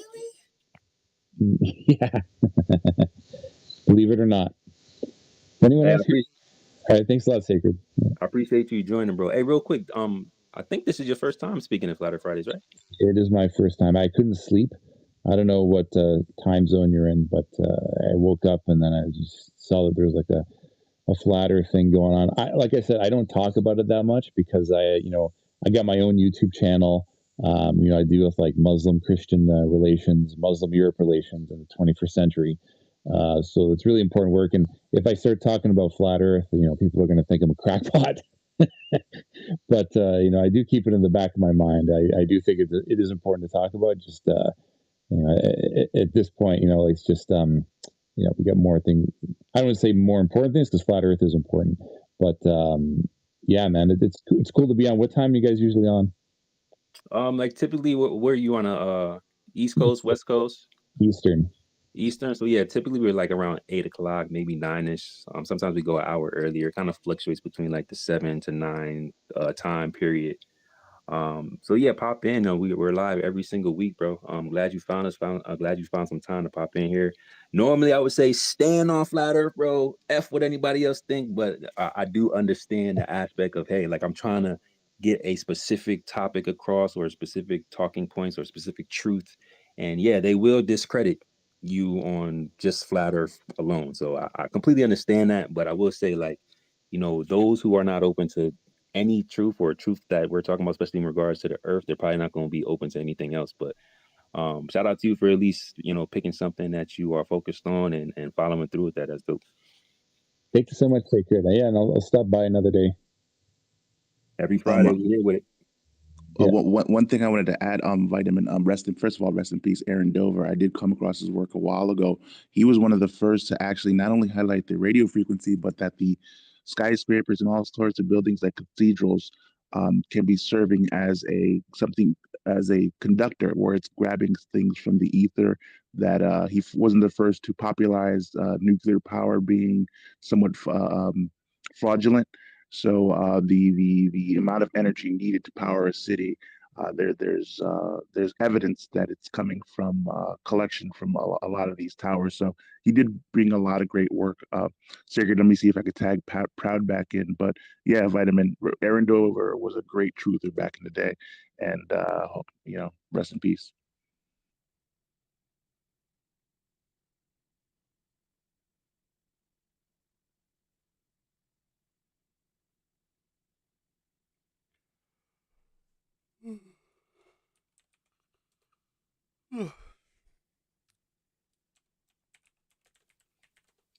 I rugged out. I don't know if you was finished speaking, Xavier.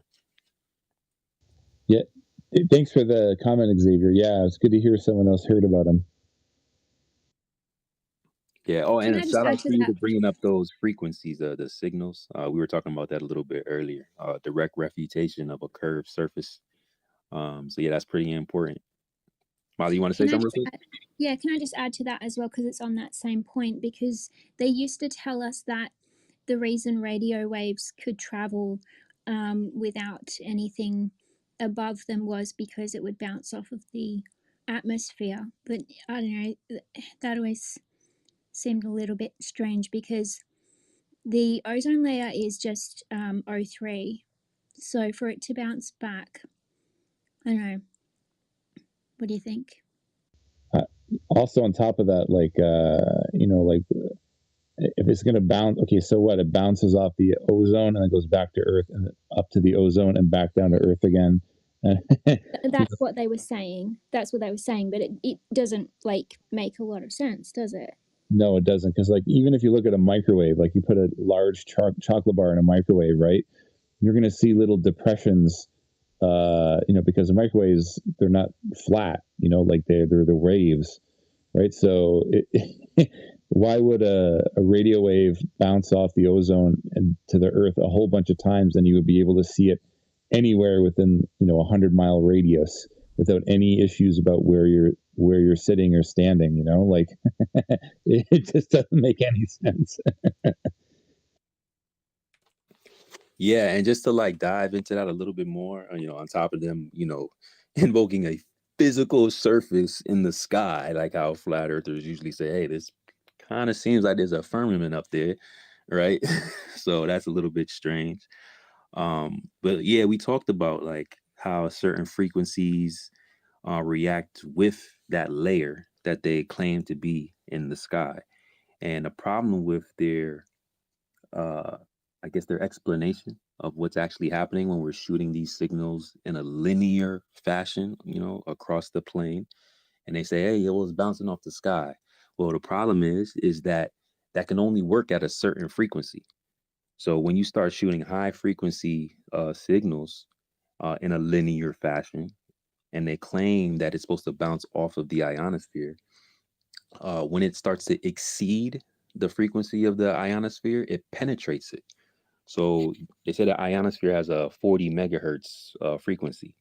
So the moment that you start shooting things that are above 40 megahertz, it then is supposed to penetrate the ionosphere, which means it can't bounce off of it. And that becomes a problem when we can send these signals over thousands of miles. So they say, well, if you could send the signals because it's bouncing off the ionosphere, incorrect because when we shoot a higher frequency, it's supposed to penetrate the ionosphere. So how is it penetrating the ionosphere and still reaching its target if it's in the sky? So that's part of the things we brought up in some of these other toxic spaces that they didn't want to acknowledge for real. They started talking about clouds and then spread a little bit of misinformation. And hopefully they open up that space again so we can go ahead and address that. Yeah. But One yeah, thing, that's one good. thing, maybe next week I'll come on because I don't know if you ever had a flat Earth Muslim on. We do exist. There's you can be a flat Earth Muslim or a round Earth Muslim. It doesn't matter. But I've been going back and looking into a lot of verses in the Quran and the Hadith, and it actually makes more sense now. Pretty interesting. Like, I don't want to get into too much detail. Maybe that's something we can talk about next week, Sacred, if you're down with that.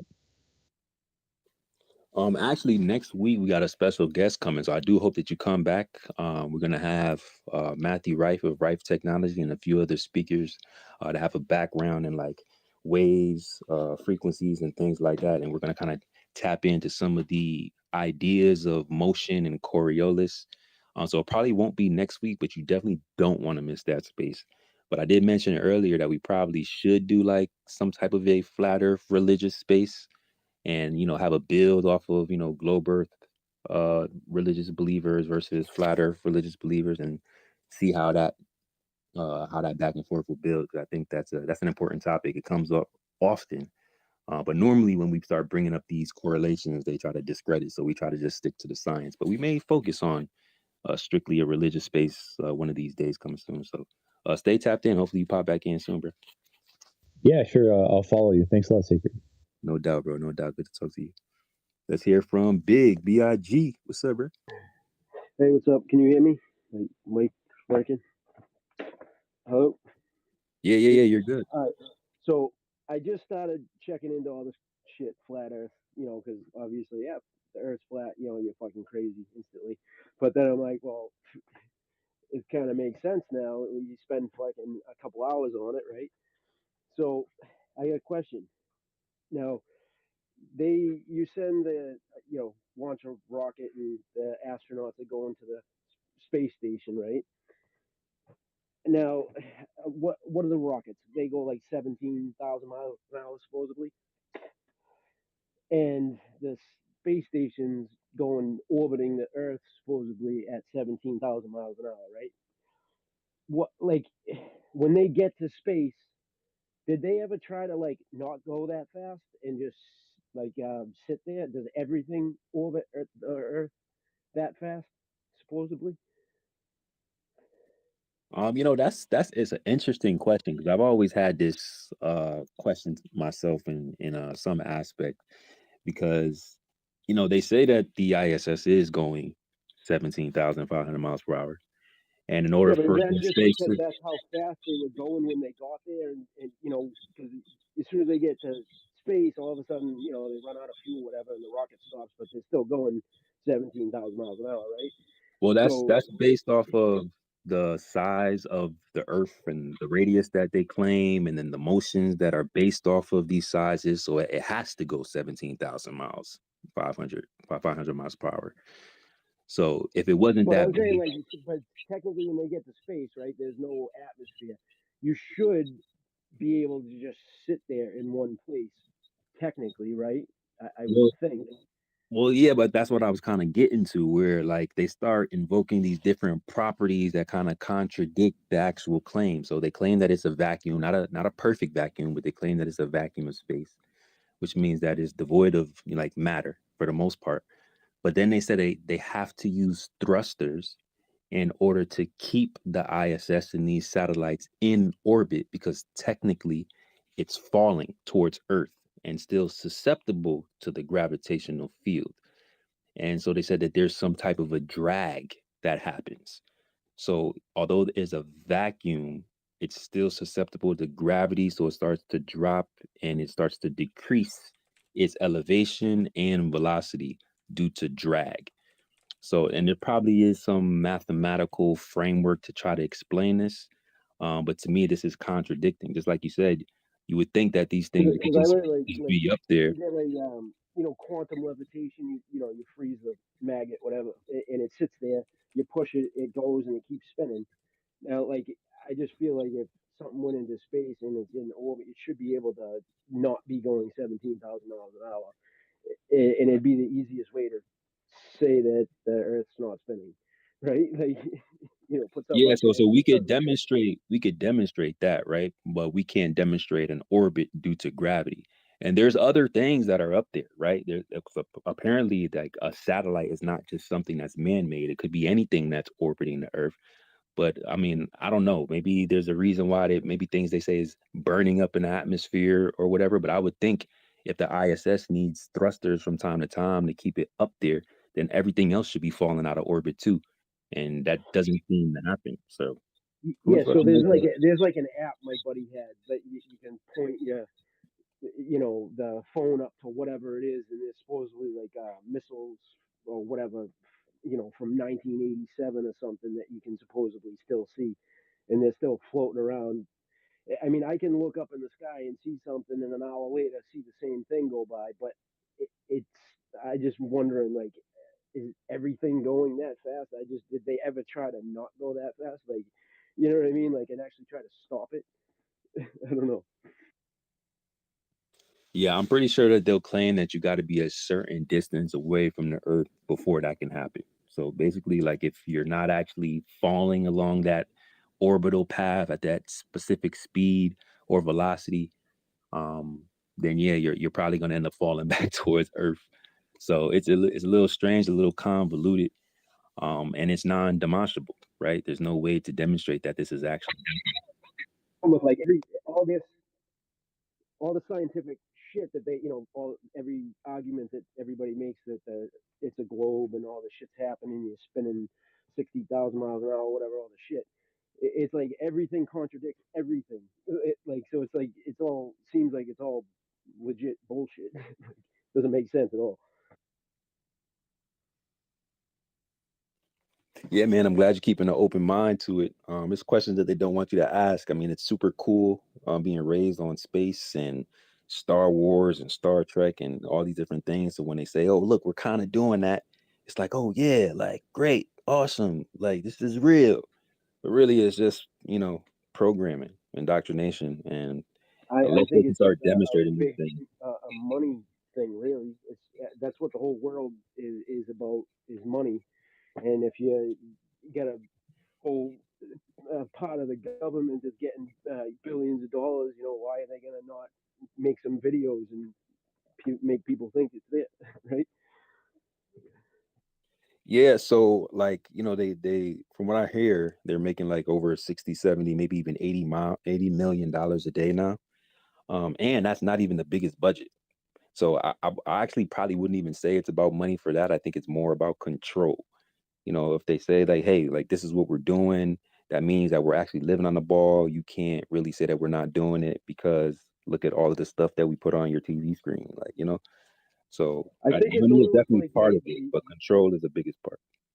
right, they put out these certain things like, uh, and that's to measure how the population is like actually believing what they're saying, like the Mandela effect, like all that shit. I mean, 20 years ago, they could have scrubbed everything off the internet of Britney Spears' microphone or some shit and then said it wasn't there, and everybody'd be like, yeah, you're right, it wasn't there. You know what I mean? It's pretty easy to make somebody think something as soon as you mention it. You know what I mean? I think it's just like they do all this shit to measure people's uh, basically awareness of all this lies that's going on, I guess, right?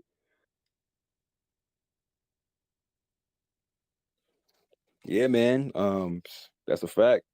Well, what was your first Well, I was just notion that they wondering may about be? the orbit. Like, I don't understand that whole orbit thing. Like, well, another question for gravity, right? You get gravity holds water to the earth, right? So how can you shouldn't be able to splash water and separate it. Like, it should stay together. So I just don't understand that at all. Right? Like, you get gravity holding millions, billions of gallons of water, and yeah, you can, splash flash it and separate it, it doesn't make sense. I don't get it. Yeah, gravity is a funny thing, man. Something that they just can't demonstrate. We're waiting for them to do that. You know, they're waiting for them to isolate it so we can kind of substantiate some of these claims of orbits, but doesn't seem to be a thing. There's probably something else inside this, the Earth that we, some element that we don't know, and it's causing some different things, and they just make up some shit and say it's this, but gravity. But I just don't understand, all the shit that they say. It doesn't. I don't know. It's crazy. Like just reading more and more shit about it. You know what I mean? Yeah, man, I'm glad you're questioning a lot of these things. It's your first time in this space, Flat Earth Fridays? Yeah, I usually don't talk in spaces much, but yes, I went to one last week or something. But it was like the end of it for a couple minutes. But I was trying to find like more spaces because it's like good to get like the debate between everybody and people trying to be scientific, but they're not being scientific because you know what I mean. It's just like I don't know. I feel like everybody, oh, Einstein said this and he was wicked smart, so everything goes off of what he said. But I just feel like maybe he didn't know everything. Yeah, I mean, he just made a bunch of stuff up in order to keep the Earth in motion. So, and what I found out is that like, he didn't even reference any of the other physics that he like stole from other physicists. Like he didn't make any references. It's just all conceptualized, abstract ideas, which he's attributing Right. like physical properties to, and it's like So they crazy. said, yeah. So the motion thing, right? So they basically the thing that I read. I don't know. Could be wrong. I'm not sure. But they said they measured, distant planets to see if we're spinning, right? But like, how could you even do that if they're wicked far away, first of all? But you don't know what that planet's doing. That planet could be moving when you're measuring it, and it fucks up everything. So it's like I don't understand. They there's a new thing they came out with a couple years ago. Supposedly, it's actually gonna measure the rotation of the Earth. It's like a four-sided thing. I forget the name of it. I was just reading about it a little while ago. But they even say they've been working on it for like 4 years and it still doesn't actually measure the rotation, but they think it does. So it's like I don't, you can guarantee the Earth is spinning, but you can't measure it. So I don't know. Yeah, we were kind of talking about that a little earlier. I wonder if you're talking about interferometry with the interferometer, because that is supposed to be a device that is sensitive enough to detect the motion of the Earth. The problem is it doesn't detect all the different motions that they claim is happening. So it seems like the only motion that they're detecting is some type of rotational motion that they're attributing to globe Earth, like spinning globe Earth, but it might actually be like a background It media. could be like a vibration or something that they're Right. measuring too. Though, like I mean, that's what I kind of feel like. I don't know, like the way that they explain the machine. I don't know how that would actually measure if you know what I mean, spinning as fast as they say, and the everything's expanding as much as it is. I mean, that's just it. Literally can't happen like that. And everything stays the same for the last 4,000 years. I don't know. Hey, longer than that, to be totally honest. But yeah, we like to say ether. It's something that has been conceptualized back before they realized the Earth wasn't in motion, and they had to get rid of it in order to keep the Earth in motion. So, and we talk about this all the time. That's why I asked you like how long you've been here because we've been dropping a lot of different sauce on the ether. We actually gonna get into it next week, some more. And they can't have an ether on the globe Earth because the moment that they have an ether, they have to account for the lack of motion through it when they started to do certain tests. So we talk about Michelson Morley a lot, and other different interferometry tests. Excuse me. So yeah, man, it's a really interesting topic. Yeah, it seems like what I'm finding is they came up with this concept. Okay, this is happening, right? And then everybody's doing all these calculations and adjusting the calculations to make it work. That's not how you measure something. You know what I mean? If you're gonna cut a 2x4, you measure it and you cut it. You can't start changing the measurements to make it fit. It's not gonna fit. You know what I mean? Like it just doesn't make sense how they do the equations and change everything to make stuff work. You know what I mean? I think they just, I don't know. I think we need a redo of the whole system. You know what I mean? We were talking about those equation transformations earlier. Facts, even with their measurements to these distant celestial bodies, they are presupposing some form of an R value, some form of a radius. But thanks for joining in. Thanks for, keeping an open mind. That's definitely what we ask from all parties with this new information being handed. But what's up, guys? What's up? Good night. Did I miss something? I heard like there's some commotion going on. It's kind of quiet in here. Like I came in here to see what's up. What's back. going on? Thank you. Had to, plug it to the ether real quick. I seen some people tweeting at us from listeners, ironically. I even see Tim in here. He seemed to enjoy our music earlier. I was trying to understand like what I missed. None of the Globe zealots in question had any questions.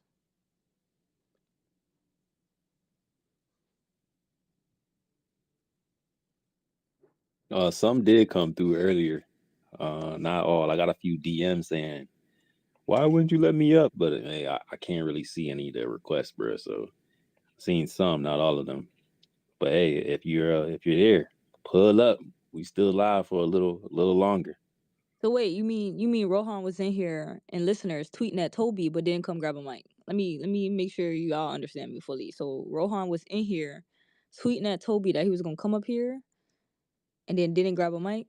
Let me make sure before I go shooting at him on the TL. I just want to make sure I got everything because when I'm in the ether, I missed some connections. So at no point did he come up here and grab a mic. That was my question too. He wasn't ready for that fire.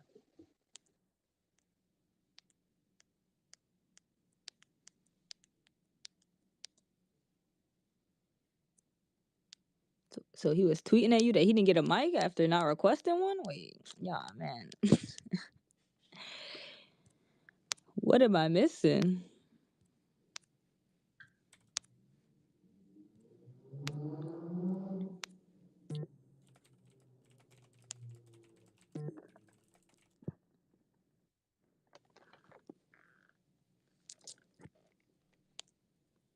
That's too bad. That's too bad. I mean, we can take a brief intermission, while we rearrange some things. Maybe we need to clean out the jumbo, get a little reorganized. You can, if you want, you can take me off speaker. I don't know how to get that or whatever. No problem. Yeah, we definitely can rotate some mics. Thank you guys for the info. Appreciate you pulling up, bro. You see any requests currently? Only Brenda. Brenda, we got a mixed relationship with you, Brenda. Like, you come up here, you behave for like 3 minutes, and then you go straight to the TL and you call us out our names. So it's kind of hard to find a balance with bringing you up here and allowing you to enjoy on this conversation because we do know you want to be here.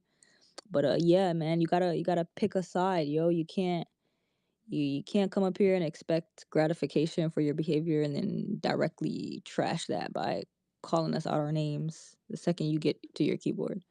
So I hope you war with that internally. Maybe if Sacred feels like it, you could get a couple minutes, 5-10 minutes. I'm sad. I think. You got a clicking noise coming from your mic.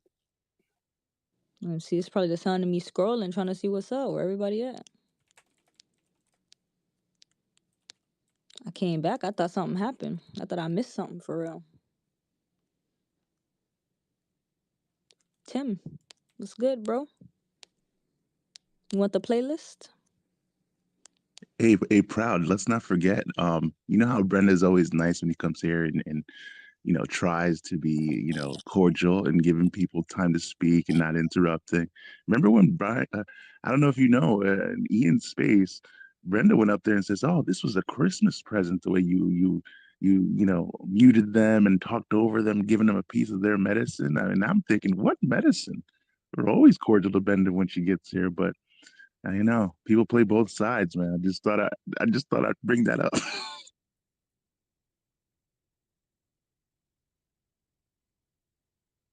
Yeah, man. Brenda be advocating Alan YouTube comments. Brenda be keyboard warrior in Discord. I don't know how you make time for all this, Brenda. Gotta teach me your methodology.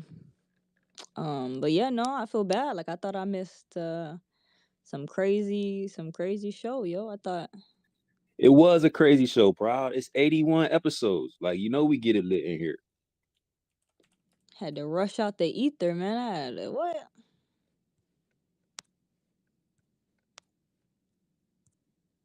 That's dope. I'm glad y'all still rocking. We still getting lit. I can definitely throw a little reset in here, give everybody a chance to come up here, grab a mic, get their inquiries off.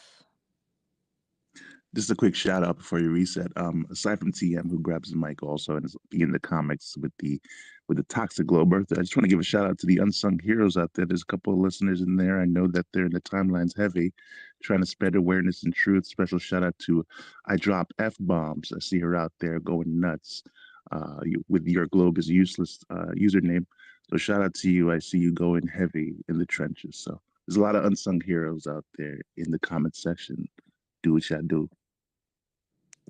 I was just about to actually reset, but we already received some feedback from our reset. So it's kind of funny that Tim thought it was funny when he was keying under Ian comment section or Rohan comment section about how we play music here just to get it lit and get everybody tuned in, give them a chance to file in. But he under sacred comment section like, "Oh, I love the music, such a great addition to the show." So I'm trying to understand which form of dick sucking that was. My bad. Is he appealing to his globular fanboys, or is he trying to make nice before he got pressed up here? Like I'm just trying to get a hold of what's going on in this conversation, y'all. But I guess if y'all want a two break, y'all want a 2-minute intro, we could take a hold of it.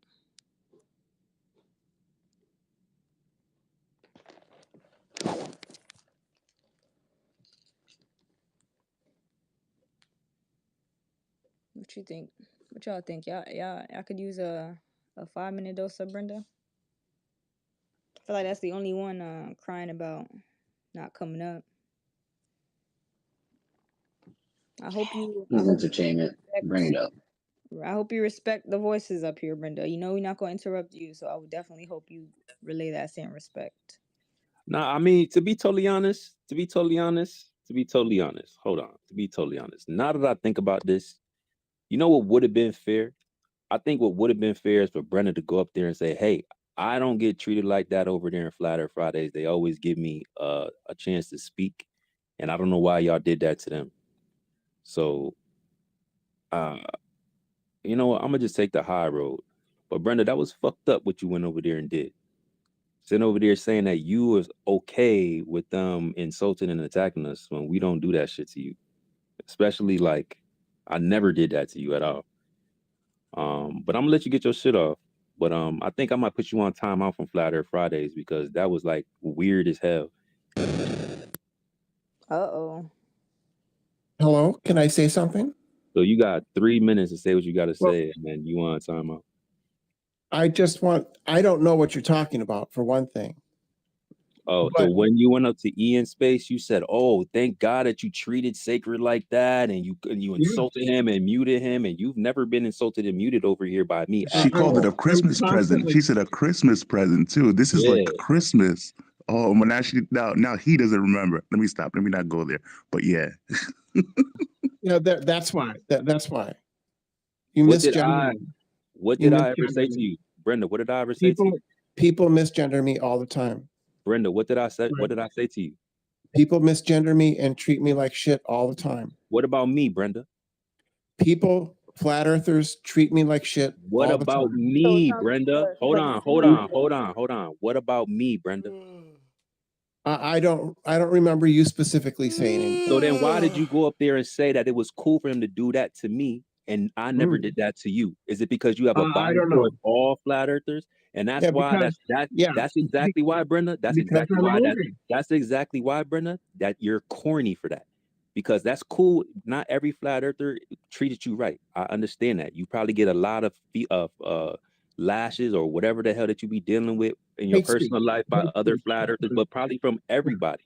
But for you to go up there and champion someone who never treated you like that, just because other flat earthers in your mind treated you like that, is corny as shit. And you know that that's corny as shit. But I'm gonna let you speak for like 2-3 minutes. And can like we I said, talk? Let's just drop. you on time out. No, you don't want to talk about it now because you look crazy. And that's corny as fuck, knowing that I've never, and you just said it, I've never treated you like that. I don't remember. You might have. Corny. What you could do is You apologize, but might I have know I don't treated me expect like that from that. you. I apologize. Okay, I apologize. I appreciate All that. right. Go ahead. I'd rather talk about flat Earth than this. All right. So I have a question, which is, why is it that no flat earther has ever refuted a single demonstration of the globe Earth? Not once. Not once has any flat earther ever proved that the Earth is flat. You got 1 minute and 30 seconds left. No, I want to have a back and forth, right? I want you to explain to me why you can't refute the globe. It's a privilege to have a back and forth with us, Brenda. Word. Yeah. Why can't you give a good argument for why our globe demonstrations are false? You can't do it. Long distance observations debunk your globe. So No, Brenda, they don't. you Prove it. you don't see anything wrong with celebrating a negative person and not taking accountability for that person's behavior? You say that long distance observations disprove the globe, and that's false. Would you expect somebody on our platform to advocate for you when you come up here, since you feel Would like you you get just bullied? answer stop with the personal stuff? We went by that. Answer the question. Why can't flat earthers falsify the globe?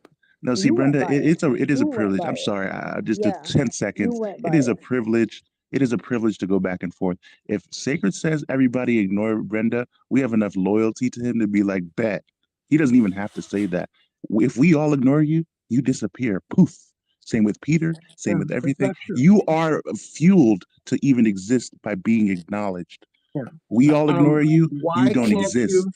Yeah, but So why understand can't that when you? you play double side, when you start being two-faced and call it a Christmas present, when people go back and forth you and misgender you by your attitude, we do it to get on your nerves after you I become don't care. toxic.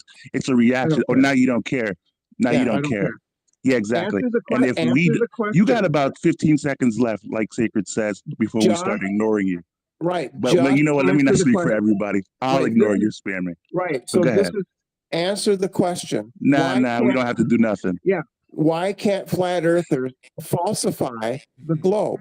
Why can't you We do it? have in many directions. You just No, don't want you to haven't accept it. ever. You're Maybe in you can't hear denial, me. Brenda. Maybe you can't hear me, or they can't hear me.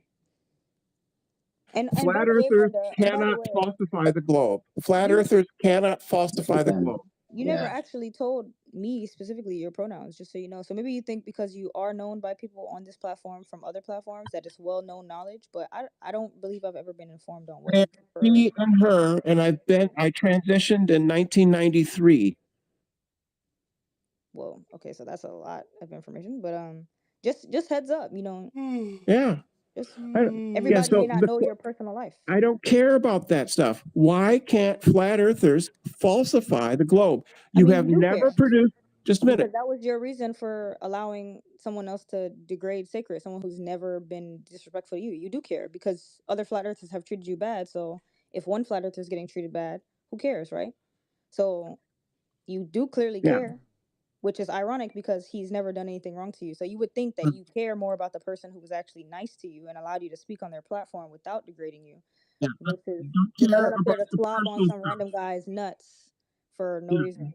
Don't care about the personal stuff. But Why you do can't care. No, you do care. You do care because again, you wouldn't have gone up there to advocate for negativity if you didn't care. And your actual response to why you care is because other people have treated you negatively. So you do care. I answered your question. You didn't accept it, but I think your 15 seconds are up. you So didn't answer it? You didn't answer it. that's You made claims. that's okay. You have to prove it. You can't do that. Right? No flat earther has ever falsified the globe. That means showing a contradiction. That's what falsification means. It means you Brenda, you can't show prove a it's round. contradiction, and you Man, can't it's do hard that. to stay awake, You boys. can't prove it's round. There's no proof in science. There's falsification. You cannot validate that it is round at all. There's no Circular. validation in no. Sorry, There's no such spherical. thing. There's no such thing as the validation. Validationism So there was is. You logical. have no empirical evidence for a globe That's at right. all. There's no Zero. such thing as there's no If such there's thing no as the validation, validation. there's only belief. No, the Why validation does it matter principle. what belief? Listen, the validation principle was falsified by Karl Popper in the 1950s. Nobody today Cool. thinks There's no that empirical science, evidence for a globe. yeah, nobody today thinks that science can prove things. It can't. It can simply give evidence. And you can falsify claims. That's what you need to do, is you need to show a logical contradiction inherent in one of the theories or demonstrations or experiments or measurements that globe earthers make, and you have failed to do it. Alan cannot show a contradiction. Proud cannot show a contradiction. Hey, real quick, Jeranism cannot show a contradiction. if you take a balloon, right? You know the balloons that you have the teddy bears in, and all the shit in the bottom there. You take it and flip it over upside down. What happens? The heavy side, the heavy side will go down. Yeah. So the teddy bear falls down to the bottom, right? So Yeah. you got the Earth as a globe. If you flip it over, like it's supposedly, all the people on the bottom are gonna fall off. Huh? No, they won't. No, they won't. That's not a prediction. That's not a It's the prediction. same thing as the teddy bear and a balloon. That's how I look. Yeah, that's not a prediction of the globe. You claim that you understand the globe, but you never do. You don't get past an elementary school level of understanding of the globe, right? What Big D just said is called a straw It's not man. an understanding, it's a belief. It's an elementary belief. It's like it teaches us as soon as we walk into a classroom. We're children. TM, We're all naive. knowledge. TM, all knowledge is belief. Yeah. And then can you validate anything in regards to the globe? Again, can you give me some empirical evidence no that is validation. Again, there's no validation in science. There is in mathematics, but not in science. Real quick, if you have $10 in your hand, right? $10 cash, and just multiply it by 0. You're not getting any more money. How much do you have in your hand? $10. Okay, what's 10 times 0? 0. Where'd the $10 go? You're not making any sense, Big D. Yeah, dude, you're just saying math is proves something. You just made $10 disappear out of your hands because you see what I'm saying? No, it's literally gibberish. Are adjusted to fit certain narratives. No, what you're saying isn't even math. 10 times 0 is 0. $10 Right.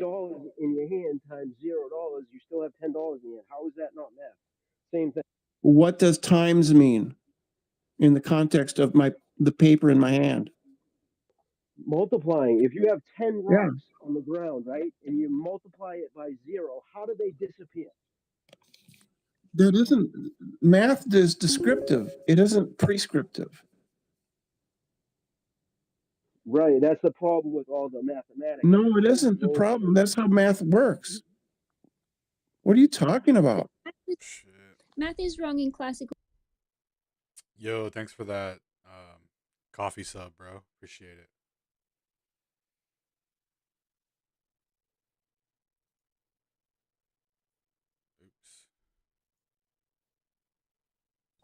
In classical physics and all of the time in quantum mechanics. What does that mean? Wrong. That is science. That is What do why you- the field of classical physics and quantum mechanics exist, because there's too many anomalies. So What are you talking what are you about? proving with math? No, this is science. No, it isn't. It's you saying Yeah, it is. things. When you say math is wrong in physics, what do you mean? Classical I physics just proved exists. that. Classical physics exists because math can't answer everything. So a lot of things are turned into symbols so that you can make equations, right? No, that's not how math works. So you believe That's math where is reality Math is descriptive. It describes reality. up until it So can't. if I had Correct? 2 apples and I gave you 4 apples, can you show me negative 2 apples in reality? No, it just no. You cannot. It's It's not just how math description. works. Math isn't proscriptive. It's descriptive. So describe -1 in reality. That's a debit, isn't it? A debit? I'm sorry, clarify for me. A debt. A debt. So we can have that in math. You can have a negative property. You can have Yeah. a negative answer to your equation, but I can't go to the bank and get money from a negative balance in my account. That's because you owe the money. Of course. Right. So that's the reality of -1. No, Negative that's number the reality you of you. owe. No, the math is describing the reality that you have an outgoing debt to the bank. Correct. That's what it's describing. Okay. We're on the same page. It's not describing the amount of money in your bank. It's describing your relation to the bank. Well, negative is a number, so negative Yeah. money is the number that you have in Yeah. your bank account. So I'm And the saying negative, if we yeah, can the see negative, that in math, we can't see that in reality. That only works for math. the negative number describes your relationship with the bank. Your relationship is that you owe them money. See? That makes sense. You're not grasping it's not The reality. reality to Yeah, but you're that is describing if you you times can't. by 0, you can't Relationships are describe real, that aren't it they? disappeared out of your hands. Money, Re- like relationships are real. If I have a relationship with somebody where I owe them money, that means I have a promise, right? And I owe them money. That's my relationship to them. I describe that with negative numbers. That is historically how negative numbers were invented by accountants having to describe, right, a debt in an account.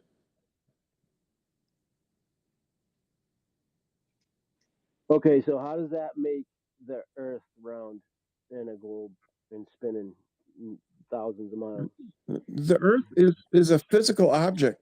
It is physically round and it is physically rotating. You have yet to falsify a. But have you traveled around the Earth personally and seen it done, like in orbited Can't the hear Earth you, yourself? Secret. I'm just waiting for Because this. every video orbiting the Earth is fake. Like if they Big D, came Big out D, with a you got to real mute your mic. video, Big D, mute your mic when that. Thunder's talking. Big D, you got crazy oh, feedback. I didn't hear. I can't hear. Sorry. No, the feedback is coming from Sacred. Yeah, I had my mic open. I was waiting for them to finish. Hurry up, y'all, because I'm not really deal with this for too much longer. Right.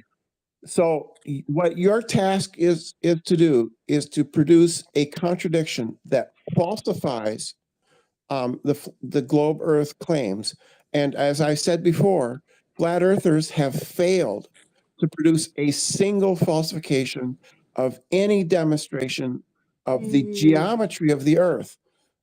Quantum mechanics, relativity, radio waves have nothing to do with the geometry of the Earth. You have to produce evidence that would falsify the geometry of the Earth and you have failed to do it. Right. So when I said, hey, long distance observations falsify your globe model because you guys have a set Right. distances and you guys have set numbers that make your ball believable, you said no. Right, because those examples are predicted by our model. I just wanted to I say didn't that give I'm you an pushing a example. book onto your head. Yeah, I don't care. So How can you those discredit That an was a example quantum that was physics not joke, given? you moron. I don't care. Okay, So thanks. those observations, long distance observations, are predicted by the globe model. You have not falsified it. So You wait, simply Brenda, what specific observation am I referring to since you seem to know? probably Mount Cananu. That Probably would be that's not very certain. well, I don't know. There's several That's of not a those. word. There's several of those. Flat earthers make several of those, and none of them actually falsify the earth. They are just you not understanding the globe model. So this is based on an assumption of an example that you have not seen and we have not provided. Fine, give me When the I was numbers. just speaking in general, that the act of taking a long distance observation, whether you're a globe earther or a flat earther, and it does not match or align with the distances that you're supposed to see on the ball, would falsify your ball. Is that not an accurate statement, Brenda? Versus where you got it from? That just shows you don't What? understand. That just shows you don't understand our model So wait a minute. because they don't. Wait a minute. So does it or does not? If you have a set distance for how you're supposed to see on your ball, Brenda, and somebody produces a That photo guy's name is Brenda? that We don't. We that don't does have. not Why is a align man's name with the Brenda? Hey, distances you're just supposed to settle see, down. you're telling me that's not a You falsification of your first. model? So again, we don't have a set distance. Wait, so we What? don't have predictions then? Yes, we do. Okay, so Brenda, coherency is For key the here. Brenda thing Pick is a crazy. side. Pick a side. Either we have a set distance that are reproducible based on predictions, or we don't, and your ball can't be falsified. Neither what you just said made no sense at all, but Brenda is Well, a again, goofball. not understanding the globe model isn't refuting it, right? So So So you explain it. saying the I'm globe literally model is asking you. ridiculous. Nobody I'm yeah, talks like asking you that. what would I'm constitute trying a to. falsification of your model if a You're long both distance observation morons. would So do I'm it. trying to, but you're talking over me and shouting me down because you don't want to hear, No, right? it's Sam. She does this in other spaces too. Yeah. So I've never noticed Sam to do that. okay, let me explain it to you then, right? The distance that you can see varies depending on the height of the observer and the atmospheric conditions at the time. So under the proper conditions, you can see Mount Cananu from a certain place. And that photographer took that. And there are plenty of other examples. Just a minute. There are plenty of other examples. The distance that you can see varies on the height of the observer and the atmospheric conditions, namely the refraction, right? So that you have not falsified the globe Earth, you've simply misunderstood it. So again, no explanations or examples have been provided. These are general questions because if you want us to falsify this model, you want us to bring evidence that does that, and I'm asking you if long distance observations suffice. First you said yes, then you said no, then you said sometimes, then you said only if flat earthers do it, and then you said only if globe earthers do it. Now I'm That's trying to not true. understand. That's not right. That's not true. That's I'm not not what I said. disagreeing. I'm not disagreeing with the height. I'm not disagreeing with the refraction. I'm not disagreeing with the variables that make it harder or more possible to falsify this globe. But I'm generally asking, factoring in the height, factoring in all that information, even with those things factored, if the distances still don't align, would that be a falsification of your model? Simple. Oh, if within the model of the globe Earth, right, with the height and the refraction, and you could show an observation that was outside of the prediction of the globe Earth, that would be evidence against the globe Earth.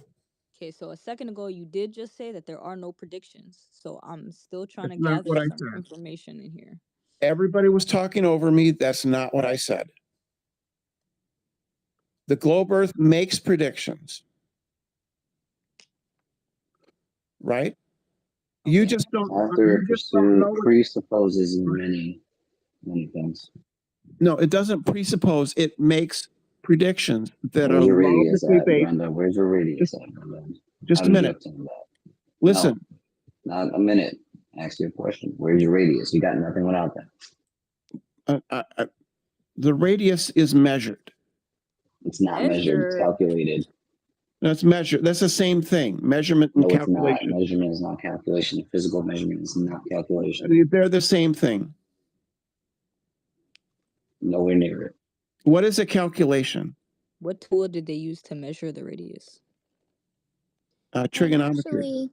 Actually, so I come from like my skill is building designing. Like I am actually a drafts person. I'm not designing anything at the moment, but with like for instance skyscrapers, once they go from like original to design to actually built, the height is not actually accurate to what they expected it to be, and then if they try to measure it in position, it'll always be wrong. So even with just a one skyscraper, it doesn't even have to be very tall, to be honest. Buildings don't have to be very tall before this happens. We're not very good at measuring things even that size. So to say without a doubt that we've figured out how big Earth is, I doubt it, because if you can't measure the height of a skyscraper, I would question what technology you're using. Oh, well, you can just measure the length of shadows. People do it thousands of times. But that's not accurate for a skyscraper, so why would it be accurate for the Earth? So I didn't hear a word you said, honey. It's not accurate for a skyscraper, so why would it be accurate for the Earth? What's not accurate? Measuring shadow. Why isn't it accurate? Because it's well known in the building industry that there's no completely accurate way to measure a skyscraper. There's no completely accurate way to measure anything, is there?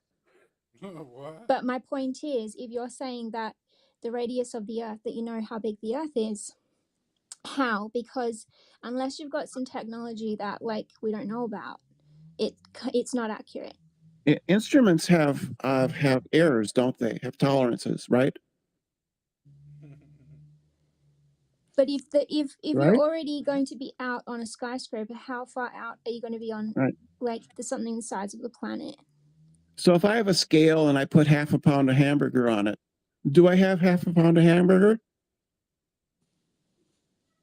The thing is, the smaller that something is, the less it matters if you're out a bit. But when you're trying to measure something the size of the planet, you could be way out. And humans are not very good at understanding large numbers. This is the same with like how far back supposedly the dinosaurs were. Like we can't actually understand those time frames. Our brains just don't actually understand even back to the dinosaurs, let alone deep time, because it's a large number. We don't understand it, right? It doesn't matter. When you're looking at that doesn't matter. We're talking about instruments and instrument error. All instruments have errors, right? So you can't be sure that you've got the right size of the That's planet. correct. We can't be absolutely positive, but we can be within the tolerances of the instrument, can't we? So if I put a half a pound of hamburger on a scale and the scale can't measure that half a pound with absolute accuracy, it cannot. I can still know the weight of that hamburger within certain tolerances. And the same is true for skyscrapers. We can measure the height within certain tolerances. Right? You'd be surprised how inaccurate it is. Yeah, but you It's can't actually measure surprising. the Earth in one measurement. How can you do that in one measurement? You say, 3 pounds of hamburger. Okay, that's one measurement. How do you start at one point and measure the complete Earth? one measurement? You measure it by And how does comparing. that make it a globe? You measure it by comparing several measurements at different places, But right? okay, so One in you have 3 Cyrene, pounds of hamburger. I have 3 one in pounds of hamburger, and somebody one in else has 3 pounds Cyrene, of hamburger. Different so temperatures, different everything comes into effect, and you can't get an accurate no, measurement they because don't. everybody's measurement's different. No, 100% they don't. different. So you measure it in different locations. Sly Sparkane, the YouTuber Sly Sparkane, had dozens of people call in or send him data from their measurements of basically light poles and other things at a specific point in time, right? And they all agreed and came to a very close number for the accepted number of the size of the Earth. Students measure the Earth all Right, the but time. measuring it like that, it would still be a flat thing. What? Have hundreds of measurements to actually measure a globe. Look at how a circle's measured. Night, guys.